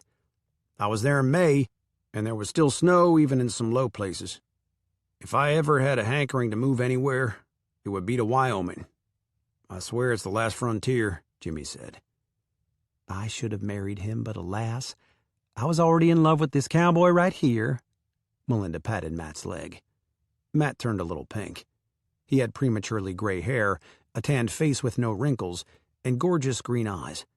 No wonder Melinda had fallen for him the first time she visited the ranch near Conroe. "So, how did it go with you and Alfie?" Melinda asked Julie. "He offered me his kingdom if I'd run away with him," Julie said. Sally's slight green cast didn't escape her notice. "And what did you tell him?" Laura asked. "That I didn't rush into anything these days. It gets me into trouble every single time I do, but my glory only lasted a few minutes. I was pushed aside in a hurry when Sally made it to the party," Julie said. "I saw him dancing with you," Melinda said. "Did he offer you his kingdom?" "He stuttered," Julie said. "We definitely have got to talk. This isn't fair. I'm leaving in 10 minutes. The car is packed, and I'm just waiting on these bottomless pits to fill their stomachs. I'll call you as soon as I get home," Melinda told Sally. "You like my sister?" Julie was amazed. "Of course. We have a lot in common. She's not trying to take my baby brother for a cheap ride to the altar," Melinda said. Julie held up 2 fingers. "I'm glad I'm going home. I've had to grow 3 new tongues just to keep from biting mine off to keep you off my back. I want this baby girl, and if we fight, I might lose her." She touched her flat stomach. Julie just shook her head. "What are you 2 talking about?" Sally asked. "We don't like each other," Melinda said. "Honey, if you say ugly things about my sister, I'll take you on. I might not be big enough to whip you, but I'll give it my best shot," Sally said. Melinda winked. "I think we all might get along fine, and I've got to talk to you about Alfie. I'll call when I get home and things quiet down. Alfie's picking me up in half an hour. We're going to explore the county today," Sally said. Melinda brushed back an errant strand of blonde hair. "He's staying in Texas?" "For a week," Julie answered. Sally and Alfie's romance could take center stage, and she'd be more than happy to let it. "I'm hurt. Alfie is finally over me. Now I have no backup plan if this man gets tired of my bossiness and tosses me out of my ear," Melinda intoned dramatically, one hand over her forehead and one over her heart. "Come on, Miss Drama Queen. I hope this new baby is a boy. I couldn't take another one of you," Matt said. Melinda swatted at him. "Bite your tongue. I can still try to win Alfie's favor." Hugs were given, promises made. Kids gathered up. Kids left on the porch to wave. And then they were all gone, Griffin went to the sail barn to oversee the crew turning it back into a place to store equipment. He left without so much as a wink of acknowledgement that they'd had the most amazing sex the night before. Lizzie, Annie, and Chuck put a board game on the table. Alvy arrived right on time in a big white dual-cab truck and carried Sally off to look at Happily Ever After. And Julie went upstairs to find something to do that would take her mind off Griffin. She'd thrown herself across the bed with a romance book when Griffin filled the doorway. "We alone in here?" he asked. "Right now we are," she answered. "Want to talk about last night?" He came into the room and leaned on the door jamb. "Not particularly. I fell off the wagon. I promised to go back to WSA meetings tonight." "WSA?" "Wild Sex Anonymous," she said. "You call that wild?" He shut the door. "You don't?" "Honey, you ain't seen nothing yet, but it's on the way. Don't waste your time going to WSA meetings just yet," he said. She popped up onto her feet and put her hands on her hips. "I've seen all I intend to see. I'm 6 years older than you and 100 years wiser. It was very, very good, but it ain't happening again. You wouldn't know wise if it bit you on the ass. See you at dinner," he threw over his shoulder as he opened the door and walked out. She heard him say something to the kids and then something else to Elsie, who'd just arrived for the day. He whistled all the way to the barn. So she thought it was very, very good, did she? Well, that little foray into sin the previous night had arrived on the heels of a 6-year drought. She'd think wonderful when she saw the real Griffin at his best. "Very good, my ass," he murmured. "I'd call what we shared damned amazing, woman. And who gives a royal rat's ass about age? It's just numbers on paper." Sally came through the house in a whirlwind at supper time, but didn't even stop long enough for a glass of tea. She yelled at Julie to bring a beer to the bathroom if she had time, and hugged the kids on the way up the steps. Julie popped the lids off 2 long-neck bottles of icy Coors and carried them up to the bathroom, where she found Sally submerged in a foot of frothy bubbles. She put the toilet seat down and propped her feet on the edge of the tub. She handed Sally a beer and watched as she guzzled half of it before coming up for air with a noisy burp. "I'm in love," she said. "Love or lust?" Julie asked. "Both. I had to have a cold bath just to cool off my hormones. Lord, that man is the sexiest thing ever put on this earth.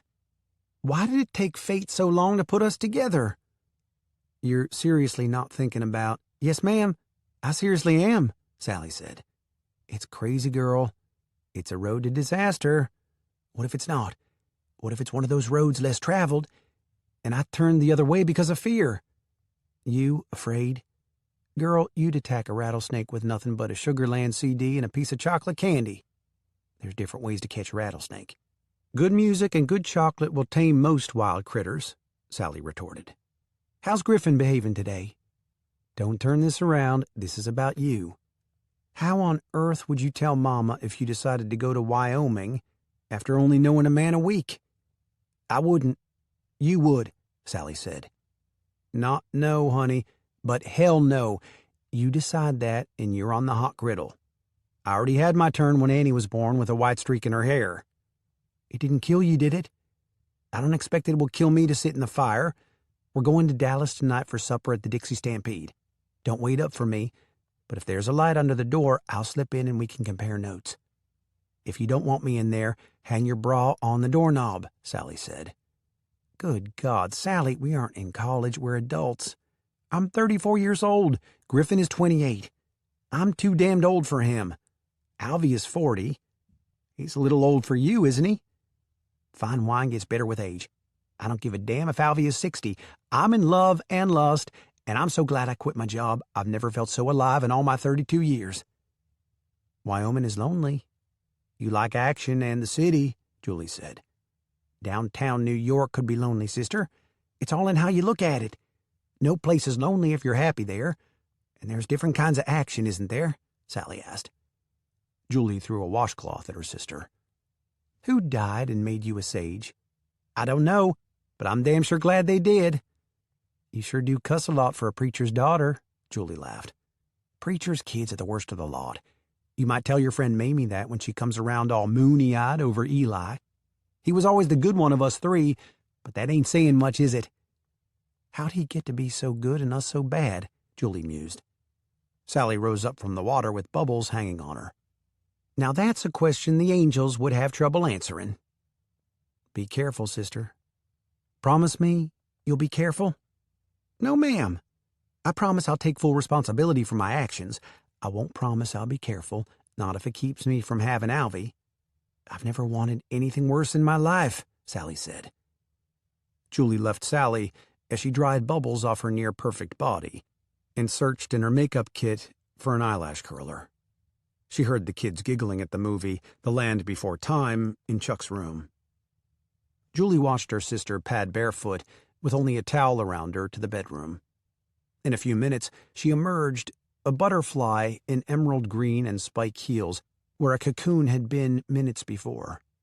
Her red hair swung around her shoulders, and she wore happy even better than the green dress. Julie hoped it lasted the rest of her life. Every woman deserved that kind of happiness. Sally dropped a kiss on Julie's forehead and skipped down the stairs to answer the doorbell.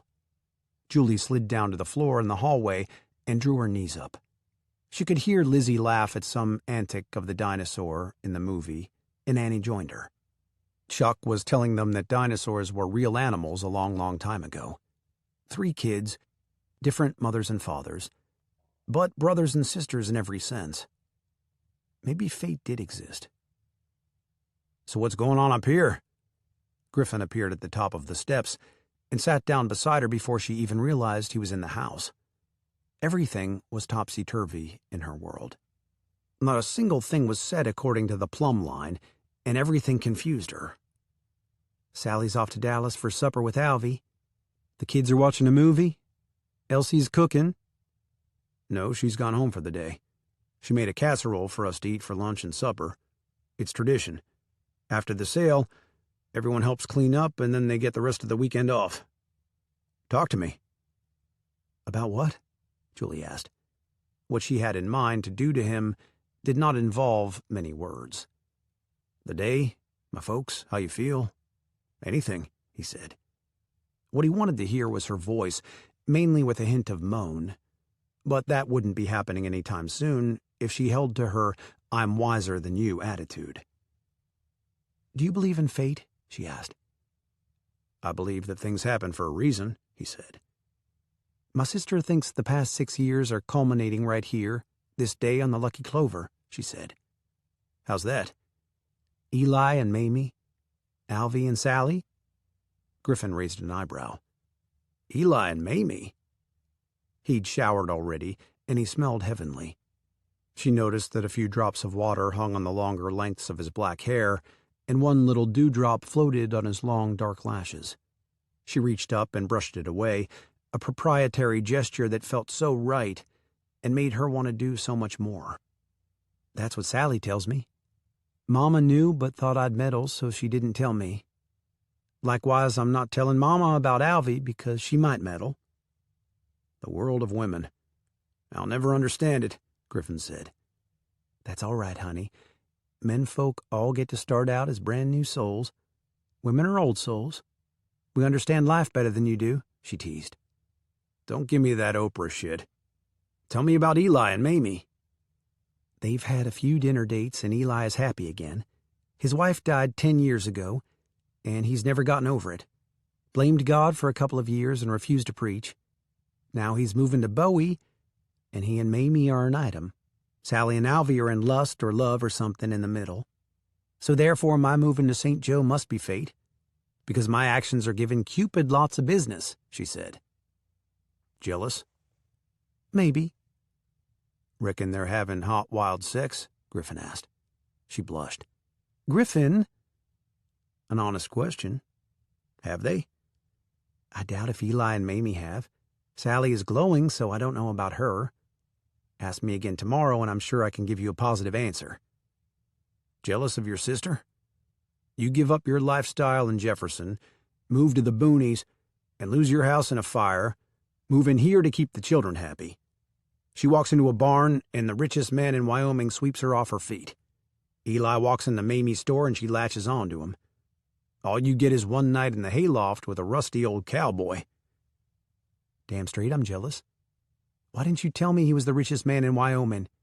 I could have already agreed to run away with him. And being as how he's one of those cowboys with honor, he would have been bound to keep his word. Now I've lost him to my sister. Seriously? Would you have gone with him? Griffin asked. Seriously? No. He's handsome beyond words. He says the right things, and I rather like the view from a pedestal. But no, I'm not jumping into another mess. I've had 2. I'm not going to be a 3-time loser. Want to join me in the den for a movie? He had to get out of the close quarters of the stairway, or he was going to start something right there that would get them both into trouble if 3 kids caught them. A real one that doesn't have animated characters? You can even choose which one. He laced his fingers with hers and stood up, leading her to the den. The jolt rattled through her slim body like marbles in a mason jar. When they reached the den, he opened a cabinet beside the built-in entertainment center and motioned for her to take her pick. She would rather have stayed standing there in the middle of the floor holding hands with him like they were sophomores than pick out a movie. She ran her fingers down the plastic covers, amazed that the plastic didn't melt from the heat he'd left in her hand. A comedy, drama. What did she want to sit on the sofa and watch with Griffin for 2 hours? What she'd rather watch was the sun setting and the moon rising from the loft doors of an old barn. They wouldn't have to share kisses or even touch each other. Just sit there in silence and let nature surround them like a familiar old worn blanket. The night before, she'd crossed the line. Now things were going to be different, and she had always hated change. It was what had sent her back to Derek, not wanting change that had kept her glued to the apartment in Jefferson instead of finding her own way. She found a season of Saving Grace and looked at it for a moment. Let's watch a few episodes of this rather than a movie. You sure? Of course I'm sure. I saw an episode one night after Annie went to bed. It's adult, it's funny. Grace is not afraid of anything. Whole lot like you. Give it here. I'll get it started, he said with a grin. The first episode took off with Grace, Holly Hunter's character, making love with her partner. Julie fought back the crimson rash, threatening to set her face on fire. Want me to fast forward? He asked. Only if the kids come in, she said. I want to say something while she's busy and not solving a crime up in Oklahoma, Griffin said. Better hurry. I think she's going to have to go to the WSA meeting here real soon, Julie said. Your age doesn't mean jack shit to me. If I was 12 and you were 18, it might make a difference. It doesn't today. We both have kids the same age, so don't be throwing that at me anymore. I'll throw anything I please at you, Mr. Luckadeau. And one other thing. Just because of 6 years, you are not a hell of a bit wiser than me. I've lived, I've lost, I've survived just like you. So don't lord it over me. We're 2 people fate has thrown together for whatever reason. I'm attracted to you. Evidently you are to me, or you wouldn't have Annie. Graham didn't look like you, she said. We are identical twins. He had a shaven head, and the dent in his chin wasn't as deep as yours. His eyes didn't glitter when he smiled. They were hauntingly lost, as if he didn't know where he was going and wasn't sure if he was going to like it when he got there. He had a rakish force that preceded him into a room. We were both drunk, and the next morning we were glad he was leaving the state, and we wouldn't have to go through the formality of I'll call you or I hope to hell you don't. If his head hadn't been shaved. You'd still be different, she said. Griffin smiled. She didn't see him as an extension of his brother, but as a whole new entity. Well, hot damn. The sex scene on the television was over, and the angel in the form of a man called Earl had arrived in Grace's life. Julie wasn't surprised that he'd contradicted her on the age issue. It might not matter right then, but give it 10 years. He'd be 38 and she'd have crow's feet and a flabby stomach. He'd still look like a movie star with all that gorgeous black hair and sharp blue eyes. Look at his father. At 60 plus, Jimmy Luckadeau was still good-looking, and Griffin's mother was gorgeous. All the young little tarts in Montague County would want a chunk of Griffin, and he'd be saddled to an old woman. Griffin reached across the sofa and laced his fingers through hers, and they finished watching the episode together. 3 kids bounded into the room just as the credits were rolling. They wanted to know if they could have popcorn and hot chocolate for a snack, and could they watch a movie on the big screen television in the den with Griffin and Julie. "The life of a parent," Griffin said. "Ain't it grand?" Julie said. "Wish I had a dozen of the Rugrats. Know a kid shelter where we could go round up a few more? Maybe they'd play with each other and leave us alone," Griffin teased. "You mean like a dog shelter? They've got kids in cages? Mama, we gotta go get them out of the cages and bring them home and feed them," Annie said seriously.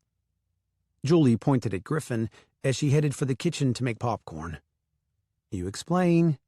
You caused it."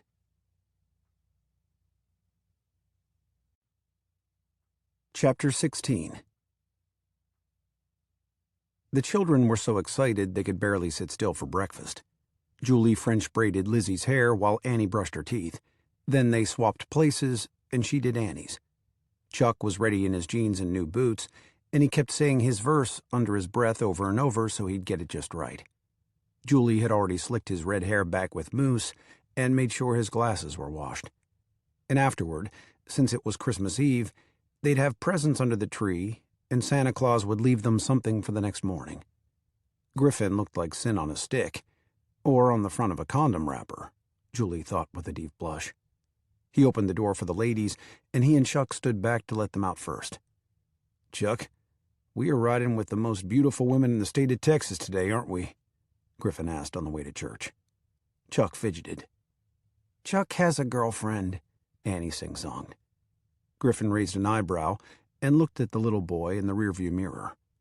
"And who is it?" Griffin asked. "Marley," he said shyly. "Marley who comes to church? That little girl who lives in Forestburg?" Julie asked. He nodded. "Well, she's a pretty little girl," Griffin said. "She told me that she thinks Chuck is cute," Lizzie giggled. "Chuck is cute. He's a very cute boy," Julie said. She dreaded the day when Annie said she had a boyfriend. "Me and Annie, we don't like boys. They're yucky. The only boy we like is Chuck because he's our cousin," Lizzie announced. Griffin winked at Julie.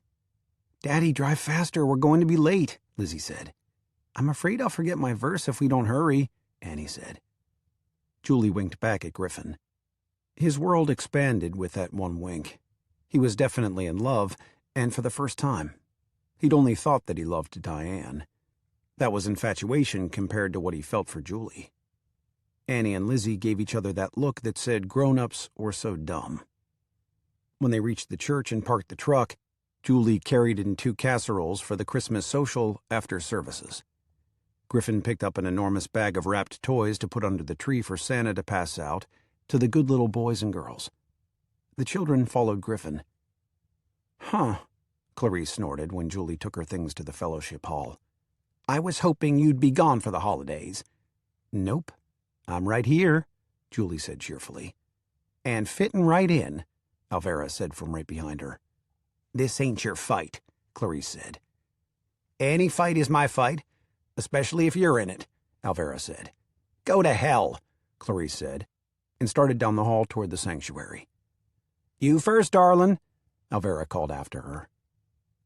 "Why do you bait her like that?" Julie asked. "Honey, Betty Davis once said that age ain't no place for sissies. If she don't like it, she can die, and I'll drag out my black suit and go to her funeral. Don't expect me to cry, though," Alvera said, as she followed Clarice to the sanctuary. When it came time for the kids to say their verses, Julie held her breath. Griffin reached over and squeezed her hand, keeping it in his after they all 3 said their pieces loud and clear. For the first time, Julie realized that Annie was more like Griffin, and Lizzie had Graham's outgoing personality. Something akin to cold water chilled her. Both of the girls could very well belong to Graham. There was absolutely no way ever to prove it, but Diane had opened the door to such a possibility. The kids joined Griffin and Julie after their part of the program was over, and Annie whispered, "Miss Temple said we did good." After the Christmas program was finished, they all gathered in the fellowship hall for a potluck. The children played with their friends they hadn't seen since school had let out for the holidays. Little girls dashing off to giggle in the corners, little boys posturing for each other and hoping the little girls noticed. Julie hid in the hallway for a few minutes to keep from crying at the idea of them growing up. Griffin stepped out of the men's room. "I can read your thoughts." "And?" "They can't stay little forever," he said. She jerked her head around to find his eyes just inches from hers. "How did you know what I was thinking?" "I was thinking the same thing. But don't worry. Santa will be here in a while and they'll be little again. He makes everyone young." Griffin planted a quick kiss on her lips. "Then I'd better sit on his lap for a long time," she said. He grimaced. "I told you that age didn't matter." "And will it matter when I'm 50? And gravity takes hold of my fat cells?" she asked. "I'm not too worried. I didn't see many fat cells up in the hayloft." He ran a finger down her upper arm and circled her waist with his arm. "Come on back to the dinner. The feeling will pass. If it doesn't, wait until they all three get into it about something that doesn't matter. Then you'll wish they'd hurry and grow up." She let him lead her back into the fellowship hall, her hand entwined in his. Clarice popped him on the shoulder when they got in line for dinner. "You are flirting with the devil," she quipped. "Yep, I am," Griffin grinned. "I'm serious. You can do better than that woman. Rachel broke up with the lawyer," she said. Alvera looped her arm through Clarice's and dragged her to the dessert table. "Come on. Them kids don't need us old women interfering in their lives." Clarice pulled against Alvera's grip. "Let me go, you witch." "Honey, you can talk plainer than that. Just forget it's Sunday and go ahead and call me a bitch," Alvera whispered. "I wish you would have died at birth," Clarice said. "And I wish I would have drowned you before you married my brother." "He died to get away from you," Alvera said softly, so only Clarice could hear it. "Reverend Wilson, don't you dare eat up all that chocolate pie," Alvera said loudly. "Clarice here has had her eye on a piece all day. I made it especially for her." "I hate chocolate pie, and you know it," Clarice hissed. "Explain that to Reverend Wilson." Alvera loosened her grip and left Clarice right beside the preacher. Lunch was barely over when Santa Claus arrived with a big "ho, ho, ho," and the children flocked around him. He passed out the presents under the tree. Lizzie and Annie both opened up a new Barbie in a princess gown. Chuck opened a ball glove, and the grin that covered his face brought tears to Julie's eyes. She managed to keep them at bay until they got home. The children all raced inside to change their clothing and play with their Santa toys.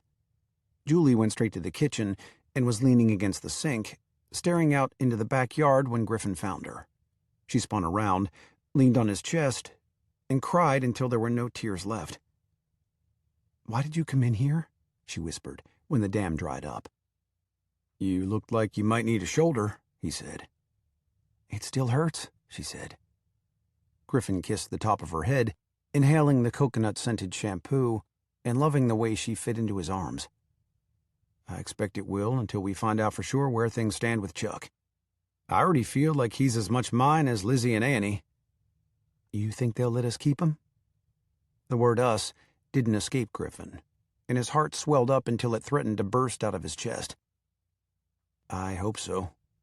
I have a friend at the jail who's planning to talk to his mother and father tomorrow morning. I don't want to get your hopes up, but there's a slim possibility they might relinquish rights to him. They're facing a 10-year sentence at the very least. I'm almost afraid to say the words out loud for fear I'll jinx it." His words didn't take the pain away instantly, but they brought a measure of comfort. "Want a cup of coffee?" she asked. "I'd like more than that, but I suppose with 3 sugared-up kids, that's the best we can do," he answered. "Did you see Chuck's face when he opened that glove?" "I saw all their faces. And, honey, you are a damn sight stronger than I am. I went to the men's room and washed my eyes to keep everyone from seeing the tears.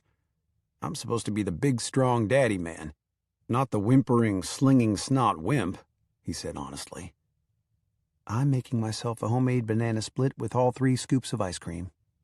I deserve it after that weeping fit. It's not long until dusk, and then they can unwrap our gifts from under the tree," she said. Griffin raised an eyebrow when she got out the ice cream and an enormous bowl. You are going to share with me. I'm not getting fat all alone. Tell me a story about fate working miracles. Anything to get my mind off the kids growing up and not even being interested in Santa, or to take my mind off the fact that they might come and take Chuck from us. She split a banana and put 3 scoops of ice cream in the middle of it. Okay, which one do you want? The one about Slade and Jane or the one about Millie and Bo? Both. They were a little bit nicer to me at the party last week. I dreaded going, but Alvera is a sweetheart and she took my side. I don't see anyone or anything intimidating you. Julie shook the spoon at him. Those witches did. I thought they'd nail me to an altar and set me on fire. You Luckadeaus really do stick up for one another, she said. So tell me about them both. Just one today. You can have one today and one tomorrow. By then you'll forget about the kids growing up. Hell, you might be praying for them to hurry up and finish high school and go off to college, he said. Bet me. I'll cry worse than they do when they graduate. I hope not. I don't have that many stories, he said. Okay, then. One story, she said. Which one? Millie and Bo. Katie Scarlett doesn't look like she should have Millie for a mama, does she? Julie put the banana split on the table and handed him the extra spoon. Not with those blue eyes and blonde hair and Millie being Mexican, but there's an English woman in the genetic woodpile. Millie's maternal grandmother is a blonde lady with English ancestors, one of the true blue bloods. You're kidding. Either the chocolate was working or the ice cream was freezing the lump in her throat. No, I'm not joking. Katie Scarlett looked like her grandmother, not her mother. They figured she was a throwback to that grandmother. Now my curiosity is really piqued.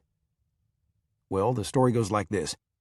Millie was engaged to a man who was so rich he could buy a third-world country out of his back pocket. Met him when he came up to Hereford, Texas, that's out in the Panhandle, not too far from Amarillo, to buy cattle at her father's sale one year. He proposed a few weeks later, and she accepted.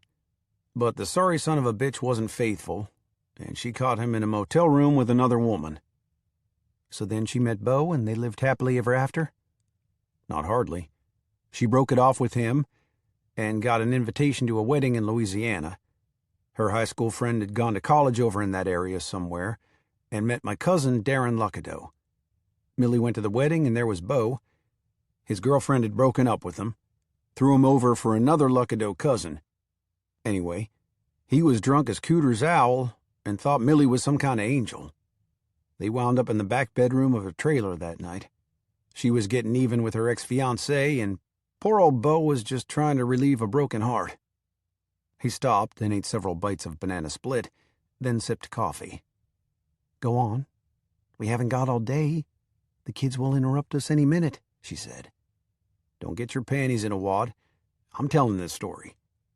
So anyway, Millie went home, got a taxi the next morning, and left before Bo woke up. The only thing she left behind was a memory and an earring. Poor old Bo. Whole family knew he was lucky in everything but love. He always had the worst luck with women. So here he came out of the bedroom, hunting for an angel, and the cousins staying in that trailer convinced him she was a figment of his drunken imagination. He went on the wagon that night, and to my knowledge, still doesn't drink. And? She prompted impatiently. Millie came home from college at Christmas, and she was pregnant. Her brothers were ready to go drag that ex back with a shotgun in their hands, but she swore it wasn't his baby, and she wouldn't tell who the child belonged to. So Katie Scarlett was born into a Mexican household, but she's pure blonde Luckadeau. No one knew that, though, because Millie wouldn't tell. Then, when Katie was almost 2, Millie's grandfather up in Oklahoma had to have his hip replaced. He asked Millie and Katie to help out that summer. Imagine Millie's surprise on her first day when she went to ride the fence row and found Bo on the other side. Julie finished off the last bite of ice cream. I know just how she felt. Yep. They were on adjoining ranches. Bo's aunt had Alzheimer's and went to a nursing home after she gave her ranch to Bo, since he was her favorite nephew, and she didn't have any children. Is that fate? What happened? Julie leaned forward and propped her elbows on the table and her chin in her hands. Bo was engaged to a schoolteacher named Amanda, who was a real, honest-to-God bitch. Bo had been mooning after the angel who'd lost an earring, but he was about to marry this gold-digging schoolteacher, and that's the reason Millie was so cold toward you. Meanwhile, Millie had a child she was trying to hide. Didn't he recognize her? Julie asked. I mean, if he was mooning after her, surely he had her picture engraved on his heart. He says something in the back of his mind kept telling him he'd met her somewhere. But Millie is not all sweet sugar candy. She's got a mouth and an attitude, and they fought like cats and dogs from day one. When did they discover happily ever after? Julie asked. Well, the night of his engagement party, his fiancée came around with intentions of breaking up with him, but really got furious when she found out about the prenup all the Luckadeau brides have to sign. He told me that there was the woman he'd proposed to wearing his ring, and he looked out the window and saw Millie in the same dress she'd worn to that wedding, and by damn he remembered it all. He was almighty glad the fiancée threw the ring at him and broke it off. He and Millie danced all night together, and it became just a party instead of an engagement party. And Millie told him about Katie? Julie asked. No. He found out at church when some little old man made the comment about how much his daughter looked like him. I guess there were really fireworks on the way home that day. It took a few more months and a lot more fights, but they finally admitted they were in love. I went to their wedding, held up there on the ranch. Bo's mother is elated to have a granddaughter. Millie's mother is happy to have a father for Katie Scarlett. So there's your miracle. What's the chances of Millie and Bo ever finding each other? What's the chances of them ever making Katie Scarlett on a one-night stand? Graham and I did, she said. And you have your own miracle, don't you? Griffin said shortly. Are you mad at me? No, ma'am, he said curtly, as he picked up the ice cream dish and put it in the sink. Yes, you are. You got mad when I mentioned having a one-night stand with your brother, she said. Okay, yes, I did. Graham was my brother, the other half of me, and I loved him, but I don't want to hear about you sleeping with him. I don't want to hear about my ex-wife kissing him. I loved him, but I don't want to play second fiddle to him, Griffin said. It happened. And believe me, Griffin, you don't have to worry about playing second fiddle to your brother. You are much more intense and sensitive, and all those things a woman looks for in a long-term relationship. Truth of the matter is that I don't like to hear about you and Diane being drunk when you made Lizzie either, Julie said. His blue eyes lit up. Are you jealous? I don't know. I'll think about it and get back to you, she said. The children rushed in wanting cookies and milk and asking when it would be dark enough they could open presents. Saved by the kids, he said. They're always good for something or other, she smarted off, and got up to help him pour 3 glasses of milk. While they ate, Griffin made an excuse about going to the barn to check on a calf, put on his coat, and left. The children gobbled down their cookies and milk and ran back upstairs to play old maid cards for 1 more hour before presents could be opened. Julie poured another cup of coffee and leaned against the countertop, trying to make sense of Griffin's jealousy. She'd barely had time to think about it when Sally opened the front door and grinned sheepishly when Julie peeked around the corner. She wore plaid flannel pajama bottoms and a gray tank top, and her straight red hair hung limp.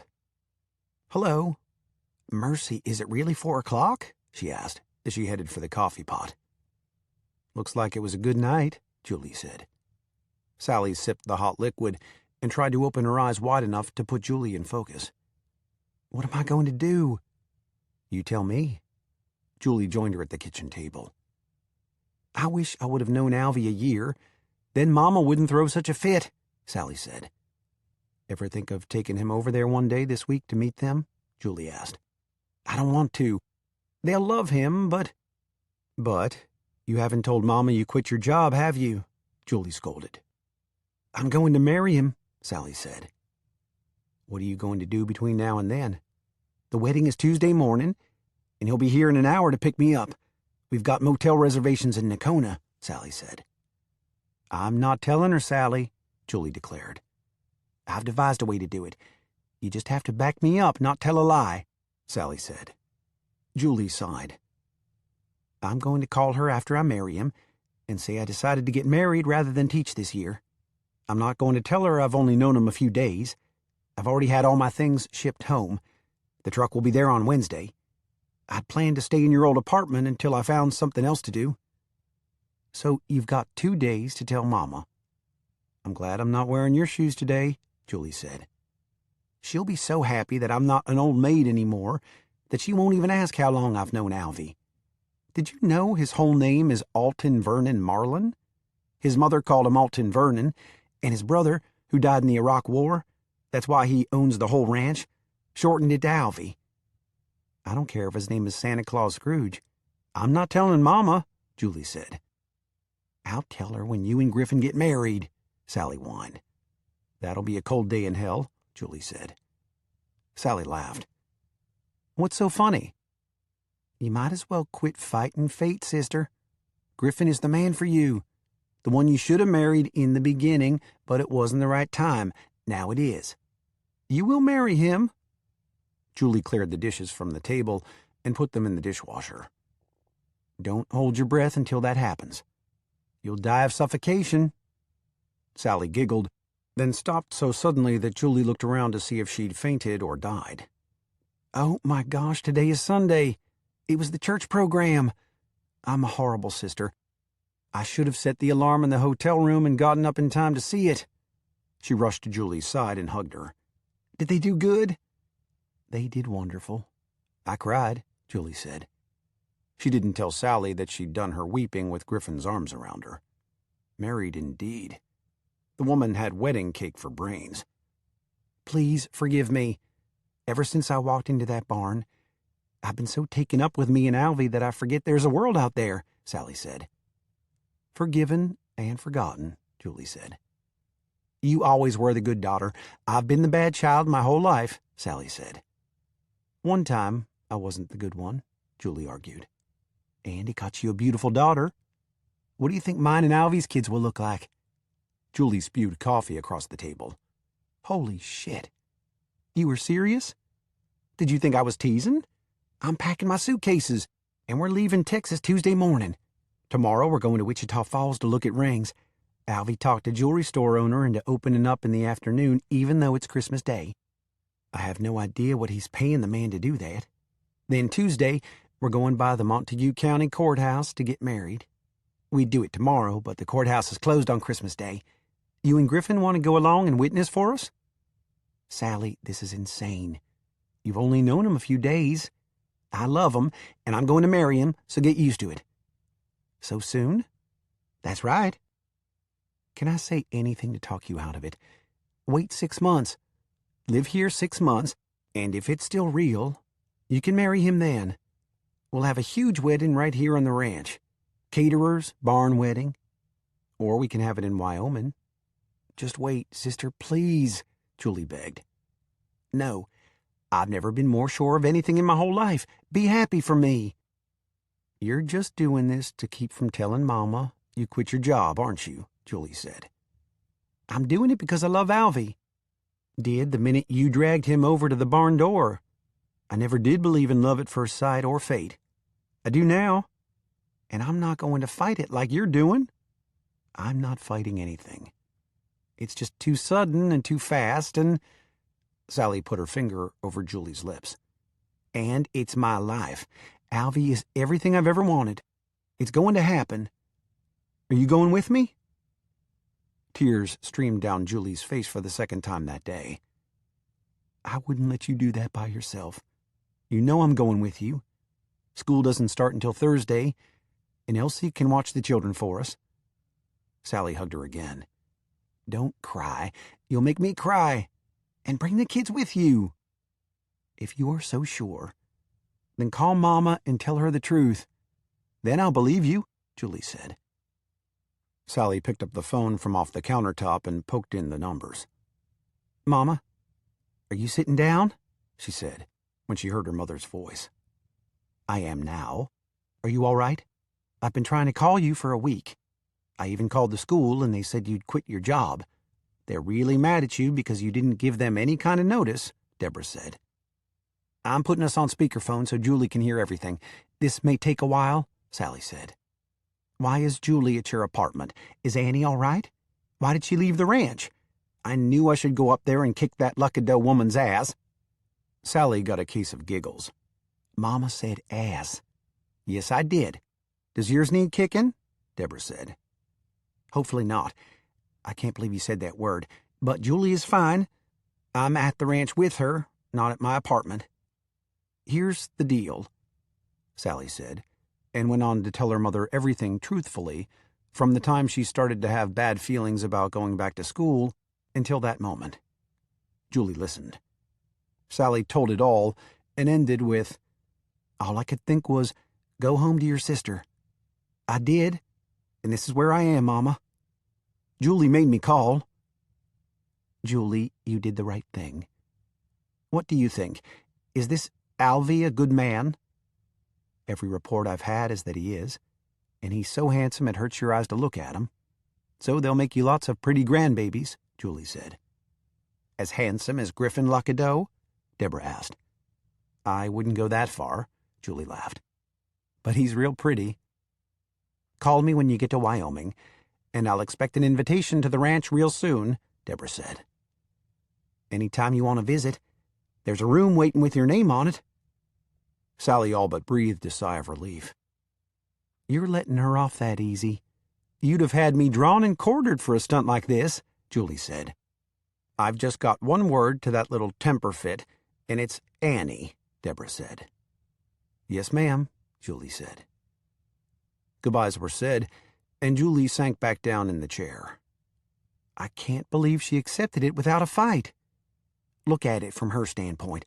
She doesn't have to pay for or plan a wedding, and she's getting a rich son-in-law and a new place to go visit. I'm going up to pack my things. Oh, I won't need my little truck anymore. You want it? It's paid for, and I'll sign the title over to you if you want it," Sally said. "Thank you. And that answer would definitely be yes.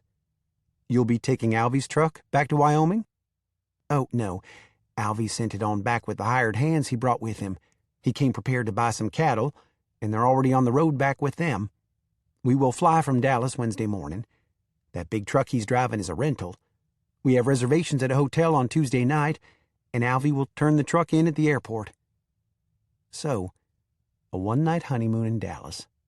That doesn't seem so romantic. Is this the same girl who was going to Paris for her honeymoon, or she'd never get married?" Julie asked. "It is, but I'd rather live in a tent on the banks of the Red River with Alvy than go to Paris with anyone else in the world. Wyoming for the rest of my life will be a fairly nice little honeymoon," Sally said. And that's when Julie believed her. "Are you going with him again this evening? Or are you having Christmas Eve with us?" Julie asked. "Please forgive me. I just came back to get a quick shower. I'm going with Alvy. I can't stand being away from him. Tell the kids I love them all, and I'll see you Tuesday morning at 9 o'clock at the courthouse. I've got to go upstairs and throw everything into a suitcase. Alvy's picking me up in another 20 minutes, Sally said. "I understand. I really do." Julie hugged her. Griffin barely made it back into the house when 3 kids hit the stairs in a dead run and grabbed him around the legs, begging to open presents. He'd spent a couple of hours in the barn putting bicycles together for the next morning, a red one for Chuck and 2 hot pink ones for the girls, so he was already in the Christmas mood, and it took very little persuasion. Lizzie opened new clothes and a Barbie castle. Annie opened new clothing and 2 Barbie vehicles, the sports car and the minivan. Chuck opened his packages much more slowly than either of the girls, relishing each piece of paper and each gift as if they were gold. He had new jeans and shirts and a basketball hoop that Griffin would hang on the pecan tree in the backyard.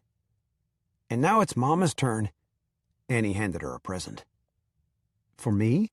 Julie asked. "From Griffin," Annie said. Julie carefully opened the package, which contained a small velvet box. It came from a jewelry store, but was long and skinny. Inside was a charm bracelet, with each charm representing something that had happened in her life since she'd moved to St. Joe.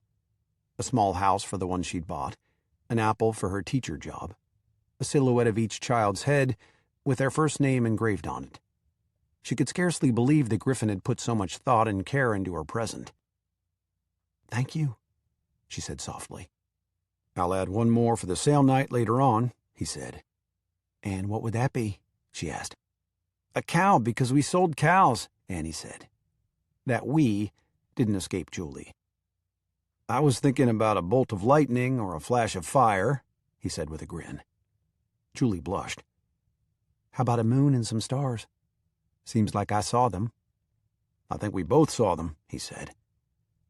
Lizzie pulled the last present out from under the tree. And here's one for Daddy. For me? It's a big prize, and we had to be very nice and not tell, Chuck said. He tore into the paper to find an 8x10 silver frame with a professional portrait of all three kids together. The lump in his throat was as big as a watermelon, but he managed to get out a weak "thank you" before the kids hopped in his lap, telling him about how they'd gone with Julie to Gainesville and had the picture made for him. It's the most beautiful thing I've ever had, he said. I knowed you would like it, Lizzie beamed. Now would you please put my Barbie castle together so we can play before we have to go to bed? Back to fatherhood, he grinned. Seriously, thank you. The only way it could have been better is if you'd been in it with them, he thought. Seriously, thank you. She held up a bracelet for him to fasten around her wrist. The only way it could be better is if it had a cowboy hat to represent you, she thought. On Tuesday morning, Julie was up early and had the kids dressed by 8 o'clock. She wore an emerald green silk dress with a matching jacket. Griffin wore his standard Sunday outfit, black Wranglers, boots, a white shirt, and a sports coat. They waited in the judge's chambers for 10 minutes before Alvy and Sally came sauntering in. Sally looked ravishing in an ivory silk dress that hugged her body.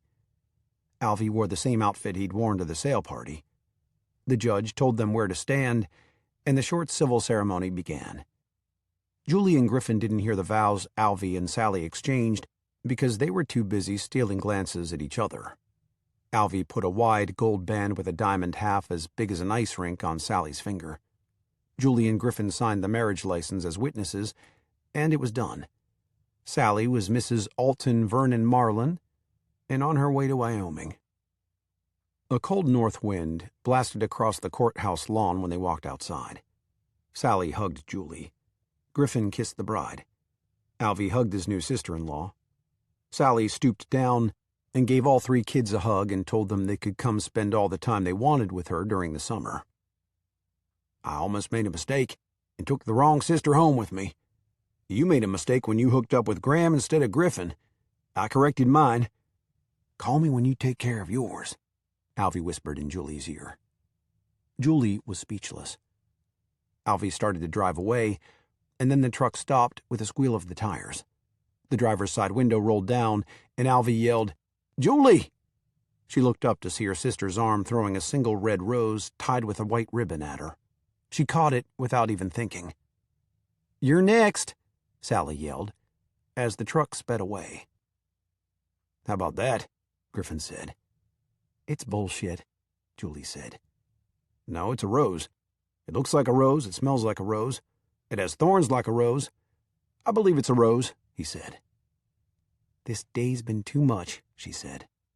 I thought I was moving into quiet country life, and just look at what I've gotten myself into. It is normally pretty routine around these parts. You just got here during a busy time. Won't be long until summer's here, and you'll be whining about being bored. I'll believe it when I see it. Let's go home. She carried the rose carefully. Tomorrow, she'd hang it upside down and let it dry, then preserve the petals forever.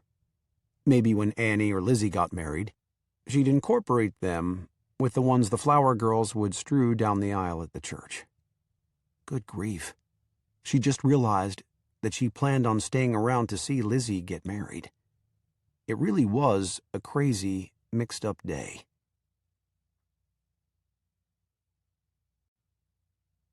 Chapter 17. With the beginning of spring around the corner, Griffin hired extra help.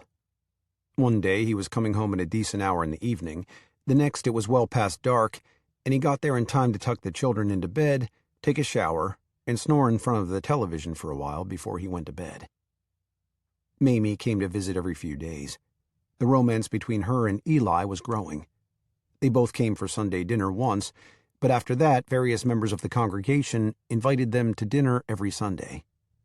Sally and Alvy were still on an extended working honeymoon. Sally sounded happy when she talked about new baby calves, kittens in the barn, and the beauty of Wyoming.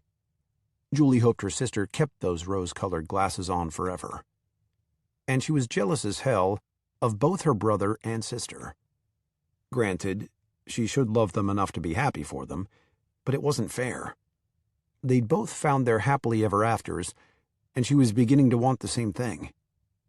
Winter months on the ranch were busy, but Julie found out quickly that all months were busy. Some just more than others. Griffin had breakfast, gave the kids each a kiss, and went to work. Julie dressed them, took them to school, and came home after school to her normal routine. He'd said things could and would get boring. She'd begun to believe him and think more seriously about her own place. She'd almost decided on a double-wide trailer using the foundation and basement that were still on her property. One day drifted into the next, and that one made its way through the pages of history until several weeks had escaped. Griffin hadn't kissed her again. He left early and came home late, and she wondered if the love they'd shared had been a figment of her imagination. There was just barely the hint of a spring smell in the air one evening in the first week of February when she slipped out the front door to sit on the porch. It wasn't really warm yet, and there'd be lots of cold days still, but that evening she could smell the promise of what was to come. Crickets and frogs were singing, and a coyote lent its howl into the mixture. "What are you doing out here?" Griffin asked from the doorway. "Thinking." "About what?" "Life." He yawned. "Sleepy?" she asked. "Tired to the bone." "Good night, then." He opened the door and stepped outside. The night air wasn't bad. Looked like maybe winter had done most of its damage, but he couldn't be sure. It would be a long time until it was really spring. He sat down beside her. "Marita just called." "And?" "They'll be here on Friday to move their things out of the house. Paul will be moving in after that," he said. "Tell me about Paul. I know Elsie pretty good, and she's a sweetheart." "Paul is 55 and Elsie's a little younger. Kids are already grown and gone. They're both hard workers, quiet and laid-back folks." "It'll be good to see Marita again. I know Lizzie misses her," Julie said. "You know what I feel like right now?" "I've got a feeling you're about to tell me," he said. "Damn straight I am. I feel like I'm in a rut. I feel like I don't know where I stand in the grand scheme of things around here." A broken record inside Julie's head said, "Run, run, run," and wouldn't be quieted. "I told you there would come a time when you'd get bored," he said. "Not bored." "Oh, hell, you don't understand a thing I'm saying," she said. "You got that right." Pickup lights turned down the lane. Julie watched them as if they were lights sent just to get her out of the doldrums. She was surprised to see Millie and Bo step out of the truck. Bo called out as he crossed the yard. "Hey, it's late, but we were in the neighborhood. Got any coffee?" "Sure. Come on in," Julie said. "I'll just sit out here with Griff. Got a problem with a bull and I want to talk to him about it," Bo said. Millie followed Julie into the house. "Date night. We went to Gainesville for dinner and a little shopping. Bo had ulterior motives, so here we are making the big loop and going back home through the country." "Elsie left brownies. The kids are in bed already," Julie said. Julie arranged a tray with brownies and 2 cups of coffee and carried it out to the porch. When she returned, Millie had poured 2 cups of coffee and set the pan of brownies on the table. "I've got a confession to make. I was determined not to like you. I got this idea that you were out to take Griffin for a ride, since Graham wasn't around for you to hoodwink. I was wrong. Nellie and Ellen got me and Jane told in a hurry when they heard that we'd been catty." "I'm sorry," Millie said. "Forgiven. Had I been in your shoes, I would have felt the same way," Julie said. "So how are things going around here since the dance? Seemed like you and Griffin were getting along fairly well then, Millie asked. Tonight, honestly, all I want to do is run. Things were going pretty good, and then slam, the brakes were put on the whole thing. Been there, done it. Running don't help. Griffin told me how you and Bo got together. I think of it as a fate miracle. A what? Millie asked. I've doubted the existence of fate. You know, my sister met and married Alvy Marlin in less than a week. I heard about it. Cinderella story, ain't it? Millie said. She had this theory that my moving to St. Joe was all tangled up with fate, and how because I moved here she had this uncontrollable urge to quit her job and come to see me. Then, because she succumbed to the voices in her head, she met Alvy, and it was all fate. Millie sipped coffee and nodded. So, Julie continued, I asked Griffin if he believed in fate, and he told me about you and Bo and how you ran back to West Texas after you'd had the fling with Bo in the trailer. Oh, honey, I just went home that time. That time I ran was another thing altogether, Millie said. Well, you know how men are. Bare bones only. When did you really run away? After the afternoon in the hay barn. A storm was on the horizon, and Poppy John left his tractor out. He wanted it put in the barn, so I rode my horse out to the pasture to take care of it. Fate has to be female. Only a woman could plan something so intricate. Anyway, here comes fate again. Bo was out getting his prize bull away from a pecan tree in a lightning storm, and we wound up in the same barn. One thing led to another, and we damn near set the barn on fire ourselves. Millie? Well, we did. And let me tell you, the sex was every bit as good as it was the night he was dog-drunk in the trailer. It scared the liver out of me. The only thing I could hear was this booming voice inside my head.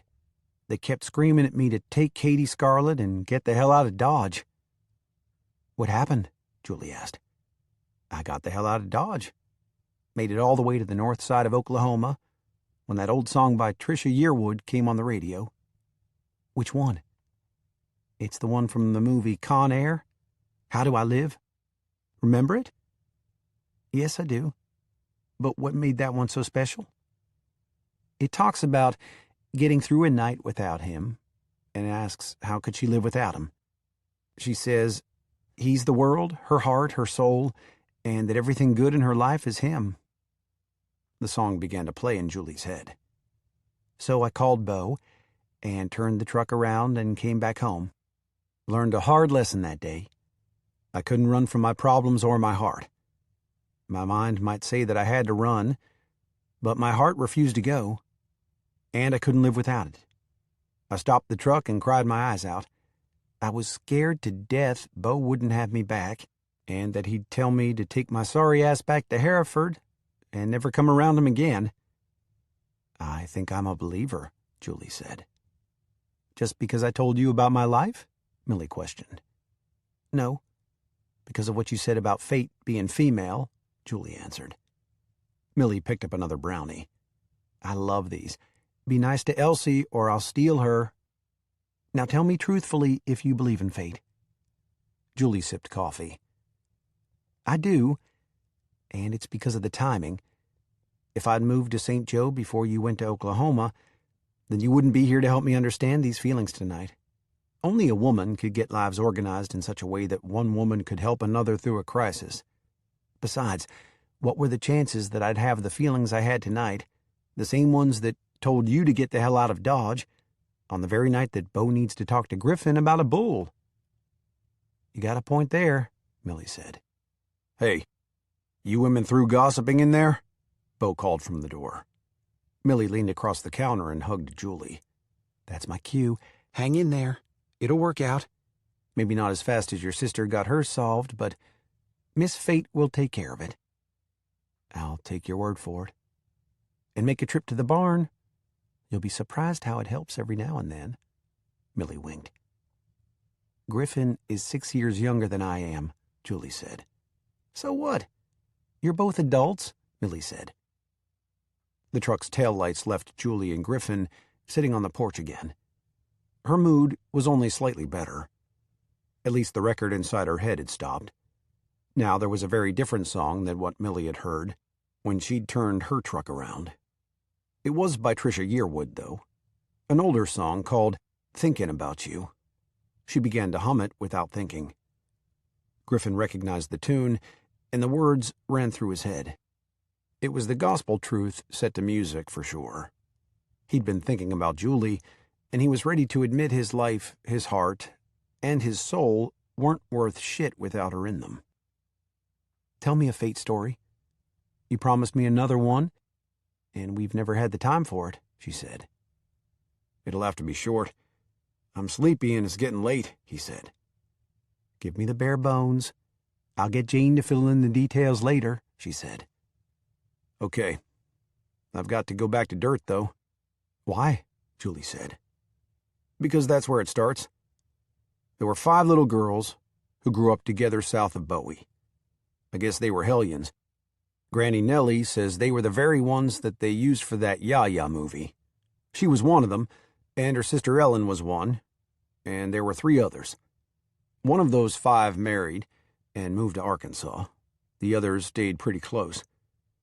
The one who moved away came home once a year, and they holed up in an old house and had a wonderful time.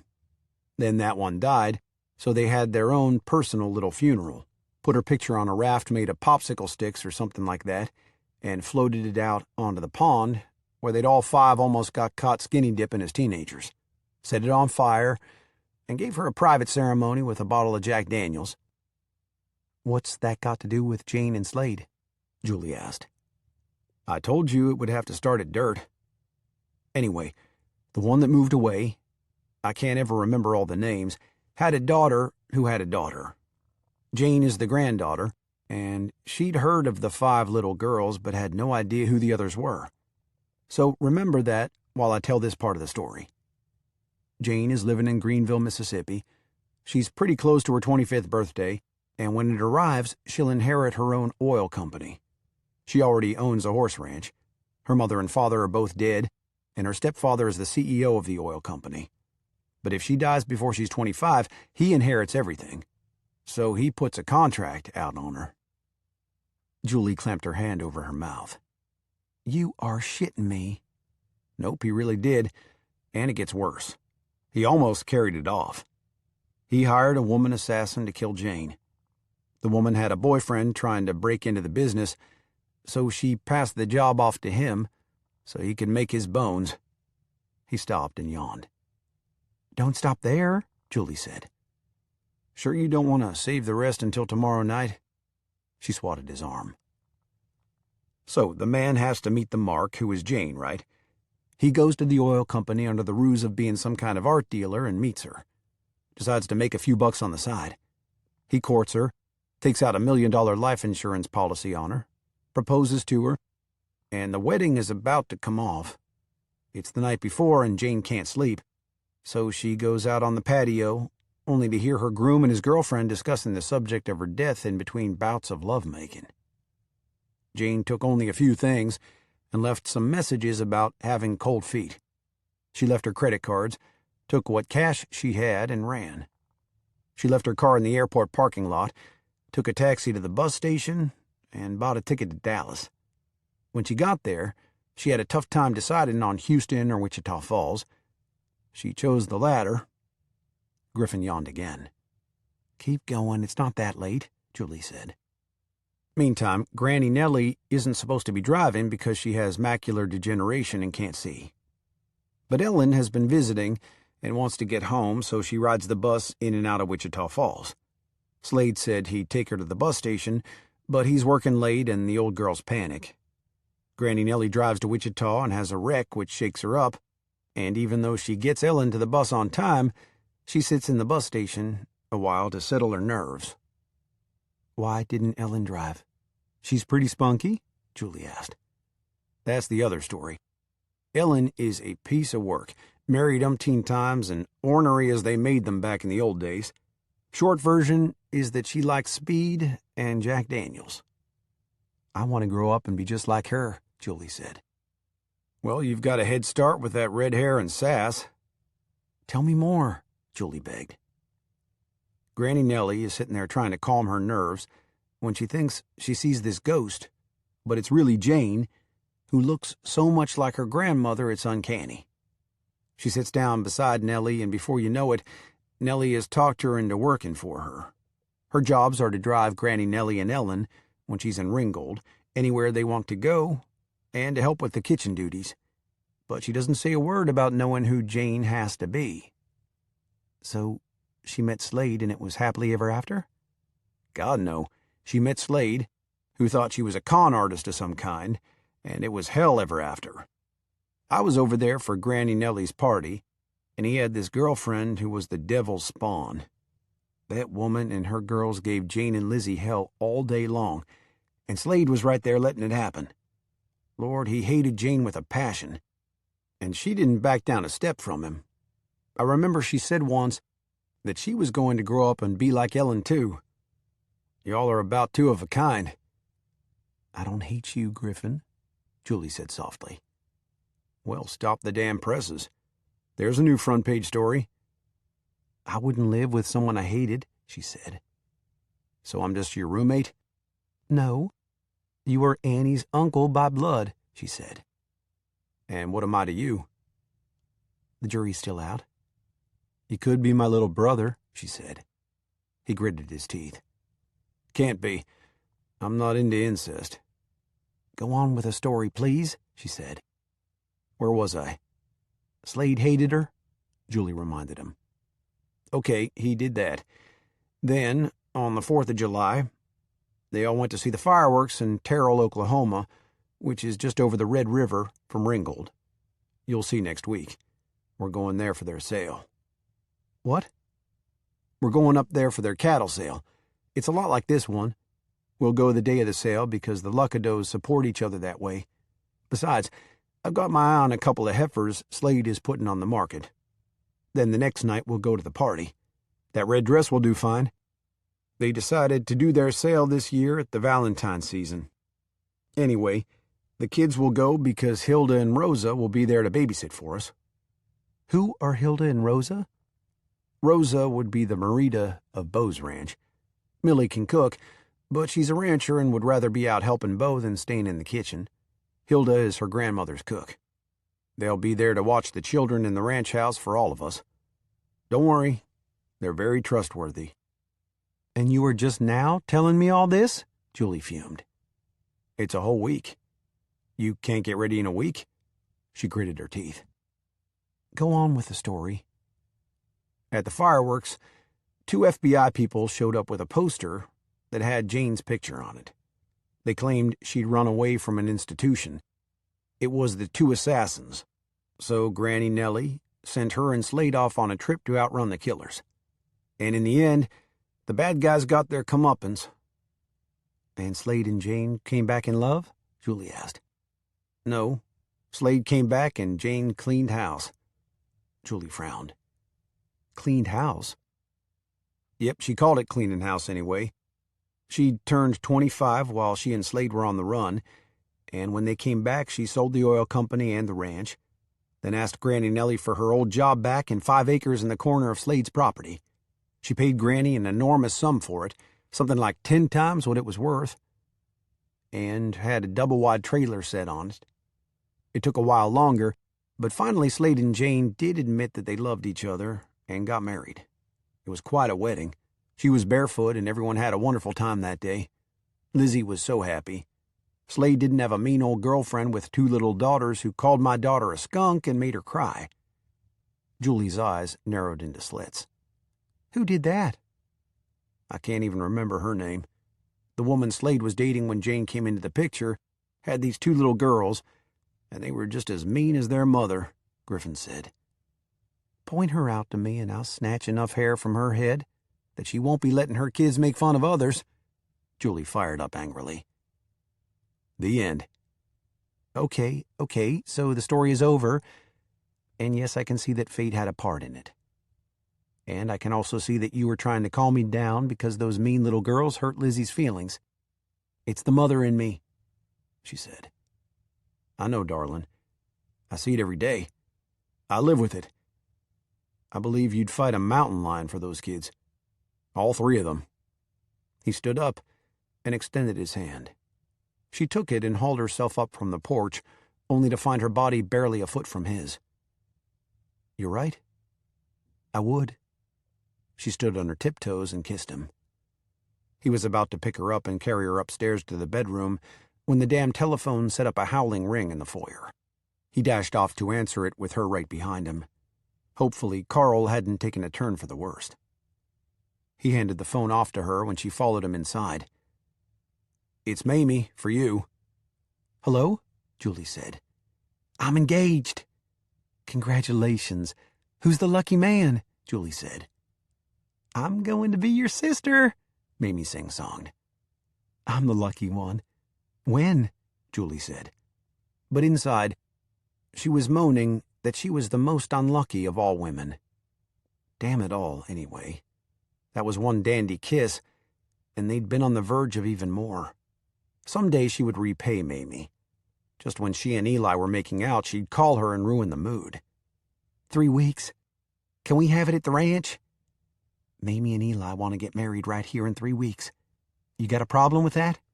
Not at all, Griffin said. I'm going up to bed.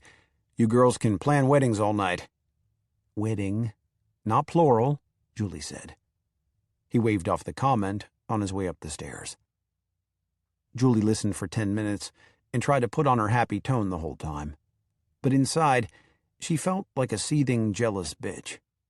She let Mamie gush on and on about what all they had to do with the wedding preparations.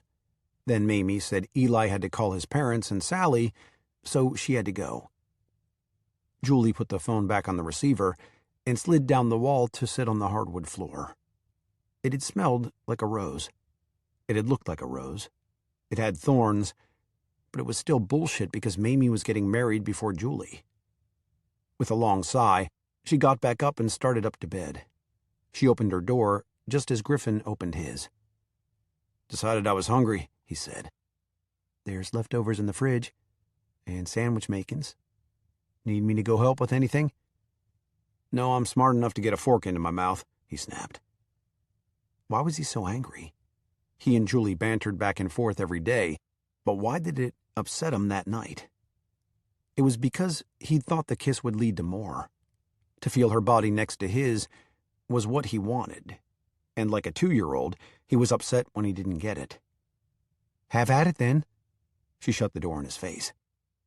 Before she made it to the closet across the room, he slung the door open, kicked it shut with his foot, and crossed the room in a few easy long strides. He gathered her into his arms and kissed her so hard that her pulse galloped, her imagination ran wild, and every nerve ending in her body quivered in anticipation. When they broke away, he started as if to leave. Good night, Julie, he said. Oh, no, you don't. She grabbed him and ran her hands up under his T-shirt, pulling him close to her body again. You're not kissing me like that and then leaving me to toss and turn all night. You started this, partner, and you're going to finish it. My room or yours? Right here. She fell backward on the bed and pulled him down with her. Sparks danced around the room in a bright array of colors. The headboard bumped the wall once, and Julie reached up to hold it steady. It was more than sex, deeper than merely a love-making session.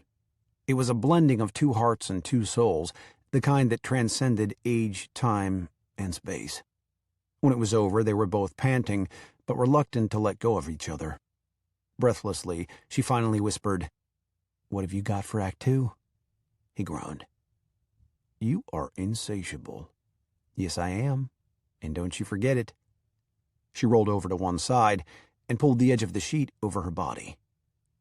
Well? Tonight it's a 1-act play, darling. If you want a 3-act play, you're going to have a few more 1-acts in between and not wait so long. We'll have to see about that. She smiled. Sometime near dawn, he peeked out into the hallway and tiptoed back to his own room. Julie awoke 5 minutes before the alarm sounded and rolled out of bed, feeling alive, awake, and alert. She hurriedly threw on a robe and rushed down to the kitchen. Coffee was perking and breakfast waiting by the time Griffin made it to the table. And he acted like he did every single morning. She could easily have strangled him until his blue eyes popped out on the table like 2 marbles. How could he behave like the night before had never happened? Easy. It was the same way he had acted after the night in the barn. For weeks now, she'd been waiting for him to make another move, and nothing, nada, nil. He must have had the Dr. Jekyll and Mr. Hyde syndrome. One man in the kitchen, another in the bedroom. How on earth was she going to combine the two into one worth having? The kids dragged themselves to the table, ordered pancakes and sausage, and sipped at orange juice until their blue eyes finally opened. By the time the plates were set before them, they were ready to eat and hurried back up to their rooms to get ready for school. It was Friday, and the weekend was right around the corner. According to Annie, school was fun and she loved to learn, but she missed playing in the backyard all day. "You might want to call Jane today," Griffin said. "Why's that?" "I told you that red dress was all right, but it seems like last year the ladies were wearing jeans and their fancy Western things. I don't want to get in trouble," he said. She threw a dish towel at him. "It's not what I wear or don't wear that's going to get you in trouble." "Oh?"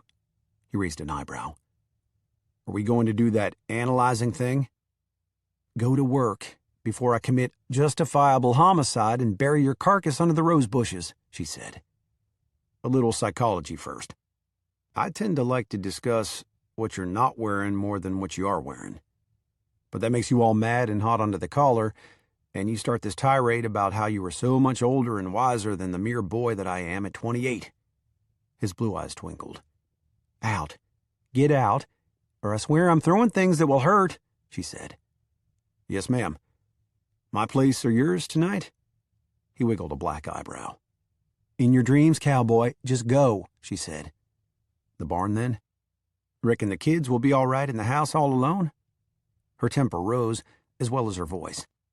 "I said get out of here, Griffin, and I mean it." You wanted him to act different, and when he does, you rile up in a rage. "Make up your mind, woman," her conscience whispered softly. "I'm gone. See you after school. I swear you are two different women. One when the sun goes down, another when the moon comes up. Are you part werewolf or something?"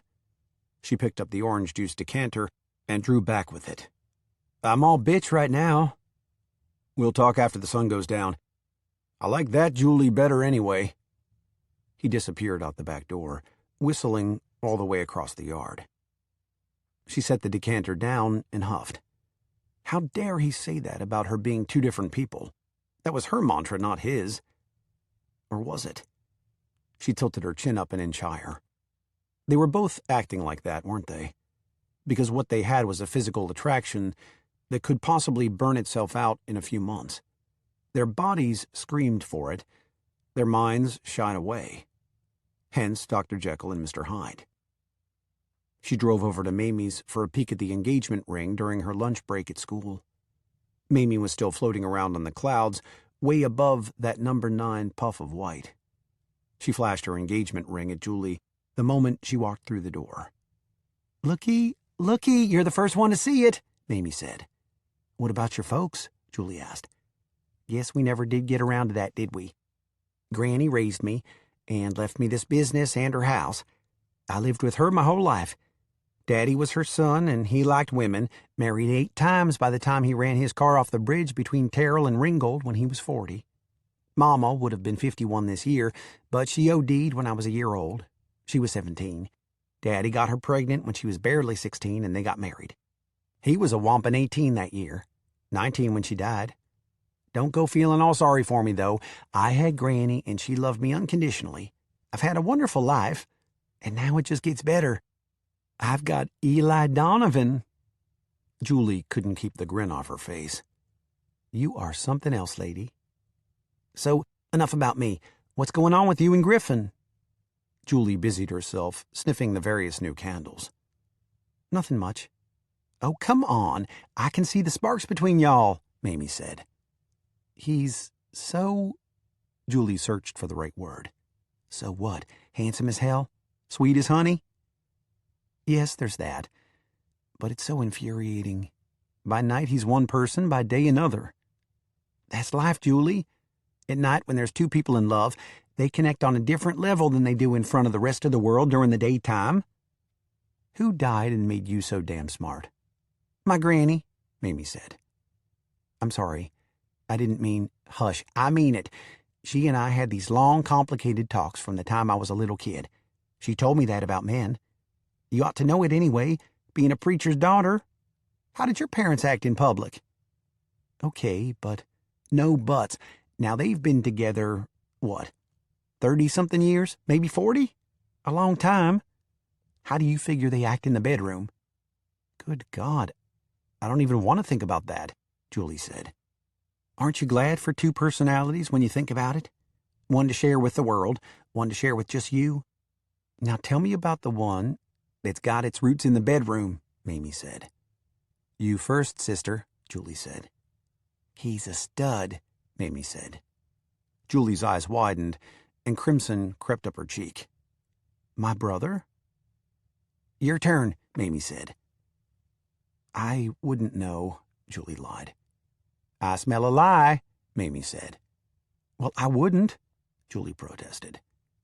You've got to stop lying, or your ass is going to get burned, Mamie said. I'm going home. I've had all the sex talk I can stand for one day. Mamie did something between a shiver and a wiggle.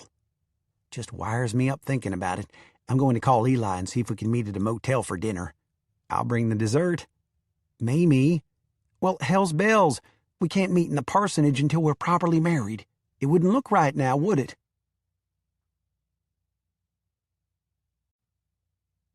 Chapter 18. Nellie Luckadeau and her sister Ellen held court under the shade trees in the backyard of the Double L Ranch. Queen Nellie's short gray hair had been cut in an easy-to-care-for feathered-back style. She wore her trademark stretch jeans, a blue T-shirt covered with a denim overshirt, and cowboy boots. Queen Ellen's long red tresses were ratted up in a bouffant style. She wore red spandex capri pants, a yellow tank top, and a red sequin sweater. Julie still had trouble believing two people so different could be sisters. Lizzie and Annie were more alike, and they didn't even share the same mother and father. Come on around and pull up a chair with us, Ellen shouted when she saw the Lucky Clover crew arriving. Alvera has come to visit, too. She's in the kitchen right now getting a cup of coffee. I know she'll be glad to see y'all. We won't have many pretty days like this. Winter ain't through with us yet, but we're going to enjoy this day. Katie Scarlett is in the den playing if you girls want to go in there. Tim and Rich here at the sale with their father, so you might want to go on with Griffin, Chuck, Nellie said. Can we go with you, Daddy? Lizzie asked. You have to sit beside me and learn about cows, Griffin said. Does Tim and Richie have to learn about cows? The sale barn isn't a place for kids to run and play. If you want to go with me, you have to be still and learn about cows. They'll be sitting with their daddy, Griffin said. Then we'll stay here. I want to go with you, Chuck said. Tell the boys when they get tired of cows to come play with us, Annie said. I'll do that, Griffin said. Julie slapped Griffin's arm. That was a cop-out. It is the absolute truth, Griffin said. Hate to agree with a man when us women folks are supposed to present a formidable front, but he's right. Kids shouldn't be in the sale barn unless they're there to learn. It's a place of serious business, Nellie said. See? Griffin headed across the backyard. Don't you go getting all high and mighty with Julie, Ellen yelled. She wasn't raised on a ranch, but she's a fast learner, so watch out. Julie pulled a green lawn chair across the yard and joined them. Pretty day. Won't be long until it's so hot we'll be whining for a day like this. It don't get too hot for me, Ellen laughed. Nellie shook her finger at Ellen. Don't you start about all your men and the hot times you've had. Just because you've got a fresh set of ears to entertain doesn't mean you have to. Ellen winked. We'll send her off to get us a beer or a glass of tea in a little while, and then I'll tell you stories that'll straighten that pretty red hair right out, straight as a judge on Monday morning. Alvera pulled up a chair and joined them. She can do it. Ellen always had a wild streak. Took Nellie to keep her out of trouble most of the time. Don't know what would have happened if they'd both been as wild as Ellen. Ellen pointed at Alvera. That is definitely the pot calling the kettle black. Don't pay any attention to her. I admit I was a hellcat. Matter of fact, I still am. How are things over at the Lucky Clover? Alvera said. Going well, from what little Griffin says. He doesn't tell me much, but then I'm a city girl. I wouldn't know if it was making millions or if it was falling into bankruptcy, Julie said. Ellen smiled. We wasn't asking about the price of hay or the vet bill. Now you shush up, Ellen. These kids don't need us old meddling women to get in their business, Alvera said. Jane opened the back door and carried a cute little girl outside. The child was the absolute image of her father, with just enough of Jane's mouth to make her beautiful. Jane wore jeans and sandals. Ellie was dressed in a pink knit romper with a matching hat and sweater. Jane put the baby in Nellie's outstretched arms. They might need meddling old women to get in their business. I can remember 2 other stubborn folks who benefited from it, Jane said. Drag up a chair and entertain us before Ellen gets started telling Julie stories, Nellie said. So, where's Millie? Jane asked. She dropped off the 2 kids in the house with Hilda and Rosa and went straight to the barn. She says she's buying a particular heifer today, Ellen said. She knows cows as well as her husband. I could probably run Slade a close race when it comes to horses, but a heifer is a heifer to me. I let him take care of that part of the business, Jane explained to Julie. And where do you fit in? Ellen asked Julie. I was raised in the city. Well, not really a city, a medium-sized town, Jefferson, Texas, over on the Louisiana border. We drove into Shreveport when we wanted something from the bigger city. I'm a school teacher, and I understand that isn't such a good thing to be among the Luckadeaus. I reckon I could teach the cows to read, or add 2-digit numbers, but other than that, I'm out in the cold. Never know what you'll be next year at sale time, Jane said. In my own house again, I hope, Julie answered. Oh? Nellie stopped baby talking and looked at Julie. I'm thinking about putting a double-wide trailer over on my 5 acres. Lizzie and Chuck can stay with me on the days they're not in school.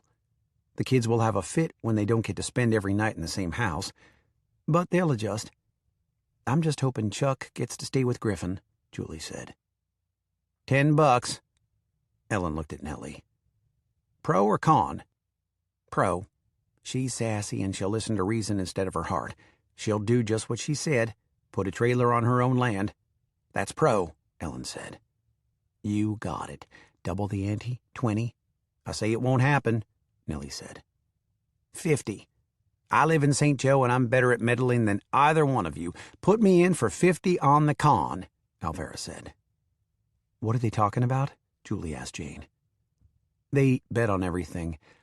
I couldn't tell you how many times a $20 bill floated from Ellen's bra to Nellie's while Slade and I were figuring things out. Right now they're betting on whether you'll set a trailer on your acres or whether you and Griffin will stop fighting the inevitable and get married, Jane said. Hey, put me in for 20. Con. What's Ellen betting? Julie asked. Pro. I'm betting you put that trailer over there on your own 5 acres and have a passionate affair with Griffin for a year and then marry him. You're smart enough to see if the sex is as good in a year as it is right here at first, Ellen said. I'll see your 20s and raise each of you 5. I'm betting 25 that I put a trailer on my 5 acres and never marry Griffin, Julie said. Hey, Jane said. You're a strong woman, but even the mighty fall. So Ellen and I will see your bet. You move out of the ranch house and into your own place, we owe you 25. Not me. If you move out of the ranch house, you owe me 50. I'm not playing with small potatoes, Alvera said. 50 to you then, Julie said. Millie climbed over the yard fence at the far corner. 2 little blonde-haired boys and 1 red-haired boy crawled between the rails and hurried off into the house. Who's betting with Ellen? And what are we betting on? She asked. Pro, Julie moves out of the ranch house and into a double-wide. Con, she marries Griffin by summertime, Jane said. How much? Millie asked. Julie raised the stakes to 25 and says she's pro. She doesn't want to marry our cousin-in-law or even have a passionate affair with him. And to think we didn't like her because she was out to take Griffin to the cleaners, Jane said. Well, she is a school teacher and they can't be trusted. Put me in for 25. Con, she's already been to bed with him. The fighting isn't over and the votes aren't in, but I'll say anyone who has wild, passionate sex with a Luckadeau isn't going to move out and leave it behind." "Millie," Julie gasped. "Truth is truth. Pour chocolate or cow shit on it, and it's still the truth when you get out the garden hose and wash it down.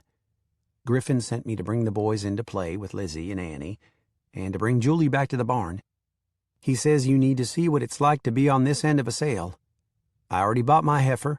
Griffin is spitting nails because I outbid his sorry ass," Millie said. "Well, that's just great. I have to go contend with him after you make him mad," Julie said. 5. Pro. Ellen looked at Nellie. Nellie shook her head. "I ain't losing my money." Julie followed Millie a few steps and looked back. "What were they betting on that time?" "Whether you already know about that wild, passionate Luckadeau sex," Nellie said. "Don't put me down on that one," Millie yelled as she went over the fence. "You all are crazy women," Julie said. "Probably, but ain't it fun? And only a Luckadeau man could put a glow on a woman's face like you got, so I'm not losing my money betting you haven't had sex." "It's pretty evident that you have," Millie said. Julie just smiled. "See? You aren't even denying it," Millie said. "I don't kiss and tell. It might have happened, but then it might not have," she said. "Don't play coy with me, Julie Donovan. Is he any good?" "Only a Luckadeau woman knows about the glow, so you tell me." Millie laughed. "I'm going to grow up and be like Ellen," Julie said. "Then you'd better lose the bets and get on with life. That woman has had at least 4 husbands, and I wouldn't want to see that tally sheet on her affairs. It'd take the rest of your life to catch up to Ellen. She's forgotten more than you'd ever know even if you started right now." "Ellen?" Julie couldn't believe Millie. Maybe the woman still didn't like her and was putting her in a precarious situation with the 3 older women. She grew up in the casual sex, burn the bra and to hell with it all era. She can tell stories that would put an erotic romance writer to shame, and most of them begin with, "Well, I bought a bottle of Jack Daniels, and guess where it led me." She'll never grow up. Julie smiled. "I hope not. She's a sweetheart. She's so much fun, and she'd do anything for anyone. But, honey, she's not a saint," Millie said. "There's Griffin up there, first row of the balcony. Stairs are that way," she pointed. "I'm going to the other side where Beau's looking at a few calves." Julie climbed the steps up to the balcony overlooking the sale floor. Griffin motioned her over, but kept a few inches of space between them when she sat down. 2 elderly men in bibbed overalls were on his other side. Griffin wore jeans and a faded blue t-shirt. His straw hat rested on the seat between him and the older men. He couldn't think if Julie was touching him, not even shoulder to shoulder, and he really wanted to buy a particular heifer. "This is Julie Donovan. Julie, this is Harvey Lymans and Tom Miles." He made introductions when she sat down. "Pleased to meet you," they said in unison. "Likewise," she said. "He says you're his lucky charm. His cousin's wife got a heifer he wanted, and he says it's because you weren't here," Harvey said. "I did not." Griffin raised his voice just slightly. "Well, you damn sure should have," Tom said. "Honey, if he don't want you to be his lucky charm, you come on over here and sit by me. I'd even pay you to be my lucky charm." "Man got a lucky streak in his hair. Shouldn't need a lucky charm," Harvey teased. "Wish I had all that black hair with a white streak in it. Maybe I'd get the pretty red-haired girls." "Old man, you'd just like to have any color hair up there in that bald head of yours," Tom said. "You're one to talk. All you got is a monk's rim left." Old men or old women seemed they delighted in pestering each other. Julie wondered if Harvey and Tom had already put down $5 or $10 bets on whether she'd bring Griffin good luck. Slade in 2 of his hands herded a massive Angus bull into the center ring. Griffin leaned forward, placing his forearms on the rail in front of him, and studied the creature while they walked him around the pen. Julie studied the man. He was the best thing since ice cream on a stick, and she was in love. A quick pass through memory lane in a hayloft, and her hands went clammy. "Biddin' or passin'?" Harvey asked Griffin. Passin'. He's a fine old boy, but I'm not in need of new blood right now, Griffin answered. I'd buy him just to stand out there in the pasture and look pretty, Tom said. Not if I wanted him, Harvey said. We going to get into it? Harvey leaned forward and raised his hand when the auctioneer started the bidding. I think we might. What are they doing? Julie whispered. Her warm breath was so close to his ear that passion stirred in his blood. He forced himself to think about something else.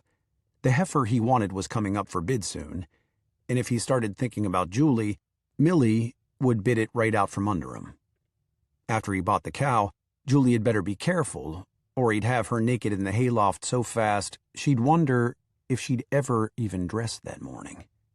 He whispered back, bidding against each other. They're both richer than Midas. Harvey's from West Texas. Millie grew up on the ranch next to his. Tom is from East Texas.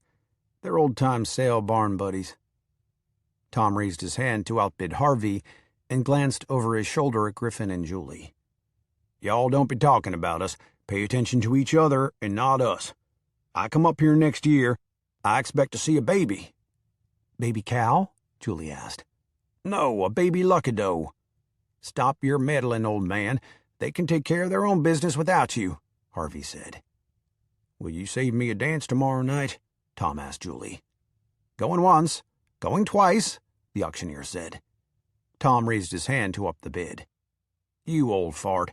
You nearly caught me off guard. Now that bull is going to cost you double. Why are they doing that? Julie asked. It's a game from here on out and benefits Slade. Neither of them needs the bull. They both want it to win the game. It's kind of like the pile in the middle of a table at a poker game. But the money. She gasped when she heard the bid go in excess of $5,000. It'll get higher. That's one of Slade's registered bulls. He'll go for at least $10,000, and maybe higher if these two keep up a bidding war.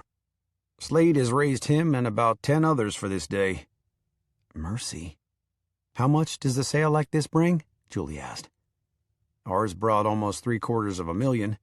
Slade is hoping to top $1 million today. Julie heard the big numbers, but what stirred her heart was one little word. Ours. How much did the cows go for? She asked, as the single little 4-letter word rattled around in her head. Depends. 1,000 bottom rate. 5 probably tops. Millie paid $4 for the one I wanted. Why'd you want that particular one? She's a good breeder. She'd be an asset. I'll never learn all this stuff, she mumbled. Ours, yours, pro, con. Harvey outbid Tom with a final bid of $12,000. Tom swore that when the next bull came up for grabs, he was having it no matter how much Harvey dug out of his hip pocket. They headed toward the refreshment table, set up in a tent outside the barn. Harvey said that he had a hankering for a barbecue sandwich, and Tom said he was crazy for eating that kind of food when there was chocolate cake. Griffin looked over at Julie. Don't let the old guys rile you. It's just their way. They've been teasing me every year since Diane left. At the sale parties, they've tried to fix me up with every woman from barely out of jailbait age to Ellen's buddies. Nellie and Ellen are just as bad, Julie whispered. Want to play along with them? Pretend you're truly with me the next couple of days. Don't slap me if I throw an arm around you like we're a couple. Let's give them something to talk about, Griffin said. I've got a bet going with the ladies, she admitted. What's the pro and con? Doesn't matter. It would help me win if we snookered them into believing we were together. Make it a lot sweeter when I take their money, she said. He extended his hand. Deal then? She shook it. Darling, if you ain't the most handsome thing here, I'll eat my hat, she drawled. Hey, make it believable. They can smell a lie a mile away. Deal, she said simply. But she didn't drop his hand. Harvey and Tom were back in a few minutes, this time interested in buying a different bull. It took 15 minutes, but Tom wound up with the high bid. When Slade led the next heifer into the ring, Tom looked over at Harvey, who shook his head. Griffin put both his hands on the bar in front of him and began to bid, Millie working against him from across the barn. When the dust settled, Griffin owned the heifer for $3,000, and Millie waved good-naturedly, yelling above the din that the next one was hers. Bo pointed at his chest, telling Griffin that the next one was his. "Why don't y'all just come over here any day of the week and buy what you want from Slade?" Julie asked. "And ruin the fun, honey?" Tom leaned around Harvey and cocked his head to one side. "For the whole next year, these cousins will gee-haw about who got the best deal.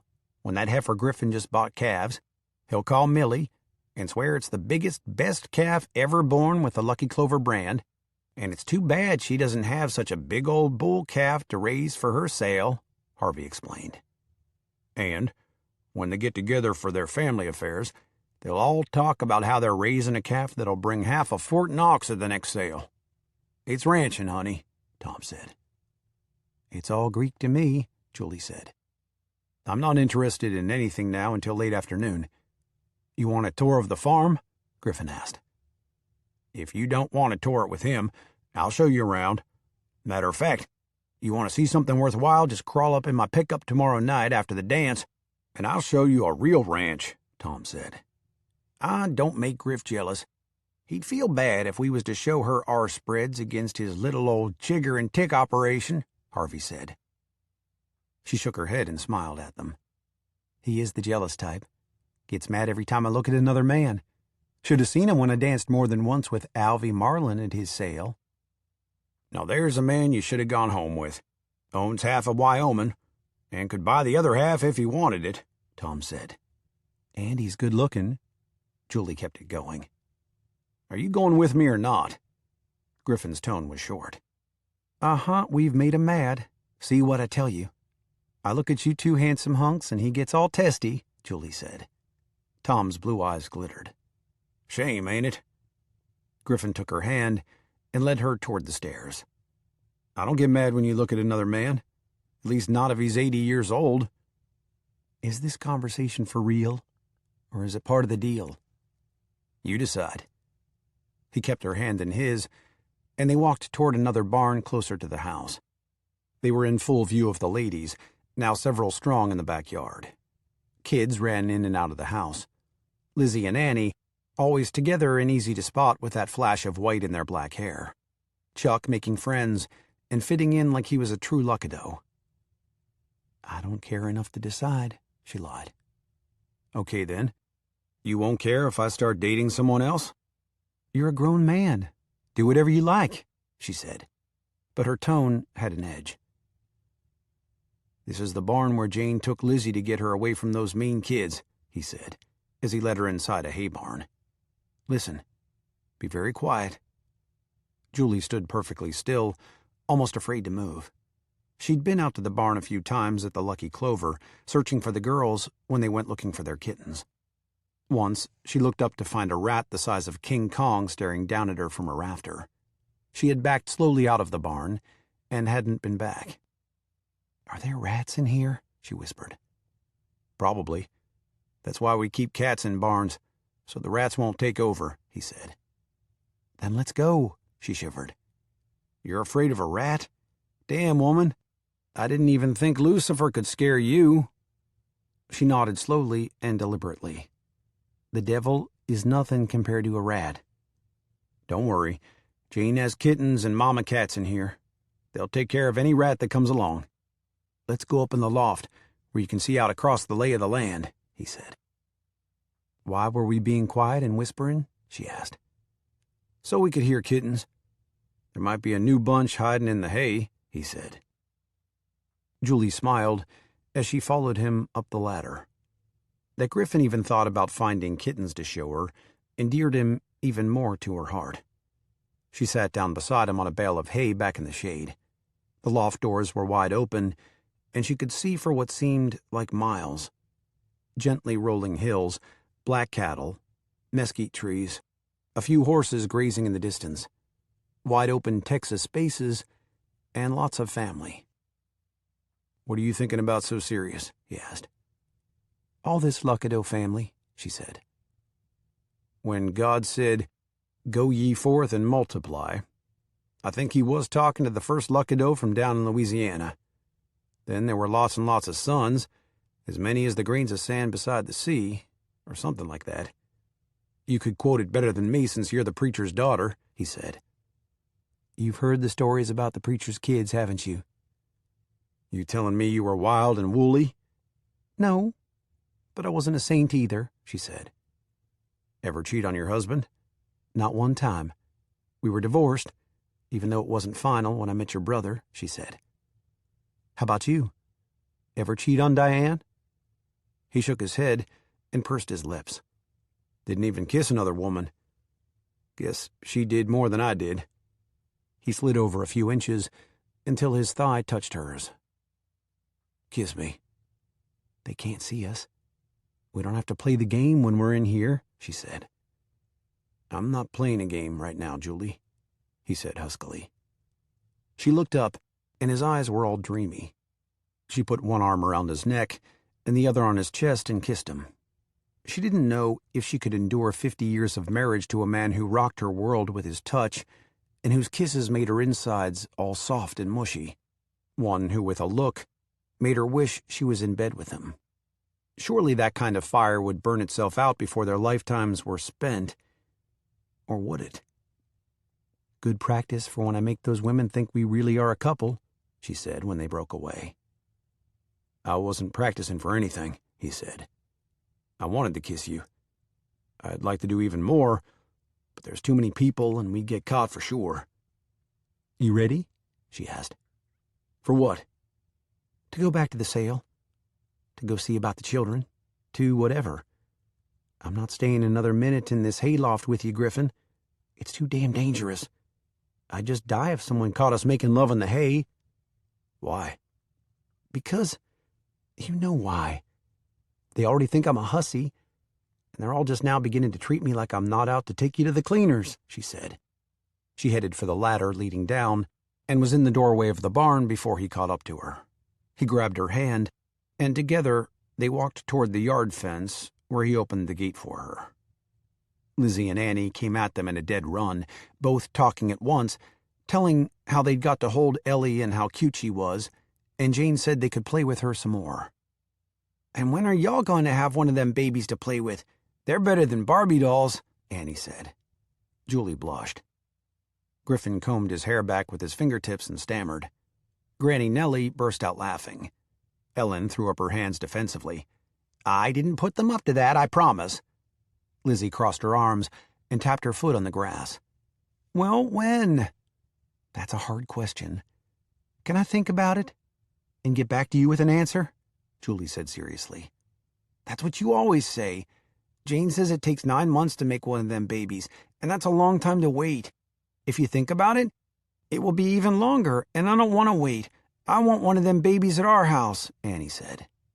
You want a baby or a pony more? Griffin asked. Annie turned the tables. That's a hard question, and I have to think about it. Not me. I got's a pony, and I want a baby, Lizzie declared.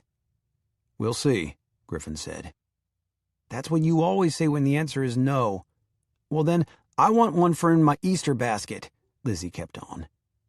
Griffin squatted down beside her and made her look in his eyes. This is a subject that's embarrassing, Elizabeth. I want you to quit talking about it right now, or Julie might decide to move, he whispered. Lizzie's chin quivered, and she hugged Julie so tightly that she practically squeezed the air from her. I won't never say nothing again. Please don't move, Julie. And Ellen did too say something. She asked me and Annie if we didn't want one of them babies at our house. Uh-huh, Julie exclaimed. The plot thickens. Pro? Griffin looked at her.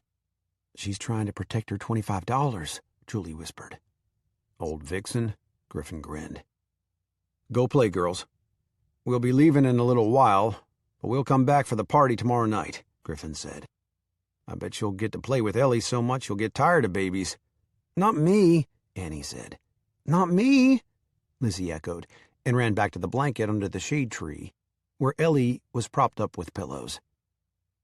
Mama, I need to talk to you, Annie whispered. Julie dropped down on her knees. What is it? We aren't moving, are we? I don't ever want to move. I'd be so sad if we didn't live with Lizzie, and Chuck would cry. Only boys aren't supposed to cry, And he'd do it at night so you couldn't hear, and we just can't move." Griffin gathered Annie up in his arms and hugged her tightly to his chest. "Don't you worry, honey. We couldn't live without you at the ranch. You're part of it. So go play and don't think about it." She kissed him on the cheek and joined Lizzie. "Why'd you say that?" Julie asked. "Because I don't want her to think she caused you to move out with her wanting a baby in the house. She's just a little girl. She shouldn't have to worry about adult things at the age of 5. "But we might move out. And you just promised that we wouldn't," Julie said. "No. I said we couldn't live without her at the ranch," Griffin said. "You know how she took it," Julie said. "I don't ever lie to her." "You accusing me of lying? Lizzie and I would have a hard time living without her now that we've had her. You telling me that you could separate them and live without Lizzie? If you are, you've damn sure got me fooled." "That's not what I'm saying," she bristled. "How's my investment over there?" Millie yelled. "Looking like a pro situation to me," Julie said. Don't be calling the war one over one little fight," Ellen yelled. "You want to tell me about this bet?" Griffin frowned. "Darling, your fragile little ego couldn't take it." She put her arms around his neck and hugged him tightly. He frowned. "I'm going back to the sale barn. You coming with me?" "Think I'll stay here for a while. Kiss me on the forehead so they'll think we made up," she said. "I can do a damn sight better than that," he said. He wrapped her up in his arms and laid one on her that made all the women swoon. She joined the circle of women, pulling up a chair and sitting down not far from where Lizzie and Annie entertained Ellie. Her lips felt bee-stung, and her face was crimson as she thought about other kisses and where they'd led. From there, her mind went to what happened when she'd let her desire have its way before. She'd had a baby girl. She realized she hadn't used birth control when she'd had sex with Griffin, hadn't had any need for it in 6 years, so it had slipped her mind completely. She felt all the blood leave her face. Now, wasn't that the most immature act she'd ever pulled? She could blame the night with Graham on too much to drink. Both times with Griffin, she'd been stone cold sober. In my defense, she thought, I quit using anything years ago when Derek and I decided to have a child. Or rather, when I decided we were having one. Looking back, I don't think he cared one way or the other, and probably was a good thing since it was his fault we didn't have one. I was all pumped up on fertility drugs when I got pregnant with Annie. It's a wonder she wasn't 3 or 4, or even 6 little dark-haired kids with white streaks in their hair. Now, wouldn't it have been a royal hoot if I had more than one and some were boys, blessed with a Luckadeau blonde hair and blue eyes? In the same nursery with black-haired girls. That would have created a stir now, wouldn't it? "Whatever are you thinking about?" Millie asked. "Nothing," Julie said. "I bet it has something to do with whatever happened in those 9 minutes they were in the barn," Ellen said.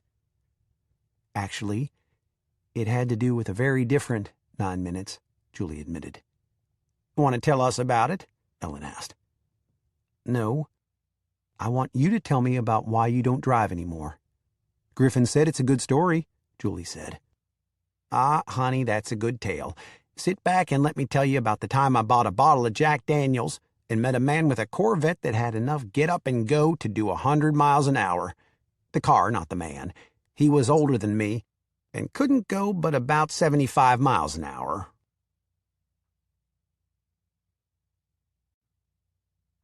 Chapter 19. The night air was pleasant. The band had already geared up. Through the open barn doors, Julie could see people lined up at a buffet table. Slade's sale party was a lot more casual than the one they'd thrown at the Lucky Clover, and Julie liked it much better. From the way everyone in the barn was dressed, she was surely glad she'd visited with Jane before she got dressed for the evening, and she was already planning what their sale would be like the next year. At least she was planning until she realized what she was doing and brought herself up short. By the next year, she'd be in her own place, and the Luckadeau women would take care of the sale. She might be invited, but then again, if Melinda had her way, maybe not. Griffin wore a pale blue Western shirt, starched and creased Wranglers, a tooled belt with a big silver rodeo buckle, and his dress cowboy boots. His hair was a touch too long, but Julie loved it like that. The white streak flowed back and reminded her of Johnny Depp's in Sweeney Todd. Julie had made a dash through Cavender's in Nakona and picked up a pair of boots, a western cut blouse in lime green, and a new pair of Cruel Girl jeans. Her red curls framed her face, and her mossy green eyes sparkled.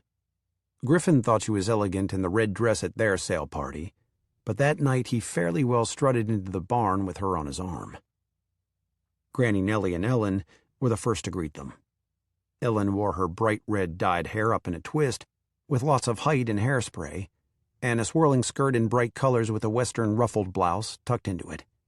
Nellie wore jeans and a bright red blouse and boots. While the Lucky Clover party had reminded her of a sheikh's tent in the desert, this atmosphere felt like a real barn dance. Buffet tables were set up with fried chicken, steaks, baked potatoes, and so many side dishes and desserts, Julie couldn't begin to count them. "It's looking good. I changed my bet to Con. You won't make it until summer," Ellen told Julie. "Don't count your chickens before they're hatched, and don't believe everything you see," Nellie said. "What?" Griffin asked. "It's a girl thing, but I'm thinking us old girls might have met our match," Nellie said. "Are you talking about Julie?" "Well, darling, she ain't talking about you," Ellen said. Nellie changed the subject. "The sale made even more than what Slade was hoping for, so we're all happy tonight. You two get in line and eat, and Julie, you better keep him real close tonight. There's lots of pretty women here who'd like to touch that white streak and see if it's as soft as it looks. Or else touch something else on his body. He's a fine-looking cowboy," Ellen said. "Yes, ma'am," Julie said with a wink. "Want to tell me what that was all about?" Griffin asked. They lined up behind Jane and Slade. "Nope, I'm hungry." "Me too, and I'm not even mad," Jane said. "Thank God. We'd have to tell the caterers to put another steer on the spit if this girl was angry," Slade said. Jane blew a kiss toward him. "He's telling the gospel according to Jane Luckadeau. When I get mad, I get hungry. First time he took me out to eat, he found out about that." "Oh?" Julie asked. "She'd just decked the lady I'd been dating," Slade said. "Must be the curse of the Luckadeaus, whether we have blonde or black hair," Griffin said. "You hit his girlfriend?" Jane asked Julie. "No, but I wanted to wipe up the highway with that bitch. She spanked Lizzie for not wanting to eat carrots. I still get mad when I think about it." "What were you thinking, Griffin, dating a witch like that?" Julie asked. Griffin threw both hands up, palm out. "Hey, I sent her packing when I found out, didn't I?" "You should have done more than that. Call the caterers and tell them to bring out more fried chicken, Slade. Just thinking about someone hitting Lizzie makes me angry," Jane said. Slade rolled his eyes toward the rafters. "She's got a special place in her heart for Lizzie. They made fast friends the first time Slade brought her to the ranch. She actually wanted Ellie to be born with black hair and a white streak. I told her she'd done latched onto the wrong Luckadeau for that." Griffin's angular cheeks filled with color. At one time, he had thought maybe he'd talk to Slade about dating Jane, since she'd been so good to Lizzie, but by the time he got up the nerve, it was too late. It was already evident by then that Slade would be the Luckadeau who wound up with Jane. Slade and Jane piled their plates high and disappeared into the crowd, looking for a place to sit at one of the 8-foot tables covered with red and white checkered oilcloth. When Griffin and Julie had filled their plates, Mamie motioned them over to the table she and Eli shared. When they sat down, Julie wasn't a bit surprised to see Millie and Bo and Jane and Slade at the same table. "You should have gotten the T-bone," Jane told Julie. "I thought you were having chicken," Julie said. She cut a bite-sized piece of medium-rare steak. She forked it and held it across the table toward Julie. "Here, taste this.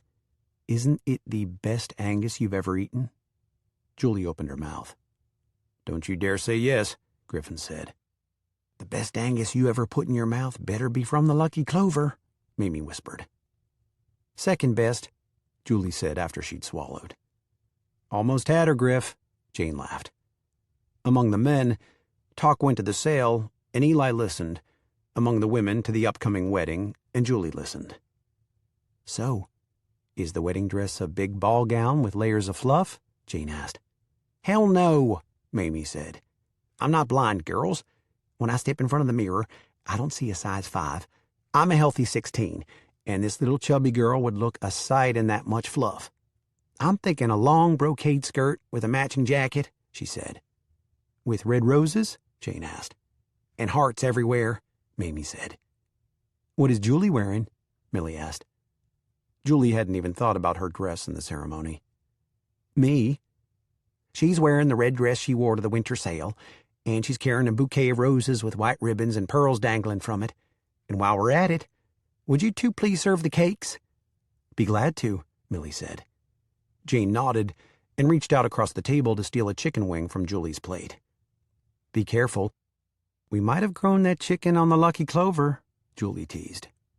Best chicken I've had tonight, Jane said. Am I going to win? Mamie's eyes lit up. Win what? Are we betting? Jane leaned forward and whispered in Mamie's ear. Put me in for 25. Pro, Mamie said. You're going to be a preacher's wife, and you are gambling? Julie exclaimed. Which reminds me, I think it's time for us to carry on the tradition since there's enough of us now, Jane said. What tradition? Millie asked. Mamie raised her hand like a grade school girl. I know, bridge night, and I'm all for it. Bridge night? Millie asked. Once a month on a certain evening, we leave the kids with the husbands and meet somewhere for a girls' night out. Play a little bridge, eat some chips and cookies, drink a few Dr. Peppers, Jane said. I'm the one with the store that has the back room, so I'm offering for the place. How about the 3rd Thursday of each month? Julie and Jane bring the cookies the first time, Mamie said. Bridge? Julie sighed. I'm not good at bridge. Ellen's bridge. I think you and I both made the comment we were going to grow up to be just like her, Jane said. Mamie cupped her hand over Julie's ear and whispered, Poker night. Julie's eyes sparkled. For real? Absolutely. Bring your purse, darling, Jane said. Griffin caught the tail end of the women's conversation during a lull in the men's. For what? Why would she bring her purse to something? Don't ask. It's got something to do with a ladies' night out they are planning once a month, Eli said. And I think I heard something about chips and cookies, Bo said. And beer? Slate said. I said Dr. Pepper, Jane protested. Yes, but it was after a hesitation, Eli said. You were supposed to be talking about cattle and ranching, Julie said. We are smarter than you think, Griffin told her. You ladies going to need a designated driver? Eli asked. Ellen leaned back from the next table. If they do, I'll be glad to come around and bring them all home. Can I drive your truck, Slade? Hey, we'll be able to drive ourselves. A preacher's wife wouldn't get sloshed playing bridge, Mamie grinned. And there ain't no way you're driving any of the double L vehicles, Ellen, Slade said. Spoil sport. Ellen tilted her chin up and went back to the conversation between the 4 elderly ladies at her table. The easy bantering went on until they'd finished their food and Slade wiped his mouth, stood up, and asked Jane to join him for a dance. As Julie watched them, the green-eyed monster attacked her again. They moved in graceful, fluid motion, not missing a single beat of the music, and looking at each other as though they were still madly in love. That's what she wanted next time around, for a man to look at her like that on the dance floor and in the bedroom. Shall we show them up? Bo asked. Millie held up her hand, and the next 2 Luckadeaus took center stage. Millie melted into Bo's arms, and he looked down at his brown-eyed angel. Julie sighed. Eli held out his hand to Mamie. May I have this dance, my lady? You 2-step? She asked. Yes, ma'am, with the best of them, he said. I'm getting more than I bargained for, she grinned. Julie was very proud of her brother in that moment. He might not wear boots and a western-cut shirt, but he executed a fine 2-step in his pleated black slacks, pale green button-down collared shirt, and loafers.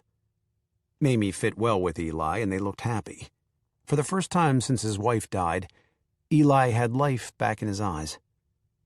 Shall we? Griffin asked. Is this part of the deal? It's anything you want it to be. I just want to hold you in my arms and dance with you. I want to be the one with you like they're with each other," he said. "I'd love to dance," she said. He led her to the floor, and in minutes everyone else stood on the sides, keeping time to the music as Griffin's white streak and Julie's bright red hair were a blur to the beat of a fast song. Her heart thumped in her chest like a bass drum by the time the song ended, and everyone clapped for them. "You are really good," Julie said breathlessly. "And now I need something to drink." "And a bit of fresh air," Griffin said. "Part of the deal?" she asked. "Like I said, Julie, tonight can be anything you want it to be. It's your call." "Then I want a Coors in a bottle, and a few minutes outside the barn, and to hell with the deal," she said. She noticed Nellie and Ellen both smiling as they carried their bottles out of the lights and into the shadows. So they thought they were on the winning side of the bet, did they? Well, they were dead wrong. She'd have all their money and Mamie's too. $100 free money to buy hot pink towels for her brand new trailer house. Griffin hopped up on the tailgate of a black pickup truck and patted the place to his side. "Come on up and rest your feet." She hitched a hip up and wiggled her way into a seated position. She tipped the beer bottle back and took a heavy slug. The burp that followed wasn't ladylike. "Excuse me," she said. "Not bad manners, just good beer," he chuckled. "Thank you." "Okay, this has been a lot of fun, yesterday and today, Julie. But where are we really?" he asked. "Backward," she said. "Want to explain?" "Not really, but I will. We live together already, only it's for the children, and we've been to bed with each other, so there's that relationship, but we both fight it," she said. 2 times doesn't constitute a relationship, and I quit fighting it a long time ago. Future now, please, he said. "I could love you so easy," she said. His heart refused to beat for 2 seconds. She'd actually said the words out loud. He leaned over and kissed her passionately. She pulled back and went on. "But, does there have to be a but?" he asked. "Yes, definitely. Millie and I were talking at the sale yesterday. She and Beau got everything turned around backward, too. Baby first. You know that. Just before their wedding, her mother sent them on a 3-day honeymoon." "I had never heard about this," Griffin said. "She sent them to a remote cabin on the beach in Mexico for a few days. Know why?" "Have no idea, but I like the idea." "It was for them to see if they liked each other." "But they were in love. From the minute he realized who she was and who Katie was, they were in love," Griffin said. "Yes, they were. Like I said, I could love you. I already like you," Julie said. "But are we fighting each other or fighting against love?" he asked. "Who knows?" "We're both passionate. It's the way we are. We fight with passion. We make love with passion," he said. "People don't live in the same house every day and always agree. I argue with Mamie, and you know what happened when I first met Millie and Jane. It took a while for us to even be civil. We're just now forming a friendship. Let's work on the friendship thing a while and see where it leads." "Okay," he nodded. "You're willing to do that?" "I am." "Friends don't sleep together, do they?" he asked. "I'm afraid they don't." "It ain't going to be easy. Frustration can make for some damn big fights. During this friends-only time, do we each get to date other people?" Griffin said. Julie's eyes narrowed into slits, and she set her mouth in a firm line. Thinking about Griffin in the arms of another woman turned her pea-green with jealousy. However, the thought of falling in love and promising to love him until death parted them scared the crap out of her. How could they ever separate after they'd said the vows in front of Lizzie, Annie, and hopefully Chuck? All 3 kids had faced enough in their 5 years without going through divorce. "Do you want to date other people?" Julie asked. "Do you?" "I don't know. There are a lot of unattached blonde cowboys in that barn." It was Griffin's turn to have jealousy rear its head. "I don't want you to date, so I won't either." "Okay, then that's rule 1, Julie agreed. "Any others I should know about?" "Yes. You've got to start talking to me. Tell me when your mother and sister are visiting the ranch, or when there's going to be a big sale, or when we're going to a party, and give me some warning. If nothing else, write it on the calendar, she said. I guess I can do that, he said. And she looked at him, and his smoldering blue eyes locked with hers. You can't look at me like that. Friends don't undress each other with their eyes. He ran a hand down her backbone. How about something more? Shivers sent goosebumps all the way to her scalp. I think it's time we went back inside, she said. Chicken? You bet I am. Scared shitless, she said breathlessly. I won't hurt you, Julie, I promise. I'm not afraid of you, Griffin. I'm afraid of me. I've got a confession. You are a fantastic mother to the children. You are strong, and you never back down when you're right. I've liked you for a long time, he said. Then I suppose we have to see if love and like will bond, and hold well enough we can trust it to keep us through tough times as well as good ones, she said. Let me know when you figure it out. Ready to go back inside and show him how to dance? He asked. She was amazed. He didn't press her for more. He admitted he liked her. Had she truly met her knight in shining armor? Was there such a thing as fate for her?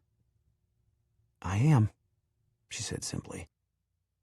They danced until midnight, then woke the children up from a pallet on the floor in the den and listened to them prattle all the way home about their cousins, from Ellie to Tim and Richie and a dozen others Julie had yet to sort out in her mind. The Luckadeaus had indeed gone forth and multiplied, and most of them were ranchers. She'd met Slade's uncle and his 2 sons who weren't into the ranching business, but even they knew how to enjoy a barn dance. The kids were already dressed in their pajamas and went right to bed without a fuss, leaving Julie and Griffin in the foyer. I really did have a good time the past 2 days, Julie said. So did I. And we did it without too much fighting, Griffin said. Guess we did. Does that mean after a while we'll get passive and... Julie, there's enough heat between us to last 2 lifetimes. I've never felt like this about another woman, he said. That sucked every ounce of breath out of her lungs. It came damn near to straightening her hair. Derek had never said something like that, and certainly not with so much passion in his eyes. Graham had certainly not said anything like that. And the 2 young men that she'd had flings with in college wouldn't have had the maturity to even know such language. And while we're on the subject, I'm a thinker, even if I sometimes forget to tell you about events and things. I've talked to my lawyer, and he's drawn up papers. Should we ever fall in like and love, and are willing to admit it, I want to adopt Annie. She's a Luckadeau, and, as Graham's biological child and my adopted one, she will have equal rights to the lucky clover with Lizzie. They'll inherit together when we're ready to step down. More air left Julie's lungs, and she gasped. Annie is a Donovan. Annie has the Donovan name, but look at her. She's a Luckadeau. I think I'm going up to bed on that note before we end the good days with the big fight, she said. Think about it. I'm in no hurry. You can have until next summer or 2 years. He waited until she was on the second step and touched her arm.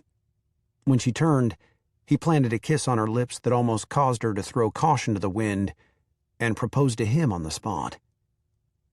Think about that, too. He whistled all the way to the kitchen. Sunday afternoon found the children in the den playing games and Griffin in the library working on finances. After church and lunch, he'd put on pajama bottoms and a comfortable shirt and disappeared behind closed doors. His normal duties every 2 weeks included bringing up the ranch spreadsheet and authorizing payment of a dozen bills, including household utilities, feed bills, and vet charges. Then he printed checks to pay his hired help for the past 2 weeks. He would rather pay them once a month simply because he hated the bookwork, but that was too long to ask a man to go without a paycheck. At 2 o'clock, Julie slipped inside and set a glass of iced tea and a plate of cookies beside him. She was almost to the door when she heard him swear. When she turned back around, he'd laced his fingers behind his head and was glaring at the computer screen. Damn, damn, damn. I hate bookwork. I may hire an extra person just to do this, he said. What? Write paychecks, keep track of insurance payments, run the business end of the ranch. Days like this are when I miss Graham. He loved this part. I hate it. She went back to his side. How often do you take care of this? Every 2 weeks, and that's too damned often. Every other day would make the job easier. Then you do it every other day and I'll pay you. Show me, she said. He did, and she had another job. She'd done basically the same job in college, working part-time for an auto dealership. Not quite as big as running the books for the ranch, but pretty much the same. Put what came into the ranch in the bank, pay bills, write paychecks, make sure the Social Security payments got sent on time, fill out the forms, and write a check for insurance payments. I really, really like you today, he said from the other side of the desk as he watched her work. The printer spit out the paychecks. Then she went to work on the payments that needed authorization codes. He unlocked a safe behind a desk door and handed her a leather-bound book. There's everything you need in there. Codes, safe combination, all of it. You are trusting me with this? She was amazed. I trust you with my daughter. She's far more important than this, he said. I bet you did miss Diane, she murmured. He shook his head slowly. Diane never knew one thing about this office. She would have wiped me out if she had access to the checkbook and those codes. She was young, immature, and very self-centered. I'm sorry, Julie said. Never thought I'd hear those words escape from your mouth, he said, through gritted teeth. Hey, when I goof, which is seldom, I apologize. Let's get it out and get it over with. Just pay the bills and write your own paycheck, he said. He went to stand at the glass wall and stare out into the courtyard. How much? You decide. Whatever it's worth, he said. She eased out of the chair and crossed the room, plowing through the heavy tension and silence all the way. She slipped her arms around his waist and laid her cheek on his back. Are you over the pain and hurt she inflicted on you, Griff? I am, but I'd never get over you doing the same, he said. Why? He turned and gathered her into his embrace, hugging her for the longest time before he planted a kiss on her forehead. Because I've fallen in love with you. I've fallen in like with you. I've just plain fallen for you. I want you in my life. I can't give you my kingdom like Alvy offered because it's tied up on paper, but I would if I could. She reached up and touched his face. Griffin Luckadeau, is that a proposal? It is. Then my answer is yes. I like you too. I like the comfort we have between us, but I also like the passion. I like looking out the kitchen window and seeing you hop over the fence as you come home for dinner. But I also like sitting beside you in church. I like the way you smell after you shower in the evening. But I also like the way you tuck your hands inside the bib of your overalls. Most of all, I like the way I can trust you. I've thought about it for 2 whole nights. Actually can't sleep for thinking about it. I love you. I like you. I want to spend my life with you. Are you serious? I figured you'd fight me on this. I did. And I don't want half or all of the lucky clover. I just want its owner's heart, she said. Honey, you've had that for a long time. When? Eli and Mamie deserve their time right now. Maybe after their wedding? He moaned. We're engaged. We're not just friends. We're 2 adults, like you said when I told you I was 6 years older than you. Since we are not just friends anymore, let's go upstairs and celebrate, she said with a twinkle in her eyes. Right now? What about the kids? He grinned. Right now. The kids are playing and my room has a lock. We only have to have a 1-act play to celebrate. But honey, on our wedding night, I fully well expect the whole 3-act Broadway production, she said. He swept her up into his arms and carried her up the stairs to a room where they undressed each other in a flurry of clothing, socks and undergarments landing all over the room. What they shared was wild, passionate, and left them both panting. Julie couldn't imagine what a lifetime of fast, wild sex, slow lovemaking, or anything in between would be like. But it sure looked fascinating from where she was right then, staring at the most handsome cowboy in the world, with his naked legs slung over her body. "Sleep," he moaned. "Forget it. If we've got time for a nap, we can use it for something a hell of a lot more fun," she said. And they did.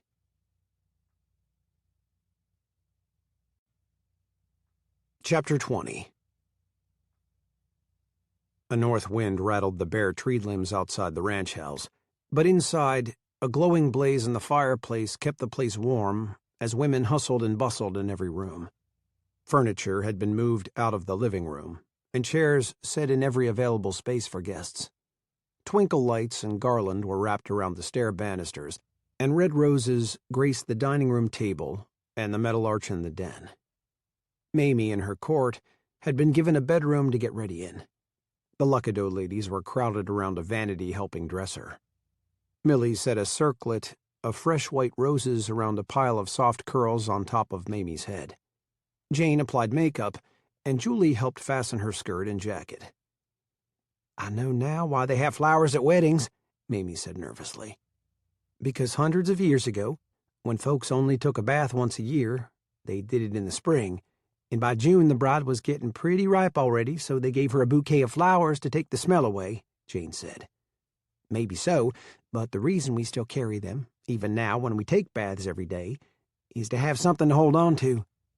My hands are shaking worse than the night Eli proposed to me," Mamie said. "If you're that nervous, we can all be in Cancun by breakfast. I know how to run out on a wedding, even at this late date. We can sneak out the back door, get in my truck, and let Ellen drive us to the Dallas airport. Bet we can be there in under an hour with her driving, even if we stop for a bottle of Jack Daniels at the first liquor store," Jane teased. Mamie giggled. "It's not nerves that I don't want to get married. It's nerves that I'm not good enough for 'em, or that I'll be a horrible preacher's wife. We'll have no more of that kind of talk. You're talking about my friend, and I don't let people talk about her like that. Besides, is this the same woman who encouraged me to move to St. Joe?" Julie asked. "I guess it is," Mamie said. "And that move changed a bunch of lives, didn't it?" Julie asked. Sally poked her head in the door. "I heard that, Julie. It damn sure changed my life, and I'm grateful to you for it. Is the party in here?" Julie hugged her. "Well, look what the cats have drug up. Speaking of what the cats have drug up, I'm going to be a mama cat. I got pregnant the first week we were married. When are you getting one, Mamie?" Sally asked. "ASAP," Mamie answered. "Where's Alvy?" "Down there, sitting with the men. Eli is so nervous he's chewing his lip," Sally said. "Then he's more nervous than you are, Mamie, so stop fretting," Julie said. Jane patted Mamie on the shoulder. "You'll forget all about that nervous stuff the first time you have a big old fight anyway. Congratulations, Sally. I guess by the way Julie didn't squeal, that she already knew about the baby." "She did. I saw you the night of the sale, but I was so thunderstruck by Alvy I'm not sure I remember names. Tell me if I'm wrong. Jane, who looks like Ashley Judd with that brown hair. Millie, who looks like Jennifer Lopez, only with a darker tan and a hell of a lot prettier." "She's a charmer," Jane said. "Is the hen party in here?" Melinda cracked the door. "It is. We weren't expecting you," Julie said. "It was a spur-of-the-moment thing, according to Mama. She said Mamie was getting married, and she was bored, so she made Daddy and Matt bring us down here. We've got rooms at a hotel in Dallas when it's over," Melinda said with a wink at Julie. "So, tell us, Sally, is the honeymoon still going strong, even though you're pregnant?" Julie asked. "Had a rocky day about 2 weeks ago, but it's back on course. Here, let me fasten your skirt. I've got a feeling there could be a baby bump under this skirt before long." "I picked hay out of her hair after the sale," Sally said. Hey, tell us more," Jane said. "This is Mamie's day, so hush," Julie said. "Okay, it's my day and I'm nervous as hell, so I want a story. Tell me about the speed bump in the honeymoon that was going to last forever," Mamie urged. "You sure? I don't want to intrude, Sally said. I'm very sure. The ceremony starts in 15 minutes, and I'm about to hyperventilate. Tell me something to get my mind off walking down the stairs without falling, and saying my vows without crying, Mamie said. Sally smiled. Lord, I'm glad I went to the courthouse and didn't have time to think about anything other than buying a rose to throw at my sister. Which is bullshit anyway, because Mamie is getting married before me, so I wasn't the next bride, Julie argued. Stop arguing with her or I won't hear about the first fight, Mamie said. Sally sat down on the end of the bed. Okay, here it is. I came home from the grocery store to find a tall blonde in a black teddy laid up on my bed with rose petals strewn all around her, 2 glasses of wine already poured on the bedside table, and a gleam in her eye. Damn. What did you do? Jane asked.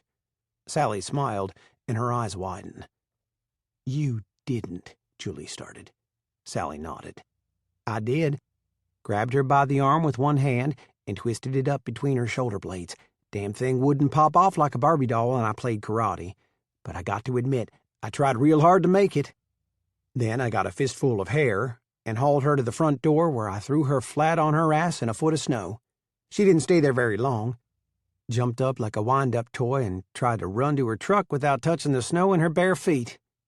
And? Julie asked.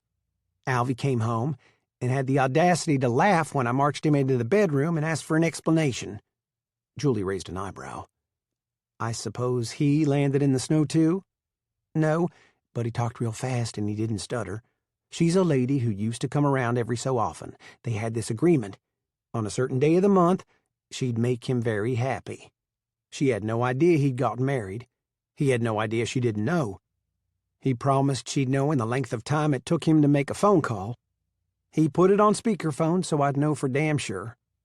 The next day, the furniture store in Jackson Hole brought out a brand spanking new bedroom suite, because Alvy was sleeping on the couch and I was sleeping in the spare room, until he got rid of that damned mattress. The audacity of him, expecting me to sleep on a mattress where he'd had another woman. Don't make me laugh any more. I'm going to bust the stays in this damn long-line bra, Mamie said. Not to mention our makeup. Jane dabbed her eyes with a tissue. You want to fly in once a month for our poker night? Millie asked. Sounds like fun. Maybe once every 3 months? But this is about Mamie. It's her day. God, I'm so glad you see something in my dorky brother that appeals to you. He's been a damned old zombie for 10 years. It's good to see him biting his lip and in love, Sally said.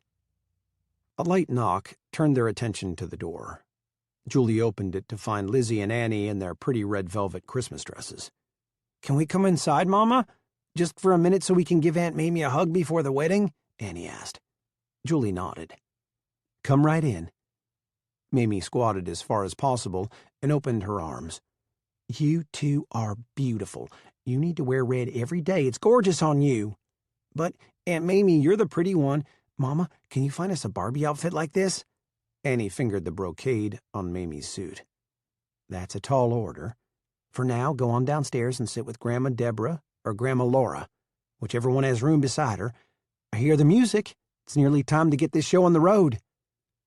Sally, Millie, and Jane all followed the girls down to the den and found their husbands. Julie picked up her bouquet and handed Mamie hers. The room that had seemed so small a few minutes before was suddenly huge and silent. Thank you, Mamie said. For what? For not fighting God or fate or whatever brought you here. You've brought more happiness into more lives than you'll ever know, Mamie said. Hush, you'll make me cry. When are you and Griffin going to do this? We don't want to steal you and Eli's thunder, and I was supposed to ask you before now, but everyone was in here, and we wanted it to be a little bit of a surprise. And besides, I didn't want to put you on the spot so you can say no and it won't hurt my feelings. Since the families are all here, would you mind terribly if we made this one a double? Mamie squealed and reached out to hug Julie. It would be the most perfect thing in the world. Did you already get your license and everything? We got it last weekend. If you want to have the day all to yourself, Daddy will marry us tomorrow morning before my parents go back to Jefferson. Hell no, let's do it upright, Mamie said. Thank you so much. Okay, that's my cue. I'm on my way. Pray real hard I don't fall on my face down the stairs." Mamie blew her a kiss. "You do the same." Griffin stood beside Eli in front of the arch, and the minute he saw Julie, there was no one else in the room. She was beautiful in jeans and t-shirts, gorgeous in red satin, but in the dark green dress, she was breathtaking. He never thought the day he'd gone searching for Lizzie that he'd fall in love with a red-haired banshee with dirty feet who came around the end of the house. But he had, and she'd promised to marry him. His hair really was a lucky streak. Mamie followed, and Eli stepped up to the bottom of the stairs to lead her to the arch. Once her hand touched his, he stopped biting at his lower lip. "Dearly beloved, we are gathered here this day," Luke Donovan began the ceremony. Julie scarcely heard the words. Her heart had set up a banging in her ears that took all thoughts from the vows her brother and Mamie were exchanging. She had a sudden bout of straight-up fear that lasted about 3 seconds until she looked up into Griffin's blue eyes. Doubts might come, but Griffin looking at her like that would erase anything that threatened their relationship. "And now I pronounce you man and wife," Luke said. "You may kiss your bride, Eli." Mamie threw her arms around Eli's neck and didn't wait for him to do the kissing. She rolled up on her toes and planted one on him that said Eli Donovan was hers for all eternity, and no one had better ever get in the way. The kiss ended, and Julie handed Mamie her bouquet. Strange, she couldn't even remember Mamie giving it to her. She'd been so busy chasing her fears. "And now it gives me great pleasure to present for the first time Mr. and Mrs. Eli Donovan," Luke said. Everyone clapped as Mamie and Eli wound their way through the people toward the back of the room where the wedding cakes waited on a table draped in white satin. Luke looked at Julie. She nodded, reached out for Griffin's hand, and whispered, "Mamie said it would be fine. You absolutely sure?" "Never more sure about anything in my whole life," he said. Luke cleared his throat. "Before you all jump up and run, I have an announcement. Since the room is decorated and both the families are already here, Julie and Griffin have expressed a desire to make this a double wedding. So if everyone will sit still for another few minutes, we'll just have their wedding right now." In the buzz that filled the room, Mamie and Eli turned around and walked right back up the aisle. "We want to be the witnesses," Mamie said. "Well, I think that's fair enough," Luke said. Griffin took Julie's hands in his, and the room went quiet. "On the night I proposed, you only asked me for one thing, and that was my heart. I give it to you tonight, along with my name and my love." Julie swallowed the lump, threatening to send tears down her face. "I never believed in fate or luck, but I've got to admit, something brought me to Montague County, and I'm glad for it. You and our daughters aren't the only ones who have lucky streaks, Griffin Luckadeau. I have one too, and it brought me straight to you. I give you my heart and my love." "And now, dearly beloved, we are still gathered here in the presence of God, family, and friends to join Griffin Luckadeau and Julie Donovan in holy matrimony," Luke said. When the ceremony ended, Luke said, "And now you may kiss your bride." Griffin picked her up and kissed her passionately. "I love you," he whispered when the kiss ended. "And I love you," she whispered back. "Does that mean we're sisters?" Annie asked Lizzie. "I think it does," Lizzie whispered. "Well, hot damn," Annie said. Sally and Alvy snickered. "I give you Mr. and Mrs. Griffin Luckadeau for the first time. And Griffin, you've got your work cut out for you," Luke teased. "Don't I know it?" Griffin grinned. Hands were held out as Julie made her way to the back of the room. She reached into the bouquet she'd carried for Mamie's wedding and brought out folded bills. She'd put a 20 and a 5 in Nellie's hand, and the same amount in Ellen's, Millie's, and Jane's. Alvera got 50. Mamie held out her hand at the wedding cake table, and Julie put a $20 bill in it. "What's that all about?" Griffin asked. "I always pay my bets, and it's the best money I ever spent," Julie answered. When everyone had gone home after the reception, Griffin pulled Julie down to sit on his lap in one of the folding guest chairs. I really do love you, Mrs. Luckadeau. I can't believe I'm really one of those obnoxious Luckadeau women. She kissed the end of his nose. What's a noxious Luckadeau? Lizzie asked. It's what you'll grow up to be, Julie told her. Come here, all three of you, Griffin said. Annie and Chuck came from the den, where they'd been playing with wedding decorations, and joined Lizzie, the three of them in a line with Chuck in the middle. Do you understand what happened here tonight? Julie and I got married, Griffin said. Does that mean Griffin is my daddy, like he's Julie's, and I can call him Daddy? Annie asked. Yes, it does. I have adopted you, Annie. From now on, even at school, you will be Annie Luckadeau. I'm adopted. That means you really are my daddy, don't it? Annie said. It does, but... Griffin started to tell her that she didn't have to call him that until she wanted to do so, but that on paper, she was now his daughter as much as Lizzie was.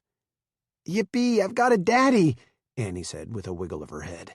Lizzie, your daddy is my daddy, and I get to call him that all the time. Ain't that right, Daddy? Lizzie's eyes filled with tears. But now Annie has got both, and I want a mama like Julie, 'cause I want to grow up to be just like her. I'll be your mama, Julie smiled. The girls high-fived. Chuck walked to the door, and his chin began to quiver. We have something else to share with you kids tonight. Chuck, can you come here and sit on my other knee? Griffin asked. Chuck did, but he didn't look up. Are you happy living here with me and the girls? Griffin asked. Chuck nodded. I'm glad to hear that. A man needs a boy around to help him when there's so many women in the house. You reckon you'd be happy living here the rest of your life? Chuck nodded again. I know you miss your real mama and daddy a lot sometimes, but they're going to be away until you're almost a grown man. They've agreed to let me adopt you, and the papers are being fixed up for that. Would you mind changing your last name and being a Luckadeau? Chuck looked up with love and amazement in his eyes. I'm like Annie and Lizzie now? I'm a real Luckadeau? You are a real Luckadeau if you want to be. If you want to still be a Chester, I can leave it like that on the papers, Griffin said. The girls waited with big smiles on their faces until he put up both hands. They high-fived him, and Chuck threw himself into Griffin's arms. I want to be a Luckadeau like Annie and Lizzie. Does that mean I can call you Daddy, too? It does, son, Griffin said. He looked at Julie. And can I call you Mama like Annie does? She nodded. Today is the best day of my life, he said. Giggles could be heard all the way into the den. Let's get those rugrats to bed and go make another one, Griffin asked. Which room is going to be ours? She asked. I was thinking maybe we'd move over to the first one on the left when you get up the steps. It was my parents' room and my grandparents before them. I think that would be fitting. I like that. Julie snuggled down into his arms. I like you, Griffin. I'm very glad. I was afraid the jury might stay out a lot longer. It's in. I'm guilty. He toyed with her hair. Then I sentence you to a lifetime of carrying my name and being my wife. I'll serve my time, but that doesn't mean I'll be one of those little walk behind you 3 steps and agree with everything you say women, she said. Any day you do that, I'll start getting my affairs in order. Why? He gathered her tightly into his arms and hugged her. Because if you act like that, it'll be because you are about dead. I can't live without you, so I'll get my affairs in order and get ready to die of a broken heart. That is the sweetest thing you've ever said. She wiped at a tear. Well, I'll be hanged. If I'd known you just needed some sweet talking, I could have gotten you to the altar months ago, he teased. And maybe I'll even get a little dark-haired son with a lucky streak out of the deal. Honey, you might get a dark-haired daughter, but any sons will have blonde hair. Then I'll wait until Lizzie and Annie grow up and get dark-haired grandsons. Or maybe there's a dark-haired gene hiding somewhere in Chuck. He swept her up into his arms and carried her up the stairs to the bedroom. He laid her gently on the bed and kissed her until she forgot that they had 3 kids to put to bed. I love you, Julie Luckadeau. The day you walked into my life was my lucky day, he said.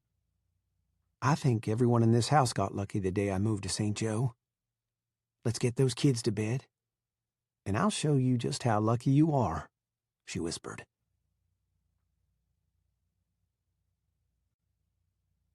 The end.